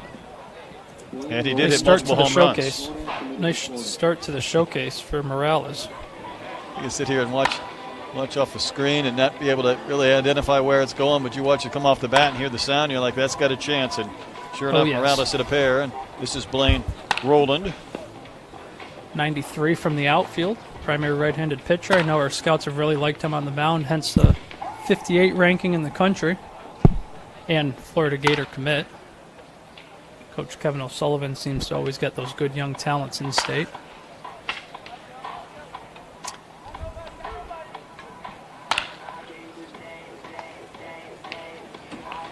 Morel here showing off some of his own bat speed and strength combo even as a pitcher.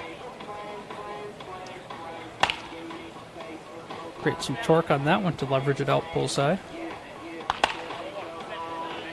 I know a lot of kids who are primary pitchers love saying you can't spell power without PO, so a lot of pitchers get to show off their strength, and That's a good one. you hear that one a lot whenever a pitcher gets their own opportunity to get to hit. Might borrow that. Here's Tyler Smolinski from Gretna, Nebraska. Thought we need to mix in a few lefties here at some point. Hopefully the opposing team doesn't platoon them and throw only only right-handers. Well, based off, well, that could have been an adjacent field, I guess. There is a couple tournaments going on, but it's still a nice looking swing here from Smolinski. I don't know. It sounded like there's a little bit of excitement going on. Loose swing here.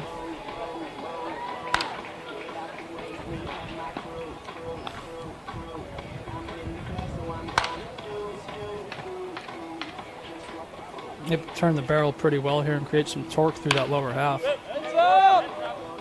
Heads up, so must have hooked that one down the line towards PG Tech. So you hear the echoing heads up.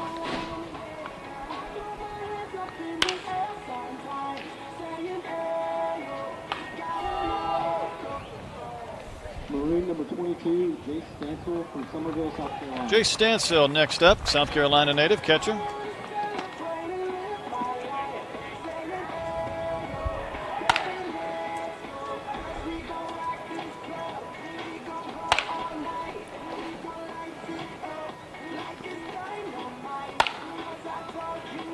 Showing some balance here, some rhythm to him.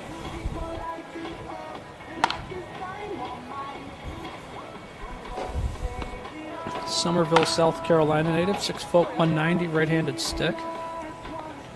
No switch hitters yet. Going through the roster, doesn't appear to. Oh, Tyler Smith. He's our add-in. He's a switch hitting catcher.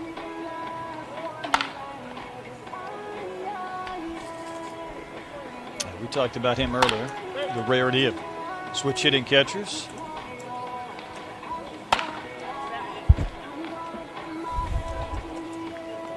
A few more swings for Jace Stansel, and that will do it for him. As working through the Maroon team. 4 teams here taking their BP to finish off day 2. And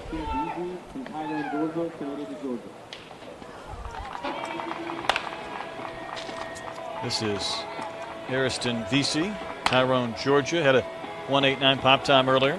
Yep. Serious arm strength to him, and now you see that the barrel whip here is catching up to his arm strength, and now he's going to have a couple good tools that obviously already committed to Georgia, but it won't be long until pro scouts are starting to take notice. He'll find his timing here and start driving some balls.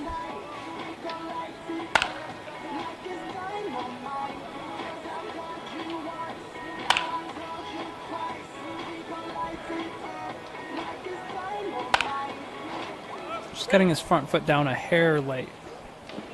But even just watching VC from when I've seen him in the past, the bat speed has taken big jumps for him. He's really whipping that barrel through.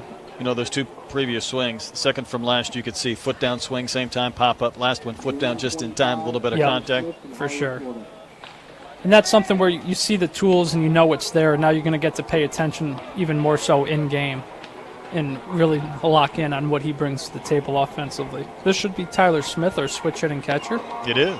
So he'll take 6 and 6 for us, right-handed 6 and then left-handed 6. A little bit of One pop time earlier, and you know, we were just talking about watching him take BP, and here we go. a little bit of a glide through that lower half, but strong kid.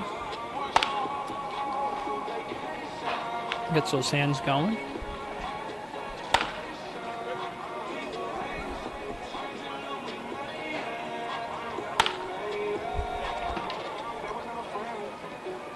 See if he does make the switch. Maybe he'll stay right-handed. Nope, there we go. Turn it around. You got to showcase it all, I would hope.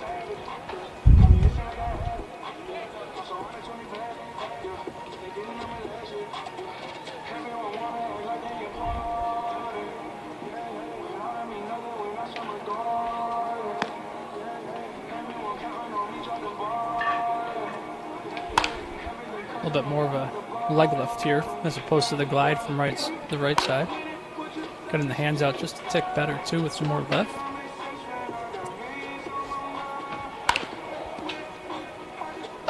Try and turn He's it on getting that everything one. involved. He's looking to utilize every muscle and piece of energy he has.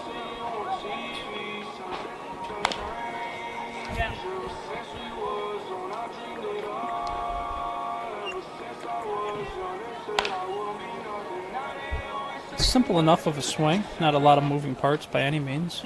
Don't think he was pleased with some of those left-handed swings. Maroon 26.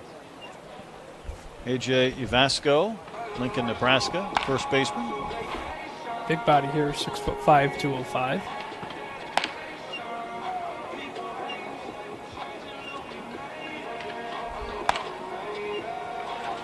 Pretty easy swing so far.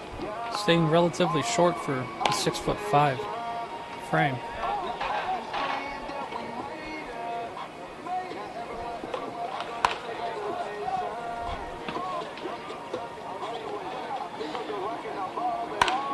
See him kind of start spread, stay spread. Leg lift puts it right back down. Starting to see some whip to the barrel here too, towards the end of his round.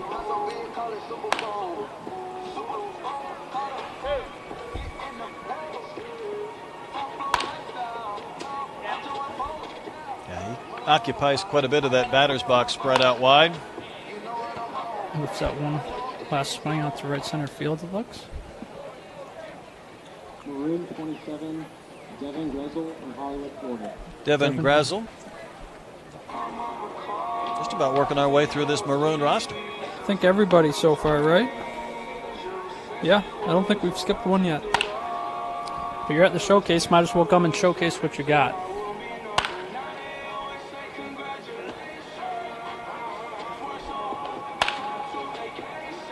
He's got some moving parts here to his swing, from his leg lift to his hand pump, kind of like a Gary Sheffield hand load, but seems to be working for him, staying on like time. That. Got that bounce.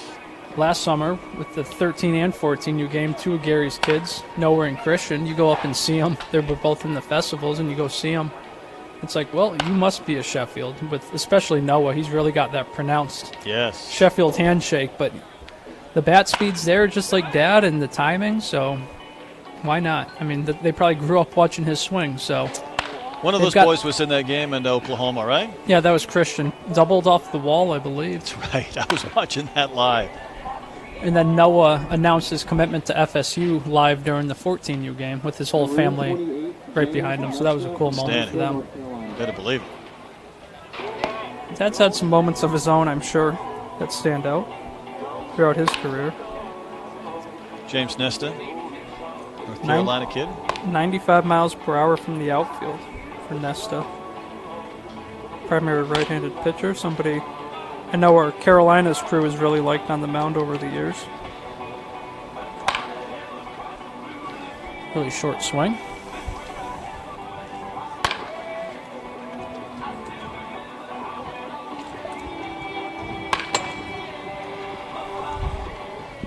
So it should be 2 more, and we'll make our way through all of maroon with Akil Namala coming up and Tanner Solis to round us out. Nesta using his length to generate some extension out front. Leadoff single for the Tar Heels from Nesta's home state of North Carolina.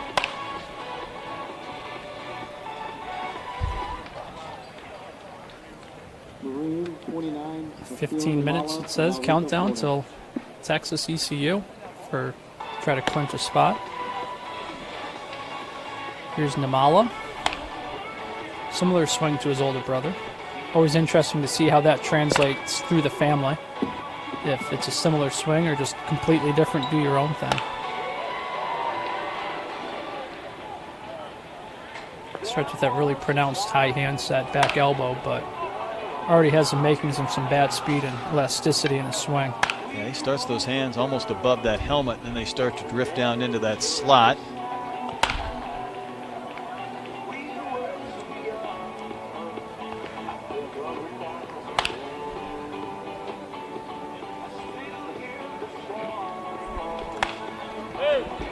Can't really track the ball, but there's definitely components here to the swing that lead you to be able to project some real power, especially knowing what his brother, how the jumps in that family have come. Looks like it could very well be on his way for Akil as well.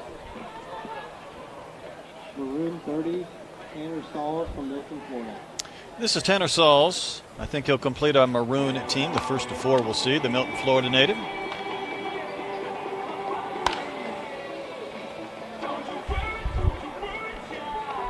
6'1", 190 pounds, goes to Pace High School, primary third baseman, currently ranked 500. We talked about a high hand start just a couple of batters ago. How about this lower start here? All right. Just keeps him low, too, through his load. Kind of almost static with no real pullback. Already starts with him right in that slot that he wants him for, where he finds the most comfort in his swing.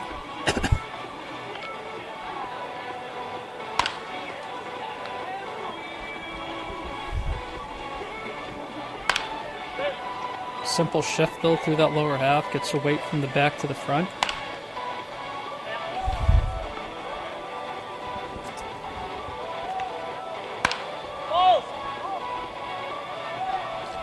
Calling for balls from Rico. Finishes off another team for him to notch onto his resume. Rico Billups, a BP thrower. BP throwing extraordinaire. It's a good title.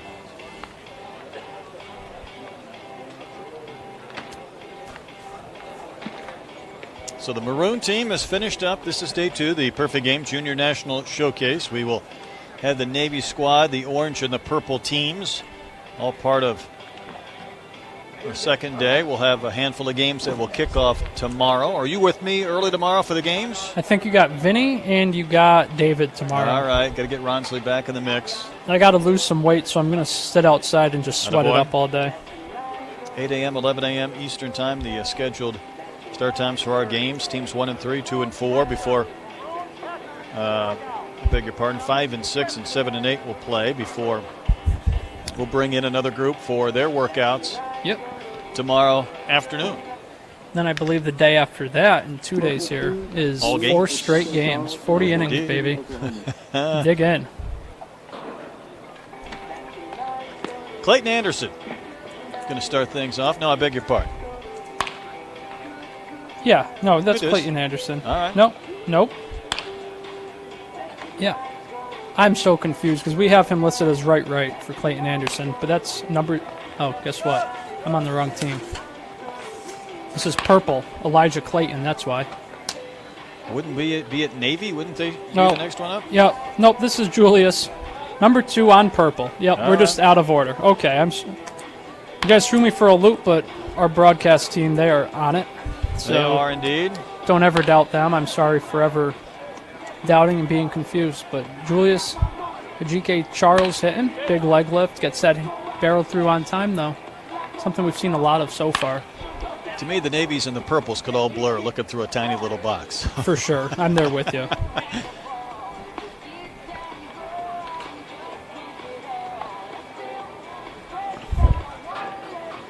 Julius Ajike Charles. Navy 2, Drayton Anderson. We did skip Elijah Clayton, it appears, number 1.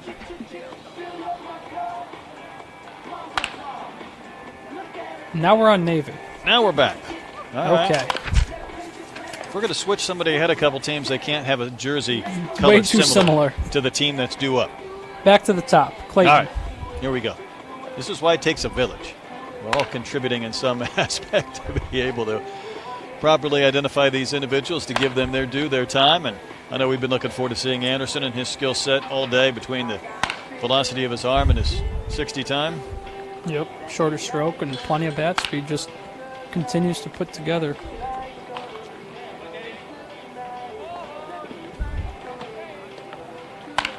Currently uncommitted, but those types of tools are pretty loud to not have a commitment in that box next to his name. I'd say so too.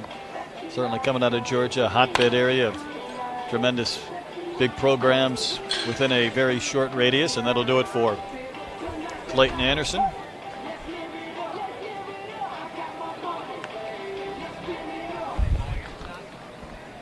Navy number 3, Ben Fischel. From Ben Tappan, Fischel. New York. Tappan, New York. Next man to get a chance to step in.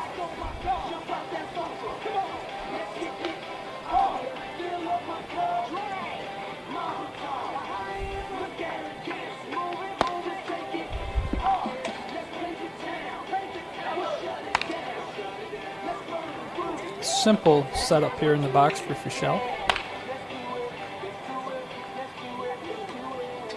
Fischel?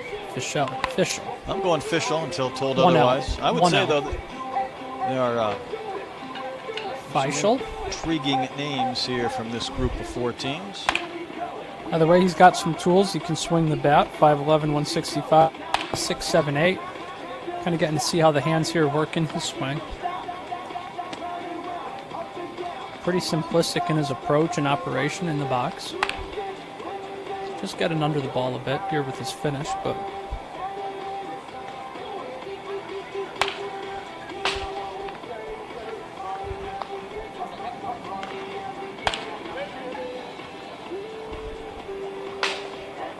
A swing or two left for Ben.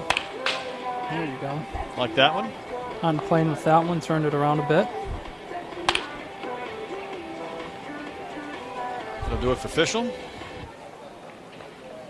Navy number 4, Yenzel Nieves from Kissimmee, Florida, committed to Alabama State. Jensel Nieves from Kissimmee, Florida. Run a 6.48, 6.46 earlier.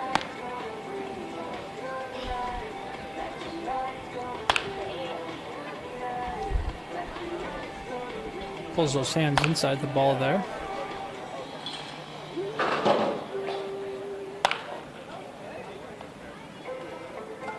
Full swing path through the zone and looking to do some intent. Swings with some intent, looking to do damage. Opens up that front hip and gets the barrel through. I don't know if yesterday we had any sound, but here you can definitely hear the barrel cracking. Yeah, once you left, we made that request, and I think it makes a difference for us, certainly at this batting practice stage, to be able to pick up that sound. Definitely. And there's no better sound than a wood bat just Agreed. cracking off the barrel.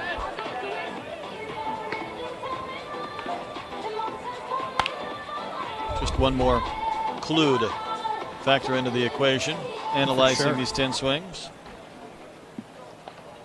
Navy number 5, Joshua Agriesti from Hollywood, Florida. Joshua Agriesti.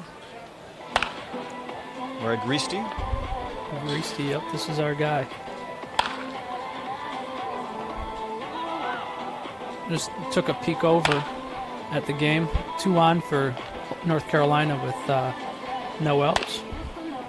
And a Select Festival alum Johnny Castagnazzi is coming to the plate, so cool little moment here. See Agristi here gliding into contact with that lower half, lets his hands do the work. There's just so much strength in his hands. Yeah, we were talking about his BP, anxious to watch it several minutes ago, so a few more swings to. It's one of the rare ones out of the zone. Our BP throwers are just so good. The catchers get into a zone where they're just back there more for look than functionality. And the one time Rico doesn't get you. Almost feel like it provides that hitter just that comfort of knowing he's not standing out there all by his lonesome. Navy number 11, Landon Beaver. Landon Beaver next in. Alabama native. Haven't had a lot of lefties over the course of the first group plus, but here's one.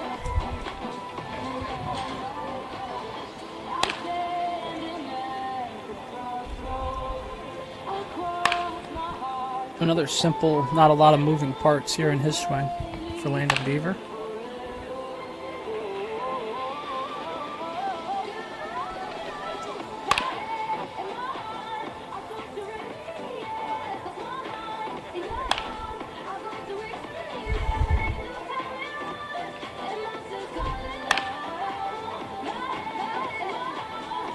Pretty simple, allowing him to get the barrel to and through the ball on pretty much each pass here.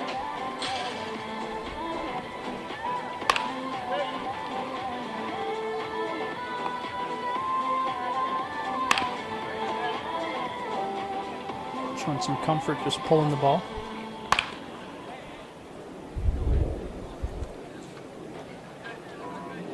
Quick 10 swings for Landon Beaver. Number 12, Andrew Carter from Rancho Cucamonga, California. Andrew Carter from Rancho Cucamonga, California.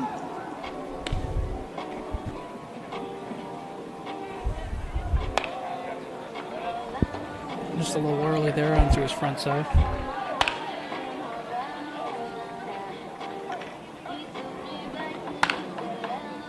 Quickly settling in here though.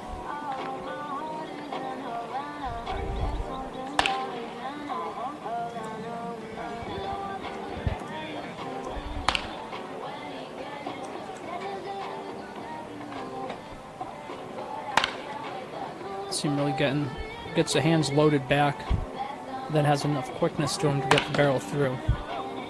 It's a bit of a high finish. I'll say, especially that last one.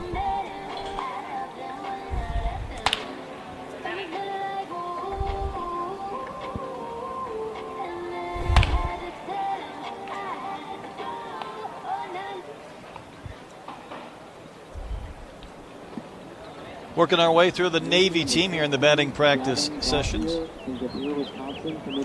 Jevin Gauthier from De Pere, Wisconsin.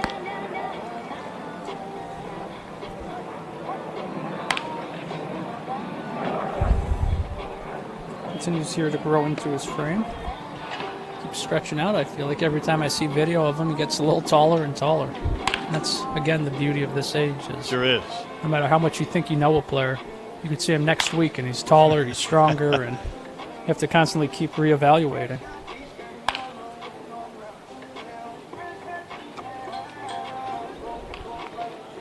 Starts pretty tall in his stance, simple movements. Clears that front hip with his swing.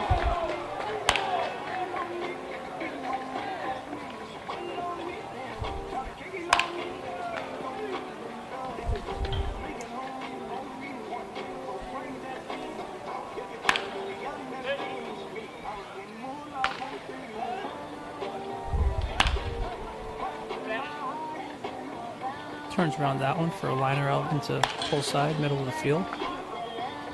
Good for Javin. Navy number 14, Austin Hannigan from Olive Branch, Mississippi. Here's Austin Hannigan, Olive Branch, Mississippi native, primary shortstop.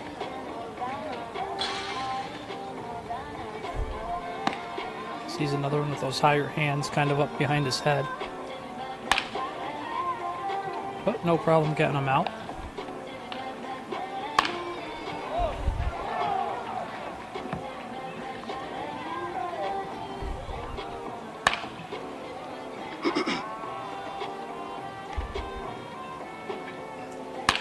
I think he might like the start of this round. Yeah, he's finding the barrel here pretty consistently. Pretty sound. I think he's happy with that one. Gave a quick little pose, still watching a little bit. Little peek. Wonder if that was a fair foul or seeing how far it went. I'm guessing the latter. Got to sneak a peek and watch that one. You love those on your last swing of the day, but every once in a while you get them earlier in the round. Here's one. I mean, I like having the volume because as I look down to write some notes or something, I can still hear the barrel and know that he got another.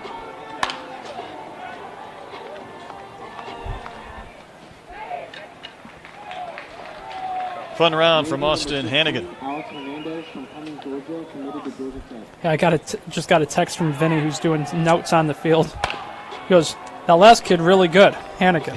Like, yeah, that's what me and Brett are saying right now live, so Well, you still got it, Brett. no, we like the confirmation. Now, granted, he's there and we're not. Right, he's getting to see the true track of the ball where even if we wanted to, from the right of the scoreboard, off for us is kind of Correct. cut off, so the lefties we can't fully track. Not that I could see a ball go over the blue monster anyway in left field. That is true.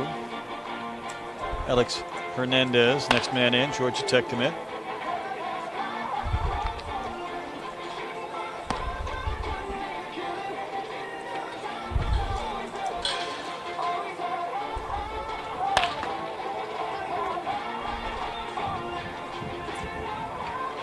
Hernandez was, 91 from the outfield and probably That's what I equally had. as strong from the infield. I don't know if we got a number, but he was still letting them rip across. So Found earlier, Jeremy, that a few of the guys that we had do both, and probably absolutely no surprise to you, the velocities were almost identical. which makes sense. Arm strength's going to play.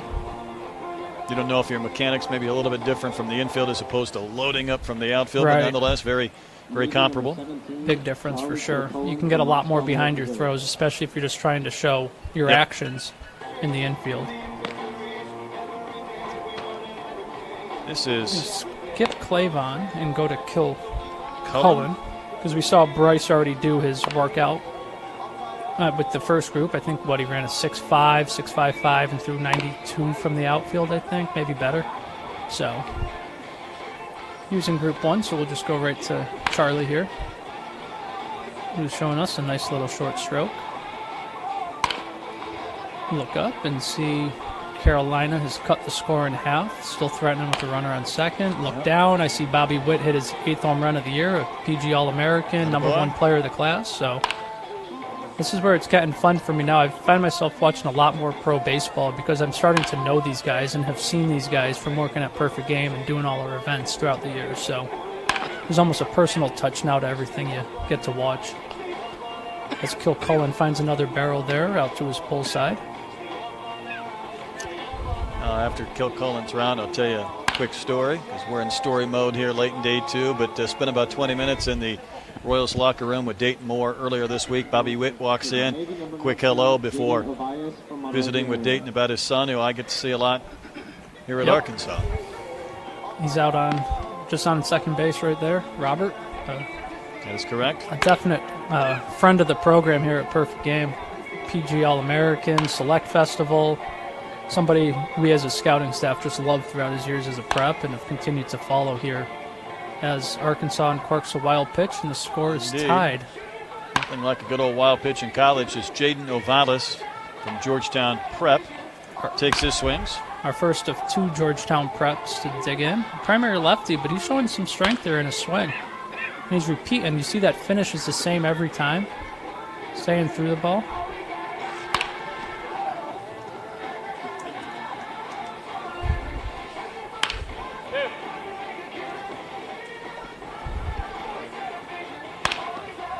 Gotta love just postseason baseball. College, Little League World Series, Major League World Series.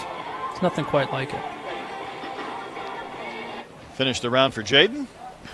Good barrel there, some heaviness to it, finding some strength. So again, primary pitcher can put the PO in power, right? I'm going to keep saying that so you don't forget it. No, I won't. In fact, I'm going to write it down just so I make sure to. That's a good one. I always hear the kids in the dugout saying it. I had one college coach tell me this year from a high-end program, as Rodney Pena steps in, that he had a kid that was maybe a little bit down velocity-wise, and he told him to go to the ballpark and take hacks. And I'm not sure if that was just to kind of loosen up the mind, loosen up the body, whatever it was. That was the approach. Hey, you want to throw harder? Go swing the bat. Just get some more muscles stretched out, fire them Maybe. up, and see how Sure. it goes. Different muscles. Here's Rodney Pena, Patterson, New Jersey. Another swing. If you went and looked down, or if you took away that box, I'm holding up my hand to hide it. You wouldn't necessarily think Pena's a primary arm because he's got some real bat speed and whip here. A couple of popped up, so he's going to try and recalibrate. Let's see, I think we got a couple. I didn't know if it was a home run text. It was just our guys letting us know, our spotters on the field. No home runs recently, but we have had some real bat speed and intriguing swings. That's for sure.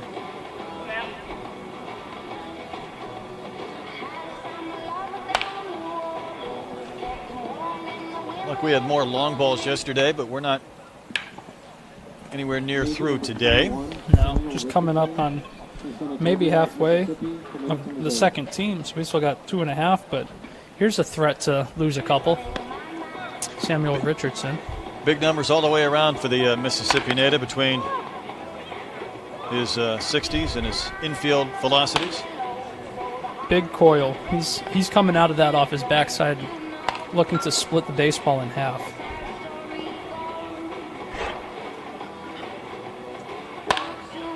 He really does bring that bat back for some separation. I think he's going to like the plight of that one. And I've seen Sam through 14 U's the last couple of years here. The swings not necessarily have that big of a leg kick in game, but he still performs as well. Being just so strong, so physical, the bat speed. He's got the athleticism as we've seen with his other numbers, and if he squares one of these up, it might go into the parking lot. Like, there's no cars that are safe right now. Yeah, when he catches one cleanly out in front, he's going to hit it a long way in this setting with his windup and his torque. Home run there for Richardson and BP. Yep. I said, I just got a text. Hit that one 10 miles into the trees, so it's safe to say he got all of that one. All right. Xavier Rivera, next man in, Puerto Rico native.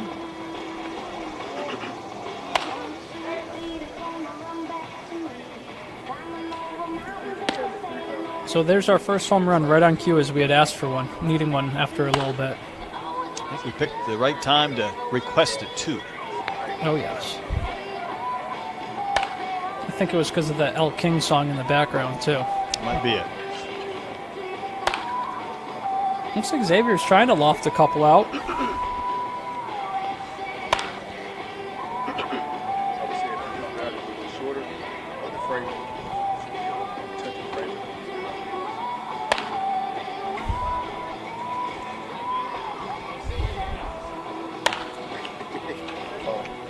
It's good having so many of our scouts on the field, too, to give us some in-person looks of these guys to kind of let us know that what you and I are seeing is, in fact, what's happening as well. No, certainly with their experience and their proximity. I said it earlier, but it does take a village to put this together with the volume of people involved between our crew in California and our scouts on the ground at East Cobb, Georgia. Headed for Rivera. I think it is. This is Caden Sheffield from Ackworth, Georgia, the Houston Cougar commit.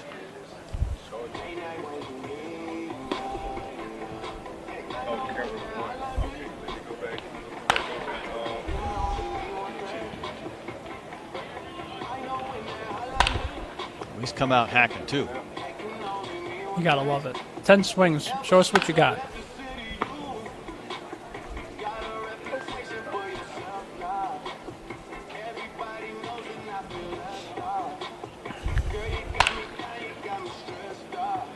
Set a little better balance to his lower half there. I think that one's going to travel well to center. There's a good one. Granted some torque.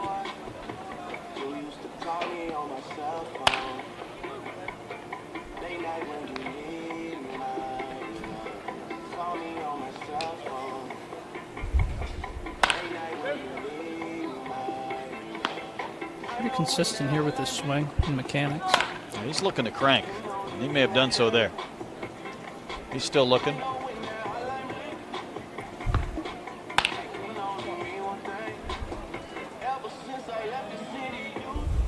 Maybe it for Caden Sheffield. Navy 24, Dawson Simmons from Marrero, Louisiana. Dawson Simmons from Marrero, Louisiana. One of our 6'5" runners. That's right. ECU Texas underway, top one. You college baseball fans, Texas already has 2 on, no outs. That offense can't be held down. Yeah, that comeback yesterday flipped the switch on that narrative because they were just about ready for a big celebration in Greenfield. Simmons staying short to the ball here, keeping his hands inside. Pretty compact throughout.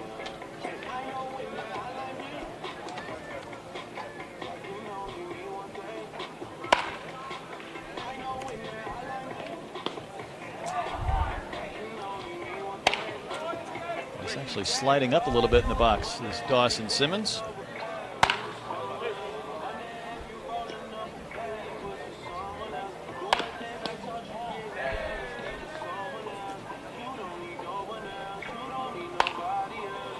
Toe tap trigger for his timing right there.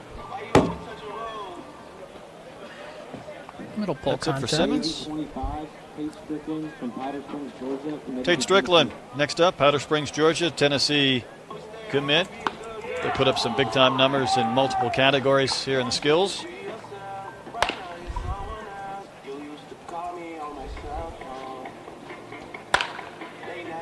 Loads those hands back. Another one gets him pretty deep in his load, but hand quickness allows you to be on time, so He's hit a couple of rockets. whatever it takes to get him there. That's the process, and you can repeat and get the barrel to where it needs to be, then we're golden. Who am I to tell you different? 6'6" in the 60 for Tate. Was he 96 from the outfield, too? Yeah, I had him 93 to 96. I think he touched 96 on his last throw. Yeah. So obviously some serious tools, and Coach Tony Vitello recognized those tools early on. I believe he committed probably about a year ago now, and he's just continued to take off. Tony's never been shy in getting some outstanding players committed early. As you would know, former Arkansas recruiter and assistant before taking over. I mean, he even went out and grabbed a preferred walk-on type and a guy named Kevin Copps who won the Golden Spikes last year. So, Heard he had a decent year. yeah, wasn't bad. Most think he's going to be a quick mover through the minor leagues. Navy 27, Johnny Gifford from Amarillo, Texas. Johnny Gifford coming up. Our catcher from Amarillo.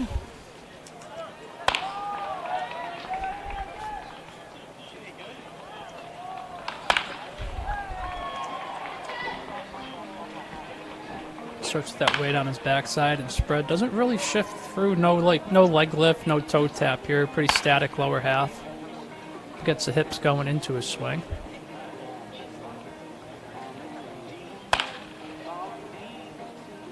Keeps his hands pulled back and lets him rip.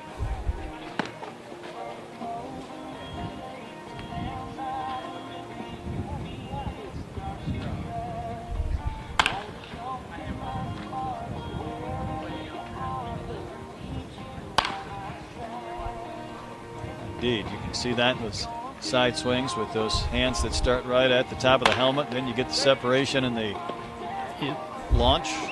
Showing his comfort out to the pull side. He's trying to turn and burn. There's a good one. Got some loft under that one.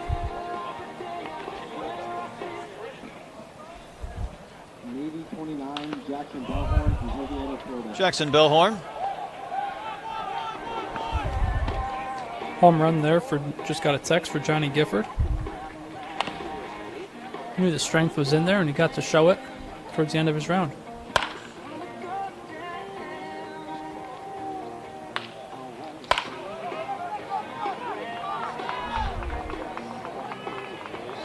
The text there just said Gifford went off the brick. So that last swing where I said he got some loft, he went dead center. He did.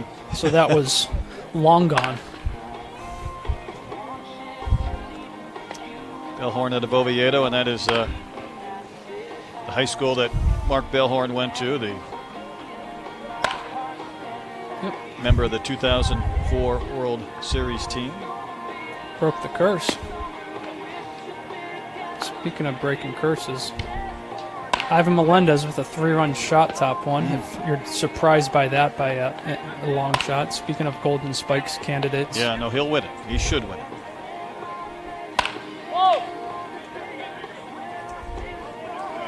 Do it for Bellhorn. One thing about Bellhorn, I had to look this up quickly, and I wanted to confirm it before I said it, Jeremy. First player in National League history to hit a home run from both sides of the plate in the same inning. Well, that's not a bad thing. No. I know we were just talking about something similar where Bill Miller's name came up, and he hit grand slam same inning from both sides. I think you're which right. I think that's just something you'll never see again. No, I feel you can't surpass it. At best, it will not be surpassed. Well, 2 teams down and 2 to go. So the orange group is up next, then purple. As we maneuver through day 2 of the Perfect Game Junior National Showcase, Brett Dolan, Jeremy Brown stepping forward tomorrow again on Monday, 8 a.m. Eastern Time, the first of back-to-back games before another set of teams will have their workout in the early afternoons there in Georgia. 2:30 at least is kind of when that's tentatively planned. But all games on Tuesday, half day with a couple of games on Wednesday. Then you have the sophomores come in Thursday and Friday? I think something similar to that. Yeah, this is the first year we're doing a sophomore national, and let me tell you, the rosters are loaded.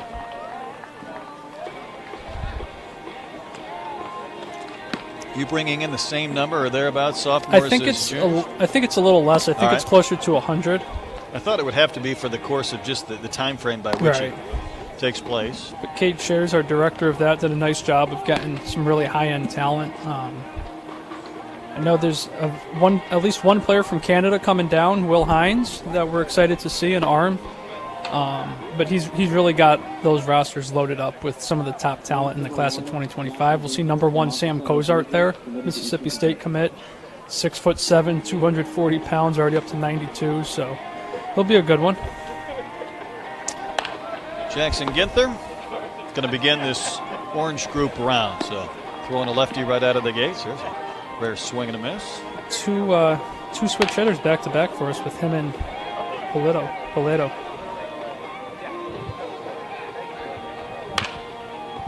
There's some hand quickness from Ginther.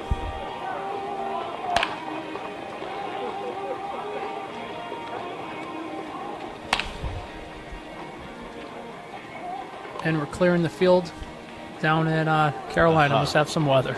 They had Again. lightning earlier, so It sunny just day came with out of lightning. it. Yep. Sounds like a typical day in Fort Myers. Sure does. Lightning capital of the world, is that right? That's right. It's Ginther. Flips over and takes some swings here right-handed. Showing some bat speed here as well. He settled in quickly with his left-handed swing, kind of like that with the quickness to his hands, and flips right over to right-handed. A little bit of a different start for him with his hands, but again, it's not how you start, but how you finish, and he was getting the barrel out front. Might get one more. Somebody's scoring on an adjacent field, it I think sounds so. like. Here's a good one to end your round.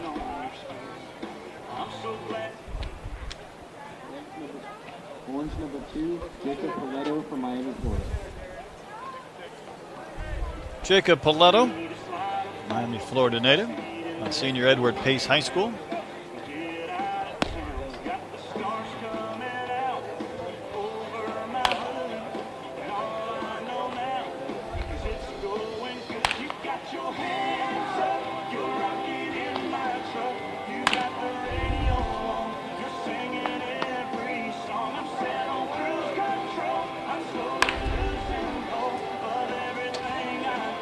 Another one, just simple in his process, quickness to his hands. I mean, he's a 6'8" runner, or a 6'6" runner rather.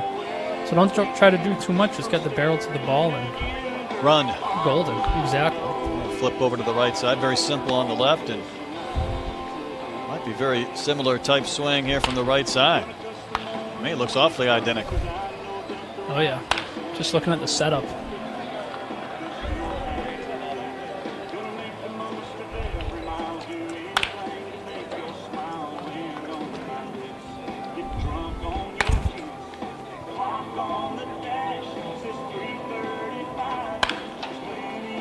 Another short little handsy swing, bat speed, get the barrel to the ball. Don't Set sell the out L and don't try screen to a do couple too of much. times. Those ones we can see when they go back. You can hear them and you can see them. Get the ricochet coming back to them. Orange number 3, Alejandro Vasquez. From Alejandro Vasquez, Coral Springs, Florida shortstop for the Orange squad.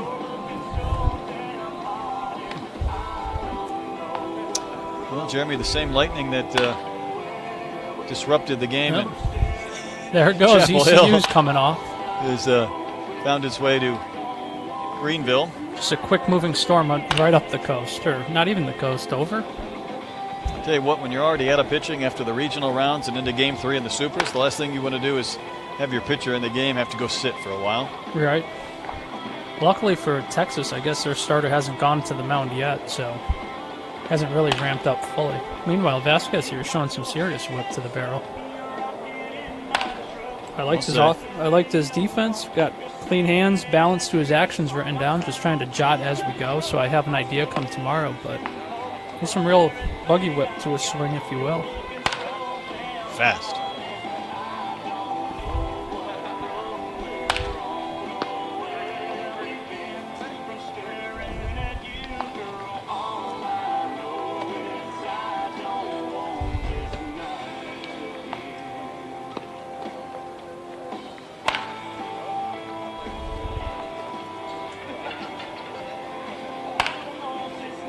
Some looseness, leverage, and 6 foot 165, and he looks to be swinging it as quick as any of them. That's a fun round.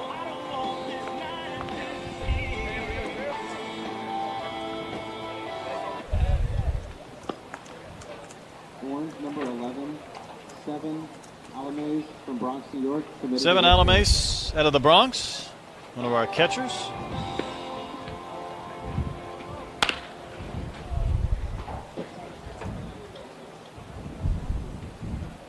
So now we're off to Ole Miss, Southern Miss, with Ole Miss up 3-0, and Ole Miss already winning that series, or up in that series 1-0. But we know that Ole Miss can put up run, or Southern Miss can put up runs in a hurry, so that game's far from over.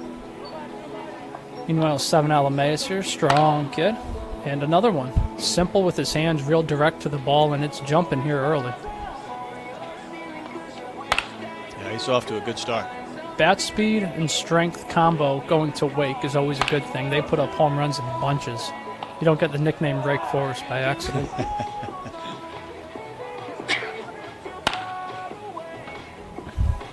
I saw them play at BC this year, and they always say they play at a smaller park at home, but man, they still made BC's field look small. Brock Wilkin hit a couple, and Nick Kurtz barely missed going bullside home run to lead off the game, so that's a strong physical club. They can pitch, they can hit. They got a tough draw with their regional. They were in with UConn, Wake, and Maryland.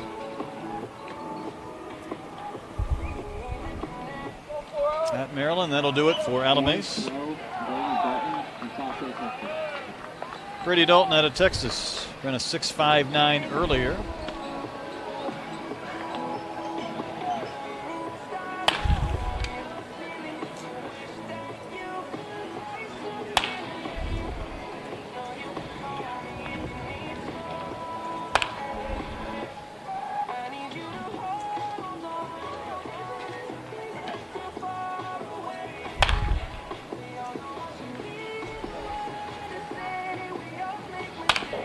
Just looking down, we should have given 7 Alameus number 7. Thought so too. Thought that But might now be a he's natural. Now he's 7-11, so hopefully someone in the dugout picks up on that, right? It's an NIL deal waiting to Yeah. happen. Dalton here getting his foot down on time and really getting through with that front hip. Getting some bat speed, flatter stroke. Another one, like, just put the ball in play and let your 6'8", 6'4" speed go to work, right? Yeah, I think that'd be a good formula. Good plan.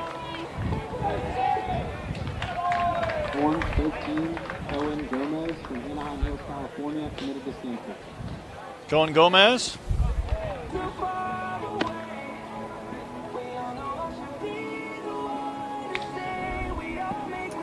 Anaheim Hills, California. Stanford commit. was a long night for the Cardinal yesterday at home and their Supers.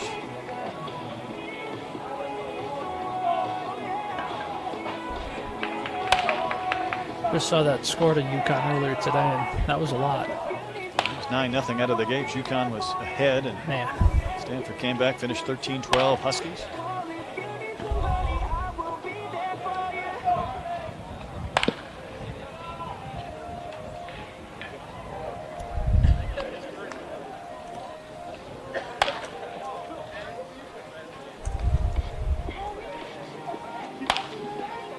was a good one. Using his length to his advantage there, getting some extension.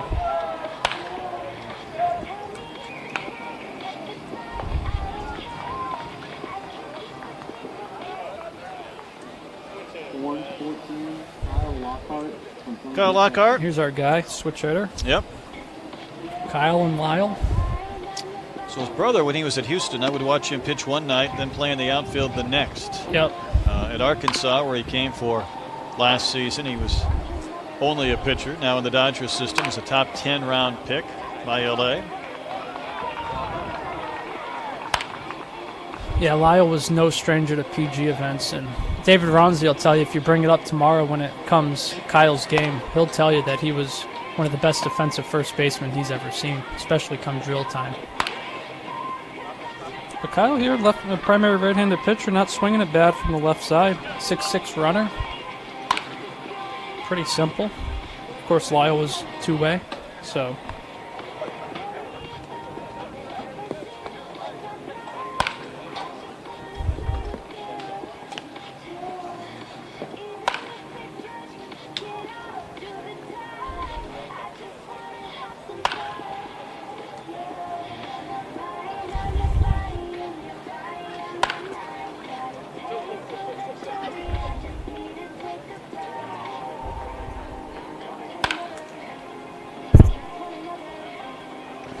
Not too much dissimilar here from his right side. A little more advanced swing mechanics left side, but almost expect that. Just a majority of his reps probably come against right-handed pitchers, so as is the case with most of these guys. Jordan Luna, Louisiana native, primary shortstop. Somebody we've seen for a bit now since Vinny Servino first saw him at 13 way back with Knights Nation, and been a nice player ever since. Somebody you could always go check in on, and he'll show you something, whether it's in the field with the bat. We have Carson Luna in Group 1, and now Jordan Luna Group 2.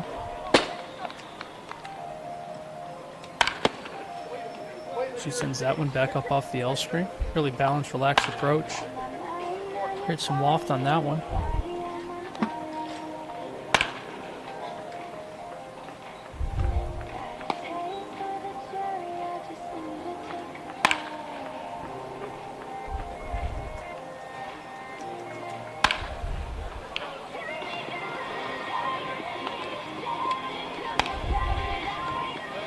We'll do it for Jordan Luna. He's pretty close to finishing on a high note. Probably didn't care for that last one. No, but a nice little round put together by him. Found some barrels. And so all you're looking for, just find a couple, keep it clean, keep it simple, don't try to do too much. And as we've said numerous times, stay within yourself. Here's one of our Georgetown Prep products, Ryan Maxey.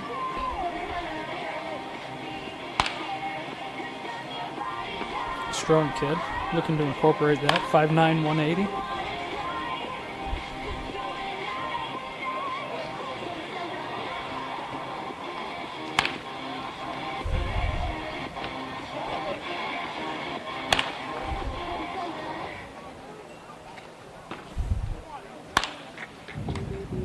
See just how direct his hands are. The ball's, there's so, from his launch to the ball, there's no wasted movement. He's a strong kid, has some strength in his hands, and he's able to turn him around right here to the bullseye with some lift and some authority.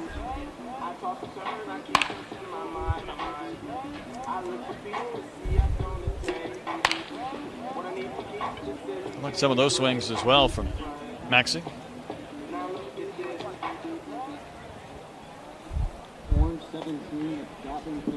Gatlin Pitts, Fairhope, Alabama.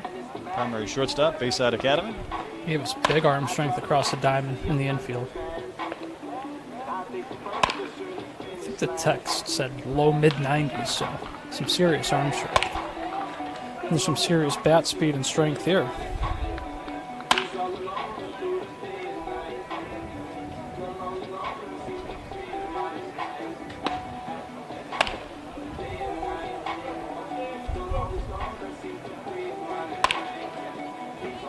Pretty clear he's going to the plate looking to do damage here.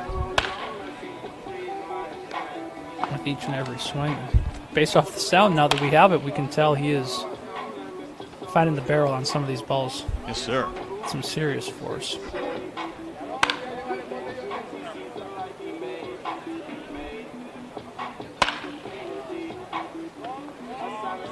Quick round for Gatlin Pitts.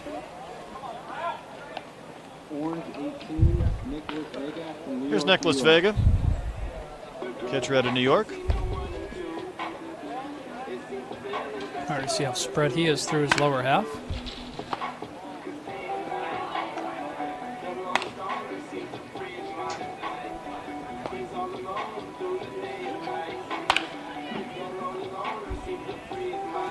Quickly finding his balance here, finding his timing, working last couple to the middle of the field with some lift to his swing.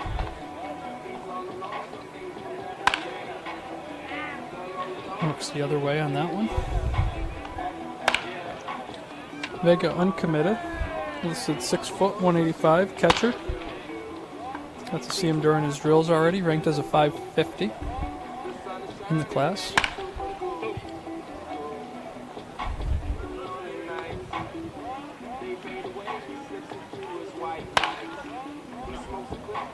Starts really open with that front side, but with his movements through his lower half, he does a nice job of squaring up to the pitcher, getting that front foot back on line. So he is open and wide. So that front side, by getting it that close, that front side's not going to leak so hard, and he'll be able to stay on and through the pitches. 120, Adrian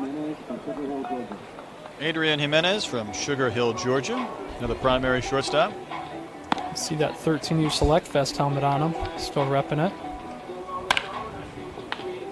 It's a simple and low effort swing from Jimenez, first rip through the zone. He goes and turns on one.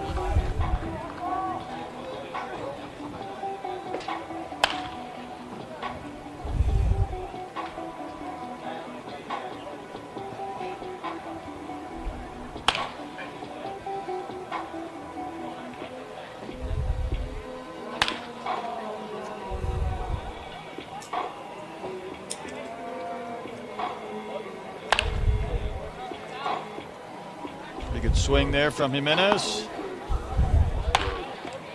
Continues just turning on baseballs, showing the balance, showing the rhythm.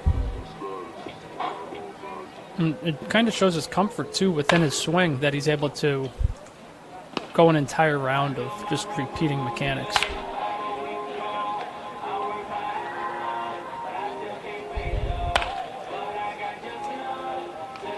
That'll do it for Adrian. Orange 25, Trey Majette from Lawrenceville, Georgia. Trey Majette.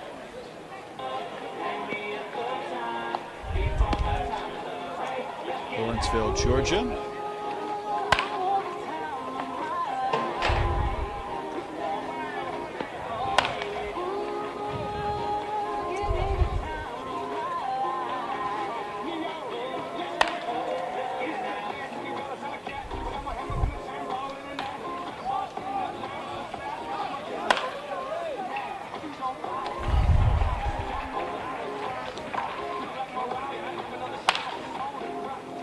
Lift and launch. I was going to say, he's already able to kind of drive the ball here, and he's listed. I don't have the listing in front of me, but he's a long and lean switch hitter. There we go. But when you see that type of quickness to him and ability to launch the baseball, as you said, like that's really interesting given his frame and the fact that he's nowhere near having his adult muscles yet.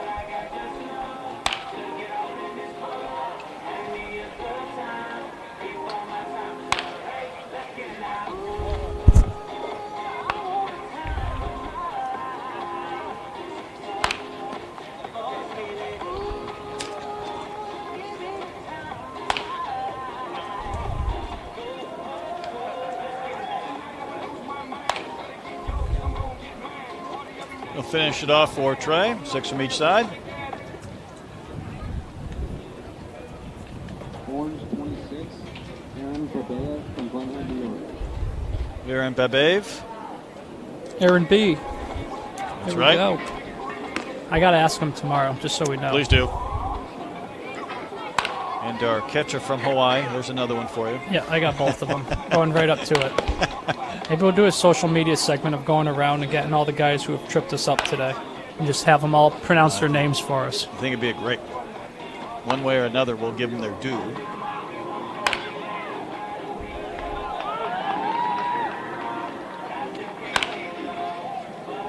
A simple swing here. Look up again, another PG Festival and All-American kid on TV, Calvin Harris for Ole Miss. The first ever Select Festival MVP, actually. Iowa's own. As Babaev continues to find barrels out to his pull side, stays stacked through his stance. Gets that leg down on time. Higher leg lift. One of the higher ones we've seen as of through the last few, but Yeah, I would agree. getting the barrel through, doing his thing.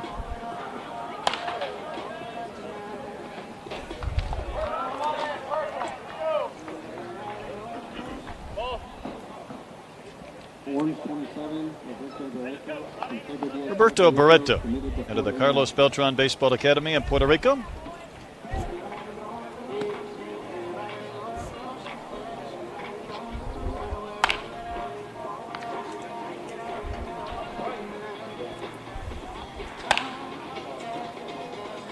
This for everybody going through tough times. Believe me, been there, done that. But every day above ground is a great day. Remember. 6'4", 190, third baseman, committed to FIU. Strong kid.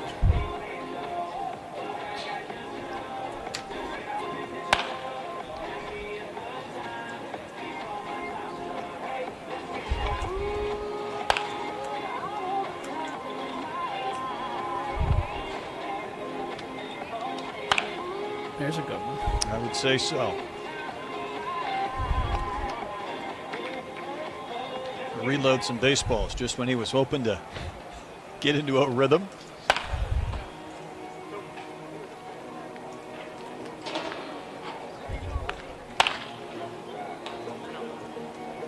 I think he's going to like some swings in this round. For sure. And obviously the 6'4" physicality of his build. You almost expect this, and again, he's not close to his physical maturation. Nope. He's already able to unload on some baseballs. Orange 29, Dane Most from Greenfield, Colorado. Here's Dane Most, Colorado native.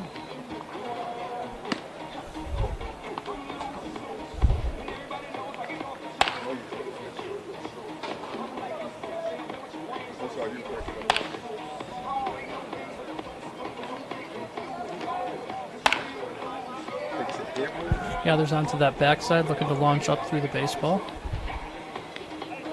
Another big body, 6'2", 190 from Broomfield, Colorado. And no stranger at perfect game events. I believe he was at last year's All-American, underclass All-American games, if I recall. Take a quick look back through his profile. Yeah, the class of 2024 All-American games. That's those high hands. You can see it as he's starting to whip the barrel through the zone. Pretty short, direct, overall, linear. We'll do it for Dane. Orange 30, Put it back on manual. from Ethan Rosa I can leave it on from the manual. Bronx. Right here. Next man up.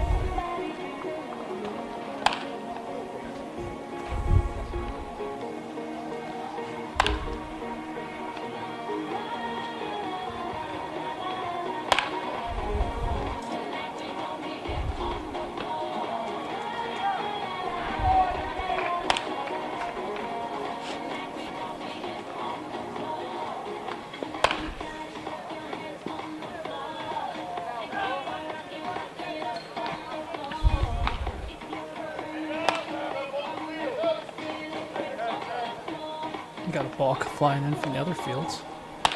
Rosa, another strong body as he turns on that one, able to generate some lift out to the pull side.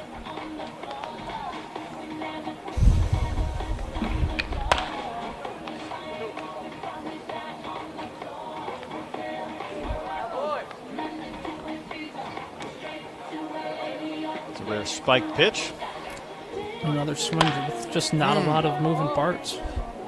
So That simple. one may still be travel.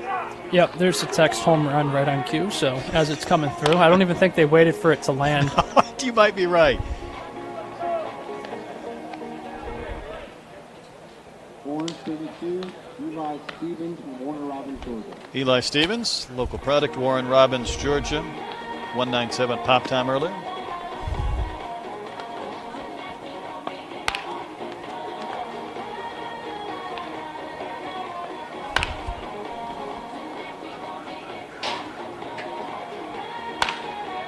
See another one that starts open, but simple enough that gets that front foot back on line towards the pitcher and let the hands take care of the rest.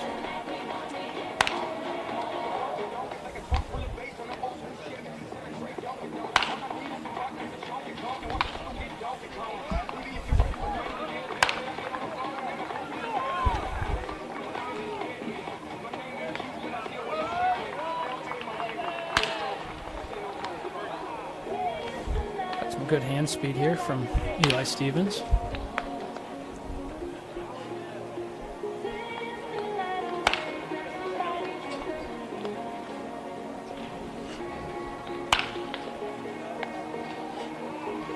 Do it for Eli. And I think that'll bring us through the end of the orange, Yep.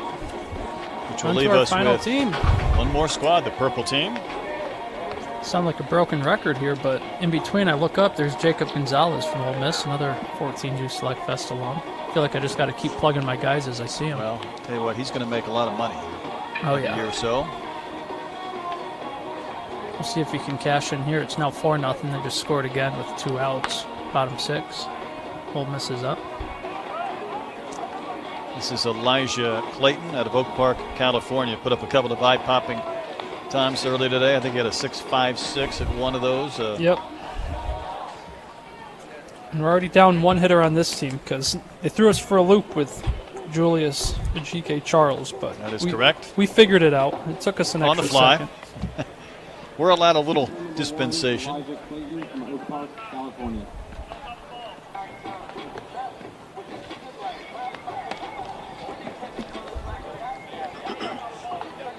Better?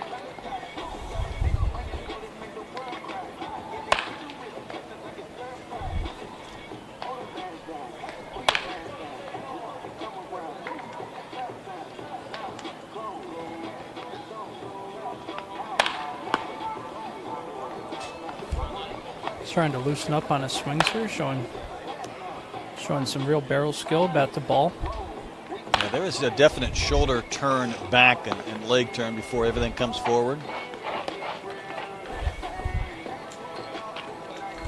Coiling up. Probably generates a lot of pop like that when you square it up. Yep. You know, just by being able to run a 6.5, you got some quick twitch muscle fibers in you.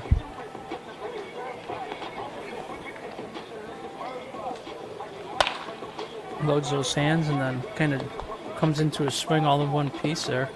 Gets that front foot down. Lets the hands do the rest. Those guys that are quick at everything. Running 60s, taking 10 swings. So another text there is that's Royce Clayton's son. How about that?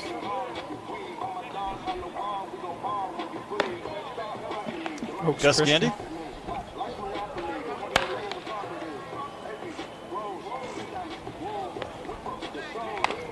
Gandy, another guy that was extremely quick with a 6.45, 60.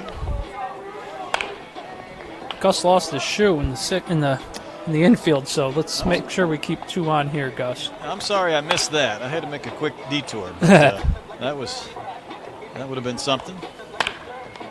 Another simplistic swing similar to Clayton.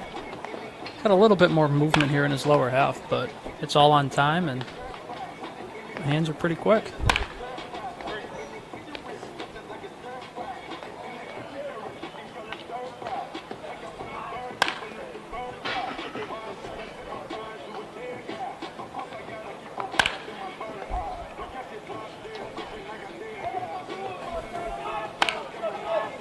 He is very upright, but that'll do it for Gus Gandy.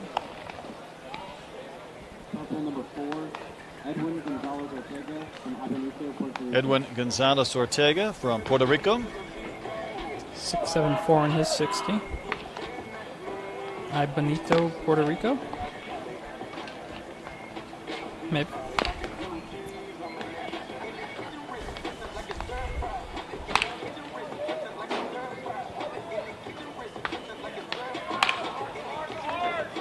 One measured here pretty early on in his round, just seeing the ball, getting the barrel to it out front.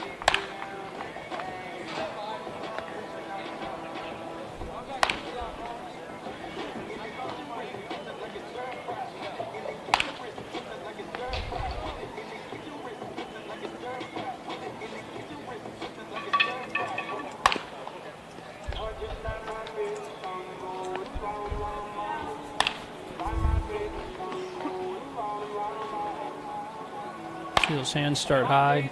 Gets to his front foot a little early, but he's got enough control of the barrel here to just meet the ball out front, work to the middle pull side parts of the field.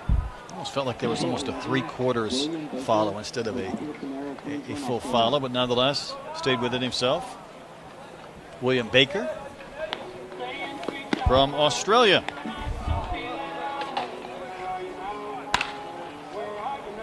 Threw 91 from the outfield earlier.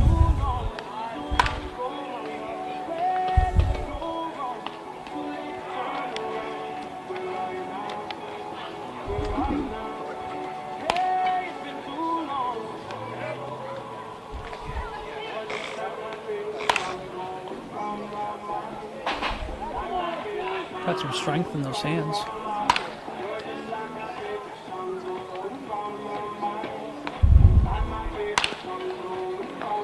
I feel like we should give him maybe 12, 13 swings just for making the trip out from Australia. Let him get a couple extra.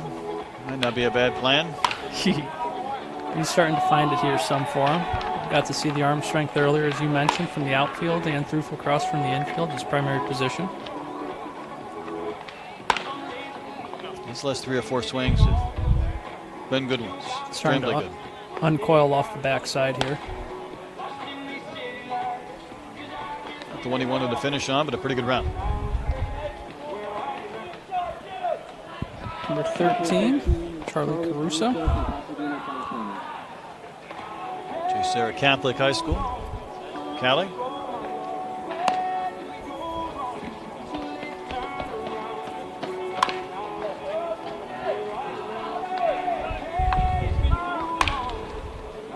Going back up top to Elijah Clayton, Royce's son. I believe Oaks Christian is coached by another former big leaguer, Jack Wilson. So got some good bloodlines there in that program. Captain Jack. Back to Charlie, got that pronounced back elbow, but simple little shift moving into contact. Got some bat speed. 6 foot 170, left-handed hitting backstop. Those are always in high demand for college programs. Yeah, pretty unique school set. Showing off some bat speed for Charlie Caruso.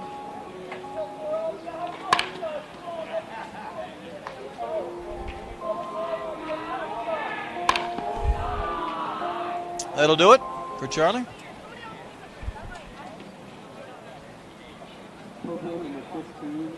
Ryan Maggie.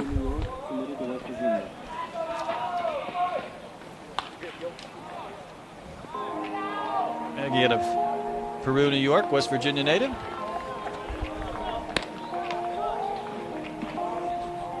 I should say West Virginia commit.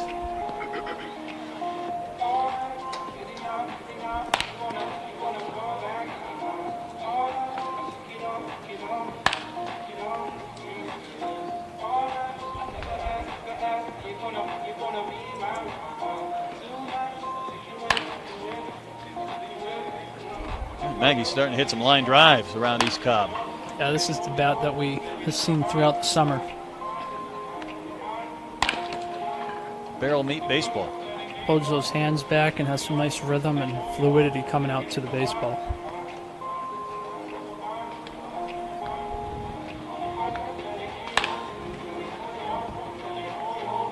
Gets that nice finish through the ball where he almost has a barrel thwap on his back.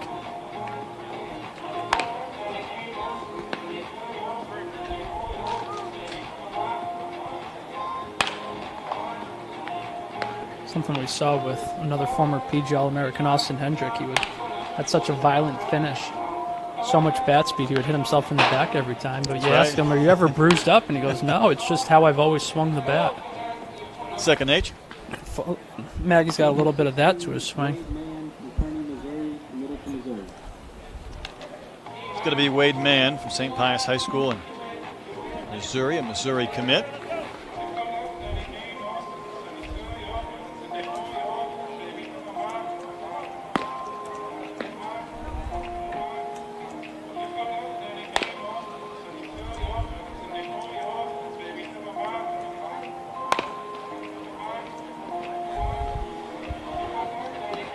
Wade Mann, primary arm rather, 6 foot 195.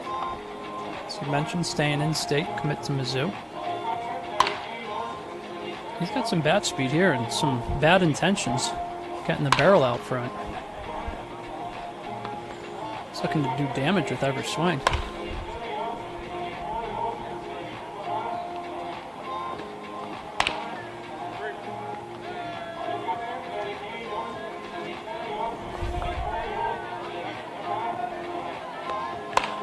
Few more cuts for Wade Mann. We'll see him on the mound later on in the showcase. For sure.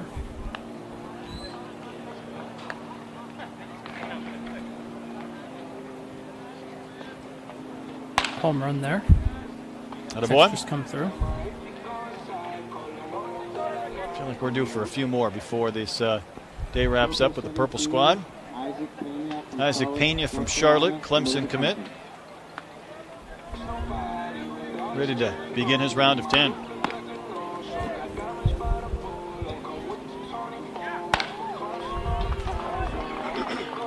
Isaacs is somebody that I've written up a few times in daily recaps.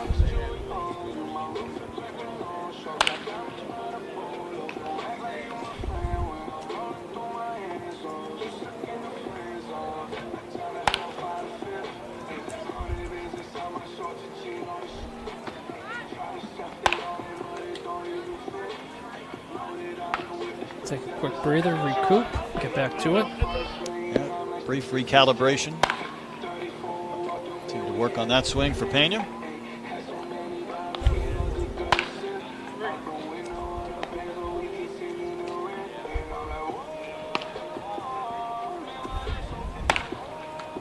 There's a good one. Staying there, just doing his thing, getting the barrel out.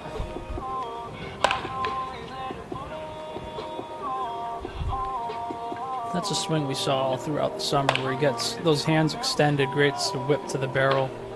That was a good one to end on. I think so. It's a good finish. Purple 18, Fabio Peralta. Isaac Pena brings up Fabio Peralta, Miami native, Miami commit, 6'5", 560 earlier.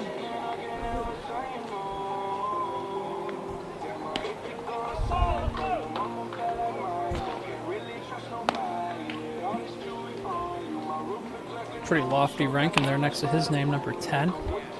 But based off everything I've read from our scouts, it's more than deserving. That's some potential for real juice. It's been a lot of fun to see some of the top-ranked kids in the class and then go out and back it up with performances this week. Obviously, there's another group of 4 teams to come in tomorrow.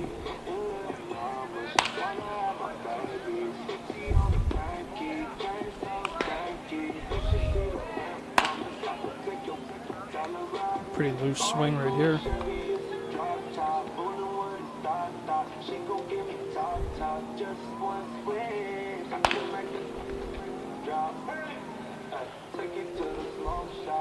We'll say he does engage that back hip. He gets that front kneecap, tucks that thing back, generating some torque. Getting that coil on time now. The Sure. first couple took a couple to find it, but another one, like, he's 6'2", 170 pounds, so he's nowhere close to being filled out.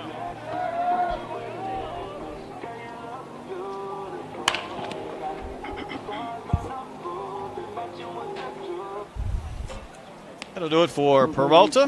Zach Porter from Chattanooga, Tennessee. Chattanooga, Tennessee native Zach Porter, primary catcher, right-handed hitter.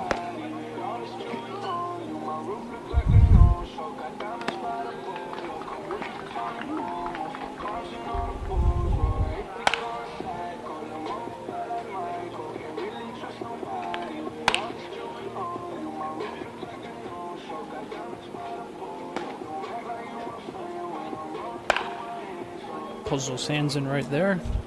Turns the barrel on one. Good swing. Waved and missed on the first one, but he's put forth a couple of good ones in a row now.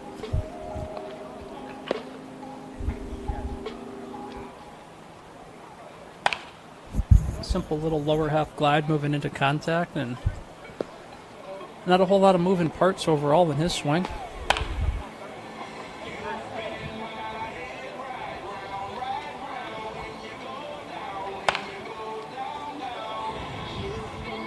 Purple team finishing off our 4 that have already gone through their 60s, outfield, infield, catcher, hop time, first baseman, and now BP sessions. So a few more hitters left here in day 2. That'll do it for Porter. Purple 20, Cole Rogers. Cole Rogers from Phoenix, primary shortstop.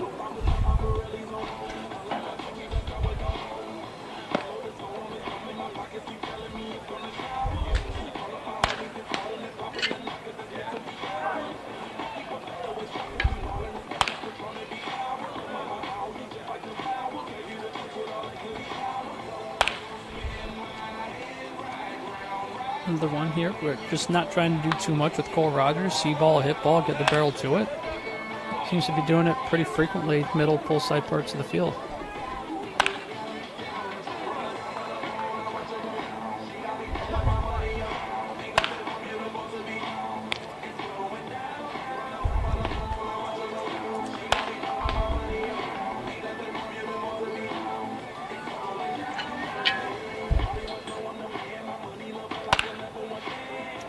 Good lines drive stroke.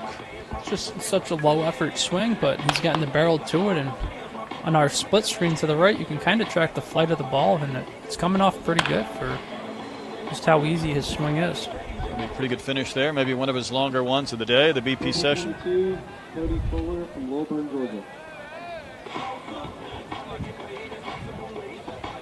This is Cody Fuller. Yep. Number 15 in your program, number 22 on the field.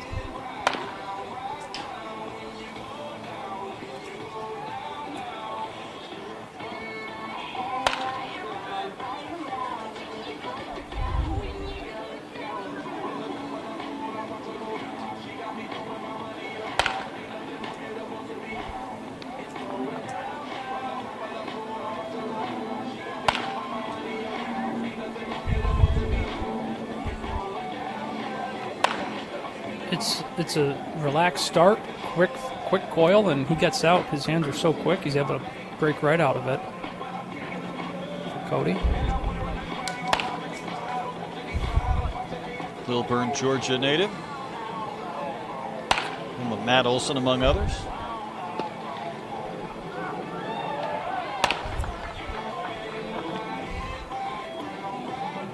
Quick recalibration for Cody before another swing or two.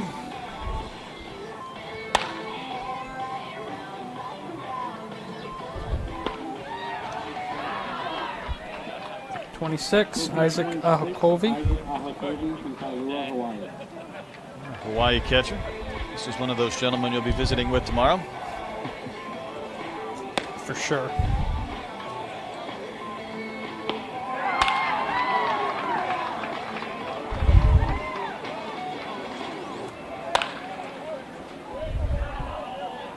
Strong. He's got the Dirtbags helmet on, who based out of North Carolina, long way from Hawaii.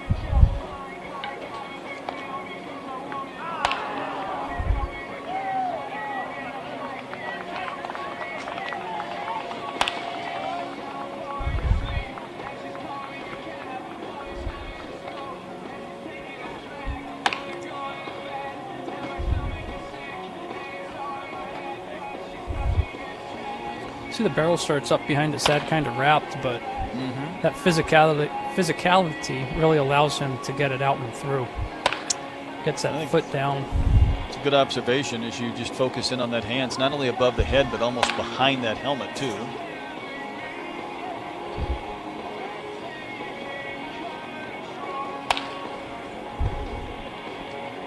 We'll do it for Isaac.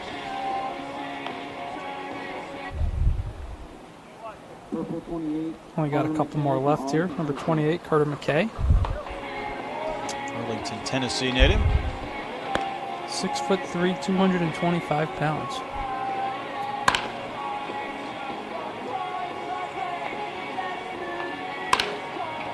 Another big leg lift.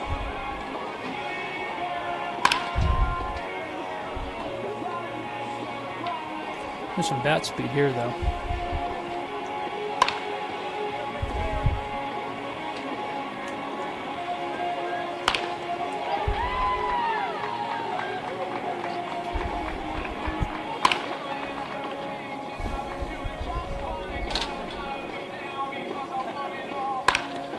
Starts open, gets into that big leg lift, but gets it down on time, closes off towards the pitcher, and that's his physicality to the rest here. Generates some real bat speed and torque. It's been a pretty good audible show from Carter McKay.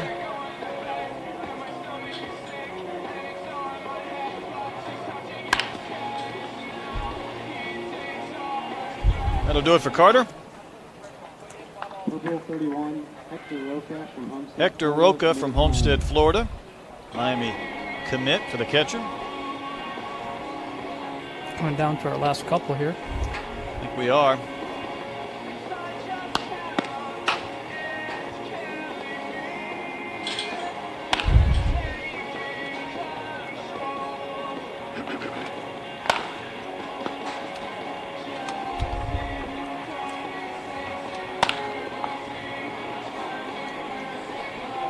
Gentlemen have been sitting around waiting for these teams to go through, and their teammates just taking a few practice swings, ready to get their 10 underway, patiently waiting.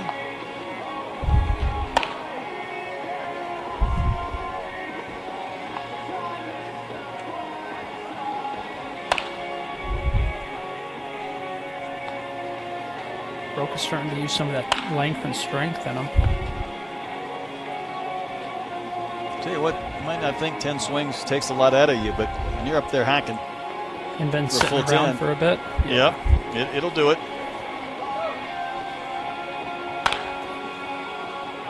Feeling that's a good one. Kind of shortened up to the ball as opposed to getting longer and around it like his first one or two. Those last couple were good, though. Indeed. He'll like the last two. Purple 33, Sean Like a Green good from golf shot, Western it'll keep you coming back. That's right. Sean Green, I do believe, will conclude our second day, the Perfect Game Junior National Showcase. Tell you what, it was fun to watch him throw the baseball earlier. 93, I believe, on some of the velocities. Now we'll get to see if he can turn a few around with a bat.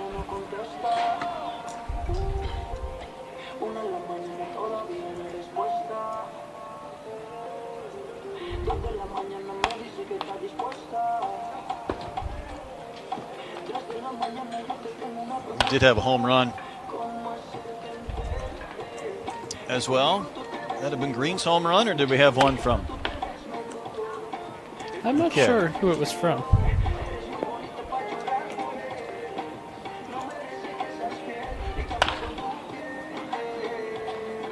We're going to send a text.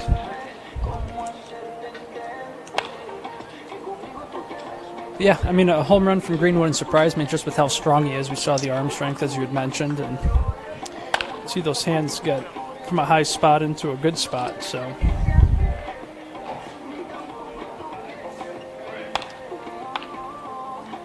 Had a couple of balls fouled back, up and over the screen, so it's a little irritating. One more. Last guy to go, you get the benefit for one more. Just like that. 4 more teams done, and it was Green who was able to get one out, so that strength lines up with the arm strength, and that's beautiful. How about that? A wrap on day 2. That's it. Jeremy, appreciate the help awesome. again. Absolutely, as always. Good to have Jeremy Brown with us, providing some insight through the course of the day. Vinny Servino was here early, providing some insight for some of the games as well. Tomorrow, day 3 will begin at 8 a.m. Eastern Time. Couple of games. Teams 5 and 6, 7 and 8 will meet before we'll welcome in teams 9 through 12. So that'll do it from the East Cobb Historic Baseball Complex outside of Atlanta. Again, for Jeremy and Vinny, I'm Brett. Thanks so much for tuning in. We'll talk to you tomorrow. This has been another presentation of PerfectGame.tv.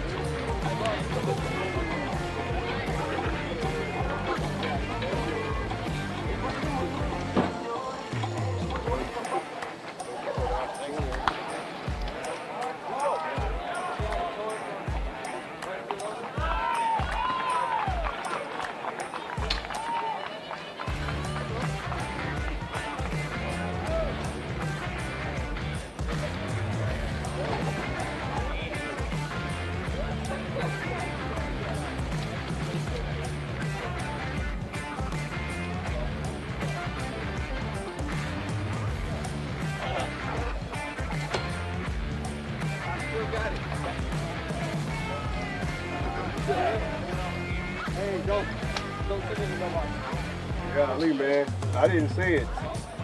I didn't say it. I didn't say it. No, I didn't say it. It wasn't me.